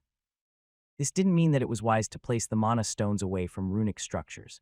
He attempted to place the mana stones in a hidden structure away from the moving parts while not exposing them to harm's way. But a concentration of mana stones in one place would cause the runic circuits to overload. They just couldn't take the enriched mana output that was injected into the system. Thus, they needed to be placed close to the runes they were supposed to affect. He looked to the side where a small plate made from deep steel was just sitting there. This was a part that he used for research purposes. It was in a square shape, and in each corner there was 1 common grade mana stone. The whole surface was filled out with runic symbols. He moved his finger towards it to give it a poke. Through his finger, he injected a trace amount of mana to look at the previously pre-programmed effect. This metallic plate lit up in an orange light before spitting out some flames. In a moment, an orb of orange light was produced, but this wasn't just a regular flame orb spell. The blob of light started to change shape, and soon words started appearing. He looked at the spelled-out words that said, "Hello World," and thought back to his previous life. Something like this was very common among programming circles, as this was mostly the first thing such a person would create. Before moving on to his gauntlet, he took out a small piece of metal. It looked like a pen made from deep steel with a mana stone attached to the top. This was just a simple device that aided him in runecrafting. He poked the desired rune on this plate and injected his mana. Soon the magic code started shifting into a different structure. The magic writing that was shining orange changed into a blue hue and exuded a more chilly aura. Changing just the code is much faster. It also doesn't affect the other structures, so the runes don't deteriorate. The runic code inside the runes was something that he learned during his stay in that trial library. He had taken some basics from there with which he could now perform such tasks. His understanding was still basic and mostly at the lesser rune level. It would take some time to go through all these runes again. The old knowledge he gained by matching the hardware components started feeling trivial, but it wasn't useless. Those parts were still important to get the highest grade and lower mana consumption while maximizing the rune's power. Such a thing wouldn't be possible by just playing around with the runic code. Is it possible to create some kind of runic operating system? This was the most important question. The code could be copied over after it was inscribed into the runic component. These runes he was working with were like hard drives that kept everything stored. This also brought another problem. He would need to make a lot of backup storage. His intelligence stat made his memory quite good, but even if he knew the whole code, writing it over and over again into each rune would just waste too much time. Roland looked at his created glove and then at the schematic that was hung up to the side. He had already decided on the spells that he would inscribe along with the rudimentary operating system that he would use to switch between spells. In the past, he would have to separate the runic structures into separate armor pieces if he wanted to have multiple spells. That or fit more separate structures on one piece of equipment and then inject his mana manually into the one that he wanted to use. Now, on the other hand, he could connect everything into one big grand runic circuit. He would store the pre-programmed spells in strategic locations. If he wanted to activate an ice spell through his gauntlet, he would just jolt the corresponding runic program. The Icero EXE would then activate and shoot out the spell it was assigned to.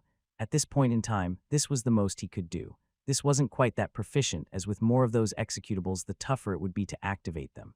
It was like opening up a folder and having to manually click on each executable.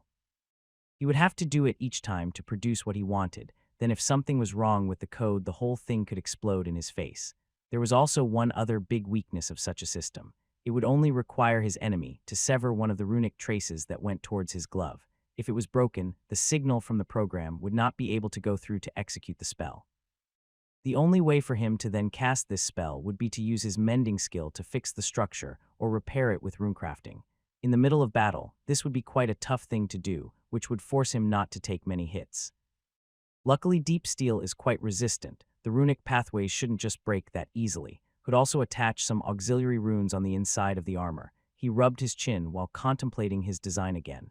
He really didn't want to do this again, but he didn't feel like he was quite experienced enough to account for everything in advance. This is going to take a while. He grasped his hammer from the side and resumed his work. Time flew by, and in about a month his creation was ready. Now for the finishing touches. A full set of deep steel armor was placed on his workbench. It was fitted out with runes, and the shiny mana stones were sticking out from a few places. It was nice and shiny as he had polished it to perfection before finishing up. This was also the problem. It was a bit too metallic and out there, but he had just the thing for this occasion. Roland took out a small bottle of red liquid and slowly brought it over to the breastplate and placard. He was sure to let a drop of this strange red liquid drop on the breastplate. The moment it collided with the metal, he could see a change. The whole metallic plate started changing color. From the spot the drop fell, it began to turn into a crimson color. Alchemists sure make some handy stuff. This was an alchemist concoction that was used to color metallic parts. It wasn't paint, it somehow changed the color of the metal it touched. This saved a lot of time as he never had to give it a paint job. His new creation was ready to be worn and tested. He had made it specifically for the silver grade adventure test that he would be taking soon. There was no way of knowing what they would ask of him, but it would either be a quest down in the dungeon or a one-on-one battle with another Tier 2 adventurer. If it was up to him, he would rather go with the dungeon run, as he didn't really want to interact with others or show his hand yet. After the paint job was done, another annoying task was before him. Now I have to get this thing on. He had already worn heavy armor before, but it was still annoying. There were many straps and procedures he needed to follow to get armor like this on. Normally knights that used armor like this would have squires to help them get dressed, but he had only himself. A grumbling, he began putting the whole thing on. He also used some pre-bought chainmail to cover some exposed parts. In time he was ready. Deep steel was slightly heavier than regular steel. Even with this, he didn't feel very restricted by the weight. His stats were already quite superhuman, so walking around in heavy armor wasn't much of a problem. His choice of weapon was an arming sword like before, along with a kite shield. The sword looked like his old sword, but it was made from deep steel. With everything accounted for, he left towards the city, shield on his back and the sword to his side. This time he would just go on foot to see how comfortable this thing was during prolonged walking. He had tested the runic spells before coloring already, so this was the only stress test remaining. The guards at the gate didn't react to him anymore. He was one of the only people wearing crimson heavy armor wandering through the streets. This world had far more peculiar things than men in edgy armor, so no one really thought it was that strange. Even if he changed his helmet to one that looked like a skull, they wouldn't even bat an eye.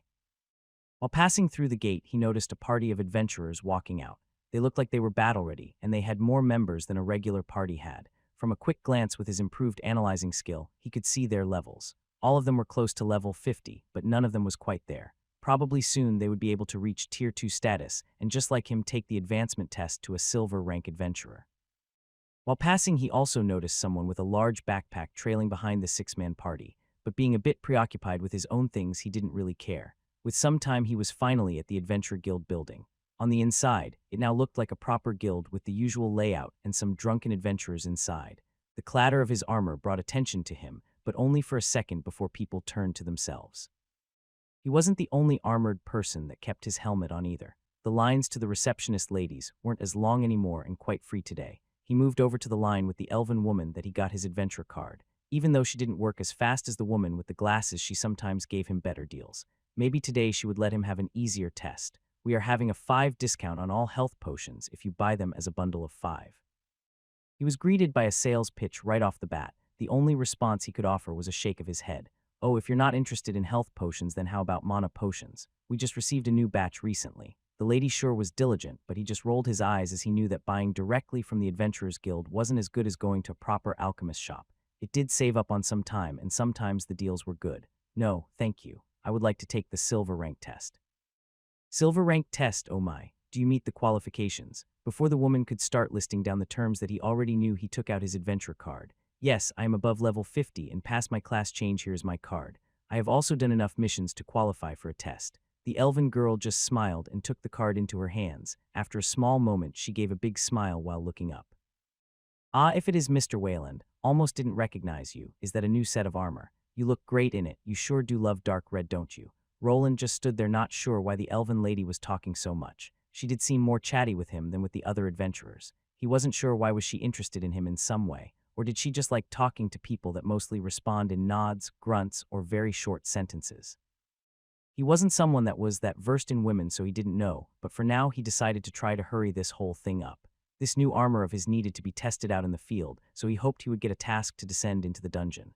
Facing off against a Tier 2 guild member wouldn't be bad either, but then it would be an open spectacle. Yes, it is new. Could I get my task sorted out? I don't have that much time, Mr. Wayland. You're no fun. The elven woman showed a rather cute pout which took him by surprise, but soon enough she was back to smiling. Please place your hand on the orb. He followed the instructions, but just like last time his status was corrupted. It was somehow visible that he had a Tier 2 class, but the elven lady still raised her eyebrow. This status, can Mr. Wayland do something about it? Roland just shook his head from side to side, as he didn't really want to reveal his true stats or classes to this guild. There wasn't any specific law that he needed to, so he would refuse. Quite stubborn. Please wait a moment. I'll have to consult one of our associates about your task. You will also have to pay a fee. The sun elf lady went away into the back room while Roland waited. He tried thinking about what kind of tests or tasks guilds usually gave the new adventurers. Normally they made a person do some kind of mission that was for silver rank adventurers. Here in this city, with a dungeon that would entail going into the lower levels, probably hunting some monsters close to Tier 2 or ones that had already evolved. In about 10 minutes the woman returned, but she wasn't alone. Next to her was a somewhat tanned man. He had a robust build and looked to be in his mid-20s. He had short dark hair and a somewhat cocky expression on his face. Is this the new fledgling you want me to test? Roland got eyeballed hard by this man. By what he was saying, this could only mean one thing. Instead of getting a dungeon quest, he would need to face off against this guy. Yes, this is him. Mr. Whalen, let me introduce you to Armand. He will be your sparring partner for your guild advancement test. This man was about the same height as Roland, which was close to 190 cm. His frame was slightly larger, and it was obvious that he was some kind of warrior. The other adventurers were quick to notice this as they moved closer. Hey, Armand is going to fight someone. Let us go watch. How long do you think that guy will last? 5 minutes tops. Tests like this were considered an event for these adventurers that didn't really have much to do. They would also bet on the winners or on how long the party that seemed to be weaker would last against a trained guild instructor. Such instructors were either retired adventurers or current ones that took it for a quick payout. I guess I'll have a big audience. He couldn't really refuse to take this test. It would seem strange, and the Adventure Guild would probably not take him seriously afterward. It was up to them to decide on the test, and he would have to go through with it. From what he could tell, this test would take place in a sort of small arena behind the Adventure Guild building. This place was something you could rent out to train with others, and sometimes even some sanctioned fights between fighters took place. I shouldn't need to beat the instructor. Exchanging some blows should be enough for him to measure my strength, but I'm not sure he will let me off with just that. He wasn't sure why, but the guy that he was facing off against looked quite into it. The guy looked like someone that liked to fight. Normally, an instructor wouldn't go all out and just test a newly ascended Tier 2 class holder. Some of these instructors had their own way of doing things, though. Please grab a weapon and get ready. We will begin the test shortly. Roland looked at the training swords on the side. He was deemed to be a warrior type, and using sharp weapons was forbidden. The armor he was wearing was the more important part. With it on, he hoped to get through this test undamaged. Did you hear? No, what is it? Armand is going to test some kind of a newbie. Armand, didn't he break that last guy's legs? The same, we should go check it out. I heard his opponent is quite an eccentric. Two men were chatting outside the Adventurer Guild building. They soon moved around it towards the training field in the back. As they arrived, they could see a small crowd of people already there. What are the odds? 5-1 in Armand's favor. We are also betting on how long the new meat will last in the ring. People were placing bets on how long the man in red armor would last against the hired guild instructor. The man was an active adventurer who liked performing these sorts of tests for one reason. Other adventurers were just here to see a show, as everyone liked to see newbies getting brought down a peg by more experienced seniors. You weren't lying when you said he was an eccentric. What's with that color? And are those runic symbols? The two men that had come late looked at the man in the red suit of armor. To them, he looked like a son from some kind of rich merchant. Normally, no one could afford a full suit of runic armor. They could even see mana stones peeking out, which showed them that it was a more expensive version. This new silver rank candidate was in the middle of picking out his training weapons. He wasn't allowed to use swords that had a blade for safety reasons.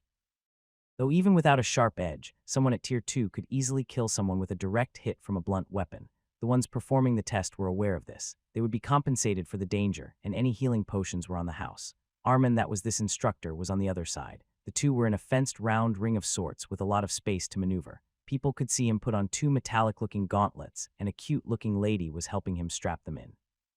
It didn't seem like the man was perturbed by his opponent that was clad in full body armor. His face was relaxed and filled with smiles. Will it really be that easy? That guy shouldn't be that weak. Are you stupid? Did you see what they are wearing? Armand clearly has the advantage here. Those gauntlets will dent that armor in no time. One of the men was quite sure that the guild instructor had it in the bag. From this guy's perspective, the man in red armor was clearly some kind of shield warrior, a tank in gaming terms. His armor would be good against weapons with blades but weak against blunt force. His opponent Armand was a pugilist, someone that specialized in close combat with his fists. When those gauntlets landed on the red armor, it wouldn't matter how hard it was, the blows would get through to the internal organs. There was also the agility aspect. The man in the bulky armor would have trouble contending with his opponent's speed. I bet this fight will be quite boring. Either he goes down with a few hits or keeps defending with that shield, but that training shield won't last that long. Tier 2 fighters reached past the human limits. With enough punches, a shield made from iron or steel would give out. Yeah, quiet, I think it's starting. The man in the crimson armor went with a shield and a sword. The sword was blunt and would count more as a blunt weapon than a real blade. The only thing that made it better than a mace was its lower weight. It was more of a finesse weapon. The crowd cheered as the fun was finally beginning, even more after they saw the beautiful sun elf receptionist lady there. She would be the one that gave the signal to start the battle as well as be the witness. Everyone ready. The man in red armor nodded, and his opponent just shrugged while getting in a lazy fighting stance. He was clearly not taking this training match too seriously. The signal for them to begin was given and people could hear Armand chuckling. He stood there and beckoned his opponent to attack. How about I give you 4 free hits? Think that would be fair, don't you all think? The people that were looking in started laughing as they knew that this man liked to play around with his foes.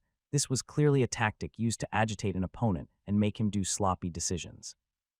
With what looked to be a heavy shield warrior against him, Armen would find it easy to evade any of his sluggish attacks. Well, what are you waiting for, newbie? Attack me, or are you scared? The man in red didn't seem to be taking the bait at first, but after some more taunts it looked to have worked. He took a step forward with his shield in front and sword to the side. The people around expected some kind of blind, rage-filled charge, and they got something similar. That crimson armor started glowing in green color. This glow was mostly coming from the embedded green mana stones. Anyone that was able to sense mana opened up their eyes wide at this phenomenon. This was just the beginning, as their curious faces quickly turned to ones of bewilderment. The man took off in a sprint, but in reality, it looked more like he was flying forward.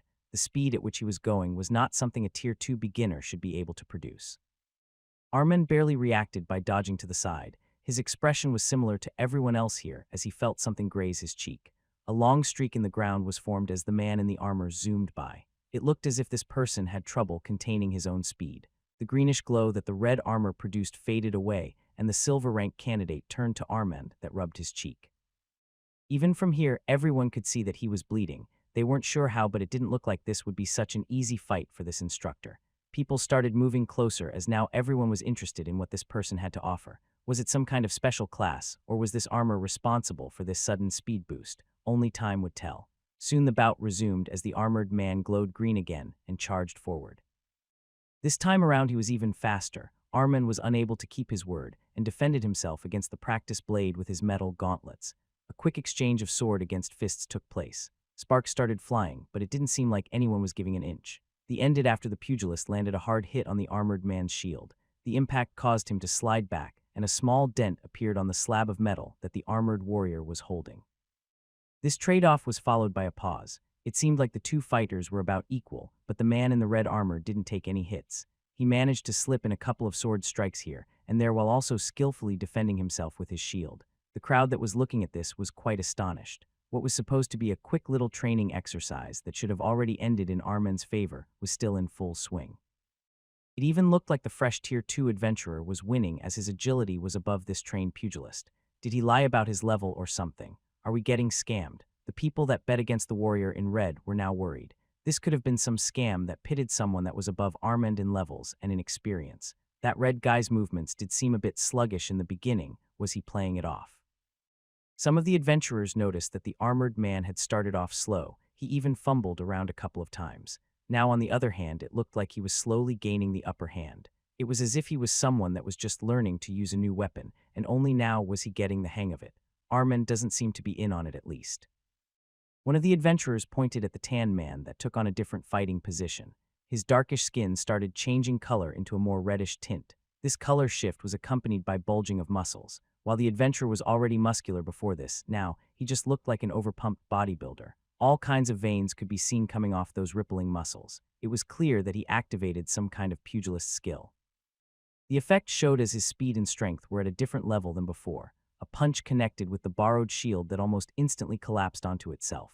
The man in red armor had to abandon it while jumping back. He did it by throwing it at his opponent. The pugilist just smacked it to the side, but it looked like it was just a feint from the armored man's side. His armor changed its hue to green again as he tried to deliver a sword strike to his opponent's back. The hit went through, but the result that he was probably hoping for wasn't there. The flimsy steel sword bent backward after it connected with that muscular body. The adventurers that bet against the man in crimson cheered. It looked like it would be over soon. There was no way for a knight type to win against a martial artist type in hand-to-hand combat. It's over fresh meat. Armen had already forgotten that this was just a test of strength for a new silver rank adventure candidate. The elven lady started even shouting out to stop the fight, but the man wouldn't listen. He was already charging forward with his fist aiming for his opponent's head. The armored man responded not by evading, but by blocking with a cross-arm block. Everyone expected the man to just be sent flying with a broken forearm, but this wouldn't be happening. The armor glowed in a blue hue right before the fist connected with the block. He slid back slightly, but he stood his ground. Armen had overswung a bit, so he was left open for a counterblow. The armor glowed in a red hue now before the punch collided with those rippling side muscles. The crowd shouted out as they saw the hit connect with Armen's liver. It was clear that this hit hurt. Armen was clearly in pain as he stumbled backward. He had some air knocked out of him for sure, and his opponent wouldn't let him regain his footing that easily. For the people here, it was strange to see a slugfest between a martial artist and a man dressed in full body armor. It didn't look like he was even that good at it, but whenever Armin tried to retaliate, the kicks and punches that he threw and that connected didn't seem to be that effective. Each time a flash of blue would cover that armor and somehow cause those huge fists to not be as effective. Just by attrition, it looked like the newbie was winning. At one juncture, the two got in a bout of strength, their fingers interlocking. "I'll break your fingers." Armin's eyes were quite bloodshot from the prolonged fighting, and his muscular body had taken some hits. Normally, a pugilist would have the strength advantage, but it didn't look like the other party was budging. The armor turned red again, and the adventurers could hear a crunching sound. This appeared to be poor Armin's fingers that were getting pushed in by his opponent. The man gritted his teeth and was quick to deliver a headbutt to the armored man. Both of them jumped back while glaring at each other. Before the fight could continue further, a womanly voice called out from the side, "That's enough, stop." The elven receptionist woman jumped into the ring to stop the test. The crowd that was on the sides out started shouting and booing as the victor was not decided. "Why are you interfering? This isn't over." Armin called out while trying not to flinch. His hands didn't look too good after some of the fingers were broken. He was quick to set them in place, though. It didn't look like this was his first rodeo. "Mr. Armin, please calm down. This was only meant to be a test. You too, Mr. Whalen, please stop." Roland gave out a sigh of relief after the elven lady jumped in to stop the fight. He wasn't sure how long he would be able to keep this up. The man he was facing was well over his level and had higher physical stats to boot. It was all thanks to his armor that he was able to survive this long. He didn't want to stand out too much, so he decided not to use obvious mage spells during this whole bout. Testing out his new gear in the field also caused him to go with another approach. The constant color shifting was an indication of his switching to certain preset programs. This was an idea he came up with after remembering an old game he used to play. The green color would cause a massive boost to agility, the blue color would be the defensive mode, and red would increase his strength. By switching between these modes on the fly, he was able to somewhat overpower this higher-level opponent. This was just a runic program that switched between buffing spells and the corresponding mana stones that increased certain stats. Thanks to this, he could either switch between specialized boosts in one stats or spread it out evenly.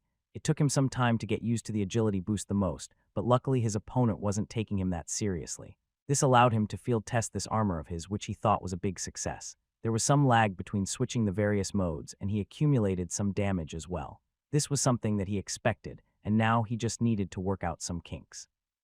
"No, I won't accept this. It wasn't his own strength. It was all that armor, you saw it." Roland wanted to go ask if with this he would get his silver rank, but it seemed that his instructor wasn't seeing it his way. It was clear that the man didn't take the draw well. Roland knew that if he started to use some of those common grade attacking spells, he had that his opponent would have probably been down for the count a lot sooner, though. He also wasn't able to use his own shield and sword. Those two wouldn't have been trashed that easily. Would you tell that to a monster that used an enchanted sword? What? After getting closer to the elven receptionist and the man that was his instructor, he had to chime in. From Roland's perspective, this armor was a part of his strength. It was something he made, and there was no shame in using it. The man was clearly acting immaturely, trying to shift the blame on the use of magical gear. "You know what I mean. Do you want me to take you on with my bare fists?" Roland's point was easy. Each class had its strong and weak points. Him using magical gear was clearly acceptable, though it didn't seem that other people saw it his way, probably because no one knew that he made this armor himself. In their eyes, he looked to be some spoiled rich kid that was using magic equipment to come out on top. He could clearly see some disdained faces from the side, but after his show of might, not many people would speak their mind in front of him. Before another fight could break out, the elven lady was quick to pull Armand away. Roland, on the other hand, was told to wait in the guild building. Back there, he could see the gazes of the other adventurers. This was something that he had hoped to avoid. The only good thing that came out of this was that he was able to test his new armor. In about 15 minutes, the elven lady was back out again. He was even handed a healing potion on the house. What she told him afterward only cemented in his mind that people here looked down on individuals that used runic equipment. Due to the test being inconclusive, you will be given a secondary mission. For a moment, he wanted to go find Armand and shove an ice arrow up his behind. Luckily, the request was something that aligned with his own plans. It was to go to the dungeon and get some Tier 2 monster materials. With this in mind, he left the Adventurer Guild. His armor didn't suffer that much damage, so he could finish this up in one day. Haha, did a group of mole rats have their way with you? Screw off. A large burly man with no hair was laughing at Armand the instructor that just faced off against Roland. The pugilist was in a sorry state. He was holding his hands that were slowly healing after some of his fingers were broken. This wasn't the actual cause of him looking pale, though. The skill that he activated took quite a bit out of him. It wasn't something that could be used for a prolonged amount of time. It was mostly there for a short burst of power to finish off an enemy. He didn't win. It was all because of that armor. If he didn't have it on, I'd crush him with one hit. The older man walked over closer. He was really tall, not something that a human could achieve. There was a total lack of hair on his head, and his body looked like it was carved out from stone. This man was clearly from the Goliath race, which was quite the rarity in this warm climate. This race of smaller giants preferred mountain regions and more secluded areas. Is that so? I wouldn't be so sure about that. It felt like he was holding something back. What? Armin looked quite pissed. His fingers were still numb, and the potion would need some time to heal his bones. Things like cuts could be mended faster, but when getting down to the bone, the quality of the potion had to increase for it to work faster. Why are you even here? Don't you have a guild to run or something? Can't a kind old man check up on one of his best prospects? One that lost so beautiful. Wait till the others hear about it at the pub.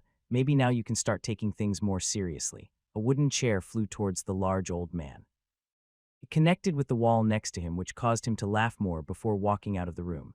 You shouldn't tease him so much, guild master. He'll be fine. He needs to be taken down a peg. Good that we have some promising young warriors coming in. What do you think? You watched the entire fight, right, Solana? The man that was called the guild master asked the elven receptionist that was responsible for Roland's test. Both of them walked through one of the guild's corridors after Armin had to be brought in for some healing. That youth, how should I put it? Normally someone of his level shouldn't be able to use runic armor like that. You noticed it too. Yes, sir, the mana that the armor was emitting was staggering. I'm not sure how he did it, but even a high-level Tier 2 mage would have problems using that many runes and mana stones at once. The old man rubbed his chin that was covered by a short beard. Must be some special class. Those weren't the movements of a scrawny mage. Well, keep an eye on him and report anything unusual. Should I update his card or? The old man turned to the smaller elf and shook his head. No, have him get us some monsters that live below the 10th level. Otherwise, he might also grow a big head like our little Armand. Let's see how he handles unjust setbacks. The elven lady nodded while the two parted ways. The man that was the guild master had quite the grin on his face as he left. She returned to inform Roland of the second mission that he needed to fulfill. Solana couldn't see how well he took that decision, but she could have sworn that she heard a grunt behind that visor. The moment the armored man left, the guild went abuzz. The people that bet on a tie were laughing out crazily as they made quite the coin. Most of them were cursing, though, as not many believed that Armin could lose in any way or that this fight would take this long to finish. Through this, Roland had made some hidden enemies along with increasing his fame. Didn't the receptionist call that person Wayland? Do we have someone like that living in the city? Some people that were interested in the crimson armored man's identity were quick to gather information.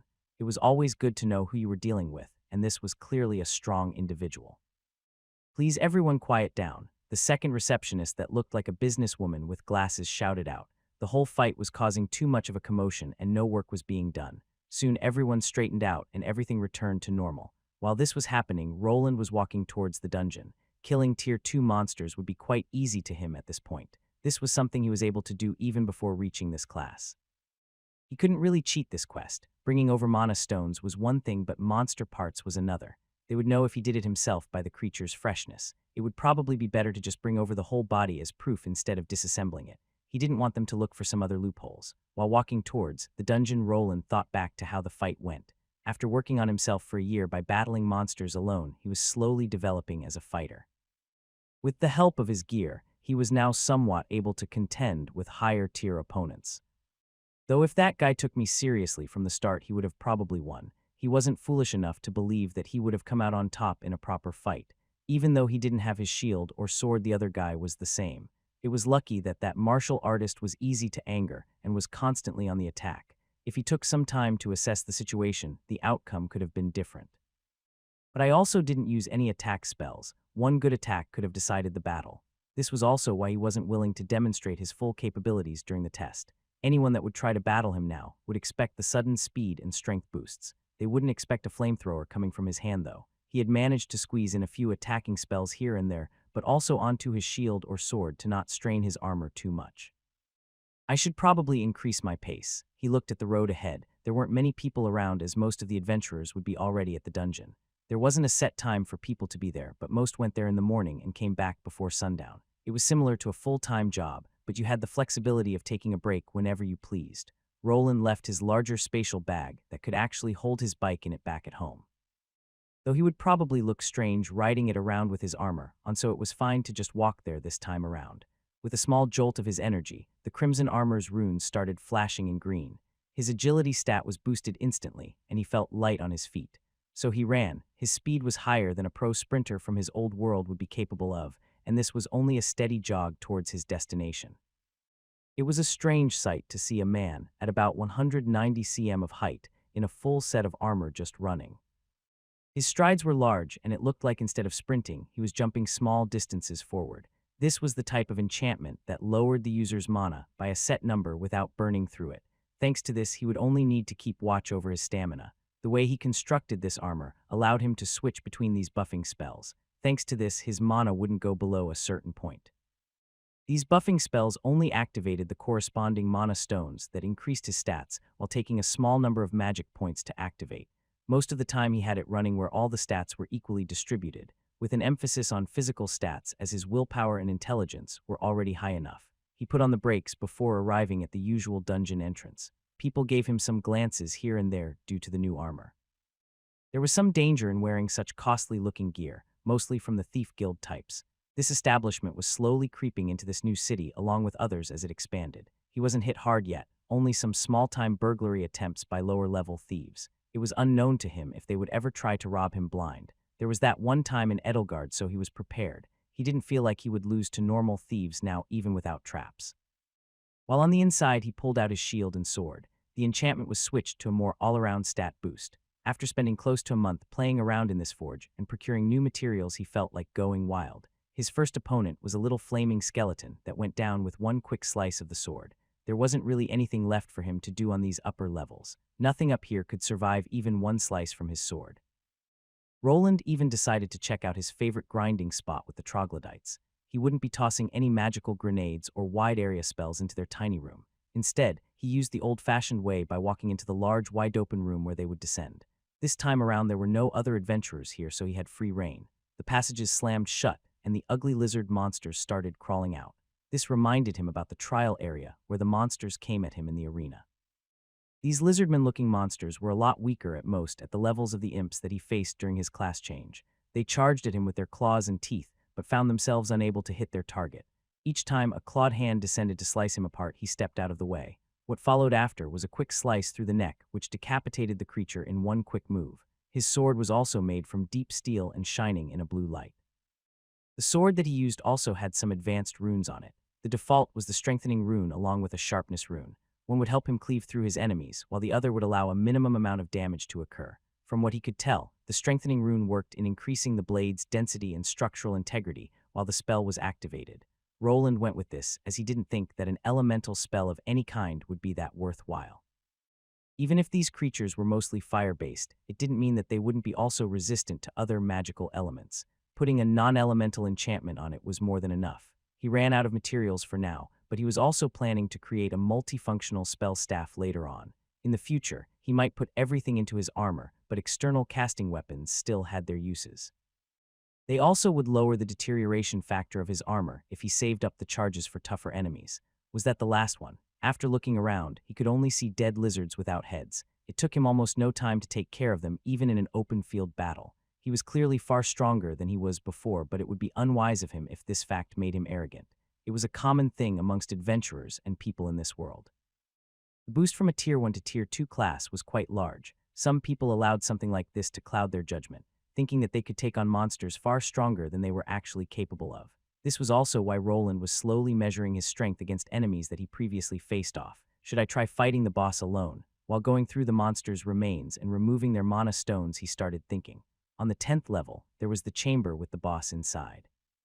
The monster would respawn after getting killed after 2 days. After being defeated, anyone could venture through the room it was in and go into the next dungeon area. The monster that appeared was also random. Most of the time it was a Tier 2 evolved form of one of the many monsters that could be found in the upper levels. Sometimes it would be some kind of rare variant that could prove deadly for anyone that wasn't prepared. Due to this, it was always risky to venture in alone. The door would close behind anyone venturing inside. The only way out would be to defeat the monster inside. Running away was not an option. Though there was no way out, it didn't mean that it was a hard foe to battle. Everyone already knew what to expect inside, so it was rare for any casualties to occur. Though there was always a risk of a rare variant appearing. Some monsters were harder to kill than others while still being at the same level. His target wasn't really the boss monster this time around, as he needed to get to the area below the 10th level. The boss of that level was also considered stronger than a regular Tier 2 monster, so it would be better to just evade it for now. He descended further below from the 7th level. The monster bodies without the mana stones were left alone as he continued. Enemies that were further down didn't pose a threat to him at this point. Before ranking up to his new class, he had already ventured all the way to the boss chambers, so he knew the way. The boss room is around the corner. Someone should have cleared it out by now. Roland was walking down the stairs from the 9th level now. The area below it was a lot smaller than the maze above. There weren't that many monsters on it, and the boss room was its focal point. When he arrived, he noticed the lack of these close to level 50 enemies. It was clear that some kind of party had just gone through here. There were even some monster remains and blood splatter on the walls. The monster that was guarding this level was something worthwhile to farm. It was actually quite hard to be able to take it on by yourself before other adventure parties got to it. Sometimes people would camp out in front of the room in hopes of getting the kill. With this, fights between adventurers broke out, even resulting in deaths from time to time. This was the reality of this work. It was a rat race for resources. The boss monster would drop a better mana stone than a regular Tier 2 beast. There would also be a small treasure chest with free items that appeared as a bonus. This was what people were mostly aiming for, as sometimes deep steel or deep iron weapons with enchantments appeared. Closed. He arrived at the large gate that was the entrance to the boss chambers. This brought a bit of a smile to Roland's face, as for some reason every big monster was apparently locked away behind some kind of large gate. Must have gone in recently. The monster remains here are still fresh. There were a few large monster bodies cut up in the corner. There was a set of monsters that always guarded this room even when the boss didn't respawn yet. Without having anything to do, he decided to sit down on a nearby rock. He needed to wait till the people inside were done with their run. Only then would he be free to venture past this chamber. So he waited, but something was off. 10 minutes passed, then another 10. This wasn't an amount of time that would be required to clear out that room. What is taking them so long? Was it really some kind of rare variant? He moved closer to the closed gate and tried to listen in, but there was no sound coming through. When he tried to pull on the large chain that was attached to the gate, it didn't budge even with his increased strength. If it's taking them this long, they might die. This wasn't normal. A battle with a monster in there shouldn't take more than 10 to 20 minutes. The chamber wasn't that large and there wasn't really any place to run away, so there was something off about this. While thinking, he activated his improved sight along with his debugging skill. While going around the side, he noticed something. There was some kind of enchantment on the side. Could be a way inside, a trap, or a shortcut to the levels below. He didn't consider himself much of a hero, but he wouldn't just let people die in front of him if he could do something about it. Though he also needed to consider his safety first, it might have not been that wise to go inside. After a moment of contemplation, he remembered the time where his old party members saved him from certain doom. If it weren't for them risking their lives, he would probably not be there. I think I watched too many superhero movies. There might be something good inside, though. Roland gave out a sigh before going over the runic component on the wall. With some time, he got through it, and a small, human-sized opening appeared. There was a narrow tunnel leading inside, and it looked like it was going towards the boss chamber. He placed his kite shield in front of his body and moved forward into the unknown. This wasn't the first secret room that he ventured into, so this wasn't his first rodeo. Roland looked back to the door that shut behind him. His eyes glowed in a purple light as he scanned the surroundings. There didn't seem to be any runes on this side of the passage. It looked like there was no way of going back. He grimaced under his helmet before turning around and moving forward. The shield that Roland made had a boss in the center that was protruding slightly. A boss or umbo was a round, convex, or conical piece of material at the center of a shield. This shield had all of the mana stones on the inside as to not let them be crushed during combat. The shield was held out toward the empty corridor while he looked around. Thanks to his skills, he was able to detect magical traps, but that didn't help against the normal ones. Roland moved forward slowly. He had no idea of knowing if he would even come out in the boss's chamber, or if it was the way to an entirely new location. It could be a hidden treasure trove, or another secret passage to a lower or an upper level. There was also the possibility of this passageway being swarmed with monsters. He was slightly regretting his decision, but there was also the adventure part in him that told him to move forward. This was a new part of him that had been slowly awakening through the constant monster battles. Now he was even starting to enjoy this adrenaline rush. This wasn't the first time that he ventured into a secret chamber either, so this wasn't all that new. Most of the time there wasn't really anything dangerous in these rooms.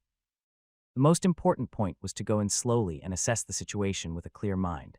After treading forward some more, he came up to a wall. This one was also locked behind a runic lock. At first, he was surprised that other adventurers weren't able to discover these hidden chambers, but the only reason he was able to do this is due to his debugging skill and rune affinity. A regular mage wouldn't be able to do anything, and other runesmiths didn't really venture down into dungeons. That should do it. With some fiddling, the passage was opened and the walls started to shift.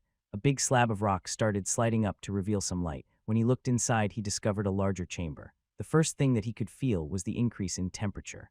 The boss chamber was surrounded by lava from all sides. This was something that he already knew, as he had bought up all the information from the guild that he could.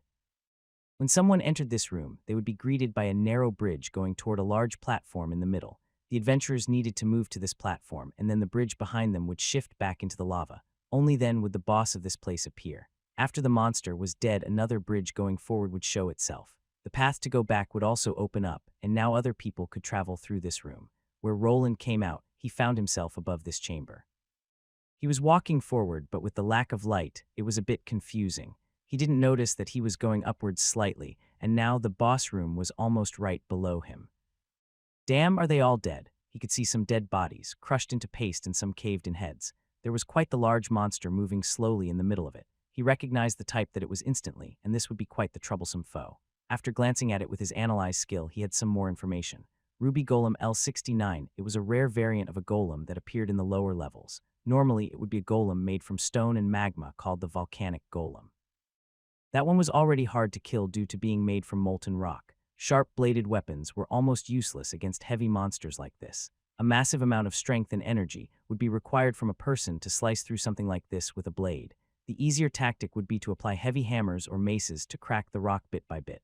Fuck, Roland said while looking at his brand new deep steel sword.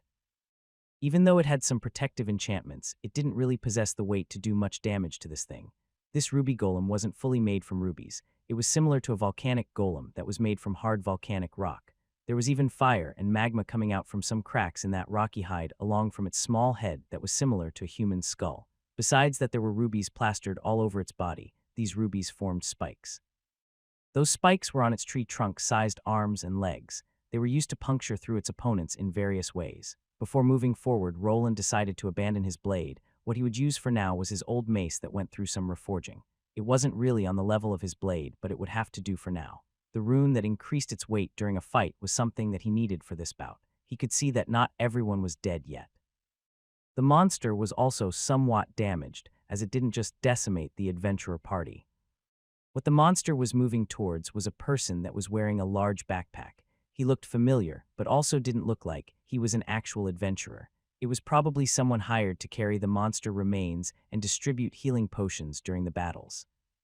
No good, he is going to die. The ruby golem was in the middle of rising up one of its giant arms. Where the hand was supposed to be was a spike made from ruby crystals. It was clearly winding up to deliver a killing blow against its defenseless enemy. If he didn't act the person down, there would surely be dead. To save up on some runic charges, he went towards one of his backup items.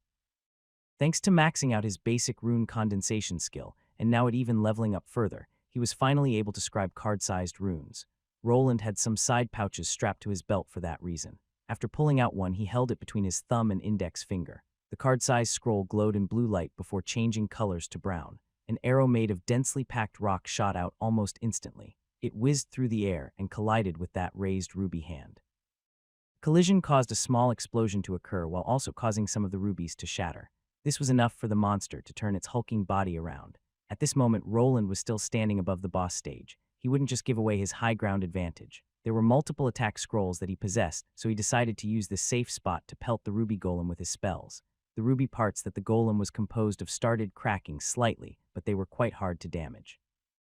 Rubies were one of the hardest gemstones, not being much below diamonds on the hardness scale. There were harder minerals in this world, but that didn't make this any easier. For a moment, Roland thought that he would be able to just take care of this boss from afar. He had the advantage of being above the monster's reach, but this didn't last for long. After a moment, he heard a strange sound behind him. He quickly turned around to see a darkish red glow.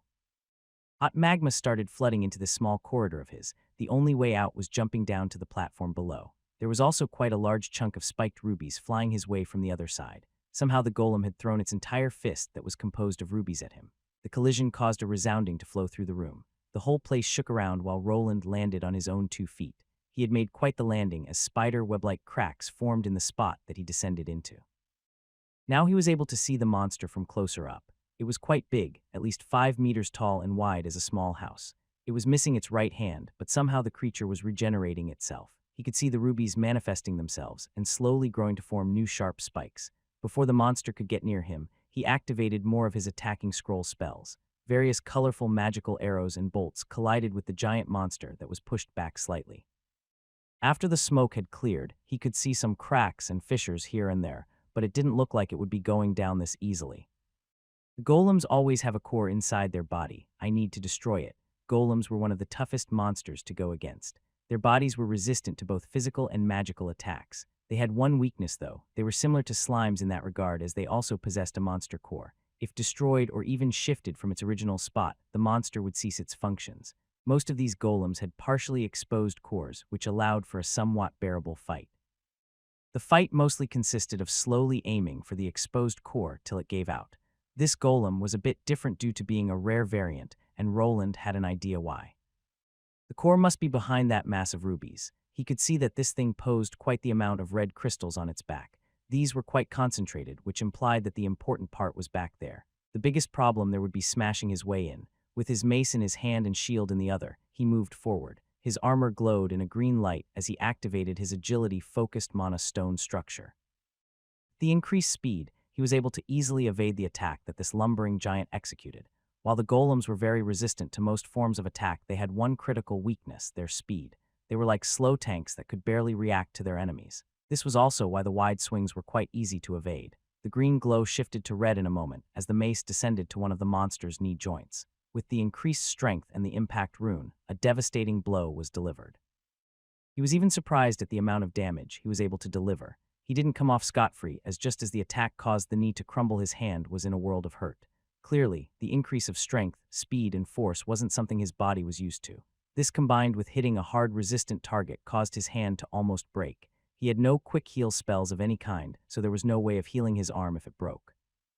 Potions wouldn't work fast enough to be used during battle, so this caused him to back away. He was left with a numb hand with which he had trouble clutching his mace, and his hand began to shake. The only good thing about this situation was that the golem's leg had given out and the monster dropped to the ground. It was still there, though, and somehow the ruby crystals were pushing themselves into the shattered rock pieces. It looked that if he didn't use this moment to his advantage, the monster would heal itself. The biggest problem here was the weapon he was using. The amount of force was too much for a one-handed mace. The proper weapon that would give him an advantage would require two hands to disperse the shock. Hey, you can use this. Before he could think about another strategy, he heard a voice from the side. It was the person with the large backpack calling out to him. He wanted to ask what that person wanted, but he soon realized the reason. In this young man's hands, he could spot a large war hammer that looked more like a sledgehammer. It was just the weapon type that he needed to take care of a slow-moving monster like this. Roland wasn't sure how, but the young man had somehow managed to circle around him while carrying this hammer himself. It looked like he could barely lift it, but he was somehow managing. The golem was still on the ground and waiting for its leg to heal, so there wasn't much time to think. He looked at his mace that was also slightly damaged after he delivered a full swing. The man was now close, so he decided to take him up on the offer. The mana stones embedded in his armor started glowing in red, and he grasped the new weapon with one hand. Roland could see a look of surprise on the young man's face. He was able to lift this heavy weapon with just one hand thanks to his now increased stats. He quickly turned around and moved closer to the golem. The monster was in the process of standing up after patching up its knee joint. Before that could happen, though, a heavy object collided with it once more. The heavy hammer that he was using had a simple strengthening enchantment on it that wouldn't last long. It was heavy enough for the blow to cause a similar amount of damage that his previous mace strike did. Thanks to this now being a larger two-handed weapon, the force wasn't as concentrated on his one hand.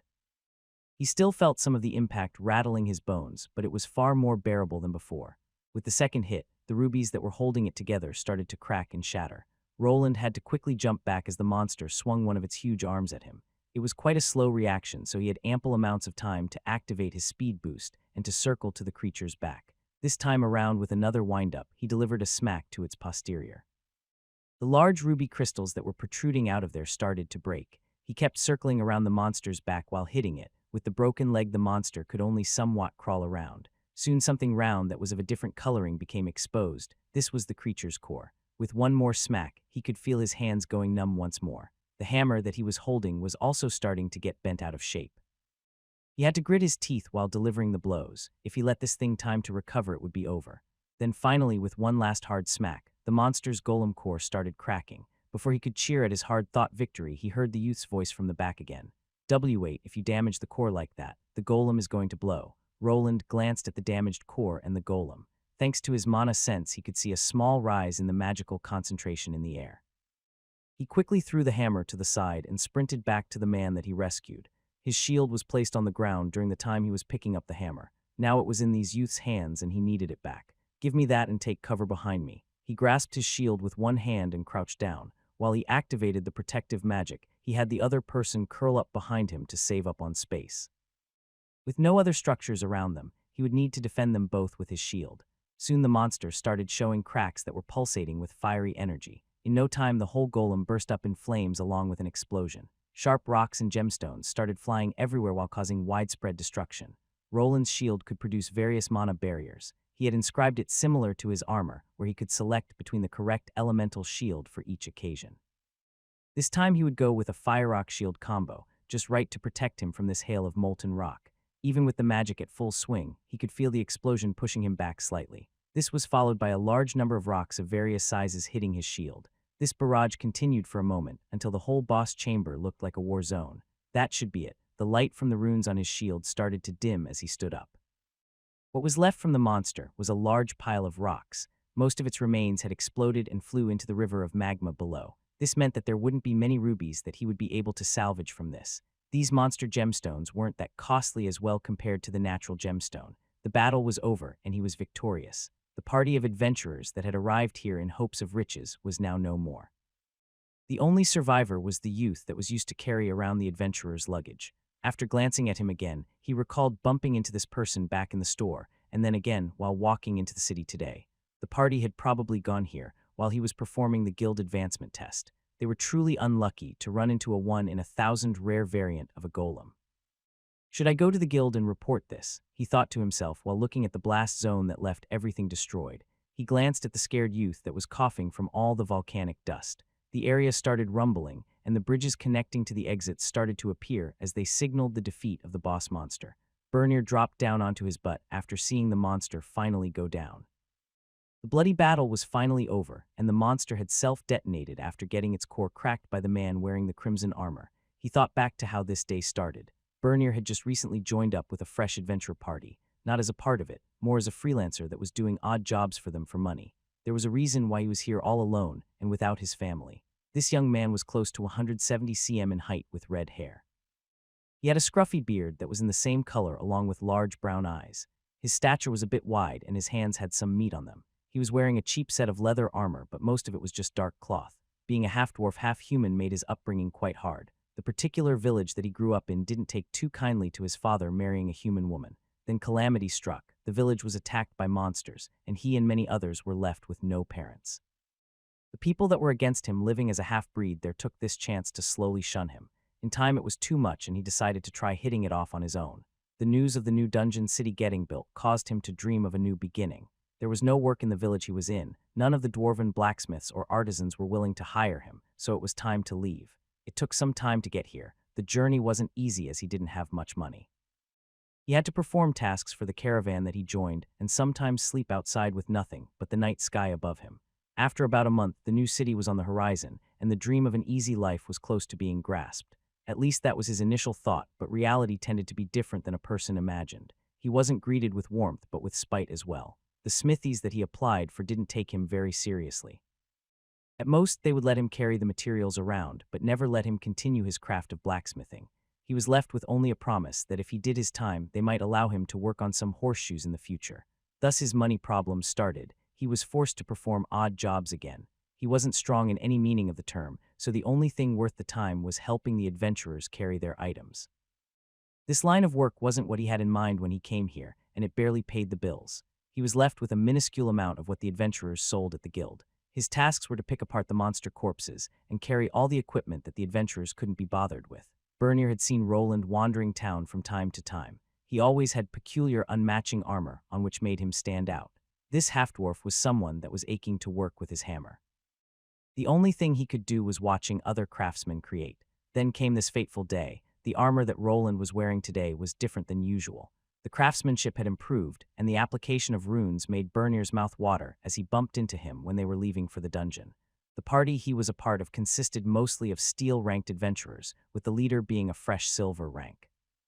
There were 6 of them, and he was the 7th member. Bernier wasn't really considered as part of the group. He was always getting ordered around left and right, left with only scraps at the end of the day after having his hands bloody. Besides the leader, all the others were in their high 40s in levels. After the leader finally advanced, it was decided to wander below the 10th level. Bernier felt that it was too soon with only one silver rank adventurer around, but he didn't have a say in this.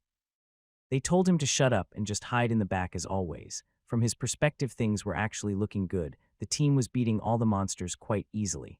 Even when they got to the 10th level, the guards in front of the boss monster's chamber weren't all that tough to beat. So finally, the party ventured forth to battle the maze boss. They weren't even planning to do this to begin with. The original plan was to go fight some Tier 2 monsters at the starting point, a bit past the boss monster chamber. Instead, they found the passage closed and with a fresh Tier 2 monster waiting for them on the inside. They all knew that this was risky, but also that it could be very lucrative. Everyone knew that after defeating this monster, there would be some kind of prize waiting at the end. This 10th level monster was hard to fight, as a lot of adventurers were willing to set up camp before the entrance and farm for items. For some reason, it was open this day. Greed got the better of Bernier's party and the rest was history. Roland arrived not long after to save his life. While his party members were trying to fight the golem, he was shivering in the back while trying to distribute potions. The monster was slow, but its stamina was unending. One hit was enough to devastate anyone from this party. The party of adventurers gave it all, but after their shield warrior was pounded to meet paste, it was over. The rest started falling like flies, going down mostly in one hit.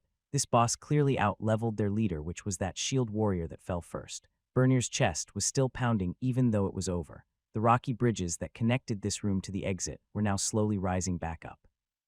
He had looked around if anyone survived even before the explosion, but everyone was dead. He was the only survivor and was lucky enough to have gotten away with it with only some minor bruising.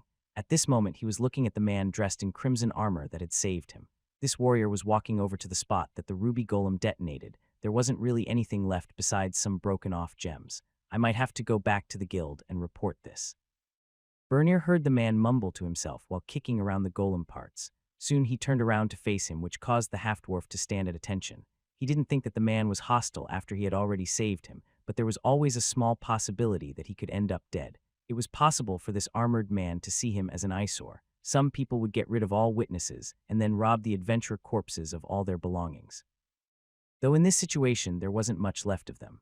The large detonation pushed almost everything into the lava below the boss chamber's platform. The only thing that was worth something was Bernier's backpack that he still had with him. It was a spatial item that was worth a lot, but it wasn't his. It was an item that was given to him by the adventure party, but they were all gone now, so it would belong to him as the only one that survived. That is if this armored warrior didn't see a problem with that. Hey you, why yes. He snapped back to reality after the man in the red armor called out to him. After poking around through the monster's remains and gathering some of the materials, he finally focused his attention on Bernier. Can you walk? Ah, why yes. Bernier quickly jumped up to his feet to show off that he was fine. Good, we'll have to make a report to the guild, so you'll have to come along with me. Golem's core wasn't totally destroyed. It should be enough as proof. The other person in the armor started talking. It looked like he didn't have any ulterior motives and wanted him to report to the guild about this situation. Bernier let out a sigh of relief as it looked like he would be getting out of this in the end. Ah, also sorry for your loss. The man was about to turn around but then slowly faced him again. Bernier just nodded while scratching his head. Thank you, we weren't really that close though. He replied while the man turned around to look at the monster's remains. He picked up some of the crumbled rubies and started looking over them. Before he pocketed them, Bernier opened up his mouth. You shouldn't take that. Without the golem's core, those gems will turn into regular rocks soon. He was in this business for some time now and had done some research. He knew that golem remains were slightly different. They might have looked like resources ready for plucking, but that wasn't entirely true. It will. Why yes, golems with a large core like that need mana for some of their body parts to function. If it was a regular iron golem, then the ores it was made from could be reused. What about these volcanic rocks then? They could be refined into special fire-resistant metal, not as good as deep iron, but better than regular iron. The man in the crimson armor looked at the ruby that he was holding to and tossed it to the side. He then picked up one of the larger rocks that was previously a part of the golem and started to examine it. After a moment, it looked like he came to some conclusion as he started pushing the rock into one of his spatial bags. Bernier looked at this and could see that the bag that he had was a bit small. I could help you with that. His gratitude to the man that saved him was big. He wasn't really very invested in his old adventure party. They never treated him like one of their own, so finding a new job would be paramount. He was now looking at a powerful adventurer that was able to defeat a golem all alone. Maybe if he played his cards right, he could come up big after this loss. The man in the red armor turned around to look at Bernier again. He started looking through the entire room. There were pieces of this golem everywhere. Even though a lot of it was tossed in the lava, some raw materials still remained. If you want, go ahead. Bernier smiled before moving towards the monster's remains. He knew that maybe if he did a good job, he could be hired by someone like this. This man was clearly someone that didn't speak often, but he was already treating him better than his old coworkers. Those guys would shout at him constantly, and even sometimes force him to be monster bait. Though he wasn't so sure about this man, but it didn't seem that he had an ulterior motive. Thank you, sir. I'll be sure to do a good job, the half-dwarf replied while moving his butt in gear. In his mind, it could be possible to land himself in a better position than when he entered this dungeon. The man before him looked to be a silver-rank adventurer, maybe even a gold one. If he could become his helper, then he might actually start earning some real money. Sir, you don't need to call me that. Then how should I refer to you, sir? Just call me Wayland. Bernier tried to recall where he heard that name and connected it to some rumors in town. There was supposedly some eccentric living out of the city in a farmhouse. This someone apparently didn't really like to interact with other people. We'll do Mr. Wayland. You can call me Bernier. There were even rumors that people went missing around his house from time to time, though he didn't really believe those, as he was mostly interested in the fact that this Wayland person was supposed to be some kind of smith. This only caused him to go into high gear, as he was very much interested in getting to work at a proper forge. While Bernier was thinking about what the future had in store for him, Roland was walking through the cleared-out boss chamber. The bridges that were slowly rising were almost up, so he would be able to leave in a moment. There was one last thing for him to do here. He knew that after this boss fight, there should have been some kind of reward waiting for him. From what he had heard, there should be a chest with an item in it. How rare and valuable the treasure would be depended on how strong the boss was. The whole place rumbled as the bridges were finally connecting to the platform. He could even see magma dripping down from them. It would probably be better to wait a few minutes before going through them. Luckily, he was smart enough to get boots that were made from fire-resistant leather as well. Then it finally happened. A small compartment opened up right in the middle of this battle stage. It looked very game-like, as the item that was there was a bronze chest. There only needed to be some catchy tune, and it would look like something straight out of a game. The golem was a rare monster variant. The rewards should reflect this. Roland walked over to the middle of this chamber and waited for the chest to show up. Before opening it up, he examined everything around it with the help of his skills. Analyzing and scanning it with his runic eyes didn't show him much. Bronze chest intermediate, there were no enchantments that he could see, and he couldn't really feel any mana fluctuations either. Roland wasn't sure about just opening it, as there could be traps. There was also the possibility of this being a mimic, which was a monster that took on the form of chests. The probability was low, but being the cautious type, he gave it a few pokes with his sword. Want me to open it?" Bernier called out to him from the side. Roland could see the young man's surprised expression, as if he was doing something silly. It looked like the half-dwarf didn't see any danger in opening this chest. There was also no lock on it. A person just needed to lift it up to see the prize inside.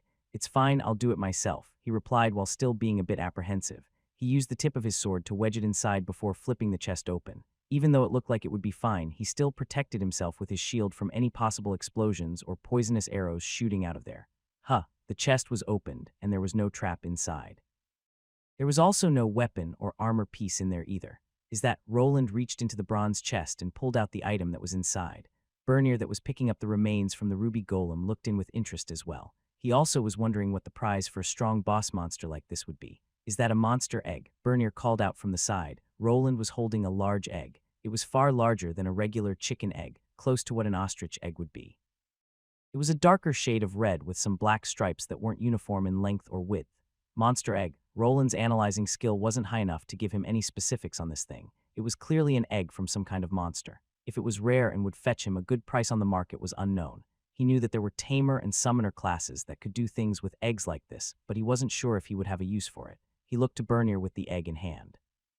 He knew that there was a living creature in this item, so placing it in a spatial bag wouldn't really work. The half-dwarf picked up on his intention and was quick to walk over. "Here, hold on to it for now." The bridges that were raised were now cool enough to go through, and the large doors that were previously locked were now opening. It was time to report to the guild. He could resume his silver adventurer quest later. The man that he saved was now his responsibility, and he would see to it that he returned safely above ground. Roland's journey back up was mostly uneventful. The monsters at the lower levels were far too weak, and his new partner was actually being helpful. Any monster that he slew, the young man was able to disassemble quite fast. He was also good at pointing out which monster parts would sell for the most coins. There was only one downside to this, as it took him more time to return, which left Roland prompting him to hurry it up. When the two survivors were out, it was already late at night. The Adventurers Guild wasn't something that was open 24/7, mostly closing at about 10 p.m. It seemed that he would have to return tomorrow to make his report. The biggest problem was this half-dwarf that was following him around. He had a strange, submissive look on his face whenever Roland looked his way. Whenever he praised him for giving him some valuable market information or about the monster parts, he seemed ecstatic. It was as if the man had never been validated in his life before. But now they were out of the dungeon, he could just meet up with the guy on the next day. There wasn't really a need to have the half-dwarf testify with him. He was mostly doing it for peace of mind. The adventurers that died could have families. They might have wished to know what happened to their dead relatives. Roland was unfamiliar with them, so the explanation would be left up to the half-dwarf. There was also the info about the rare golem that could be actually sold for money, which he was aiming for. This and him slaying it could help him get through the silver rank quest if his new friend confirmed his story. Bernie was it. I guess I'll see you at the Adventurers Guild tomorrow. It's Bernier, but sure thing, sir. Wayland. Stop calling me sir. I'm not a knight. Roland continued walking as they passed the dungeon guards. They wouldn't really care about the report, as that wasn't their part of the job. They were only there to keep untrained people with no adventure cards from wandering into the dungeon below. His house was between the dungeon and the city of Albrook. It took him about 30 minutes on foot to get there from this spot, then another half an hour to get to town. The walk directly from the city took about 40 minutes. His house wasn't directly between the two landmarks, so it was time to head back. The path towards his home split off from the main road, which made his bike a bit hard to use. This time around, he didn't have it with him. It needed a larger spatial bag that was more of a backpack for him to be able to remove it. He had gone down into the dungeon thinking that he would only need to defeat a couple of Tier 2 monsters. Without his bike, he would need to make the walk back home the old-fashioned way. Roland was able to test his new armor extensively, and it worked a lot better than he expected. There was a bit of a lag between the runic spell's activations, which he would need to work on. Other than that, his mana stone armor was working just fine. He didn't get to test out some of the inbuilt attacking spells, as he was trying to save up on charges. If I can lower the size of these wands further, maybe if I attach them to my gauntlet or vambrace, I could use them as disposable magic tools. This was one of the ideas that he thought up while fighting with this armor. He remembered when he was blasting the monster from afar while using his small scrolls. His rune shrinking skill was now leveling up further. If he managed to minimize the design even further, he could start adding small rods or plates with disposable runic structures. Maybe even add a holster for disposable runic scrolls for one-time use. He wanted to design them in such a way that during a prolonged fight, he could just pop a used-up plate out and insert a new one. There wouldn't even be a need to make these ammunition-type spells from better metals. He could use plain steels that would hold a couple of charges. This would be good for my armor's longevity and would cut the costs significantly. Roland was walking towards his house while Bernier was behind him. The half-dwarf liked to talk, but it seemed that he had given up on it after Roland started thinking about improving his gear design. In reality, this wasn't why Bernier was being quiet. He started to slowly fall behind while walking. At first, he thought that the half-dwarf was just going his own way, but then he heard a sound behind him. After turning around to see what the noise was about, he could then see Bernier's face planted on the ground with the large backpack covering most of his body. "Hey, Bernie, are you okay?" He called out, but after a moment of silence, it was clear that his new acquaintance was far from it. Roland moved over with haste and flopped the young man onto his back. His eyes shone with some light as he used his identification skill on him. This was the fastest way to see if something was wrong. With the new levels in this skill, and after it advanced to the higher tier, he was now able to see people's MP and SP numbers. It was clear after one glance that Bernier had no stamina points left. He had remained silent and never asked him to take a break during the whole journey back from the dungeon. Was he just being stubborn? Why did this guy not tell him that he was close to passing out was unclear. He might have been afraid that he would be left alone to fend for himself, or he was just trying to be tough. The reason wasn't really important. Now Roland had another problem on his hands. I can't just leave him here. Some stray monsters could get to him. I don't have any stamina potions either. Bernier passed out after they walked for 15 minutes from the dungeon location. They were still close to the main road leading to the city, but it was very late. Other adventurers might run into the sleeping half-dwarf, but that didn't mean that they would help him. There were also monsters living out in these lands. The forests were dense in these parts, so some of them hid there. He even ran into some low-level creatures from time to time, but they mostly fled from people above their level like him. They would certainly not flee from a juicy passed-out half-dwarf, though. Do I need to carry him back to the city? Roland had the strength to carry this guy around and the backpack with no problem, but going to the city like that would take some time. His own house, on the other hand, was 15 minutes away from this spot. The more logical thing to do would be to take him along to his home and let him stay there for the night. But then Roland's trust issues sprung into action once more, which made him question that option. Well, I could dump him into my shed. Don't think he will steal any of those old tools from it. After going through some options, he decided to take him along towards his own house. He didn't need to allow him to sleep in it directly, as his shed was a good option. Thanks to this being a volcanic area, the weather was warm. He wouldn't freeze even when sleeping in a tool shed, the same shed that he used as a dummy workshop. With a small nod, he decided on taking the half-dwarf with him. Normally, he would sling him over his shoulder, but there was still the backpack that would be in the way. He wound up putting it on his back while carrying Bernier in his hands in the front. The monster egg was in one of the side pockets of this large backpack. Roland was sure to check if it didn't shatter during the fall, and it was just fine. I picked up quite the ugly princess, Roland groaned inwardly while walking forward. The young man that he was carrying wasn't the prettiest and also needed a bath after what happened in that dungeon, though he wasn't sure if this was just Bernier natural fragrance. He was in the minority of the common people that washed themselves every day. Not everyone could fashion themselves a runic bathtub with clear magical water. Finally, after about 15 minutes, he was back home. There were no street lights, but he had a night vision rune inscribed in his helmet to help him out with that. After entering through the main gate, he flopped Bernier down on the ground. Roland moved into his house first to get some things. He had an old straw mattress that he didn't use at all, as later he fashioned a large bed for himself with a softer finish. He fetched a blanket that he carried with the straw bed to his log shed. I think I'll just burn it after this guy is gone. He placed the smell half-dwarf onto the makeshift bedding and placed the blanket over him. He didn't have any spare pillows to give and didn't want to have that unkempt red mop on any of his good pillows either. The shed that he was using as a backup plan for thieves looked a bit dusty and unkempt. He didn't really like to clean it and only worked there to make some basic things like nails or hinges for doors. It had been visited by some intruders before, but they didn't really take much as all these tools were of low quality. That should be it. Normally someone that runs out of stamina will be out for a good 6 to 8 hours. I'll check upon him in the morning. He closed the shed but didn't lock it from the outside. There wasn't anything useful in it, and if Bernier woke up and found it locked, he could have a panic attack, maybe even use it as a toilet if he woke up in the middle of the night. There was nothing in it that he considered valuable, so even if he ran off back to the city, it would be fine. His own hose was tightly protected, so there was no fear of someone like this even getting in there.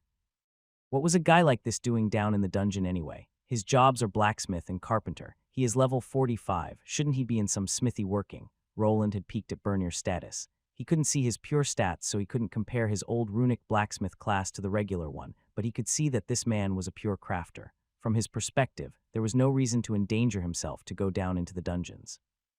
With his skill set, he should have joined the construction company or one of the many smithies in town.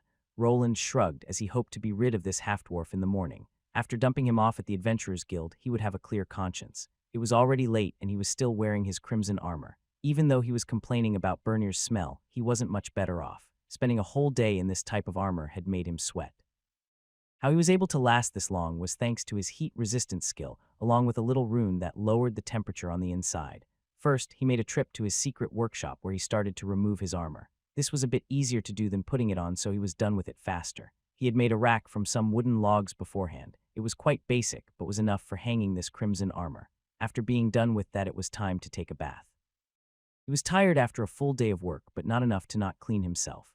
While on the way here, he noticed the backpack that belonged to Bernier. The red color brought his attention back to the egg that he received from the boss battle. For some reason, he felt like playing around with it. After taking it out from the large backpack side pocket, he carried it over to his bathroom. While the magic water was filling up his tub, and while the magic runes heated it up, he was looking over this ostrich-sized egg. I wonder if this thing is edible. It looked like a giant egg just with a strange pattern. It could be some kind of rare delicacy. The monster inside wasn't like the other dungeon monsters or the ones living out in the wild. This thing worked on some different laws. He could even find a goblin inside of it. There wasn't really a limit on what could be hiding inside, and it defied the regular monster breeding and birthing norm. Read that you could even get vampire babies from these things. He moved into his large tub of water while still holding onto the egg. This tub was quite large to fit his own large frame that was getting more muscular with time passing. He could easily submerge his whole body while being in it. For now, he left the egg floating in the warm water while he washed himself. All the sweat and dirt started to mix together with the soapy that formed bubbles around the water surface. It was already midnight at this point, so Roland found himself leaning back in his hot tub while closing his eyes. The monster egg continued floating between his legs without a care in the world. While thinking about the plans for tomorrow, he found himself closing his eyes. Due to his heat-resistant skill, he now needed to increase the temperature of this water by a few degrees to feel comfortable. It was probably well beyond what a normal person would be able to stomach, but for him, it was just right. The egg was taken from a volcanic dungeon, so he also didn't think that hot water would cause any long-lasting damage. 10 more minutes and then I'll go to bed, he thought to himself while relaxing, but like times before, Roland found himself dozing off in the warm water. This happened from time to time, whenever he overworked himself. The previous day, he also didn't get much sleep, as he was giving his new crimson armor the finishing touches. Valoria, Valoria, Bork and Bork Bork boofs. What the? Roland shot up awake only to realize that the sun had already set. The water had gotten cold just like last time when he spent the night in this tub. He was awoken by a strange shout that sounded like his new half-dwarven acquaintance. Did he activate one of the traps? Did he not read the note on the door? Before standing out, he heard another thing. A sort of whining noise hit his ears. He looked down to see something red floating around in the tub along with him. It took him some time to notice that the egg had cracked and that something had popped out from it. This something was now floating in the tub and looking up to him. It was quite fuzzy and its fur was quite red. It had a large black nose, and its face was covered with some black stripes here and there. Before he could take another look, the monster started barking again. It was clear that this was some kind of canine monster similar to the hellhounds he faced off during his class change quest. It was quite small, no more than a puppy. Roland quickly removed himself from the cold water while also grabbing the puppy that seemed to have just hatched from the large egg. He held it up with both his hand and used his identification skill to get the name. Ruby Wolf Puppy L1, can I still sell this thing? He could hear the puppy whimper the moment he uttered those words, as if it knew what they meant. Roland was left now with another problem, but first, he would need to put on some clothes and see what the idiot outside was up to. It seemed like he had activated the electrical trap that gave him quite a jolt. It was the dawn of the next day. After falling asleep in his bathtub, he was greeted with some new problems. The monster egg had hatched and produced some kind of dog-like creature. If he had to describe it, he would say that it was similar to a wolf puppy with long-standing ears and a longer snout. The other characteristic thing about it was its tail that had a sharp ruby tip. This same tip was now slamming against one of his wooden chairs while the pup was wagging it around. After checking, he also discovered that this child was a male. He set the passed-out half-dwarf on another chair. This guy had activated the trap at his door, which shocked and paralyzed him in the process. It would take a few minutes till he could move again, so he was nice enough to bring him inside for now. What will I do with you? While Bernier was indisposed, Roland took a look down at the small animal. It was clear that this monster had gone through the imprinting process the moment it hatched from the egg. All of these monster eggs had different requirements for hatching, probably with the increased heat of his hot tub and maybe the close proximity to him through the whole night it could have triggered the hatching process. Some of the monsters that hatch from the eggs would see the first living being they come in contact with as their parent. This was the case for canine-type monsters that went off of the smell the most. I don't think I can sell you to anyone like this. Roland gave out a sigh, while the ruby wolf puppy gave out a high-pitched bark. The more he looked at the small animal, the more it wiggled its behind. Soon the ruby tip of that tail caused the wooden chair to give out and splinter. It was clear that this was a monster, as a regular dog would not be able to exert this amount of strength. Hey, stop destroying my house, bad dog. He shouted at the puppy that caused one of the chair legs to fly off into the distance. The abrupt shout caused the puppy to whimper while dropping its ears down. Don't you look at me like that. The dog looked at him with his big eyes while whimpering some more. This caused Roland to back away. He was someone that actually liked dogs, but animals weren't allowed in his old apartment. Neither could he get one in this world, while being on the run or working to further his craft and earn money. This was quite troublesome even more as the dog started shaking around. Roland was wondering what this was about, but the puddle that was forming under it made things clear. He quickly grasped the small puppy and started carrying it out of the house with a stream of urine following both of them, as the small dog had quite the full bladder.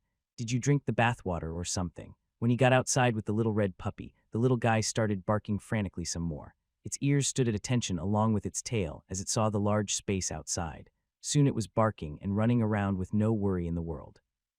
It was a newborn pup, so it was clearly eager to see the new world outside. Roland had quite the large backyard that was fenced off, so he wasn't afraid that this small puppy would get outside. The problem was with the hidden runic mines buried in some strategic locations. There would be one dead puppy if it stepped on one. You'll have to stay with me for the time being. He grasped it with his hand and carried it close to his armpit. The little wolf was then stuffed into a closet so it wouldn't cause more damage. He himself got some water and a mop to clean the urine. The water was filled up with one of his magic wands that produced it. The problem was that he underestimated how long the half-dwarf would be out cold. Is that an enchanted item? Bernir was now sitting upright and looking as Roland poured water into a bucket with a magic tool. I guess it is. What of it? Nothing. It just has a unique design, and are those runes. Did you perhaps make it? For some reason, he could see some sparkles appearing in Bernir's eyes. It was as if he was looking at him as if he was some rare animal. No, what makes you think that? He tried to deflect the question, but it seemed that his secret was out. Bernir kept staring at him with that strange look before shooting up to his feet. He quickly ran over to the bucket of water and then just as quickly dropped down to his knees and started bowing. Please, sir. Take me in as your apprentice. Apprentice. What are you on about? The surprise in Roland's eyes was clearly visible as he looked down to the prostrating half-dwarf. The youth was also calling him sir even though he was only 16 years old. Though looks were deceptive in this world, as old people could look very young with enough vitality or some special skills. I'm a great worker. I can clean your house, cook, wash your clothes. Bernir started listing off things that he could do for him before quickly grabbing the mop that he brought over. He soon was cleaning the urine trail that the puppy created for him, scrubbing everything as if possessed by some kind of cleaning demon. Roland was quite astonished by how proficient this young man was at cleaning. Perhaps he even had a cleaning skill that made things easier. I'm not looking for an apprentice. What could I even teach you? But sir, you are Warlock the runesmith, right? The runesmith. Roland's heart skipped a beat the moment he was called a runesmith by Bernir. He was hoping to stay hidden from the world, but he also knew that sooner or later people would associate the wares that he was selling in the auction house with him. What makes you think that? He asked while going to the side while wondering who was talking about his identity. I overheard some blacksmiths talking about new runic equipment in the auction house. I also saw Sir Wayland deliver some items into the auction house. It really is surprising that you were actually the runesmith yourself. Think everyone thinks that you are just an apprentice working here. Don't worry, sir. I'll be sure to clear things out in the city and tell them everything. Don't. The half-dwarf was quite chatty while finishing up the cleaning. Apparently he was the first person to put two and two together. Sir, I'd like that part to remain private. And stop calling my sir, I'm not that old. Who do the people in the city think that I was? This farce had kept on for quite a long time, mostly because people didn't think that a young man like him could be someone producing runic equipment. There just had to be some kind of craftsman working in the background, and this was confirmed by Bernir here. Most people thought that Wayland was him as a runesmith that for some reason liked playing around as an adventurer. But I don't think many people know about you that much. Everyone is concerned with their own things. That might not be the case. He murmured to himself while rubbing his chin. After the little fight he had in the Adventurers Guild, his name would probably be starting to get known around the city. Wayland the adventurer and runesmith might become the talk of the town soon, even more now when he could finally produce deep steel and deep iron items semi-proficient. This would probably be a good time for expanding his wares and earning more money, but it also brought dangers with it. He was just one man. Even though he was stronger now, it would be hard to go against any organization alone. That depended on the people ruining things, though. A thieves' guild could be paid off and used for protection if a person knew the right people. Roland wasn't really part of Albrook's inner workings. He had no idea who was running things in the background. The noble and city mayor were the obvious leaders, but there was always someone moving in the background. Lucky for him, the city was still developing, and the auction house was safe for making business. The only downside was the steep margins that they charged for his wares. If it was possible to hide his face for a bit more time, he would use it to his advantage. There was no reason to give away all of his secrets. The problem was that Bernir here now also knew that he was Wayland and a runesmith.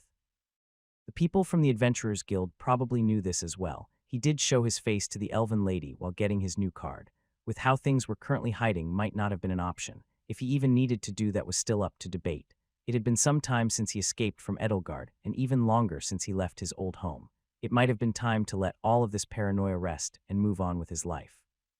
Don't worry, Mr. Wayland. Your secret is safe with me, so please hire me as your assistant. Bernir started bowing his head once more. It was clear to Roland that this youth had lost a lot the day before. The party of adventurers he was working for was wiped away, and this along with most of their belongings. The half-dwarf had craftsman classes that he could see through with the help of his identification skill. He wasn't sure why he would choose him as his master, though. The half-dwarf clearly didn't have a mage class which was needed if he wanted to become a runesmith. There apparently were some ways of gaining mana sense later in your life, but they all required costly items or strange rituals. My assistant, I can't teach you runesmithing. You don't have the talent for it. I'm aware, Mr. Wayland, but I only want to be a regular blacksmith like my father was before me. I can work on my own. I'll even give you back the coins for the materials, so please let me practice blacksmithing. It was unclear to Roland why this youth was so adamant in his resolve. It didn't make much sense to him that he wanted to work for him. There were many other traditional blacksmiths in the city that were also dwarves. He was mostly self-taught and could barely make intermediate-grade armor and weapons. There wasn't much he could teach this guy. He also had just leveled up from his smithing class, so he wouldn't really know much more than this kid. Shouldn't you try the other blacksmiths first? How about Gray? He wanted to mention some of the weapon shops and armor shops that would be better for the youth in the city, but he was quickly cut off. I tried. No one would want to hire me. They would. Why? Roland was a bit surprised by this fact, as the youth did have a good class distribution for a craftsman. Bernier would make a nice addition to any smithy and could probably be developed into a weaponsmith or an armorsmith soon. No one would want a half-blood like me. Bernier slumped his shoulders forward while dropping his head while silence filled the room. I see, I forgot about that. There was a certain purity undertone in these lands. Humans, elves, dwarves, and all the other races somewhat looked down on anyone that was considered mixed. He wasn't sure why this was the case with so many races around this world. It seemed that intermingling would be something obvious and natural, but reality here was different. The races would somewhat accept the mixed races, but they wouldn't allow them to prosper alongside them. At least not unless they showed their worth in one way or the other. Roland had kind of tossed things like this into the back of his head. He didn't really adhere to the social norms in this world, as he liked living alone. His introverted tendencies only got worse with time, but now it looked like he might have gained a potential helper. There was also the ball of energy that was barking furiously in his closet. He decided to finally open it and could only see a red blur. It was clearly not used to its own body, which caused it to collide with its new master's leg. Roland just looked down after feeling a small impact against his shin. The ruby hound's head collided with his leg, sending shivers of pain down his spine. The dog flopped on the ground with a wide-opened mouth. Its tongue was right out, and it was panting furiously. It clearly didn't react to hitting Roland's leg and causing him pain. This only made him want to punt this unruly dog out of his house, though after looking at its silly face, he wasn't able to go with it and ended up just grumbling. Let's forget about this apprentice nonsense. We should report to the guild about that rare boss. You will probably be able to keep the items of your old party members. I apologize. Roland trailed off but stopped himself from continuing. It's fine, we weren't that close. I wasn't really part of that party. The moment of silence was quickly halted by more barking from the small monster dog, which was then ended by Roland giving the big black nose a prod with his finger. Be quiet. Surprisingly, the dog listened to the order while sitting down. Did it hatch from that egg? Yes, regretfully. Why, it looks like it likes you, Mr. Wayland. Bernier smiled a bit while leaning down. He reached out towards the monster puppy while trying to pet it. The red wolf pup didn't react in kindness, though. It bore its teeth at the person trying to pet it while quickly hiding behind Roland's leg. This caused the half-dwarf much pain as he felt something shattering deep inside his little heart. I need to finish that guild quest. Roland gave out a sigh while his house continued to be invaded by foreign sources. He had been living here for quite some time now, and the silence was the good part. Now he had a loud dog constantly barking and a half-dwarf that looked like he could jump off a cliff any minute now. If I want to go to the guild, I need to put my armor back on. He had disrobed and placed his armor down in his workshop. He had somehow been able to put it on the last time, but it was a hassle to get all the straps in. While thinking about this, he looked down at the sad Bernier. Bernie, was it? So you want to be my apprentice? Don't move from this spot. I'll be right back, and keep that red dog in check. It's Bernier. The young man perked up at the mention of the apprentice role. He remained in the room he was in, while Roland went away to fetch something and locking the door behind him as he exited. The little red pup was quick to follow his new mommy, but the way outside was blocked by the half-dwarf. The little animal started barking and biting, while Bernier continuously tried to keep it from venturing further into this house. While this was happening, Roland was down in his true base of operations. He quickly packed up the armor pieces along with the arming jacket. If he was going to have a potential apprentice, he would use his presence to the fullest. His secret was partially out in the open, and the youth already saw his armor in action as well. This didn't mean that he would show him how to enter his secret workshop. After returning upstairs, he found his living room destroyed. The chairs were all turned around, and so was the table. He found Bernier wrestling with the small red dog on the floor, which was surprising. What are you doing? Here, help me get this armor on, and let us go back to the Adventurers Guild. He squinted at the two people while contemplating if it was such a good idea to keep both of them around here. 4 guards were standing by the entrance gate to Albrook City. This gate had 2 large towers to its sides, with even a few archers keeping watch. The whole city was still in the development phase, but most of the walls that surrounded the insides were already built. It was early in the day, so there wasn't much to do for these guardsmen. They were here to keep immigrants outside if they weren't able to pay. Even now, people kept pouring into this city in hopes of earning money and starting a new life. Most of the heavy hitters had been entrenching themselves in the city, like the Adventure Guild and some wealthy merchants. It was now very difficult to start your own business without stepping on the toes of some powerful people, which caused most of the new arrivals to search for work in some of those companies. The day had started off slow, with not many new merchants coming in, but soon something interesting would come walking by. One of the guards nudged another one that was slowly dozing off on the side. "Hey, get a load of that." This guard gave out a grunt as he was still a bit hungover from the day before. His vision was a bit blurry, but soon it focused on the dark red blob in the distance. What the sleepy guard saw was a man in a full suit of armor. "Wait, what is that on top of his head?" the guard asked while squinting. The armor in itself wasn't really that interesting. Many adventurers wore similar ones, and even more extravagant looking than this one. What was out of place was a little red wolf pup sitting on this large armored man's head. It had its head raised up high as if it was some kind of proud noble creature. Behind this armored man, there was another person that was smaller in stature and wearing a large backpack. The guards didn't really know who these two were. Roland's fame was on the rise, but that didn't mean that everyone in the large growing city was aware of him. He sparsely visited the city, and he also went through other armors. This new look was not something that the other residents associated him with. Soon the strange duo with the monster puppy arrived by the gate. Normally the guards would just let Roland through without really asking any questions, but this time it would be different. He was bringing in a strange creature into the city. There were certain procedures that needed to be done to allow something like this. "Halt!" the guard shouted, which caused Roland and Bernier, who was trailing a bit behind, to stop. "Is there a problem?" Roland asked while the problem started barking at the guards that he was talking to. Obviously, the guard that was talking to him pointed to the creature on top of his head. This made Roland think back to about half an hour ago. He and Bernier finally decided to set off into the city, but then a problem arose. The red dog wasn't having any of it as Roland tried to lock it in his shed. It started barking around furiously the moment he closed the door. This was followed by the sounds of clawing, chewing, and metal tools falling over as the creature started running around the closed shed. It was clear that the wolf pup didn't want to be left in there. The other option was to leave him in the yard that was fenced off or in his house. Both options weren't possible. The area around his house was filled with runic mines against unwanted guests. The inside of the house, on the other hand, would have probably been chewed to bits. The best option would be to stick it in a small cage through which it couldn't burst through. He didn't have one though, and smithing one into existence would take quite some time. Then finally Bernier chimed in, advising Roland to bring the dog along to the Adventurers Guild. Monsters like this needed to be registered and examined by specialized personnel in the guild. There were classes like tamers and summoners that used monsters for battling purposes. Each new monster would need a permit to be allowed into the city. Some that were deemed too dangerous would be banned from entering. Roland was kind of familiar with this process due to him spending some time adventuring now. He didn't look into it too much as he didn't think that he would be an owner of such a monster. At most, he might get his hands on a summoning spell rune that he could use for some assistance. Such runes were quite rare and could cost a small house for even a lesser version of it. Depending on the rune type, the prices changed even if they were of the lesser variation. "Do you have a license for that beast?" The dog growled menacingly at the guard that was looking at it, but to the man, these sounds sounded rather cute. "No, it just hatched yesterday. I want to register it at the guild." The guard nodded while calling out to another person. There were special people with higher-level identification skills at this checkpoint. Such a person was called over to take a look at this puppy. After checking the monster's level and stats, Roland was given some paperwork to fill out. He was a bit surprised that these people were taking things so seriously, but even the smallest monster could turn out to be a calamity if it was untended. They needed to note him down as the owner. If this creature caused havoc in the city, he would be held responsible and would have to pay for any damages. Then if any deaths occurred, he would also be put on trial as if he was the killer. Move along.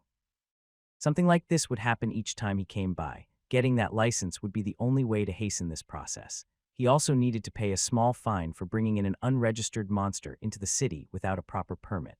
The only reason it was allowed in was due to it being only at the first level.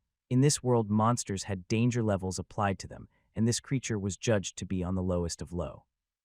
That went well, though they didn't need to charge Mr. Wayland a whole silver coin for it. "This is clear extortion." "Is that so, Bork?" Roland replied. His sense of money was a bit skewed compared to the other people here. He was someone that could earn something like a silver coin back with one scroll. It only took him a few minutes to get it done. He actually thought that it was quite cheap to bring in an unregistered monster like this into the city. What if it was some kind of rare poisonous creature that caused a plague? "Quiet down, you." The puppy raised its head high up once more. The only reason Roland allowed this dog to ride on top of his head was because otherwise he wouldn't shut up. He even tried placing it on his shoulder, but the red ball of fuzz just wanted to be on top for some reason. Was he the wolf pup's master, or was it the other way around? The two young men continued to attract gazes from the people around them all until they arrived at the guild. Roland, thanks to Bernier's help, was able to put on his suit of armor much faster, so he was now thinking that it might not be such a bad idea to get himself an assistant. Roland pushed the door open to get inside and was greeted by the usual looks. Soon those looks turned similar to the ones that the guards showed him. The dog on top of the fully armored man's head was clearly something unusual. There was some luck on Roland's side, though, as the usual spot at his receptionist elf lady was free. They arrived early enough for the place to be partially empty, so they were first in line. He was quick to go over to the elf that gave him the silver rank test. "Mr. Wayland, back so soon. Did you take care of the quest already? Want me to call over the butcher to go over the corpses?" "Oh my, what is that cute creature you have there? Why is it on top of Mr. Wayland's head?" The lady smiled and started going through her receptionist pitch fast before spotting the pup on top of his head. The little guy gave out a loud, high-pitched bark, which brought even more attention to his master. "Ah yes, there is a reason for this." Roland grasped the little pup with both his hands and removed it from his head. The ball of fluff was placed on the receptionist's desk, but he didn't let it go in fear that it would just run off and cause some unnecessary damage. "I would like to register this monster, and I would also like to make a report about the deaths of some adventurers. Bernie here was part of that party. He will tell you more about that. It's Bernier." The half-dwarf with the large backpack stepped forward and looked at the elf lady. She nodded with her head while telling the two to wait for a moment. Soon another staff member came out and took Roland to the side. Bernier, on the other hand, remained with the receptionist elf to give a recount of what transpired the previous day. "Mr. Wayland Wright, please follow me." Roland looked at the new person. It was someone that he had never seen before. The man was an old gnome similar in size to the old manager from Edelgard. He had the usual gnome beard, and a monocle garnished his face. After following the smaller gnome, he found himself in a separate office. "Please place your tamed monster on the table." He followed the instructions and placed the puppy on the table. The inside of this office looked a bit like a smaller veterinary clinic room. On the sides, he could see some large hand-drawn anatomy drawings of strange monsters.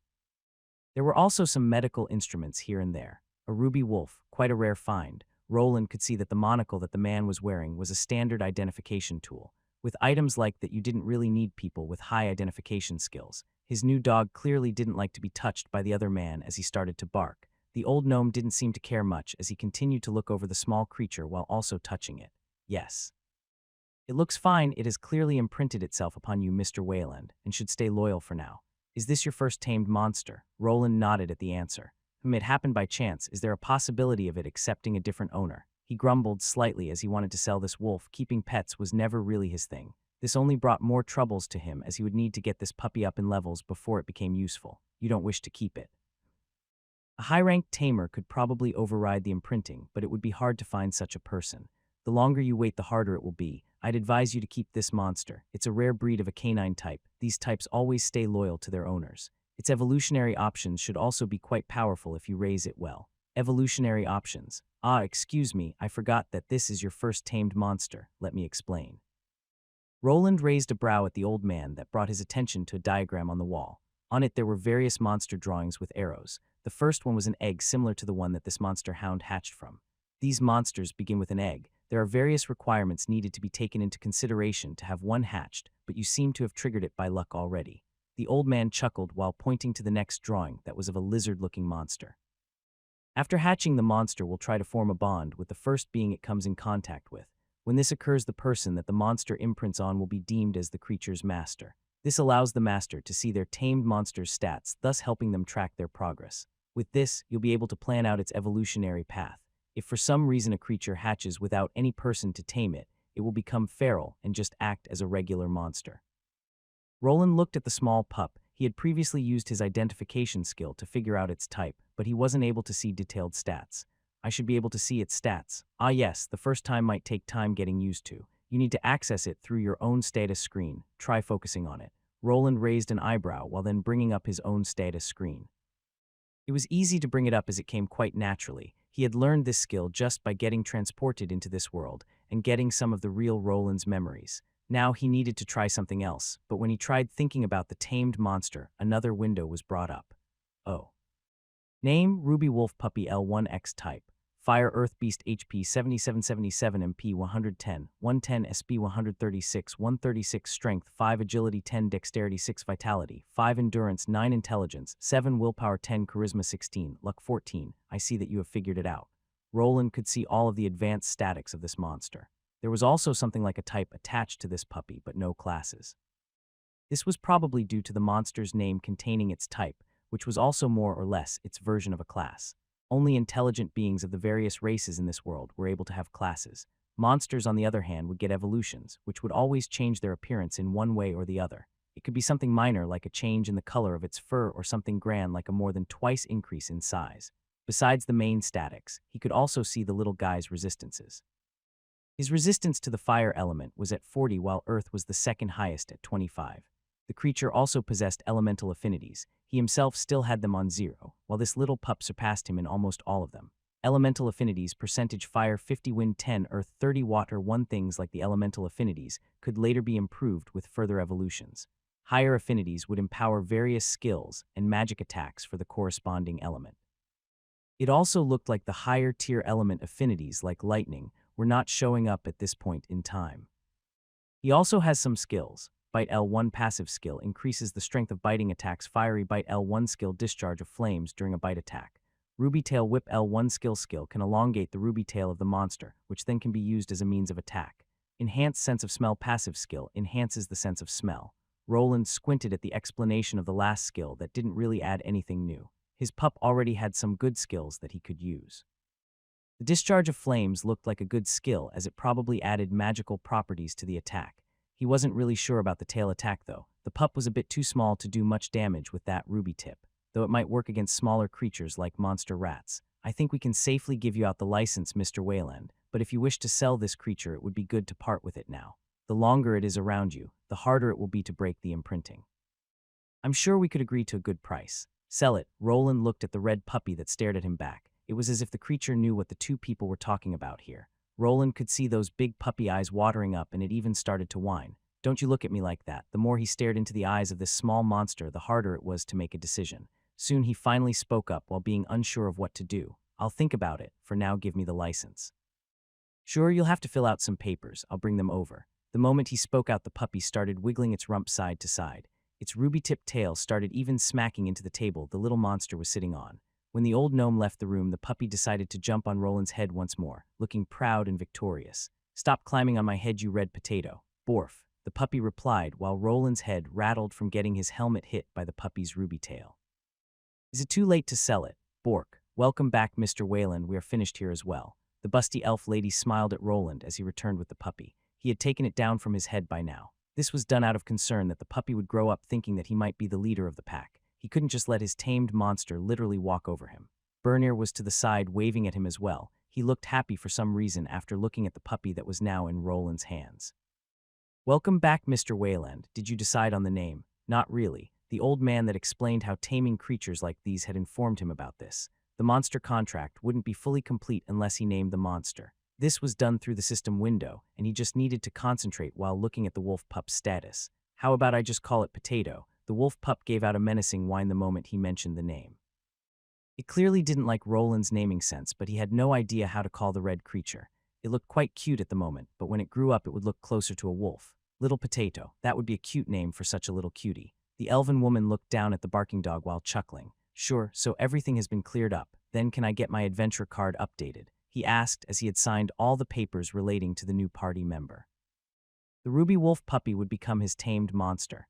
His adventure card was taken to perform some updates. It was interesting how these cards worked. They would add certain symbols onto it, which would then inform people about certain things. A little picture of a beast would be added in the corner, which would indicate that he was an owner of a beast.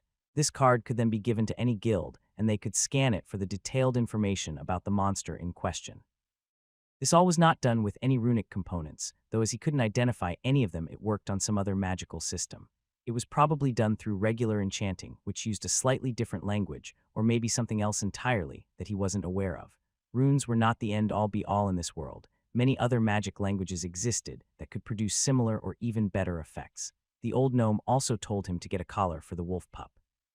It would then signal other people that this monster was owned by someone and keep them from attacking it. The papers that explained things about his creature were also given to him by the old man. He could present them to the guards the next time he saw them, which would be proof enough to not pay any more tolls. This could also be done by showing his adventurer card, but it wouldn't always be accepted outside the guild. If the monster went through an evolution, he would need to return to the Adventurers Guild to have everything updated. The creature would be judged again. Sometimes monsters got extremely violent, which in some situations caused them to be banned from entering cities. Other times they would change into a poisonous or corrosive variant that by just being in contact with others could cause them harm. Yes, Mr. Bernier had explained everything. Are you willing to sell the damaged golem core? Even if it's damaged, the materials can still be used by some craftsmen. Roland had dumped a lot of money into buying resources for his deep steel armor, but he wasn't that strapped for cash. He could always enchant some disposable weapons on the side to earn more. The golem's core, on the other hand, was a rare commodity that could be melted down and turned into an alloy. If done correctly, this alloy could boost the regular metal's capabilities. I'll keep it for now. When can I get my card back? Shouldn't take more than 30 minutes, Mr. Wayland. Why don't you sit down and have a drink while you wait? The elven woman pointed to the side where a small section of tables was at. The guild did have a dining section. They mostly served beer and some easily made dishes for the adventurers that were stuck waiting like him. He just nodded and turned around. His little dog continued to bark in his hands as he carried it around. Calm down, or I'll really give you the name Potato, or how about Beetroot? You're quite red like one. The pooch instantly went quiet after Roland continued to mention vegetable names. It was clear that this wolf-to-be didn't want to be named like this. It felt like a drag to come up with a fitting one. While going towards one of the tables to sit at, he tried, remembering some popular dog names that were used in his old world. Max, Charlie, Boomer, Woofer, Crimson Fang. There were just too many to choose from for him to decide on such a short notice. He could go with a regular name similar to person or try something more interesting or cool. This puppy would evolve into a more ferocious-looking ruby wolf or maybe even something else entirely. The interesting part about tamed monster evolution was that their master could affect the evolution in one way or another. He had this explained by the old man during the paper signing. Depending on what he fed the wolf, it could even change its elemental affinity in the next evolution. A tamed monster like this didn't go through any class changes and trials like people did. It was more or less automatic for any regular wild beast. It was slightly different for the monsters that were taken out from dungeons as he did. Apparently, after reaching the first threshold of the 25th level, he would be actually able to decide between some evolution options. It was even possible for him to keep the monster unevolved and wait for it to gain more skills and achievements in hopes of earning a rare class. It was very much a game-like system, which made it more interesting. While thinking about the future, he finally sat down at the table. He didn't eat breakfast due to the unforeseen monster birth, so he was a bit hungry. This place's food wasn't the best though, but it would get a person through the day. There were also more people that looked quite hungry with him. Bernier followed him here, and he could even hear the man's stomach giving out strange noises. You hungry? Huh? Oh no, I'm fine. It was clear that the half-dwarf had gone through a traumatic experience and probably famished. Roland was somewhat aware of his situation, which probably caused him to not have much money. While Bernier was out cold, he had gone through his backpack and there was actually almost no gold in it. The prices in the guild were higher when food was concerned, so he assumed that saving money was probably Bernier's agenda. Is that so? Soon a young cat lady showed up to take their order. What will it be? She called out in a quite energetic voice while mostly focusing on the red puppy that was squirming around. Roland had forced it into his armpit so that it wouldn't cause trouble. Bring us some kielbasa with bread and butter. Make it enough for 3 people. Then give me 2 glasses and a bowl with water. Coming right up, mister. The waitress nodded at the order and then promptly walked away into the back room. There she would bring it to the cook while getting the glasses for water faster. For 3 people, Bernier asked from the side while swallowing some of his saliva. Roland didn't answer as he waited for the waitress to return with the glasses. The bowl was placed on the table by him, along with the small pup that started to quickly drink from it. His long tongue worked fast, causing some of it to drench the table. This was something that he had to contend with as he was afraid that if he placed the dog on the ground it would run off somewhere. Then he would be stuck chasing after it. If it did any damage to the city or anyone in it, he would be responsible for it. I need to train this dog to behave. While thinking about his future, taming headache, he offered 1 glass of water to Bernier. He himself slowly looked at his own glass before giving out a sigh to move his visor up. Mr. Wayland. It's fine. Bernier was a bit surprised by Roland exposing his face to the Adventurers Guild. From the previous talk that they had, he made it seem that he didn't want to reveal that he was a runesmith to others. Roland, on the other hand, was tired of constantly running back and forth from the city to his house with and without the armor. It had been over a year since the encounter with the cultists, and his family hadn't found him in 6 years. It was safe to assume that no one knew where he was or cared if he was alive. His face had changed with the years. Long gone were his childish features. Now his face was more adult-like, and with every day his physique was getting bulkier due to all the fighting and smithing. Even his brothers might not have been able to recognize him if they met him out on the street. He had thought about it hard for the past year, and arrived at the conclusion that he might be sticking out more by hiding his face constantly. If he actually wanted to live in the city, he would need to take part in it. That would require him to work with other people and depend on others in one way or another. With that, he gulped down on the water, but when the waitress walked back, he quickly moved his visor down so that she wouldn't see his face. The sausages were brought over, and she left after giving the two a nod. Well, I don't need to reveal everything today. Bernier looked at him, a bit taken aback by how quick he hid his face from the guild worker. He was too busy devouring the kielbasa sausages to take it to heart, though. The little wolf pup received his share of food as well. The little guy's ruby-tipped tail started smacking into the wooden table as he ate up. Roland himself only ate half of his portion, while mostly inserting it into his mouth with a half-closed helmet. It was still hard for Roland to let go of old habits. It would be a slow process to relearn how normal people operated, but he hoped that he could let go of his fears in the coming future. The half-dwarf looked quite happy after eating the meal. The puppy, on the other hand, started going into snooze mode. It just plopped down between Roland's legs and started sleeping after devouring quite a sizable sausage. After some uncomfortable silence washed over the two young men, Bernier was the one to speak up first. Roland was a person of few words, never really speaking out without a purpose behind it. His new friend, on the other hand, wasn't that reserved. How long have you been here for Mr. Wayland? For about a year. Oh, did you make that armor yourself, or did you buy it somewhere? Did you decide on a name for that little pup? Will you be going to the dungeon again? Do you need help carrying things? I'm pretty good at disassembling the monsters. My skills are quite high. What followed was a series of questions to which Roland replied in either a nod or a quick sentence. Luckily, the receptionist from the Adventure Guild waved him over as he peeked to the side. After getting an earful from Bernier, he wanted to run up and kiss her from saving him. Ah, is your card ready? Bernier asked while Roland stood up. The half-dwarf looked a bit saddened at the quick end of their conversation. He was still worried about his future prospects. Working for Roland as an assistant was something he was aiming for. All the smithies were taken over by dwarves that liked to stick to old customs that wouldn't let any outsiders in. Only after many years of doing side work would they ever consider him as a valid apprentice. There were many people looking for work, so there wasn't really anything holding them back from keeping their traditions running. Roland was made aware of the half-dwarf's predicament during their walk here. This did explain why such a promising craftsman was carrying gear for adventurers instead of working in his own field. It does seem like it is. He left towards the lady elf who returned his adventure card for him. He could clearly see that he had the little symbol for the tame beast included in it, but there was also a little bonus: silver rank. The card had switched from the steel grade to silver grade as well. It looked that defeating the floor boss was enough to prove himself. Yes, congratulations, Mr. Wayland. The Ruby Golem's core was enough. I hope you will continue to do business with our Adventurers Guild. Would you like me to list all the benefits of being promoted to the silver rank, or would you like to take the pamphlet instead? Roland looked over his card. It had a distinctive silver hue to it. He wasn't that informed about jewelry, but silver, platinum, and mithril rank cards looked a bit similar to each other. The silver one was a bit darker than the other two, with the mithril one being the brightest. I'll just take the pamphlet. That will be 3 large copper coins. Roland's eyes narrowed when asked to pay for this pamphlet, but he also didn't really want to stay here and have this woman explain everything. He had already been here too long due to his tamed beast. Here. Thank you for your support. Remember to look at the notice board. You'll find all the silver rank listings there. Right, thank you. After saying his goodbyes, he turned around to leave. With the puppy in his hand, it was time to go home and figure some things out. There was no reason to look at the notice board, as even without taking specific missions, he could just hunt tier 2 monsters and sell items to the guild. Sometimes there would be specific listings that offered more money for some body parts. Those were mostly placed there by people like alchemists that needed them for potion brewing. Depending on the recipe, some monster parts sold better than others. Sometimes other adventurers placed offers for new members or for temporary help. He reached out with his hand to the Adventurers Guild door and pushed it open. Before leaving, he turned around as Bernier had stopped in his tracks. Normally, this would be the moment that these two would part their ways. Roland had delivered the information and also received his card upgrade, but after thinking some things through, he had come to a decision.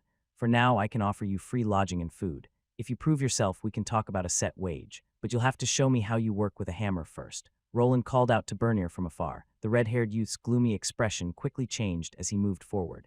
Thank you, I won't let you down. You'll be sleeping in that log cabin, though. Now let's go, there is still some work left to do. The two young men soon left afterward. The day was still young, and Roland had some tasks for his new apprentice. He would need him to prove himself before being allowed to be part of his workshop. Then a proper employment contract would need to be produced, a similar one to what he had signed back in Edelgard. Woof, quiet down tomato. Roland and Bernir were in the process of returning to the workshop. After getting breakfast out of the way, both of them were ready to work on some things. The crimson armor that he wore needed some tending, and his shield did take the brunt of that attack. Before any repairs could be made, he would need to clear up some things with his new worker, and also his new tamed beast. The little puppy had woken up halfway through their trip, and was now running circles around Roland. From what the old man said at the Adventurers Guild, he knew that the wolf pup needed to be named. Unless this final bit wasn't complete, the little dog wouldn't fully listen to him. How about you name him Red, Mr. Wayland? Or maybe Ruby? Bernir had been giving him some naming advice along the way, but Roland wasn't feeling any of them. He looked at the fuzzy ball of energy that was jumping around. It even chased after some adventurers that they ran in during their return, which left him to apologize. He was found in a fire dungeon. After mumbling to himself, he moved over to where the dog was. The little guy looked up to him and gave out a loud bark. Roland leaned down to pick him up. The little guy's tongue was out, and he was panting out loud. How about Agni? With his love for old mythology, he came to the conclusion that he could go with one of the fire gods from his old world. Agni was the name of the ancient Hindu fire god, which would fit the theme of the fire dungeon that he got this puppy from. After looking through the wolf's status screen, he did possess a high affinity for fire. Oh, Bernir called out from the side, as after Roland mentioned the name, something started happening. A strange magic symbol appeared in front of the puppy that was somewhat similar to a rune, but not quite it. This magic symbol slowly floated towards the small wolf's forehead and entered it. Following this, the small monster's body started glowing for a second before returning to normal. Was that a tamer contract? Didn't think I'll ever see one so close up. Bernir chimed in while watching the strange phenomenon. Roland also noticed that he gained a title the moment the process was finalized. Tamed Beast. You have made a lifelong contract with at least one beast-type monster. It looked more like an achievement than a contract, but he knew that even this could unlock special classes. He wouldn't be surprised if he would be able to pick one of the tamer-related classes in the future. There was also a change to his new friend's status that appeared after this strange phenomenon. Name, Rubyhound Puppy L1X Bonded. I guess we have a connection now. I wonder. He placed the wolf down on the ground, but this time around he started out with his name. Agni, sit. The little puppy perked up at the command, and after barking sat down on his behind. His tail continued to swing around while kicking up some dirt in the process. Both he and Bernir were quite surprised at how the puppy was behaving now. It seemed that by having the contract, the monster would start to follow its master's instructions. Roland also remembered what the man at the guild told him. If the master outlevels a young monster like this, there are never any issues with the commands. Even less if the master is a tier above. Only when the monster starts to outlevel its owner would it show defiance. He was reminded by the old man to be careful. Allowing the monster to fight for a person without the master doing anything would cause it to advance quickly. Many tamers sometimes got lazy and stagnated with their monsters overtaking them. The experience between a tamed monster and its master would be divided between the two. This wasn't at 50 as some might think.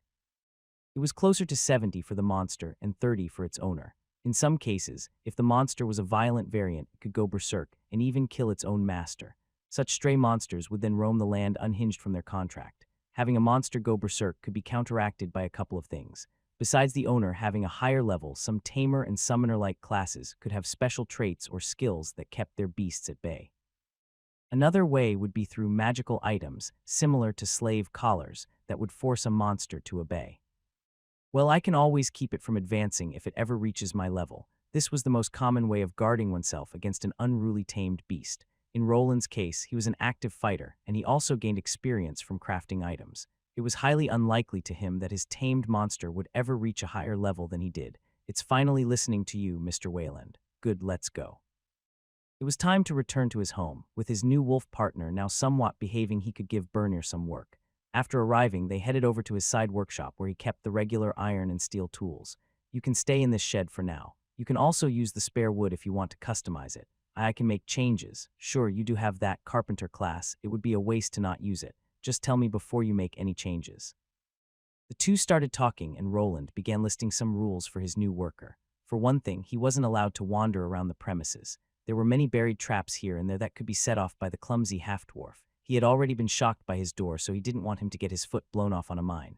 Mine runes. Bernir took a bit to look around. The backyard was a bit unkempt, and weeds along with grass were making it hard to spot where these mines could be buried. Yes, I'll probably have to remove those. For now, just don't go behind the house.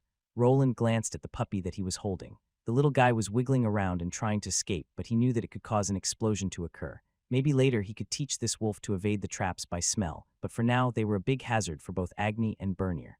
Okay, Mr. Wayland. Roland wanted to remind Bernier about dropping the honorifics, but then he remembered. He was actually about double the age of this young man, so acting as his master wouldn't be that out of the ordinary. Well, I'll be in my house if you need something. Bernier nodded as Roland left him to his own devices. The straw mattress and the blanket were in the log shed already, so he only needed to get the half-dwarf a pillow. The log shed was quite large. There was also room behind it to expand it in scope. He was hoping that Bernier, that had the carpenter class, would be able to expand it himself without his help. I wonder if he could help me build that wind turbine later. After his makeshift steam engine had been set up, he started thinking on ways of improving it. There were other ways of generating power that didn't even require mana in the first place. One of these were wind turbines. There was enough space to make one of them in the back. There was no reason to make a full-sized one. He wasn't interested in grinding down grains to make flour. He was mostly interested in generating electricity, which he could connect to his generator. With some wind runes as backup to make it spin when there was no wind, it could work better than his previous setup. Roland closed the door after himself and placed Agni on the floor. The little animal instantly took off towards one of the rooms. He gave out a sigh, but let the wolf look around the house while he decided to go to his workshop. After going downstairs and removing his armor, he gave out another sigh. A lot had happened in just one day, and he suddenly found himself 2 roommates. He wasn't sure what to do with the 2, but he had some plans. First, he remembered his times in Edelgard. This had taught him the power of magical contracts. These contracts could actually be made by him thanks to his scribing profession. Depending on the tier of the person signing it, a higher-level scribe would be required. His new Runesmith Lord class allowed him to use Tier 2 scribing skills as well, thus there wouldn't be a problem with that. He still had his old contract stashed away, so he could copy most of it over while making some changes. I feel that Bernie will sign anything that I put in here. He seems desperate. It was clear from how the half-dwarf acted that he wanted this job offer badly. His eyes shined brightly whenever he looked at his blacksmithing tools. Even though they were unkept and rusty, it didn't matter to that guy. Bernier was also close to reaching the 50th level, which would bring him into the Tier 2 rank soon. He would then be gaining a Tier 2 smith as help around the house. Previously, Roland never considered getting more help, thinking that he could somehow manage everything solo. Now, on the other hand, he started seeing some potential in sharing the workload. It was unknown to him what path Bernier would follow, but he hoped he would pick the armorsmith class first. With the added help, he would be able to focus on things that he was good at, which was runecrafting. He would be able to leave all the time-consuming armor repairs to his new worker, while he focused on discovering new runic patterns and code combinations. This would further his progress exponentially. First, I need to get that contract done. Can't have him talking about my runic forge nor my steam engine. It would be good to have him work with the runic tools, but will the contract be enough to keep his mouth shut? The trust issues that he had run deep, but with the contract signed, he would more or less feel secured. He didn't think that Bernier would speak out on his secrets unless threatened with his life. Expecting someone to take his secrets with him to the grave was asking a bit much. These contracts activated after they were broken, so even if he put some kind of silencing curse on it, it would only activate after the information was given. The purpose was to not have the person signing the contract perform certain acts but couldn't stop the process from happening. There of course were some contracts that were more strenuous, but they required the involvement of the darker kind of magic. Slave collars and magic items could also perform this task, but something like that felt somewhat wrong to him.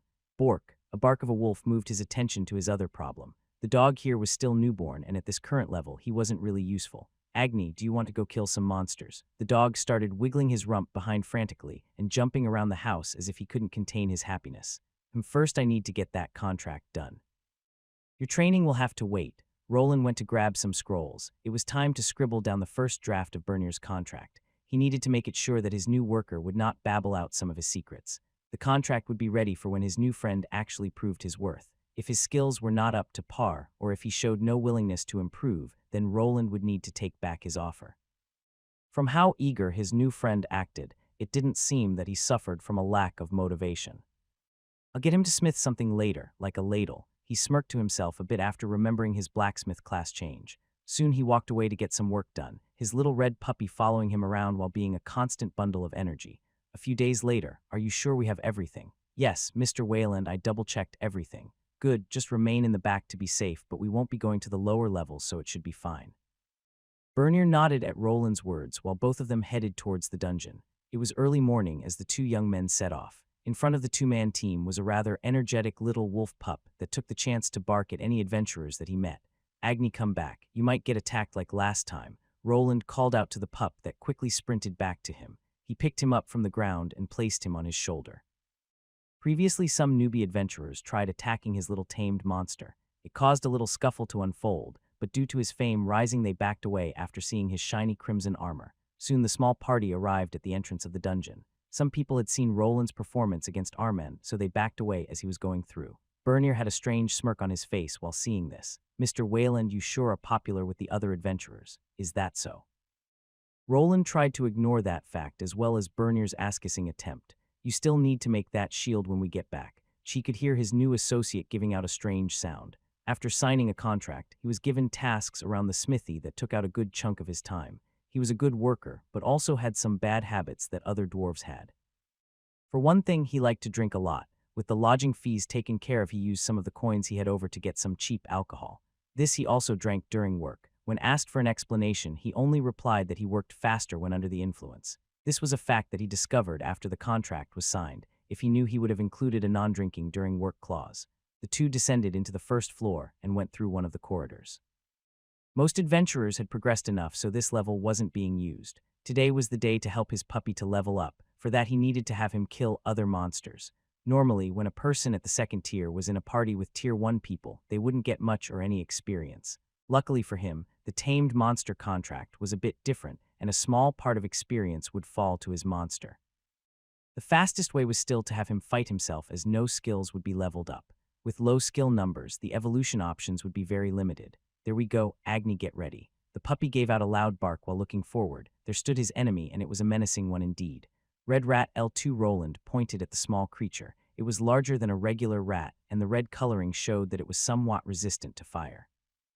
This monster was slightly smaller than the ruby wolf, but they were close. Bite it to death, Agni. The command was given, and the ferocious wolf puppy charged forward. The red rat could see the other monster coming at it and reacted by charging straight at his enemy. The two clashed with each other and started rolling around on the ground. Roland looked on with surprise as the battle continued for quite a while. Both monsters started biting each other, scratching and gnashing their teeth in rage. In time, the victor was decided. The red rat was victorious, and a defeated Agni escaped behind Roland's leg. The rat continued its chase, but was grabbed by Roland with one hand. Bernie, yes, Mr. Wayland. Are there any weaker monsters in here than rats? I don't think so, Mr. Wayland. I thought so. Some might think that a slime would have been the easiest foe to defeat. But for a monster without weapons, biting something like a heated slime would be quite painful. If Agni's fire resistance was high enough to counter the boiling hot slime, liquids still remained to be seen. A crunching sound could be heard as Roland squeezed the rat to death with one hand and just tossed the dead body to the ground. Agni peeked out from between his legs and quickly charged forward at the dead monster that he lost to. He sniffed it a few times before howling out loud. His face was then raised high as if he himself defeated this troubling foe. This is going to take a while. Roland gave out a sigh and continued towards the dungeon. Maybe with some luck, he would find a level one. Go for the neck, Roland shouted while trying to cheer. Both he and Bernier were a bit to the side while two monsters were battling. One of them looked like a red-colored salamander, while the other one was a ferocious wolf puppy. The reptilian monster was a bit bigger than the puppy, but the wolf didn't seem to care. It danced around its foe while biting into its flesh. The moment the salamander tried to retaliate, the small wolf was gone and to the other side. With time, these small nibbles added up and the final blow was delivered. Agni jumped on top of the half-dead salamander and pressed its fangs into his opponent's neck. The moment the teeth sunk into its flesh, a surge of flame was injected into it. The ruby wolf activated its special skill to deliver the final blow. The opponent went down, dead and unmoving. Woof. Great job, he really is improving really fast, boss. Bernier called out while moving over to the dead monster. That he is, there is a small mana stone close to the lungs. Roland also moved closer. His little monster had been training up his skills. It had been about a month since they all ventured inside of this dungeon now. At first, Agni was barely able to contend with a L1 rat, but after he started leveling, the progress picked up. The little guy was quite smart, and his forte was speed and agility. With the increase of his stats, he started to get smarter. With this intelligence also came wisdom, as Agni was able to learn from all of his fights. Sometimes he won, sometimes he lost, and Roland had to assist him. Now he was able to safely combat monsters at his own level, and even ones a few levels above. Good boy. Roland leaned down to give his puppy a pat on the head. He was on the fence about this whole predicament, but now he was glad that the egg hatched. The puppy wasn't hard to bring up as it only required food and shelter. After 2 weeks, he also stopped peeing in the house and now even had his own dog hose outside. Though that didn't keep him from trying to sleep inside. You are improving at a high pace. Luckily, we can somewhat share our experience. Roland glanced at his own and Agni's status screens. Name: Roland Arden L. 77 classes. T2 Runesmith Lord L2 Primary T1 Mage L25 Secondary T1 Runic Monoscribe L25X T1 Runic Blacksmith L25 Tertiary HP 2478 2478 MP 7354 7354 SP 3366 3366 Strength 66 Agility 46 Dexterity 94 Vitality 66 Endurance 75 Intelligence 125 Willpower 114 Charisma 17 Luck 10 Name Ruby Wolf Puppy L10X67 Type. Fire Earth Beast HP 129 129 MP 148 148 SP 222 20 Strength 10 Agility 20 Dexterity 10 Vitality 9 Endurance 13 Intelligence 10 Willpower 12 Charisma 16 Luck 14. Both the little beast and master had leveled up during this month. Roland only gained 1 level, but he noticed that he was gaining about twice the amount of stat points that he previously did. This, with his Lord class perk, made his 1 level at Tier 2 count for 4 levels at Tier 1. With this, he felt like he could finally become stronger. The wolf pup was leveling up faster than his owner. This was because there was some experience shared between monster and master.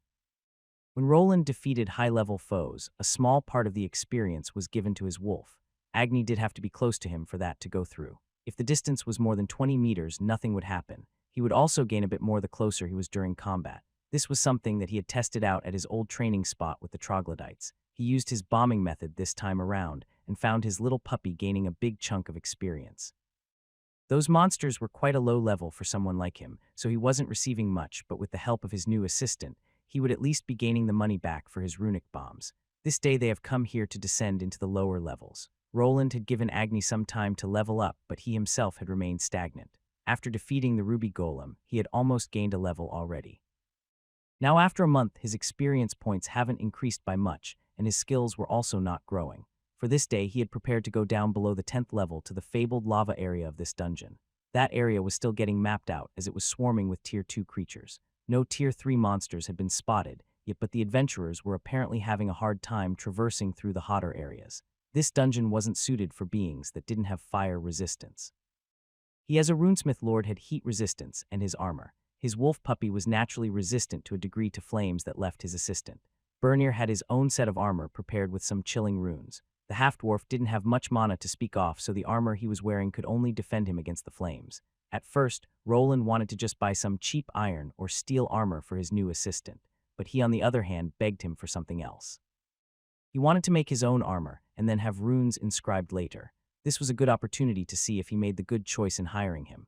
Bernir did have the class and levels, but this didn't mean that he would be great at crafting. This depended on his aptitude and willingness to work long hours. Luckily, the young half-dwarf didn't disappoint him. He worked tirelessly for days at the basic workshop without any runic power tools involved. Even without the fancy equipment, his new worker had managed to push through. What Bernir required wasn't a full-plate mail armor like Roland did. He needed some defense to be there, but the more important thing was speed and agility. Bernir wasn't there to fight. He was only there to carry Roland's weapons and then take care of the monster corpses. Thus he was fitted out in a lighter set of leather armor. His legs and arms would have metal plates in the form of greaves and vambraces. Roland had also instructed him to place openings for the mana stones that he would insert later. With Bernir's lack of mana and any runic skills, he would need all the help he could get for the magic to work. There was a limit of how many mana stones a steel armor could take. The runic structures would break quite fast, but it would be enough for them to do a couple of dungeon runs before it needed repairing. Runic structures that only utilized buffing type spells and small effect spells like the Lesser Chilling Rune were able to last longer than active spells. Something like a fire arrow spell would eat away at the armor after each activation due to the high amount of mana being burned. On the other hand, when there was a very small yet constant charge, they lasted for a lot longer. This was also why Roland's own armor that was made of deep steel would barely suffer anything when he just activated his mana stones to give him a stat buff. Only when he actually activated a more drastic spell would the armor start to deteriorate. After everything was finished, the gear came out to be on the intermediate level, quite satisfactory. Roland himself could only achieve this level, and this half-dwarf was already on his level. He wasn't sure if it was talent, or just the dwarf racial trait that let them become better blacksmiths than other races. With that out of the way, he was ready to imbue everything with mana stones and runes. Bernir was a bit afraid that he would be charged for something like this. The man was someone that grew up with other dwarves, so he knew that runesmithing was a costly profession. The two had a conversation, and Roland told him to count it as an investment that he could just work down in the future. Using mana stones from the dungeon on an armor like this didn't really hurt his bottom line. The dwarves cherished their runesmiths, though, so from that day on, Bernir started calling him boss, and he finally learned to remember his assistant's name. Now they were down at the 10th level where it all started. This time around, the boss chamber was wide open, and they could move through it. It also seemed that someone had already cleared out this area some time ago. The monsters haven't respawned yet, but there are no bodies either. Anyone that was here previously is probably gone, Roland said while moving inside of the boss chamber. It looks that way. Bernir stopped before the large door and gave out a sigh. He stood there for a moment till Agni barked at him while sitting on Roland's shoulder. Wait for me, I'm coming. After the harrowing experience that Bernir went through in this room, it was natural for him to take a moment. Roland didn't say anything as he understood his pain. It was already quite a show of character that his new assistant was willing to go down here so soon. Looks the same as last time. Why, yeah, both of them continued through the area. Agni was held in place as his new owner was afraid that the happy puppy could fall into the lava lake below. He was somewhat resistant to flames and heat, but he would still die if he fell into lava. Roland was taking a risk by bringing this puppy here. After watching over him for a month, the ruby wolf started growing on him. Agni would even try to climb into his bed and sleep with him. This caused Roland to finally create a fitting dog house for him that Bernir, with his better building skills, was happy to create.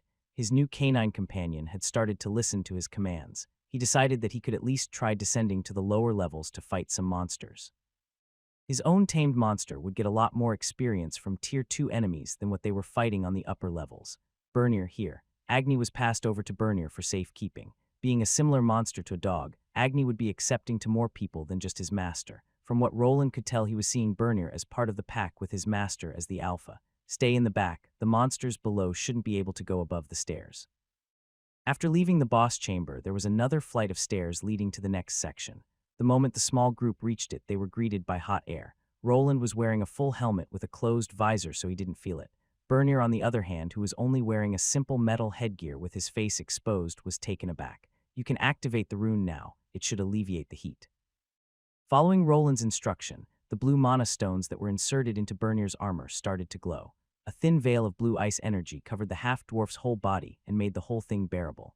Agni didn't look too happy about the change in temperature, though, as he gave out a rather cute sneeze. Well then, with sword and shield in hand, Roland moved down from the stairs and set foot in the new area. What he saw was a wide-open cavern with stalactites and stalagmites everywhere.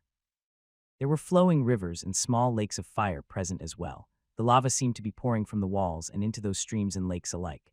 There were many pathways leading in various directions. Some were wide, while others could barely fit one person. This was a large open area that stretched for many kilometers in all directions.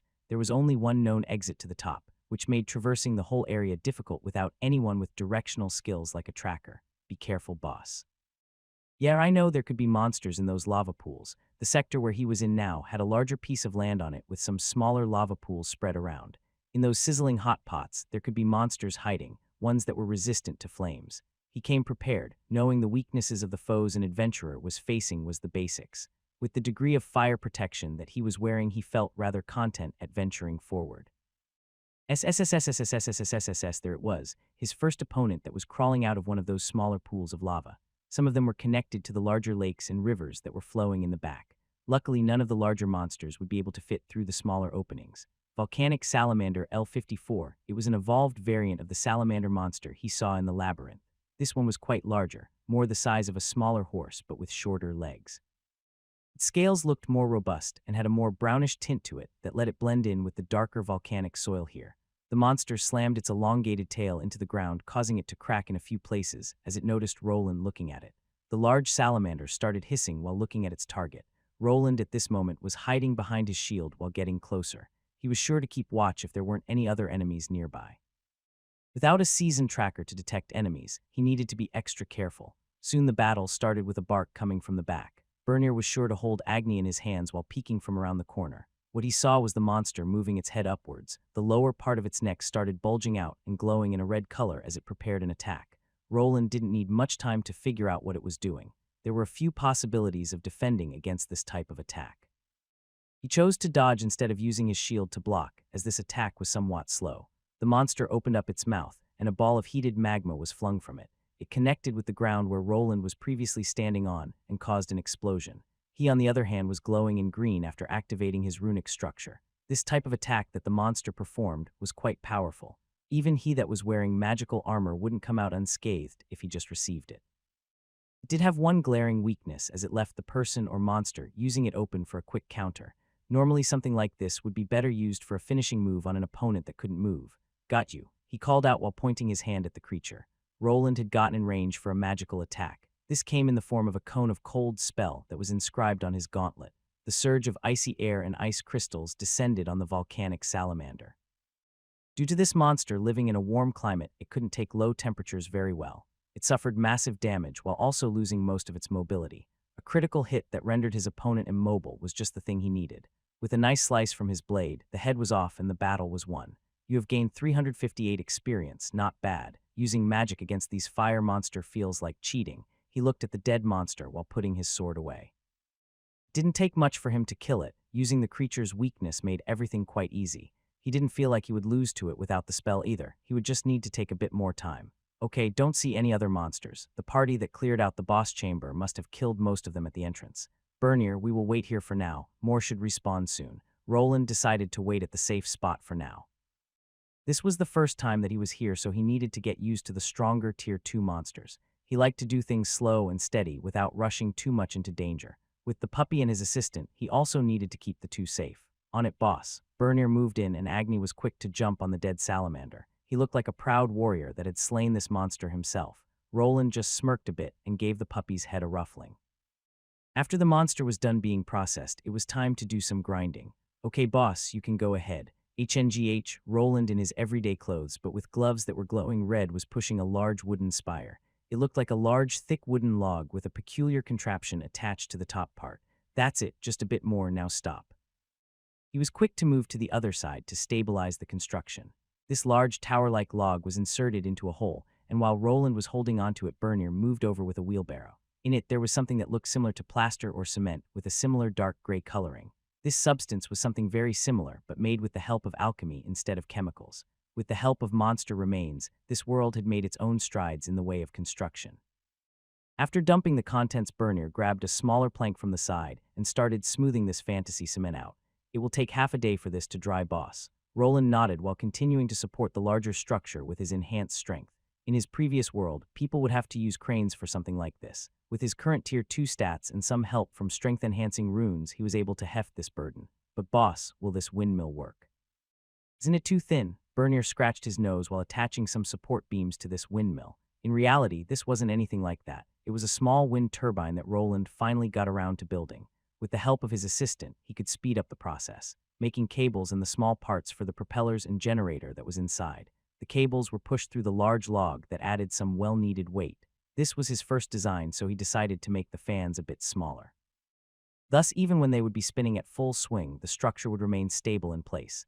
This isn't a windmill, this is to generate power. Power. Bernier looked at the wind turbine and he wasn't sure how this thing should produce energy. Though Roland was the runesmith here, so he wouldn't ask too many questions. He understood that magic and runes were a difficult theme not known by many men. I guess it is about time to show you some things, but first help me connect these cables.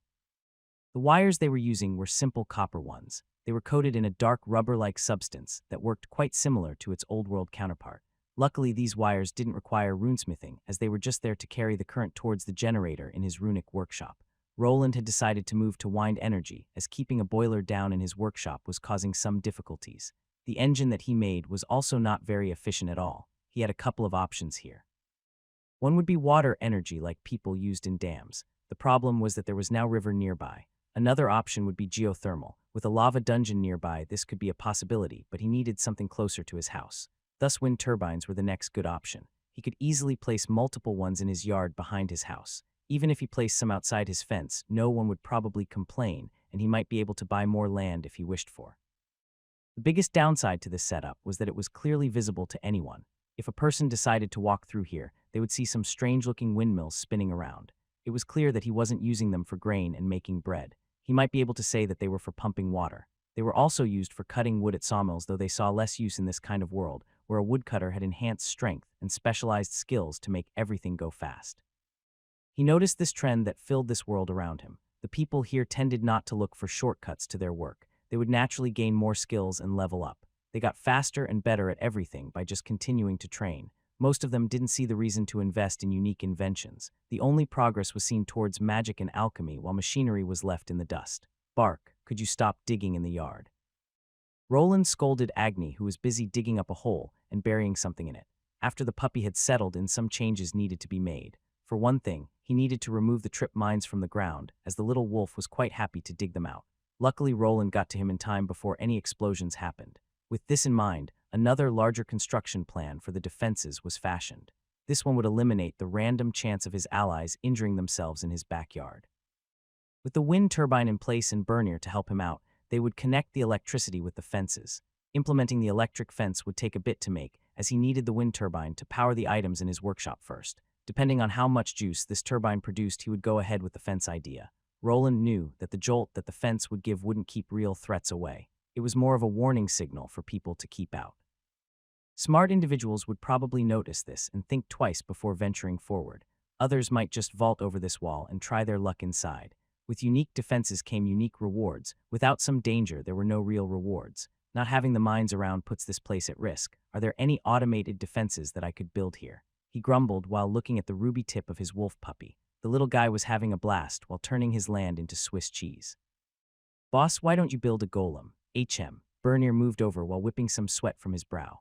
The half-dwarf had been taught by his father while he was alive, so he knew some inside rumors and knowledge. Runesmiths were similar to other magic users by the use of their runes. Their true strength lay in creating magical items. One of those was a staple, the iron golem. I never tried that before. He had thought about making one before, but his lack of knowledge kept him grounded. Now he more or less knew how such a creature would be able to operate. It was like the monster that he faced. It needed a core first. This would act as the main power source and could be bought on the market or even from the dungeon directly. In the volcanic area, some golems could be spotted. If he nabbed one of those cores, he would be able to try it out. Without any master, he would need to do everything himself. The probability of getting a golem-making manual in the auction house was slim. The runesmiths kept their more detailed secrets hidden. Luckily for Roland, he had lived in a large crafting city for a few years, and golems was something that it did possess. The only problem was that he could never examine them fully. He was left with fleeting glances here and there, while the various magical automatons moved around. His old notebook was filled out with parts of these runic structures, but he never tried to piece them together, as he was lacking the main component. This component was the internal runic code that would make this golem work, even though he thought that he could somehow work out the runic structures going through the body from the golem core. The most important part, that was the control program. This golem would need to be able to move around and follow basic instructions. The ones that he saw in the city were mostly only able to slowly move around and carry heavy items. They were mostly meant for constructions, while the more combat-oriented golems were hard to come by. The fastest way for him to make his own golem would be by buying one of the auction and then examining the program and runes inside. Then with it as a base, he would start applying his own custom-made commands. That would probably be the fastest way to go around this. He remembered how much time he lost when not getting a magical item with a mana stone in it. If he didn't get that lucky break, he might still think that mana stones were used as batteries to this day. I'm kind of self-taught, but if you see any golems, even the small toy ones, you have the permission to buy it. Roland replied to Bernier while putting the golem construction off for now. It would take way too long to construct an operating program to make it run from scratch. Making one that activated separate runic spells was one thing. Making a basic AI that could follow spoken orders was another thing entirely. It could take him several years to even come up with a prototype that would need even more time to fix. Toy ones. Yes, some runesmiths make small automatons that can follow orders. Some nobles buy them for their children. At least they are cheaper than the large ones. He had actually seen one of those a long time ago when he first arrived in this world, but that was a time that he had long forgotten and moved on from. While thinking about some defensive measures, he noticed Agni from the side munching on something. You really like those, don't you? Roland narrowed his eyes while he spotted something shiny in the puppy's mouth. He's got quite the expensive appetite, Bernier commented while walking away to do some other chores while the wind turbine foundation set. Agni had developed a strange diet after going down into the dungeon. While one of the monster corpses was getting taken apart, the mana stone fell to the side. The little puppy looked at this glowing gem and ran up to it. With a big chomp, the mana stone was quickly gulped down by him fully. Roland and Bernier saw this and tried to make the puppy spit out the stone, unsure if he would suffer from such a thing. After looking through the wolf stats, no drop of HP or strange status effects were noticed by Roland. There was one addition to this status in the form of a skill. Mana Stone Eater passive allows for a small chance of strengthening through mana stone consumption. This skill looked quite powerful. Gaining strength just by eating mana stones seemed very powerful. In reality, ever since getting it, Agni only received 1 status point. Somehow this skill could allow the user to gain status points through consuming mana stones. If there was something more that could be gained was unknown. Roland wasn't happy about losing so many mana stones to his canine companion. For now, he was only devouring lesser mana stones, and it seemed that he couldn't devour more than 2 per day. It was apparent that the digestion of these stones took a while. If Agni tried to snack on more than one every 12 hours, he would get a stomach ache. I hope that skill allows for a better evolution. Speaking of evolutions, Roland glanced at Agni's stats, which had gone up. His little companion was close to reaching the 25th level and just needed 2 more. When he hit that threshold, he would be allowed to evolve. From what Roland knew, a ruby wolf puppy would evolve into an adolescent ruby wolf at the 25th level. After that, at the 50th level, he should turn into a plain ruby wolf and be a tier 2 monster. There might be other possibilities along the way. For instance, the more common version of a ruby wolf was the volcanic wolf. That type of monster could be seen in the volcanic area past the 10th level of the maze. There was no reason for taking that evolutionary path, as a ruby wolf was considered stronger and also smarter than a volcanic variant. If I go by this world's naming sense and that skill, maybe he'll change into something like a Mana Ruby Wolf. Would Roland's pup have a similar class naming scheme that he had succumbed to? His classes were one of the better ones, but the names left a lot to be desired. It would still be better to go with a rare evolution even if it had a silly name. Bernier. Roland called out to his worker and gave him a plan of the house that had the cable placements. Follow the schematic. I'll go to the dungeon with Agni. He is close to leveling up. Before leaving Bernier with a shovel to bury the cables, he had him help him get his armor on. The tamed monster, along with the wind turbine and his new assistant, kept him from improving on his old design. He wanted to focus on it after Agni got a bit stronger, and with the first evolution, he would feel more comfortable doing so. The Tier 1 skills were easy to level up, and with the help of Roland's deep pockets, he could buy recovery items for his monster. With them, Agni was able to increase the levels of all his skills with minimal rest. The only one that didn't max out was the one for eating mana stones. Depending on the evolution choices, Roland was ready to wait for it to max out later. Then he would focus on crafting while Agni munched on some stones. Recently, he had visited the dungeon quite often, so he needed some downtime. All right, boss, have a safe trip and bring back some souvenirs. You sure like going through those monster remains, don't you, Bernier? I just need some salamander leather for my coat. That stuff is easy to work with. The two parted ways and Roland departed towards the dungeon. He didn't keep Agni on his shoulder anymore, but let him walk side by side. The puppy also had a nice black leather collar with his name on it. There was one green mana stone that would increase the pup's speed if he used it. Surprisingly, his monster companion was smart enough to learn how to use simple runic equipment. He only started having problems when there were more than 2 enchantments on it. Due to that, he only put in the speed increase along with a mana shield for protection. Thanks to this, his little canine companion also earned the title of magic item user. This was probably because not many monsters could use magic items or knew how. A regular human would not get a title like this due to this being something their race was able to do by default. The two were back in the dungeon now. This started feeling like his everyday grind now. He killed monsters in the morning to gather materials and mana stones. Then in the evening, he enchanted some weapons and armor parts to sell at the auction house. The money was then spent on more materials to expand his workshop, and the cycle continued. A snapping of bones brought him back to reality as a flaming skeleton dropped to the ground. Agni did a little wiggle dance around the monster while sniffing, but then quickly turned around. His hind legs performed the motion of burying something as if he wasn't interested in the bony creature.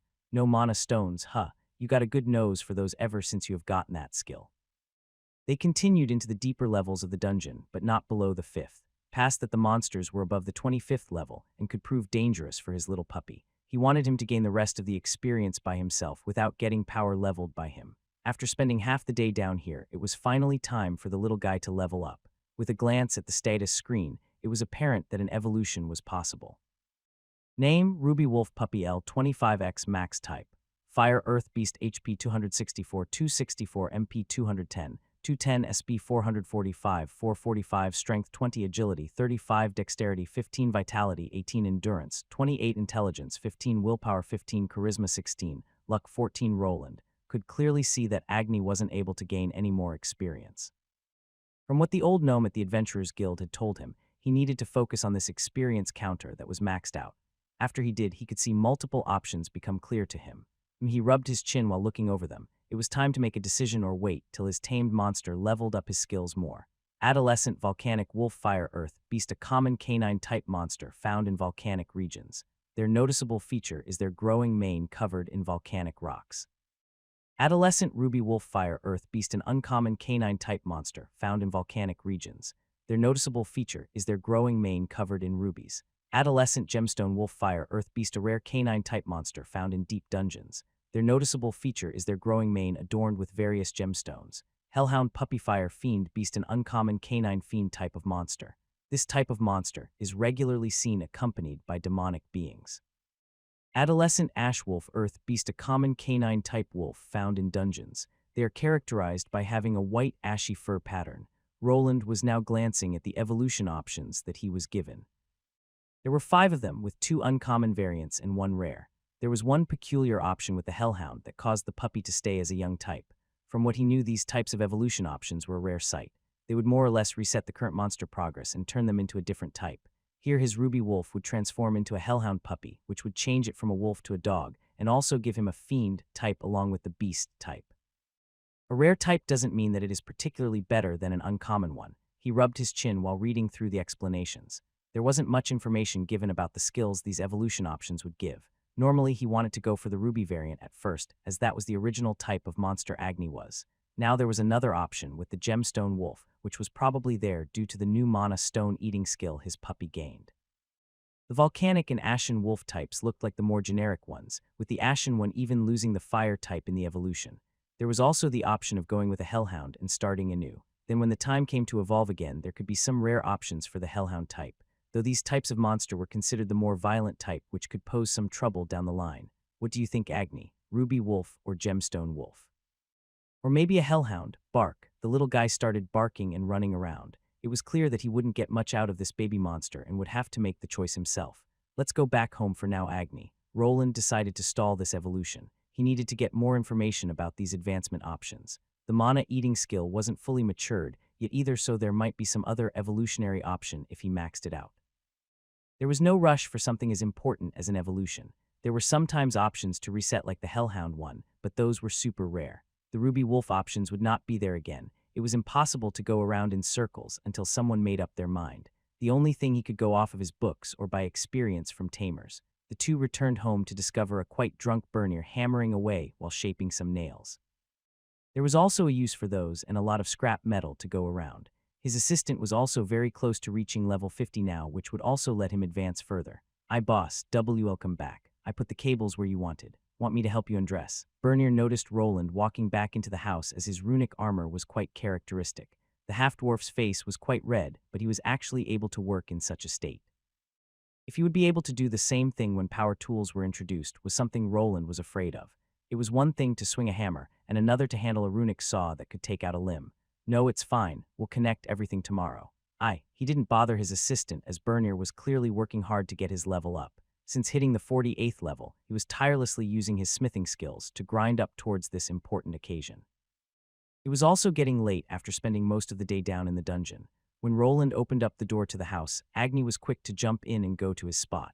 He had one right next to Roland's own bed, and even though there was a perfectly fine doghouse outside, the puppy liked to sleep here. With time, Roland gave in to the whines and barks, not being able to fight against the deadly puppy stare. Here, catch.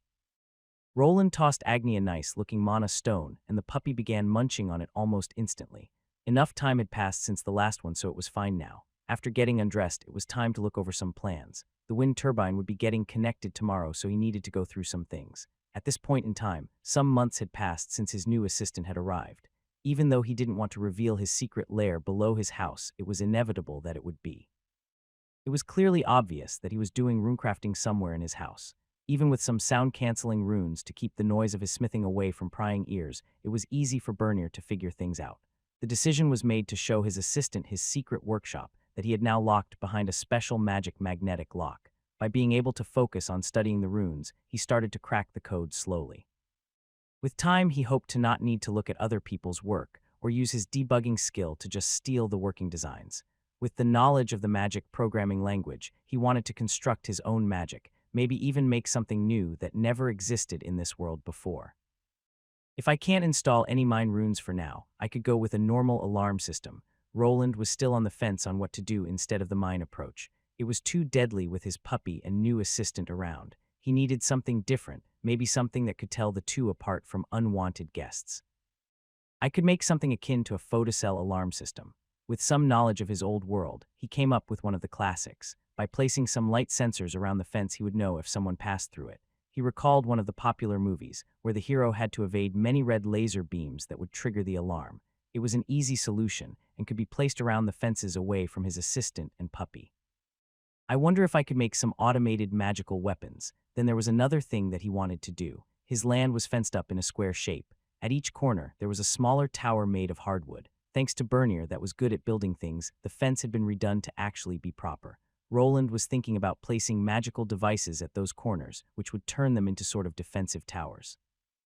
It would be easy for him to connect the alarm system to this sort of attacking device. It would only require some mana from his generator to run. He could also use a reusable scroll system that didn't use up much of his mana reserves in the generator. The difficult task would be for it to actually hit a moving target. Creating a magic device that shot fire arrows in random directions wouldn't work. He needed to use something different, something that could be guided. There are special self-guiding spells that could work for now. There were variations of his favorite magic arrow spell that guided itself onto the target. If he also inscribed it in the highest grade, it would actually be quite accurate. He wanted the towers to react to the intruders and aim themselves, but he would need to stick to the basics for now. Maybe if he figured out that Golem operating system, he would be able to put it in his defensive towers. I don't think thieves will expect getting chased by magic arrows the moment they set foot here. That will probably require more wind turbines. I'd also have to reinforce the house walls. Even with guided arrows, they can still hit the house. With more intricate spells, the requirement for mana was also there. If he wanted to make everything work, he needed to build more. Otherwise, he would have to somehow include scrolls into the circuit. With more moving components, there was always more that could go astray during the activation process. Okay, let me draw up some schematics, but first, before moving on with his work, he peeked outside his workshop. He saw his puppy drooling into the large pillow that was his bedding. The beast is asleep. I can work in peace. Roland gently closed, removed himself from the room Agni was sleeping in, and moved back into his workshop where he could focus on his work. There was also the idea of reusable wands or runic plates that he wanted to mount into his armor, placing it somewhere around his forearm area. This was for easy access, while also was there to allow him to point with his hands at the target. Most of the spell would be on the plate, while the discharge rune that created the spell outside would be on his palm. With this, it would look as if he was actually casting spells, even though he would be just activating separate runic structures on the added components to his armor. Most of the strain would fall on those reusable parts, while his glove would only degrade just a little bit.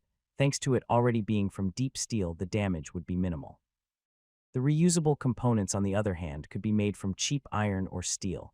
With that in mind, he got to drawing. He had made some previous iterations, but he was focused on leveling up his new puppy, so he didn't progress much. I'll use a lesser bolt of guidance spell in this design. Doesn't puck as much of a punch, but can be cast repeatedly without much damage to the equipment. His penmanship had increased by leaps and bounds after reaching Tier 2. His dexterity was now doubled, and he had access to the upper-tier scribing skills that were slowly leveling up. With this, he was able to draw up multiple runic schematics within minutes. Regretfully, his little leveling cheat had plateaued with time. Even common-grade runic schematics didn't give him that much. By this point, it would be faster to go into the dungeon and massacre some Tier 2 beasts in the lava region. He was strong enough to even take on multiple of those now, which left his debugging trick in the dust. Maybe if he got his hands on some Tier 3 runic schematics, he would be able to progress faster once more. The problem with that was the rarity and exorbitant prices. The only realistic way of getting them would be buying something with a Tier 3 rune in a store or at the auction. The prices for common-grade armor and weapons were already steep. Something at a higher tier was not something he could afford at the moment, at least not while he was spending a lot on building his turbines and defensive systems. That should be it. Think we will need a lot more copper wires to get to all the towers. I'll just tell Bernier to fetch it tomorrow. Roland yawned while stretching. It had gotten late into the night and it was time to sleep. Agni noticed him leaving the workshop and was fast to tackle his leg. You should probably go do your business. He let the puppy outside while he himself went to take a bath. Time continued to tick, and it was the next day. Roland always got up quite early thanks to his sleeping resistance skill. Bernier, on the other hand, was a deep sleeper, even more after drinking through the day. Hey, wake up. I need you to fetch something from the market. The sun was already up, so Roland didn't have any bad feelings about waking his assistant up. His foot kicked the door to the log cabin that was now used as Bernier's new place of lodging. It was also his smithy that was slowly getting new and better equipment made by the half-dwarf himself. Is he still sleeping? If you go now, I'll give you money for that wine you were drooling over. After the sentence was uttered, he could hear a strange loud in the log shed. This was quickly followed by a lot of metallic tools falling over and him hearing Bernier shouting some profanities. I'm up, I'm up. I should dock his pay for pretending to be sleeping. Roland waited another minute to see a half-dressed Bernier coming over to meet him. The moment he opened the door, the smell of spirit filled Roland's nostrils. This was something he was already used to, and other dwarven workshops were quite similar. Finally, you're up. Here, go pick these things on the market. If you can barter down the prices, you can buy that wine of yours. Thank you, boss. Roland thought that Bernier would be a bit dejected that he would only get the wine if he bartered well enough. It seemed that it was enough to just give him a chance at getting it for him to be happy. While Bernier was packing up, Roland decided to work on his magic arm guard design. There were enough steel plates in place for him to make some prototypes. With the ethereal pathways skill also leveling up, it was a lot easier to connect them to the main armor. The two parted ways and started the day off early. Bernier hefted up his backpack and looked at his workshop while smiling. It just took him a few months, but now he felt like he really could be a proper blacksmith. The person that had hired him was an oddball, but also a good person. After locking up the log cabin and saying his goodies to Agni that was nibbling on his morning mana stone, he left. Bernier was not provided with a working runic bicycle, so he needed to do his work on foot. Roland didn't deny him one outright. The problem was in Bernier not having enough mana to last him towards the city. Even mana stones didn't alleviate this issue much, so he was left with his own 2 legs. It was still only a 30-minute walk, so Bernier just used it to take in the sights and think about what he could craft next. One of the reasons he was so excited today was not only for the wine, but also that he was close to reaching level 50. His boss had promised to show him some of his runic items if he managed to pass into the 2nd tier. Mornin', good morning. Bernier greeted the gate guards that already knew him. There were that many half-dwarfs in the city with huge backpacks like his. Since getting his new job, he was a lot happier, thus his more extroverted personality came out. Thanks to this, getting good prices at the market was easy. While Bernier was trying to haggle down on the price of the copper, Roland ordered a group of 5 adventurers was walking down the street. One person from the group then came to a stop while glancing towards the market. Isn't that? Hey Garland, what are you doing? Get a move on. Wait, Devin, look at that. The 2 men exchanged some glances, and both of them started looking in Bernier's direction. Soon a smirk appeared on both of their faces, while the other 3 adventurers went over to see what was going on. Well, isn't it our little Bernier? Awfully chipper, isn't he? That he is. Reckon we should remind him of how we treat old friends. The group of men moved to the side into a lonesome alley while keeping watch over the market. What they were up to only they knew, but it didn't look that it was anything peaceful. What's taking him so long? Roland looked at the runic clock that he made in his free time. Bernier had been gone for quite some time and was running late. Roland had lost himself in runecrafting on one of his newest inventions and didn't notice that it was already the middle of the day. Did he go get drunk in a tavern or something? He started imagining Bernier getting a good deal of the copper and other metals that he sent him for. Roland had stated that he could use some of that money to buy the brand wine that Bernier loved so much, while holding his new runic component that he could attach to his armor at the forearm. With the improvements to his tier, he was able to work much faster even with common grade runes. The need to watch out for his mana also started to fade away. There was no need to take long meditation breaks between rune smithing. Only when doing some large projects like his whole crimson armor would that be now a requirement. In his hands, he had 2 new prototypes of a new spell weapon. The new runic weapons that he made were something he came up after remembering an old movie. It used quite a bit of mana to work, but it was something to be feared. There was a possibility of shifting the tides of battle due to the unique movement and destructive power. He had already tested this design out beforehand, and now he had just made it connect to his own armor and to the runic program. I'll have to give these a final test later, but now, Roland also started to think about having a talk with Bernier about that drinking problem. It was all fun and games to look at a drunkard having fun, but when it impacted their work, then there was a problem. Due to the half-dwarf not returning faster, he wasn't able to get his wind turbine up and running. Thus he shifted his attention to weapon crafting, but now it was done as well, and his assistant was still missing. Before he could think about a punishment, he heard Agni barking out loudly. "What is it, boy?" The barking was quite loud and prolonged. It was clear that Agni noticed someone or something. The most obvious explanation was that it was Bernir coming back, but for some reason, these barks sounded a bit different than usual. There was no time to put on his armor at this moment, but Roland didn't like the sound of those frantic barks. It was clear that there was something off about them, thus he decided to at least put on his gloves and helmet. After grabbing his sword and shield from the side, he was finally ready. "Who is it?" Roland called out while going outside, but there was no one there, only Agni scratching at the entrance gate. After looking around for some enemies, he focused on that gate and could somewhat hear something. There was a certain sound of something being dragged. This was accompanied by heavy footsteps. There was no answer to his question. Instead of it, a loud noise of someone hitting the ground, followed by a grunt. He was momentarily stunned, as he could more or less recognize to whom that grunt belonged. This also explained why Agni was scratching at the large gate door to go outside. "What the Bernir is that you?" Without getting an answer, he rushed outside. There he saw him. Bernir was down on the ground, his clothes torn up. The characteristic backpack that he always wore was gone. It seemed to Roland that his assistant was robbed. The surprising thing about this was that it was broad daylight and the city was more or less safe. "Hey, can you hear me?" Roland ran up to Bernir and handled his body gently. His assistant was breathing, which was a good sign, but after turning him around, he frowned. Bernir's nose was clearly broken and bloody. His lip was cut up and his face was swollen. If not treated, it would balloon even more. "Who did this to you? Were there bandits on the way here?" His first thought was bandits, as something like this would be hard to miss in the city. The guards would have at least seen him limping away and helped him to some extent. Fights broke out in the city, but Bernir here was beaten half to death. Even without looking at his body, he could tell that some of his bones were broken. Ugh, there was no reply to the question. Bernir was clearly on his last breath. He probably used the last of his stamina to drag himself here. Soon he would pass out. Shit, hold on. Roland placed the bloodied Bernir down gently without moving him inside of the house. It would be dangerous to carry him around without properly tending to the wounds first. "Drink this." While preparing for some home invaders, Roland had taken one of his storage bags with potions. He used one of the better health potions on Bernir's wounds. He splashed one right on his face, while another one was used on his banged-up leg. That is before forcing it in the right place for the healing to start. If done incorrectly, the bone would heal in the wrong place, which would then have to be broken once more to heal correctly. Bernir was out cold at this point, so luckily he wouldn't need to feel the pain from having his bones set.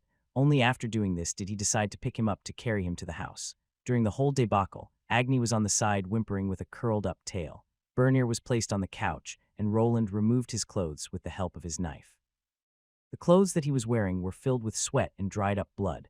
There was no use keeping them around. Damn, did they have to go this far? He could see many bruises on Bernir's chest, stomach, and other vital areas. This doesn't look like a bandit attack. This looks personal. After washing away some of that blood from his assistant's beaten-up body, Roland realized this. A bandit wouldn't go to these lengths. They would also not leave their victim alive unless Bernir was lucky to get away. His limp leg that seemed broken told another tale. From what Roland was seeing, it looked like Bernir was beaten up thoroughly. It was as if the person that did it had a grudge against him or wanted to pay him back for something. He didn't really ask about his assistant's past, and he didn't think someone like him would have many enemies. These wounds were all done by fists as well. If he was robbed by some thieves, some knife cuts would be there, as those types wouldn't bother with roughing their victims up to this extent. He was also left alive, which indicated that the perpetrators didn't fear any form of retaliation. He's not waking up anytime soon. Could they have been some rouge adventurers? Roland started to debate on who could have done such a thing, but the more he thought about it, the angrier he became. After living with the silly half-dwarf for a few months, the drunk had grown on him. He was his boss, and a boss was someone that took care of their employees. Fuck, his fist descended on a nearby chair, which turned to scrap wood in an instant. His increased strength paired up with the deep steel gauntlets that he was wearing caused fatal damage to the inanimate object. Bark, bark, bark. Agni started sniffing Bernir around, and afterward, he continued to bark. He started to run around in a circle before pointing with his nose at the door as if he wanted to go out. "What do you?" Roland noticed his monster's strange behavior, but he soon realized what he was trying to tell him. "Did you get the scent of the one who did this to Bernir?" Woof. At the question, Agni started bouncing around even more. He was a canine type of monster, and after a couple of levels, he had earned a tracking skill as well. With his nose, it was possible to find the perpetrators of this robbery. The only problem was that there was a short window that this could be done. The trail would go cold in a few hours, and then he could only ask Bernir about it. He knew his assistant well enough now. It was probable that he wouldn't tell him the truth about this attack.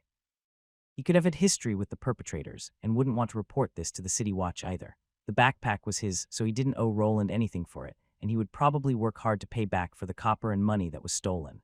Now or never Bernier's situation was stabilized. The healing potions worked wonders, but they wouldn't help the injured person wake up faster.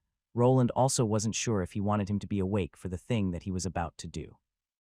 I can't handle any tier 3s, but if it's only tier 2s below the 100th level then. He grasped the bloodied cloth that he used to clean Bernier's beaten-up body and looked at it.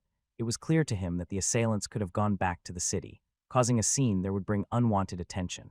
His reputation as a strange runesmith living in the woods made him a neutral element in the city. He felt that the Adventurers Guild would take his side if he was able to prove the theft. Bernier's bag was something very characteristic among the guild. If the robbers had it on them, it could be the proof that he needed. Roland had told him to mark the backpack with his initials in a hard-to-find spot just for such an occasion. Roland felt angry. He knew that the rational thing to do now would be to not do anything hasty. The backpack was an item that cost a lot of gold, but it was replaceable just like the things in it. But would that approach keep him and Bernier from harm's way in the future? No, this is not how this world works. He started going down into his workshop. His feet were slow, and a myriad of thoughts was going through his head, mostly telling him that this was a bad idea. Roland had hidden himself away in this house to evade trouble, but even then it found him. One good way of showing people to not trifle with him was a show of strength. Reporting it to the authorities could be a dead end to status. Power and money were the only things that moved the people on the top. If he continued to hide, people would come. When it came to light that Bernier was living with him, and he did nothing about this, he could be seen as an easy target.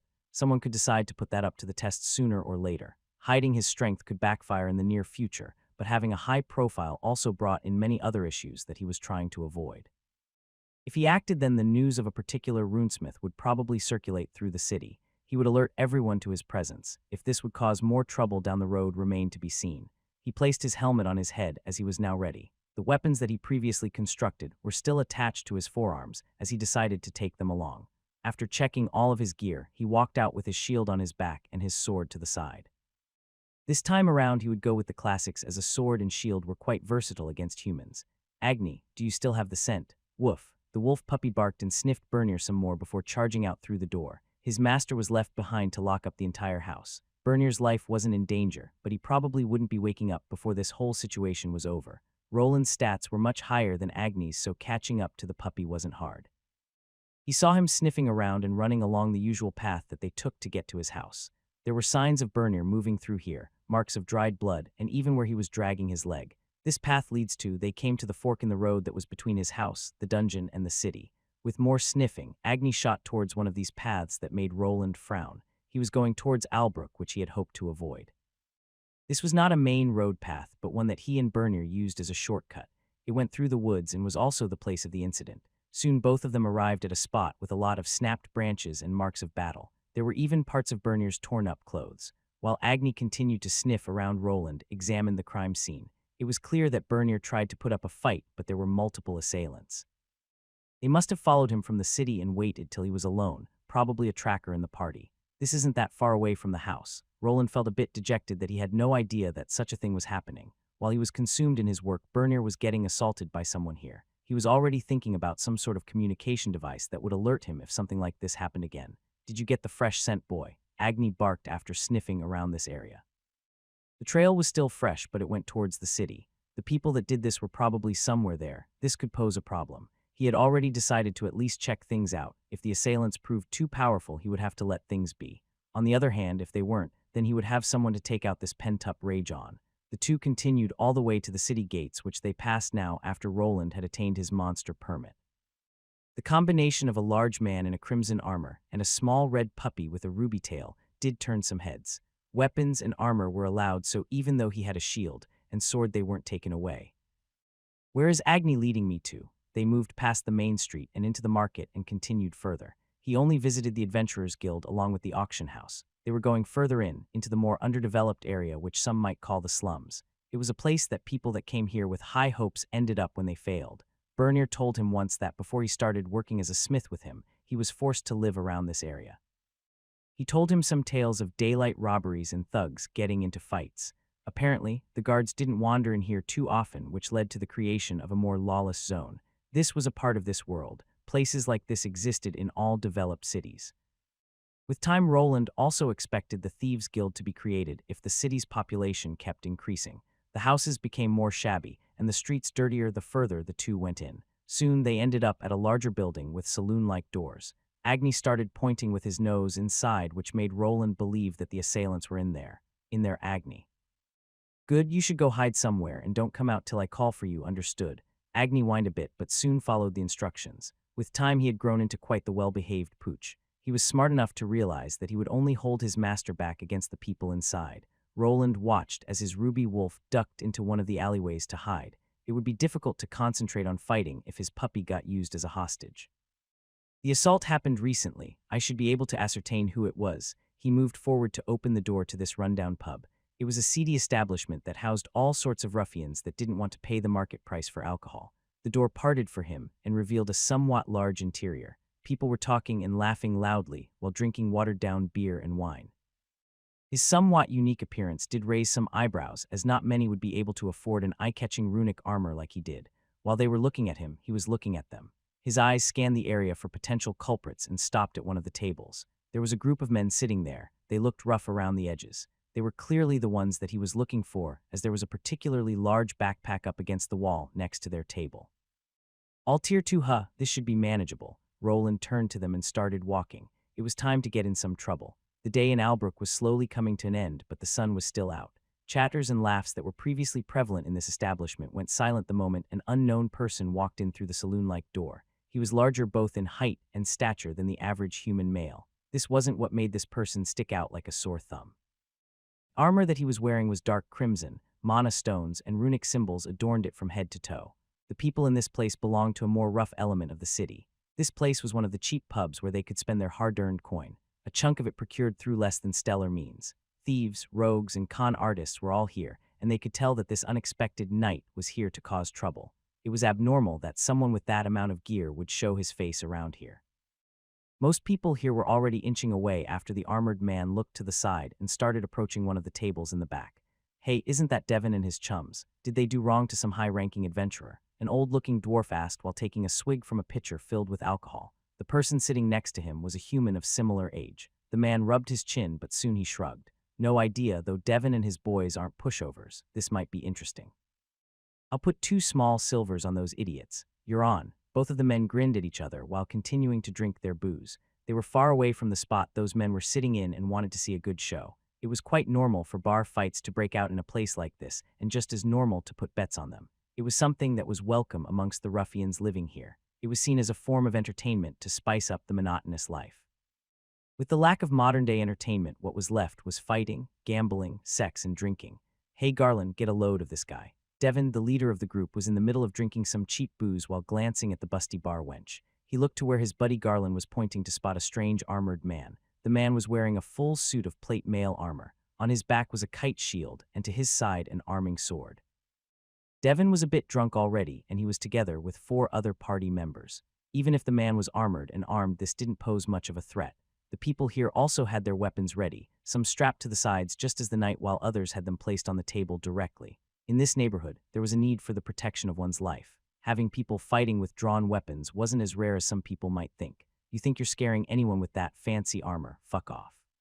The other 4 men laughed while looking at the crimson-armored man. This wasn't the first time someone tried starting things with them. It was the first one that someone in a fancy armor like this, though. Devin was already thinking about how much he could get for this piece of equipment if this man actually tried something funny. Before the laughing stopped, the man in crimson pointed to something behind them and spoke out. That doesn't belong to you. Return it. Devin's face twitched in anger slightly after hearing the person speak. He had quite the condescending tone, and Devin was a person that despised getting ordered around. Before speaking out, he glanced to where this person was pointing. The backpack. Did that idiot Bernier send you here? Bernier, maybe we were too lenient with him. Next time we should break both his legs, Garland said from the side while the other party members started to laugh again. Even though they were laughing, they were all slowly reaching for their weapons. This person was an unknown element that they haven't seen before. The only reason they attacked Bernier was that they were sure that he didn't have anyone backing him. Now this man showed up, which made their previous assumption null. Give it back. The man took a step forward while not letting up. The 4 members from Devin's party stood up with weapons in their hands to protect themselves. They knew that the one that struck first had the advantage, and they wouldn't let this person deliver a blow while they were sitting down. You're brave, my friend, but also stupid. How about this? I'm a generous man. You can take the backpack for, let's say. Devin had a big smirk on his face while talking slowly. His men were ready to strike, and he felt confident that this person wasn't a Tier 3 class holder. The man had a certain skill akin to the analysis skill to sense his opponent's strength. The man in red was clearly someone at Tier 2, but he didn't outlevel his party by that much. If he fought them one-on-one, then he might have stood a chance, but with all of them ready to strike, there was no way of them losing this battle. 10 gold coins does sound reasonable, doesn't it? Everyone that was looking at this play out gulped hard. 10 regular-sized gold coins were quite a big sum. A person could buy a house with that or even a set of enchanted items. The man in red armor didn't answer this proposal. It seemed like he was examining the situation before making a decision. 10 gold too much for you. How about you leave us that armor of yours along with your shield and sword? Devin grinned some more. He didn't think that the man would go for the trade, but he didn't care. If he attacked them, then they would have the right to strip him of all of his belongings. The city guards didn't come here, and no one in this pub would snitch.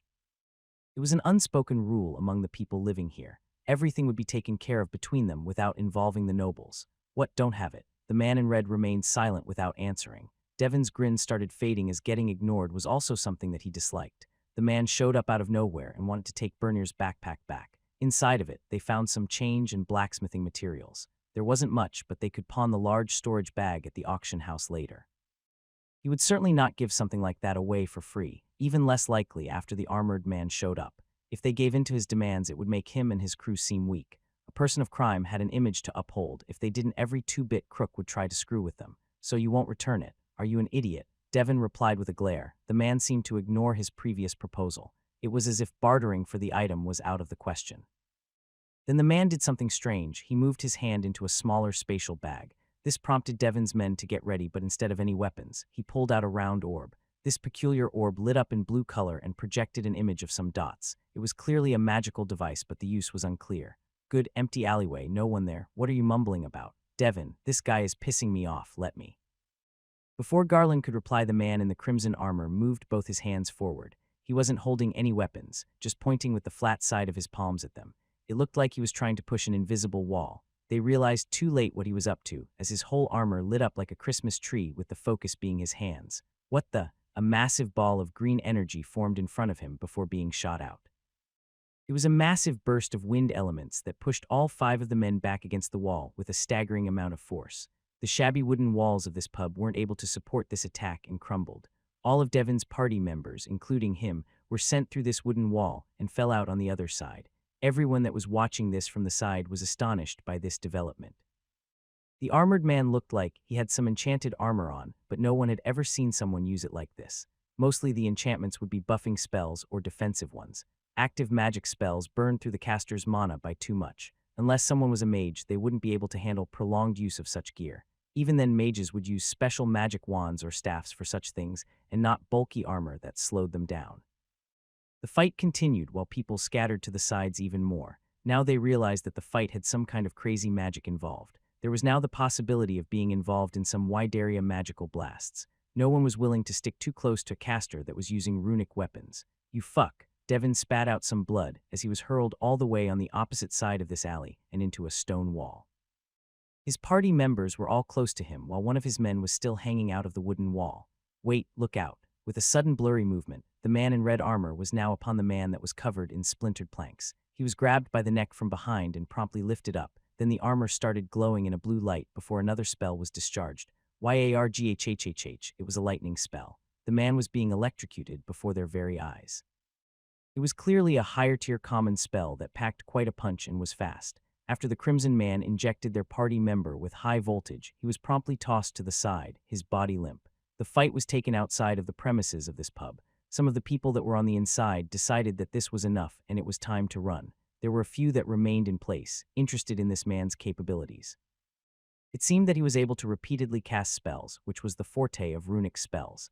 This came at a large cost that a lot of people knew. The high loss of MP was seen as problematic. Thus it was surprising that this person was continuously producing magical effects. The armor's mana stones were even shining, making people believe that he was constantly burning through his mana. Get him. He can't keep this up for long. Devin knew the downside of using runic weapons.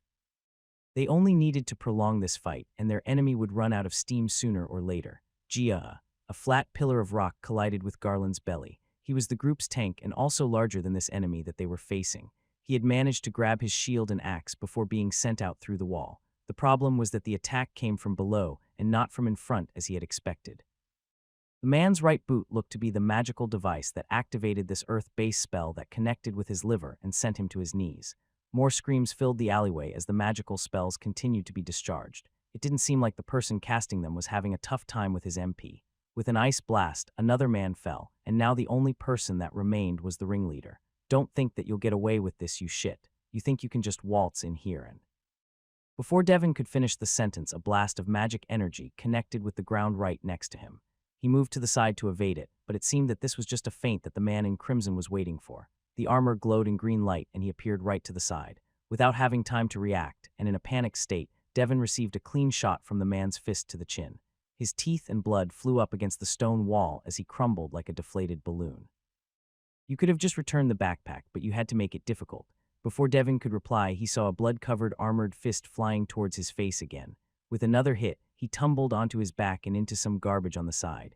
The man that assaulted them walked towards him with slow steps and placed his foot on his chest to hold him down. I don't particularly enjoy stuff like this, but I'll have to make an exception for you. Wait, what are you doing? Devin's vision was blurry and he had blood in his mouth and no strength to fight back.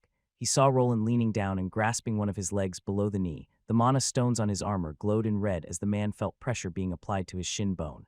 Stop you bastard, knew. A faint crunching sound could be heard by Roland as the shin bone snapped in half. He felt that the eye for an eye approach was the right choice here.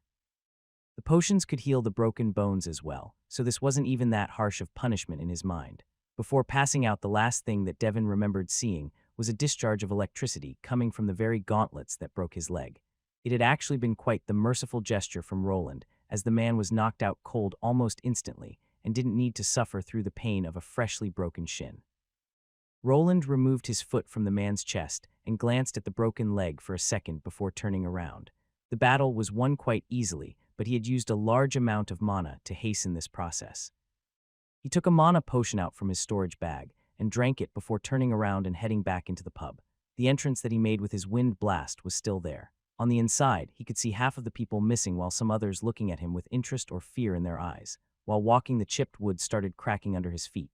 He looked to the side to where the backpack was sitting and moved over to it. This item was mostly undamaged with some chunks of wood here and there. Well, that was easier than I expected. Roland wanted to pat himself on the back as he decimated a party of lower-level Tier 2 warriors. They were all below his level, with the leader being at the 68th one. They were close to each other in that regard. He was wearing his necklace that blocked part of his status, but the leader from this group looked confident in their fighting capabilities. There could have been other ways unknown to Roland to measure the strength of the opponent, though this might have been just a sense of the level difference without an in-depth look into the stats. He grasped the backpack and carried it with one hand while still having the shield on his back. Everyone that he fought was left alive with mostly minor injuries that could be recovered with the help of potions.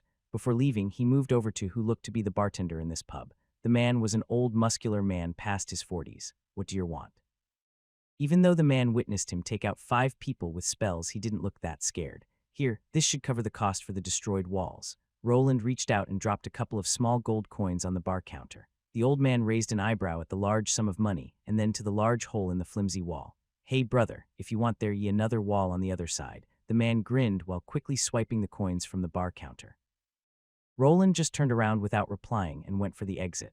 He had gotten what he came for, and it was time to leave. There was a small crowd at the regular entrance now, thus he decided to use the one that he made with the wind blast. While stepping through it, he could see most of the assailants still on the ground and out cold. One of them was crawling out through the alleyway to safety. He only broke the party leader's leg, while the others were left with bruises and broken teeth.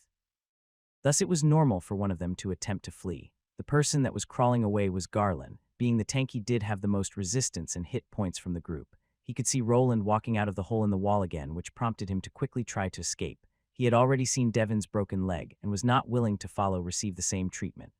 Help, he is crazy. Roland could hear Garland call out to someone from afar. It looked like he was grasping for straws and trying to ask the passersby for help. He didn't think that anyone would actually help some thug like this guy, but to be sure he drank another potion to recover more of his mana and stamina. Someone done you idiots in. You probably deserved it. While walking forward, Roland heard a familiar voice that made him stop in his tracks. He tried looking at the source of that voice. Doing so made this person spot him as he was walking out of the alley. It's you, what is this guy doing here? What Roland saw was a familiar face of a man he once fought. It was the guild instructor that was unhappy with the results by the name of Armand. He was standing there with two women. Each one was clinging to one of his muscular arms and looking in his direction. For some reason, Roland didn't like the look in Armen's eyes. It seemed as if the fight wasn't quite over yet. There they were, looking at each other without saying much. Armen looked to have been having quite a blast. Two women were clinging to his arms while pushing their squishy assets into him. They had heavy makeup on and looked to be working ladies that he had picked up somewhere. Each one of them sported a set of animal ears, and a bushy tail was wiggling around from above their plush rear ends. The two women also noticed Roland in his flashy red armor and started smiling at him. "Please help me. This guy is crazy. He started attacking us for no reason." Garland was down on the ground not far away from where Roland was standing. He was still weakened and somewhat paralyzed. Without being able to fully crawl away, he fell to Roland's swift kick. This kick had enough power to send Garland tumbling to the side. The hit connected with his stomach, which then caused an abrupt release of the man's previous calorie intake. "Armand, I'm scared. We should leave," one of the girls said while moving behind the large man. The other lady also flinched as she saw Roland kick one of Bernier's assailants to the side without any mercy. "What do you think you're doing?" Armand, on the other hand, didn't seem like he wanted to leave just yet. He puffed out his chest while strutting forward. "Do I really need to fight this idiot? Is there a way to defuse this situation?" Roland looked at the large man moving forward. In contrast to his fight during the guild test, this time around Armand was wearing some higher-level gear. He had large black gauntlets made from deep steel. They were of a different design than what a knight would wear in the sense that there were blades sticking out from the sides. They were at a slight angle and probably used to receive hits from bladed weapons. The sharpness also made Roland believe that they could cut into flesh rather easily. His legs also had fitted boots, and the rest was light armor with chest protection. It looked like the man was back from a dungeon run and was just hanging out here right after. He wasn't sure, but the two ladies by his side made this theory probable. While Armand moved forward, the two girls decided to move to the side. It looked like they would be cheering him on. "This doesn't concern you." After going through with the fight, Roland wasn't in the mood to explain himself. He already didn't see Armand in a favorable light after he complained in the test about his armor. "It doesn't concern me. You think you can attack guild members whenever you like. They stole something from me. My reasons were justified." Armand looked at the large backpack that Roland was holding with one hand. Before asking, he looked to Garland for some confirmation. After the kick and release, the man was now able to talk. "He lies. He just attacked us out of the blue. So you are a thief and a liar." Armand smacked his fist into his palm while approaching Roland in a menacing way. It didn't look like he would take his word over the man called Garland. From Roland's perspective, he was probably only trying to look for an excuse for this fight. "Shouldn't you investigate before you make an assumption? We can all go to the guild." Roland was still mad, but his common sense prevailed. The whole situation could be resolved without bloodshed if they went to the guild. He had some proof that this backpack belonged to him and not to these men.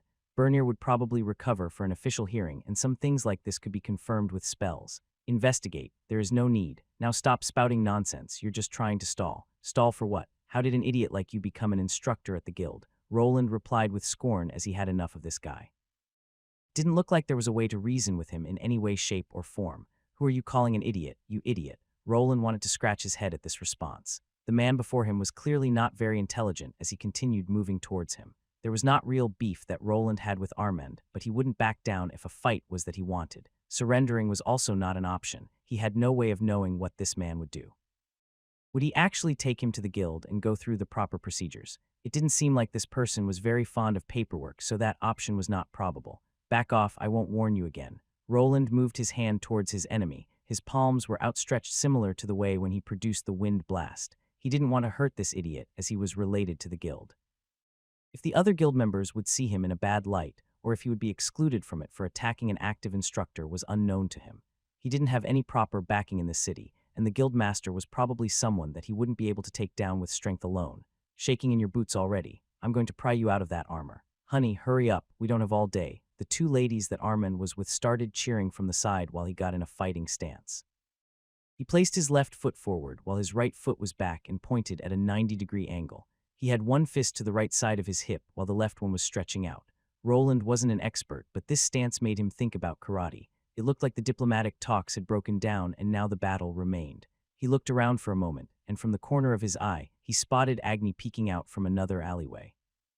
His wolf was waiting for an order, as for the time being he was still on standby. The enemy this time around was quite dangerous. Agni would have to sit this one out as his master didn't intend to utilize his help during this fight. His hand was also outstretched, and he would use this to his advantage. Armand had only witnessed him fighting during the guild test, and he wasn't aware of this armor's full capabilities. Roland had no reason to hide this anymore, as he had already used a plethora of runic spells against the band of thug-like adventurers. The space they were occupying was spread out. They were standing on a plot of land that was surrounded by buildings from each side. The people from those buildings were looking at the two men that were going to fight. Some of them were whistling while others were cheering. Everyone here wanted to see a good show. Fights between drunks weren't anything new, but this looked to be one between two higher-level adventurers. There were even people betting already, mostly in Armin's favor as he had got popular in this city. They couldn't ignore Roland's fashion choice either. The armor made them think that he was an established adventurer or knight. "Not gonna use that fancy sword of yours?" Armand asked while Roland didn't reply. He just stood there with his hand outstretched towards his opponent. He snorted at Roland that didn't reply and just charged toward him with increased speed. Roland was a bit surprised at the charge as it was much faster than what he remembered the man being able to output during the guild test. He was now also wearing enchanted clothes, so that could have been the issue here. Armin continued his charge as he tried to close the distance in an instant. He knew that there was something off with that hand, so he was wary of it.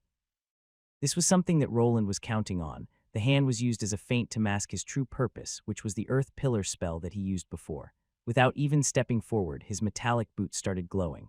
The moment Armin got close, a large spire of hard rock erupted from the ground towards him. This clearly took the tan man by surprise, but it was only good to stop his charge while not causing much damage. Roland expected a clean hit on the stomach, or at least to make his opponent stagger a bit so that he could release another spell.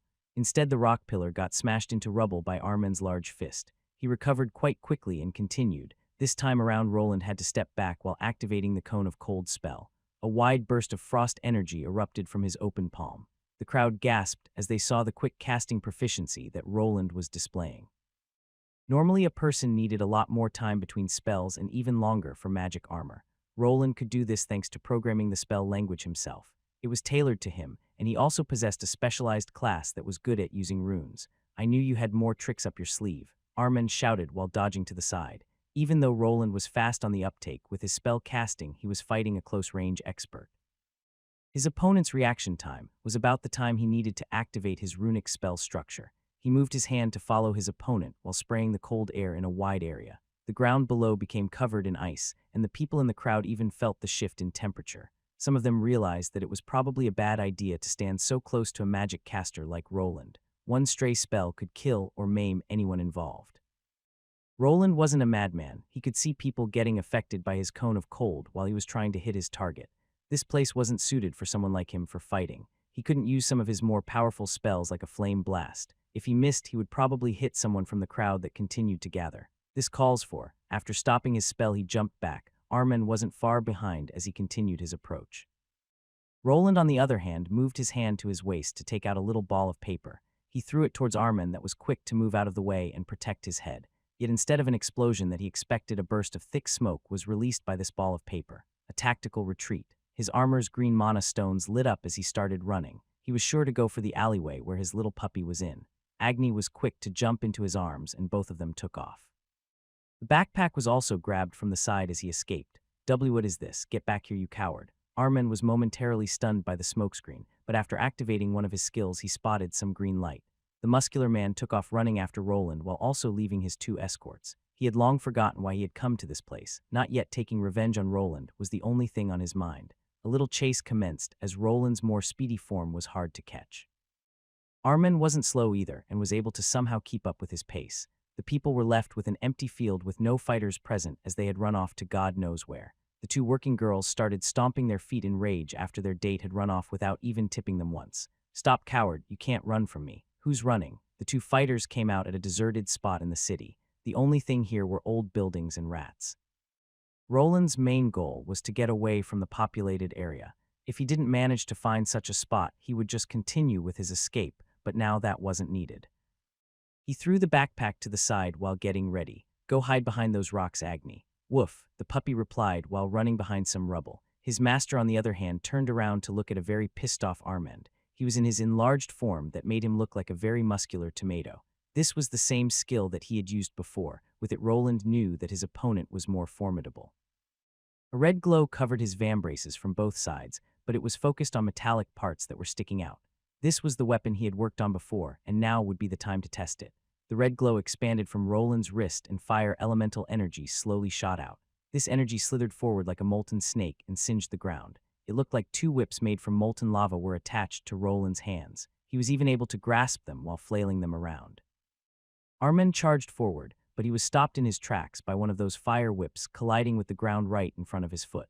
The snake-like torrent of fire energy expanded in length and started to dance. The guild instructor found himself on the defense, evading what he could while blocking the magic with his deep steel gauntlets when it wasn't possible. This was a little spell that Roland came up with recently. He was actually working on something that could retain the fire elements in place. It would look more like a sword made from plasma, but he was unable to condense it in place without suffering a large loss of mana. This runic flame whip spell was a byproduct of that research. The added random movement was quite hard to dodge, which made this weapon quite deadly. Its powerful by the mana usage leaves much to be desired, he thought to himself, while the whips tried to coil themselves around his opponent. Armen wasn't able to close the distance, but he also wasn't able to deliver a decisive blow, besides some minor burns. Armen had successfully managed to defend himself with his own enchanted gear that was looking slightly melted, but it was still keeping its defensive properties. The whips of fiery energy extended in length while wiggling about like two long tentacles. There was an inclusion of a self-guiding spell structure that he added from another spell that he knew. With its help, he only needed to point these whips in the general direction of his enemy, and they would try to dismantle it. The approach he was taking was a bit excessive, but his opponent wasn't that easily defeated. Even with this weapon going after him, he was able to bat away most of the attacks while getting some residual damage in the process. Soon both fighters backed away from each other. Roland had used quite a bit of his mana while Armen's skill was also running its toll on him. If this battle continued, the person with more reserves would probably be victorious. Damn coward, using underhanded tricks, fight me like a man. You tell that to every magic user that you start a fight with. Roland scoffed back after hearing Armen speak. He was more of a magic caster than a close-range combatant, even though he did a lot of training. There was no reason for him to duke it out at close range with someone that specialized in it. Keeping him at a distance was exactly what his aim was, and it looked like it would be paying off soon. Running out of steam? Shut up, Armen replied while the red coloring from his body started to fade. His body shrunk down back to normal, and he looked to be in pain.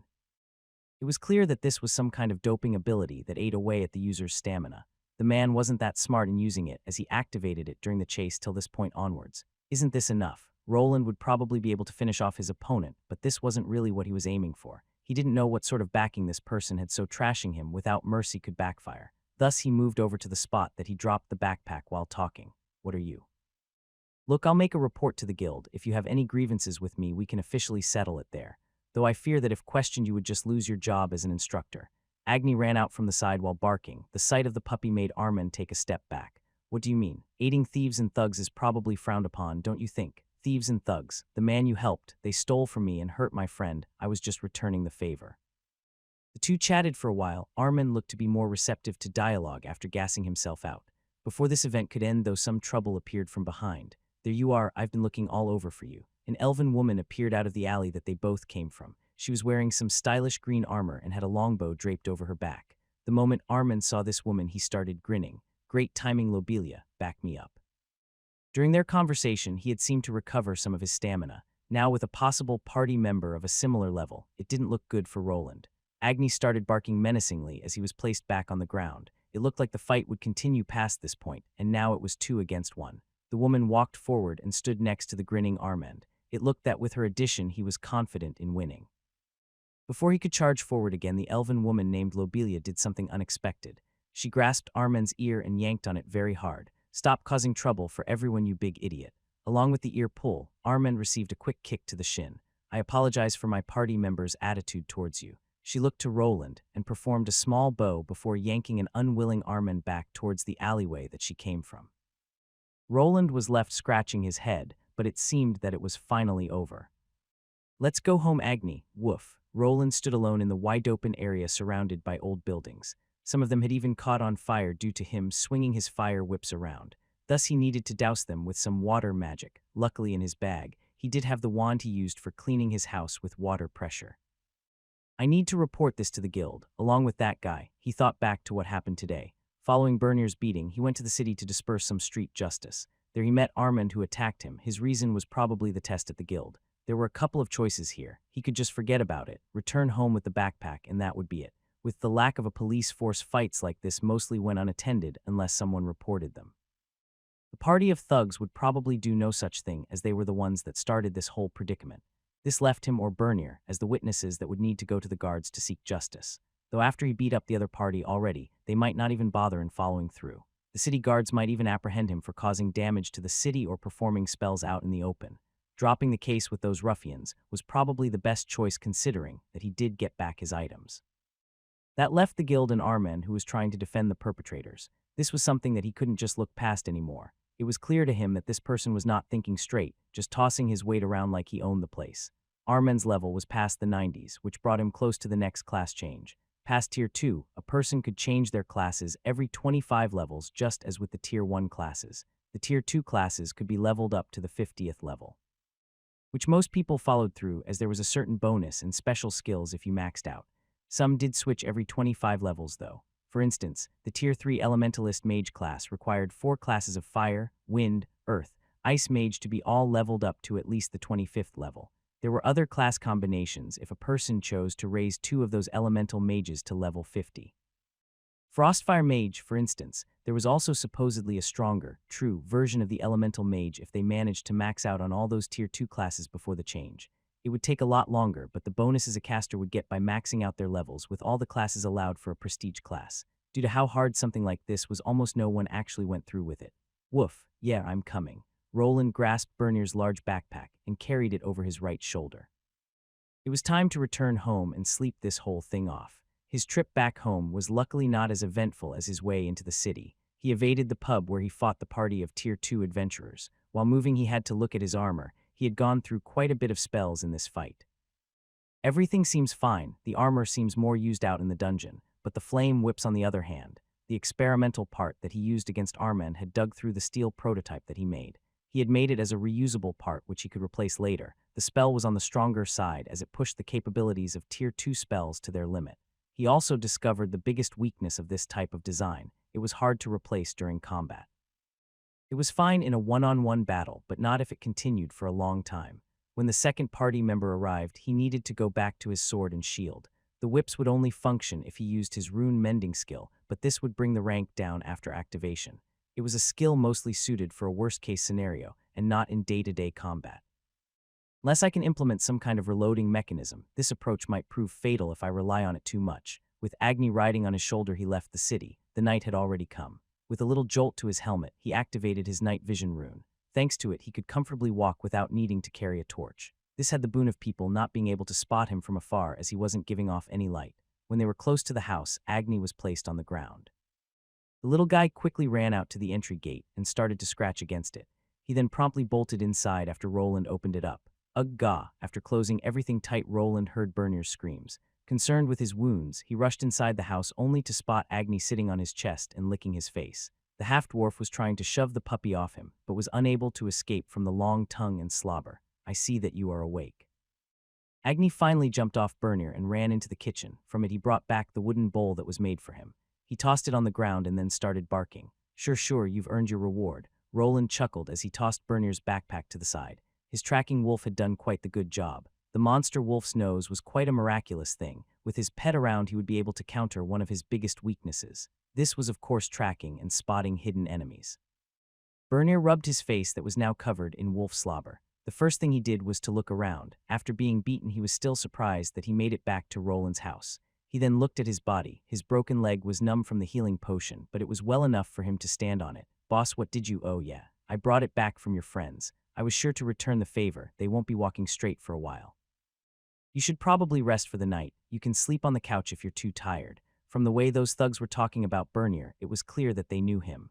Roland moved to the kitchen while Bernier slowly stood up from the ground. The half-dwarf started at his backpack with intent without saying a word. Roland, on the other hand, was placing some meat on Agni's bowl. Thanks to his runic refrigerator, it was easy to store.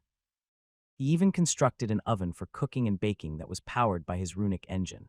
After returning to the living room, he spotted Bernier. The young man was holding the backpack and looking his way. Is something wrong? Do you need another healing potion? Before Roland could ask more questions, Bernier's face started contorting in strange ways. It all started with a single tear that ran down his cheek. The floodgates opened up soon after as Bernier started bawling his eyes out. Snot was not far behind as his incoherent wails filled Roland's room. Wait, what? He started moving his hands around in a random fashion as he clearly didn't expect to get this kind of reaction. Bernier was a young man, but he didn't expect him to cry like a child. Even Agni peeked out from the side with a large piece of meat in his mouth. He started running around the crying half-dwarf while mumbling something. Does it hurt that bad? And no, it's not about that. This is the first time someone has done something like this for me. Roland scratched the back of his neck while staring at his assistant crying his heart out. He had heard some stories from Bernier's youth, how his parents died, and how he ended up here with no money, job, or friends. It was respectful that he was able to keep it together for so long while still having a smile on his face. He was also not someone that would blame others for the dark turn his life took. Still, he was a young man that was entering his 20s and alone in this world. Without no one to lean on, life was tough. Not many people were like Roland that was fine with living alone. He was in the minority as people were social creatures. Without others around, they would find it hard to live. This was quite an awkward situation for a socially inept person like Roland. Without knowing what to do, he moved over and placed his hand on Bernier's shoulder. Soon an awkward patting on the shoulder commenced as he tried to cheer his assistant up. His lack of interaction with other people had caused him to not really know what to do in such an occasion. The reaction he got was a sharp gaze from this half-dwarf. It made him flinch and take a step back while Bernier used his hand to wipe away some of that snoot. "I'll be sure to work even harder from now on. I'll repay you for this one day, boss." Sure. No, you don't understand. I will be forever grateful. I'll be your trusted follower for the rest of my life. It looked like Bernier was pledging his life to Roland in a sort of vow. The recipient wasn't really looking for anything in particular in return for his act of revenge. He mostly did it to not look weak and to send a message to anyone that would ever try to bully his workers. "You're being too melodramatic. Think you should go to sleep before you pass out again." Bernier's wounds were closed due to the potions, but that didn't mean that he was fully healed. He had many broken ribs and cut-up flesh that needed to be mended.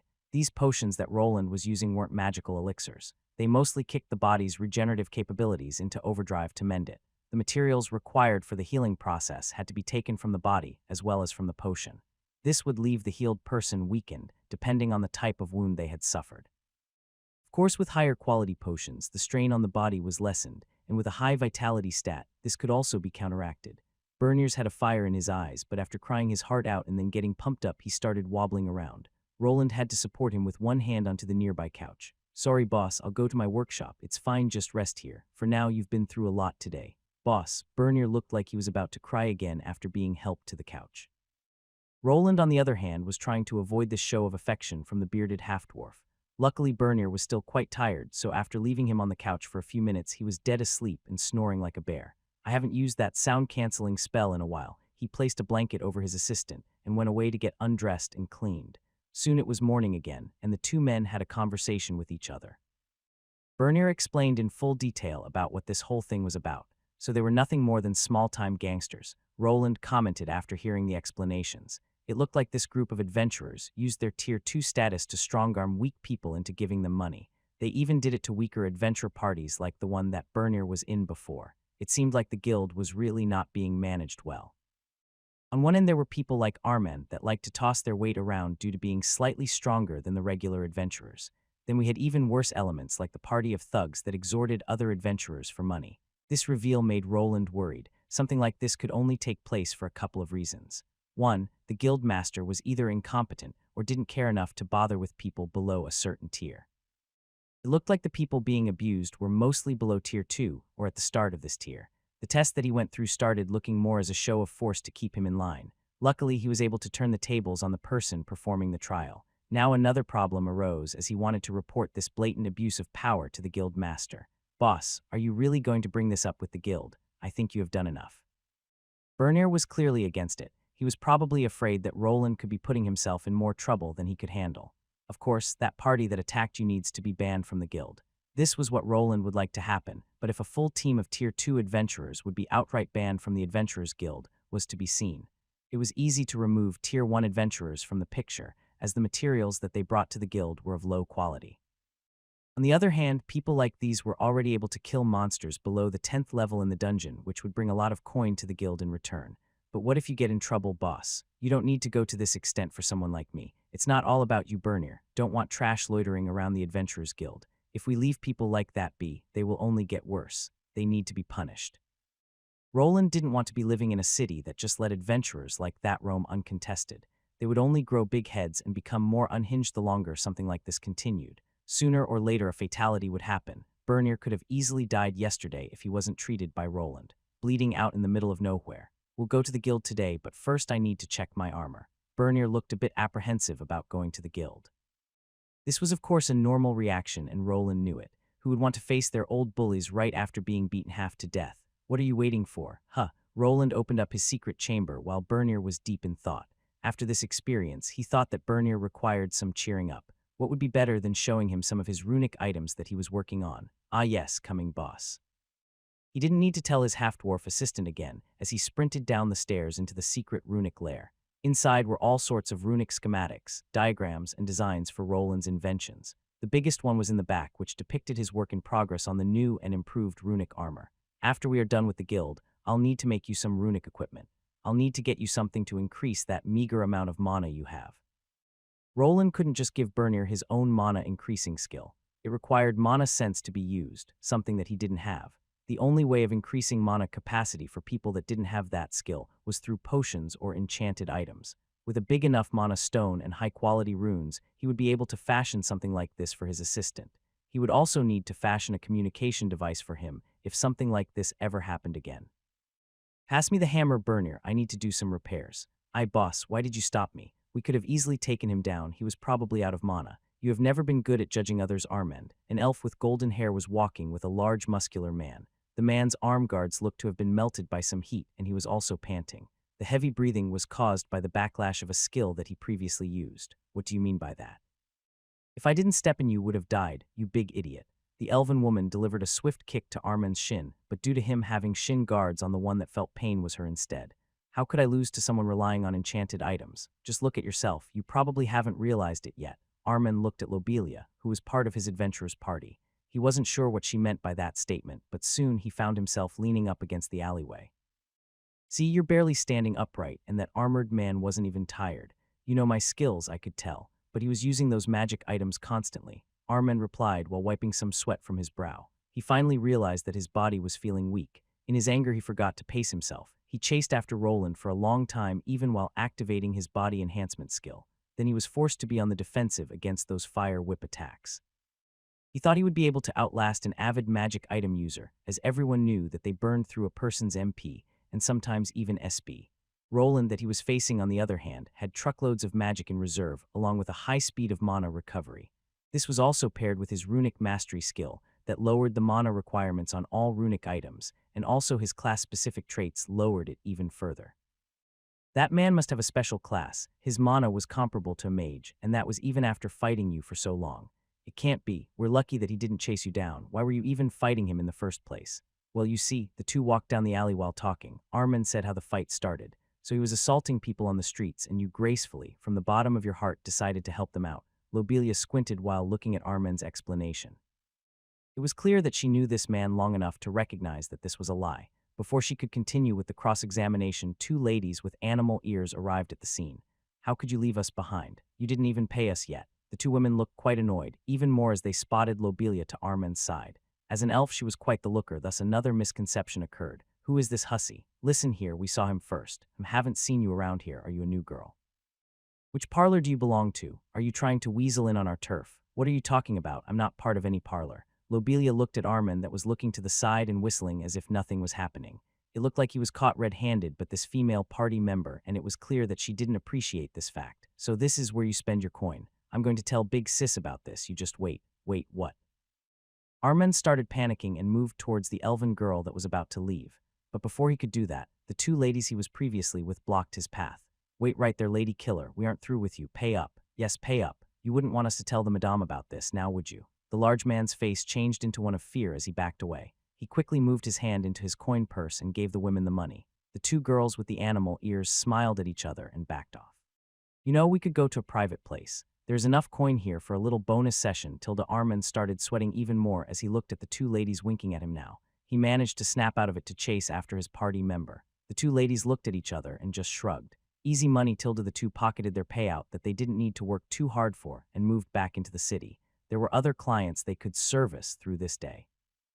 A day had passed since then, and Roland along with Bernier were moving towards the guild building. The half-dwarf was looking a bit skittish today. This was brought on by his unwillingness to cause trouble for himself and his boss.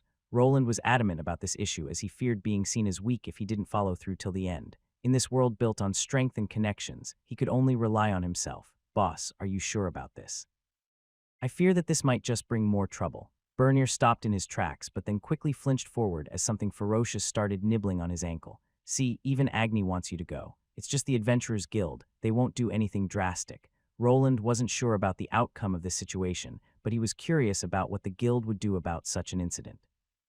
Would they try to sweep it under the rug like nothing happened, or would they punish everyone included, with him included? He himself didn't feel like he was in the wrong, but he was prepared to pay a fine for wrecking things in the city.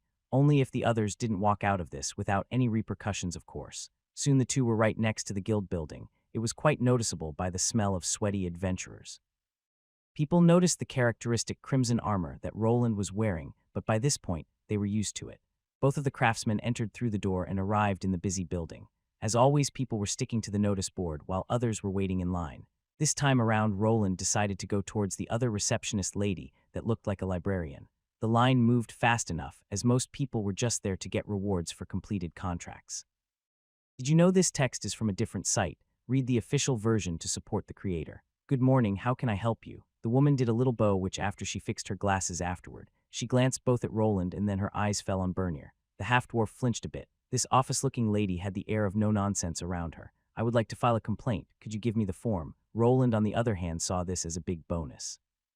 The woman wouldn't ask any silly questions or beat around the bush. With the helmet on top of his head, he was also immune to anyone staring at him. A complaint about the guild, other adventurers, both actually, one for an official guild member and another for an adventure party. During his time here, Roland had informed himself about how this establishment worked. The guild loved contracts and paperwork. Every quest would be written down as a contract. The people hiring adventurers could then file a complaint if the adventurers stepped out of line. The guild had people that would then determine if the claims were true or not. Depending on the proceeding, the adventurer could be fined, but that also could happen to the job giver if they lied and didn't keep their side of the promise. Without filing the correct paperwork, nothing would happen, but after it was done, there was no stopping the bureaucratic machine. The guild workers would need to go through the motions of asking the people in the city and also the people involved in this incident. Most would try to avoid such a hassle and just leave it be. Not Roland, though. He wanted to see how this guild would make things right. Depending on the results, he would know how to proceed in the future, and if he could trust the people here to be just in their reasoning. Here, fill out these documents. Please list all the involved parties in the correct brackets. The receptionist lady explained everything thoroughly while pointing Roland to a small booth at the side. There he found a quill with some ink. He was very quick to write a small essay on what transpired that day. There was also a spot to include what he wanted as collateral for the scene that played out yesterday. He went with banning both Armand and the whole Tier 2 party of thugs from the guild, revoking their adventure cards. He knew that this was a bit unrealistic, but when bartering it was best to list the highest price and then slowly go down to where both parties could agree on something. Here, Bernier, you need to sign your name here, and here Bernier moved closer and wrote his name haphazardly while also smearing the ink on the completed form. The half-dwarf's handwriting was an eyebrow raiser for Roland. He made a mental note to give his assistant some writing classes. Increasing his dexterity through scribing-type skills could actually work for a crafting class like Bernier. Roland returned to the guild receptionist and handed her the papers. The woman looked through it, and for a moment he could tell that her poker face changed. It was a minor switch, but he could spot a slight twitch to the eyes when she was reading through his writing. You wish to file this complaint against this adventure party and our instructor. Yes, is there a problem? This woman was mostly known for not asking that many questions, so it was odd that she started questioning him about the incident. He had heard the names of 2 of the thugs that he faced, so he had listed them down. Armand was well known around here and looked to be treated as some rising star. He was quite young while being close to level 100 already. If not for Roland coming along to clip his wings a bit, he would have probably been still cruising along. Is she somehow connected to that party or that muscle brain? It wasn't really his place to ask about personal things, but it would be a problem if the woman decided to sweep things under the rug for some reason. No, sir, I'll deliver these forms to the proper department. Similar to the police from his own world, there was a section of the guild that was responsible for internal affairs. The people from it would need to get to the bottom of this. Is this all? Yes, this might take some time. You can either wait for further questioning, or we will give you an appointment for later. I'll return later. You can send the notice to my address. How long will it take to clear this up? Roland knew that things like this could take a while. Waiting around and twiddling their thumbs around wouldn't help with anything. They could return the next day to see if there was a set date, or even wait for a letter to be sent to his house. We should be able to set up a hearing within the week. The letter will cost extra, Mr. Wayland. As always, bonus features like having a courier deliver a letter cost extra. Even when filing these documents, he needed to drop a few small silver coins to get things going. This was fine as payment was seen as confirmation that something was wrong. Most people would not bother going through with things like this just by the fact that it cost money. If he lost the case, he would also need to pay a fine for using up everyone's precious time. See, told you that today will just be some formalities, you can stop sweating. Roland commented at Bernier as the two were walking out from the Adventurers Guild. Sorry, I'm not that good with this kind of stuff. You'll have to get used to it. We'll have to go through the hearing. You'll probably have to look at those idiots that did that to you. Unless the party of thugs admitted everything or skipped town, they would need to meet them once more. It was similar to a court case with two parties accusing each other. He was sure that those guys will try to put the blame on him in one way or another. It didn't look that good after walking into the pub and beating all of them up. Luckily, violent exchanges like that weren't that looked down upon in this world. If he managed to prove to some degree that he had a reason for it, the guild would see it his way. Do I have to? Yes, you do. Don't worry, I'll be there. And not like they would do anything drastic during the hearing. Both of them left to go home. There were still wind turbines to be built and more cables to be placed. With the influx of enemies, Roland felt like he needed to move along with his defensive measures. For this reason, he was also heading towards the city and auction house. It was the time to pick up the gold that he made as well as see if there was something he could get. There was a certain rumor that there would be Golem parts this time around. Roland wanted to get the full item, but a part with the operating system would be enough. He had enough know-how to connect the rest of the runic structures in working order. It would be best if you didn't drink before it, though. Also, don't forget to wash up. Now let's go to the auction house. All right, boss. The pair of craftsmen soon left the Adventure Guild and wandered deeper into the city. They left a certain glasses-wearing woman staring at a stack of papers. Hey, Elodia, you look more angry than usual. Was that Mr. Wayland and his new friend? The elven receptionist peeked out of the corner while bringing over some large cups of warm tea. Before the stern-looking receptionist could notice, the elf was already looking through the forms out of the corner of her eye. Oh, isn't that a complaint form? What would Mr. Wayland complain about? It's not me, is it? Hey, can I look at that? No, Solana, you can't. Elodia replied while hiding the rest of the papers. She glared at her coworker. She knew well that she wouldn't be able to hide any of this, but she still didn't like the nosy loudmouth elf and how she acted. Don't be a cheapskate, let me see. The scene soon changed to Elodia trying to hide the papers by hugging them against her chest, and Solana trying to peek without spilling the tea. Hey, you two, get back to work. An old man called out from afar, the very same one that explained tamed monsters to Roland. The two receptionist ladies straightened out and soon returned to their regular tasks. Time continued to pass by, and it was time to close up the guild. Elodia, like the other workers, were now finally able to return to their homes after a hard day of work. Solana waved her goodbye while escaping into the city to have a good time. Elodia, on the other hand, had other things to take care of. First, she headed towards the market, picking out various food items.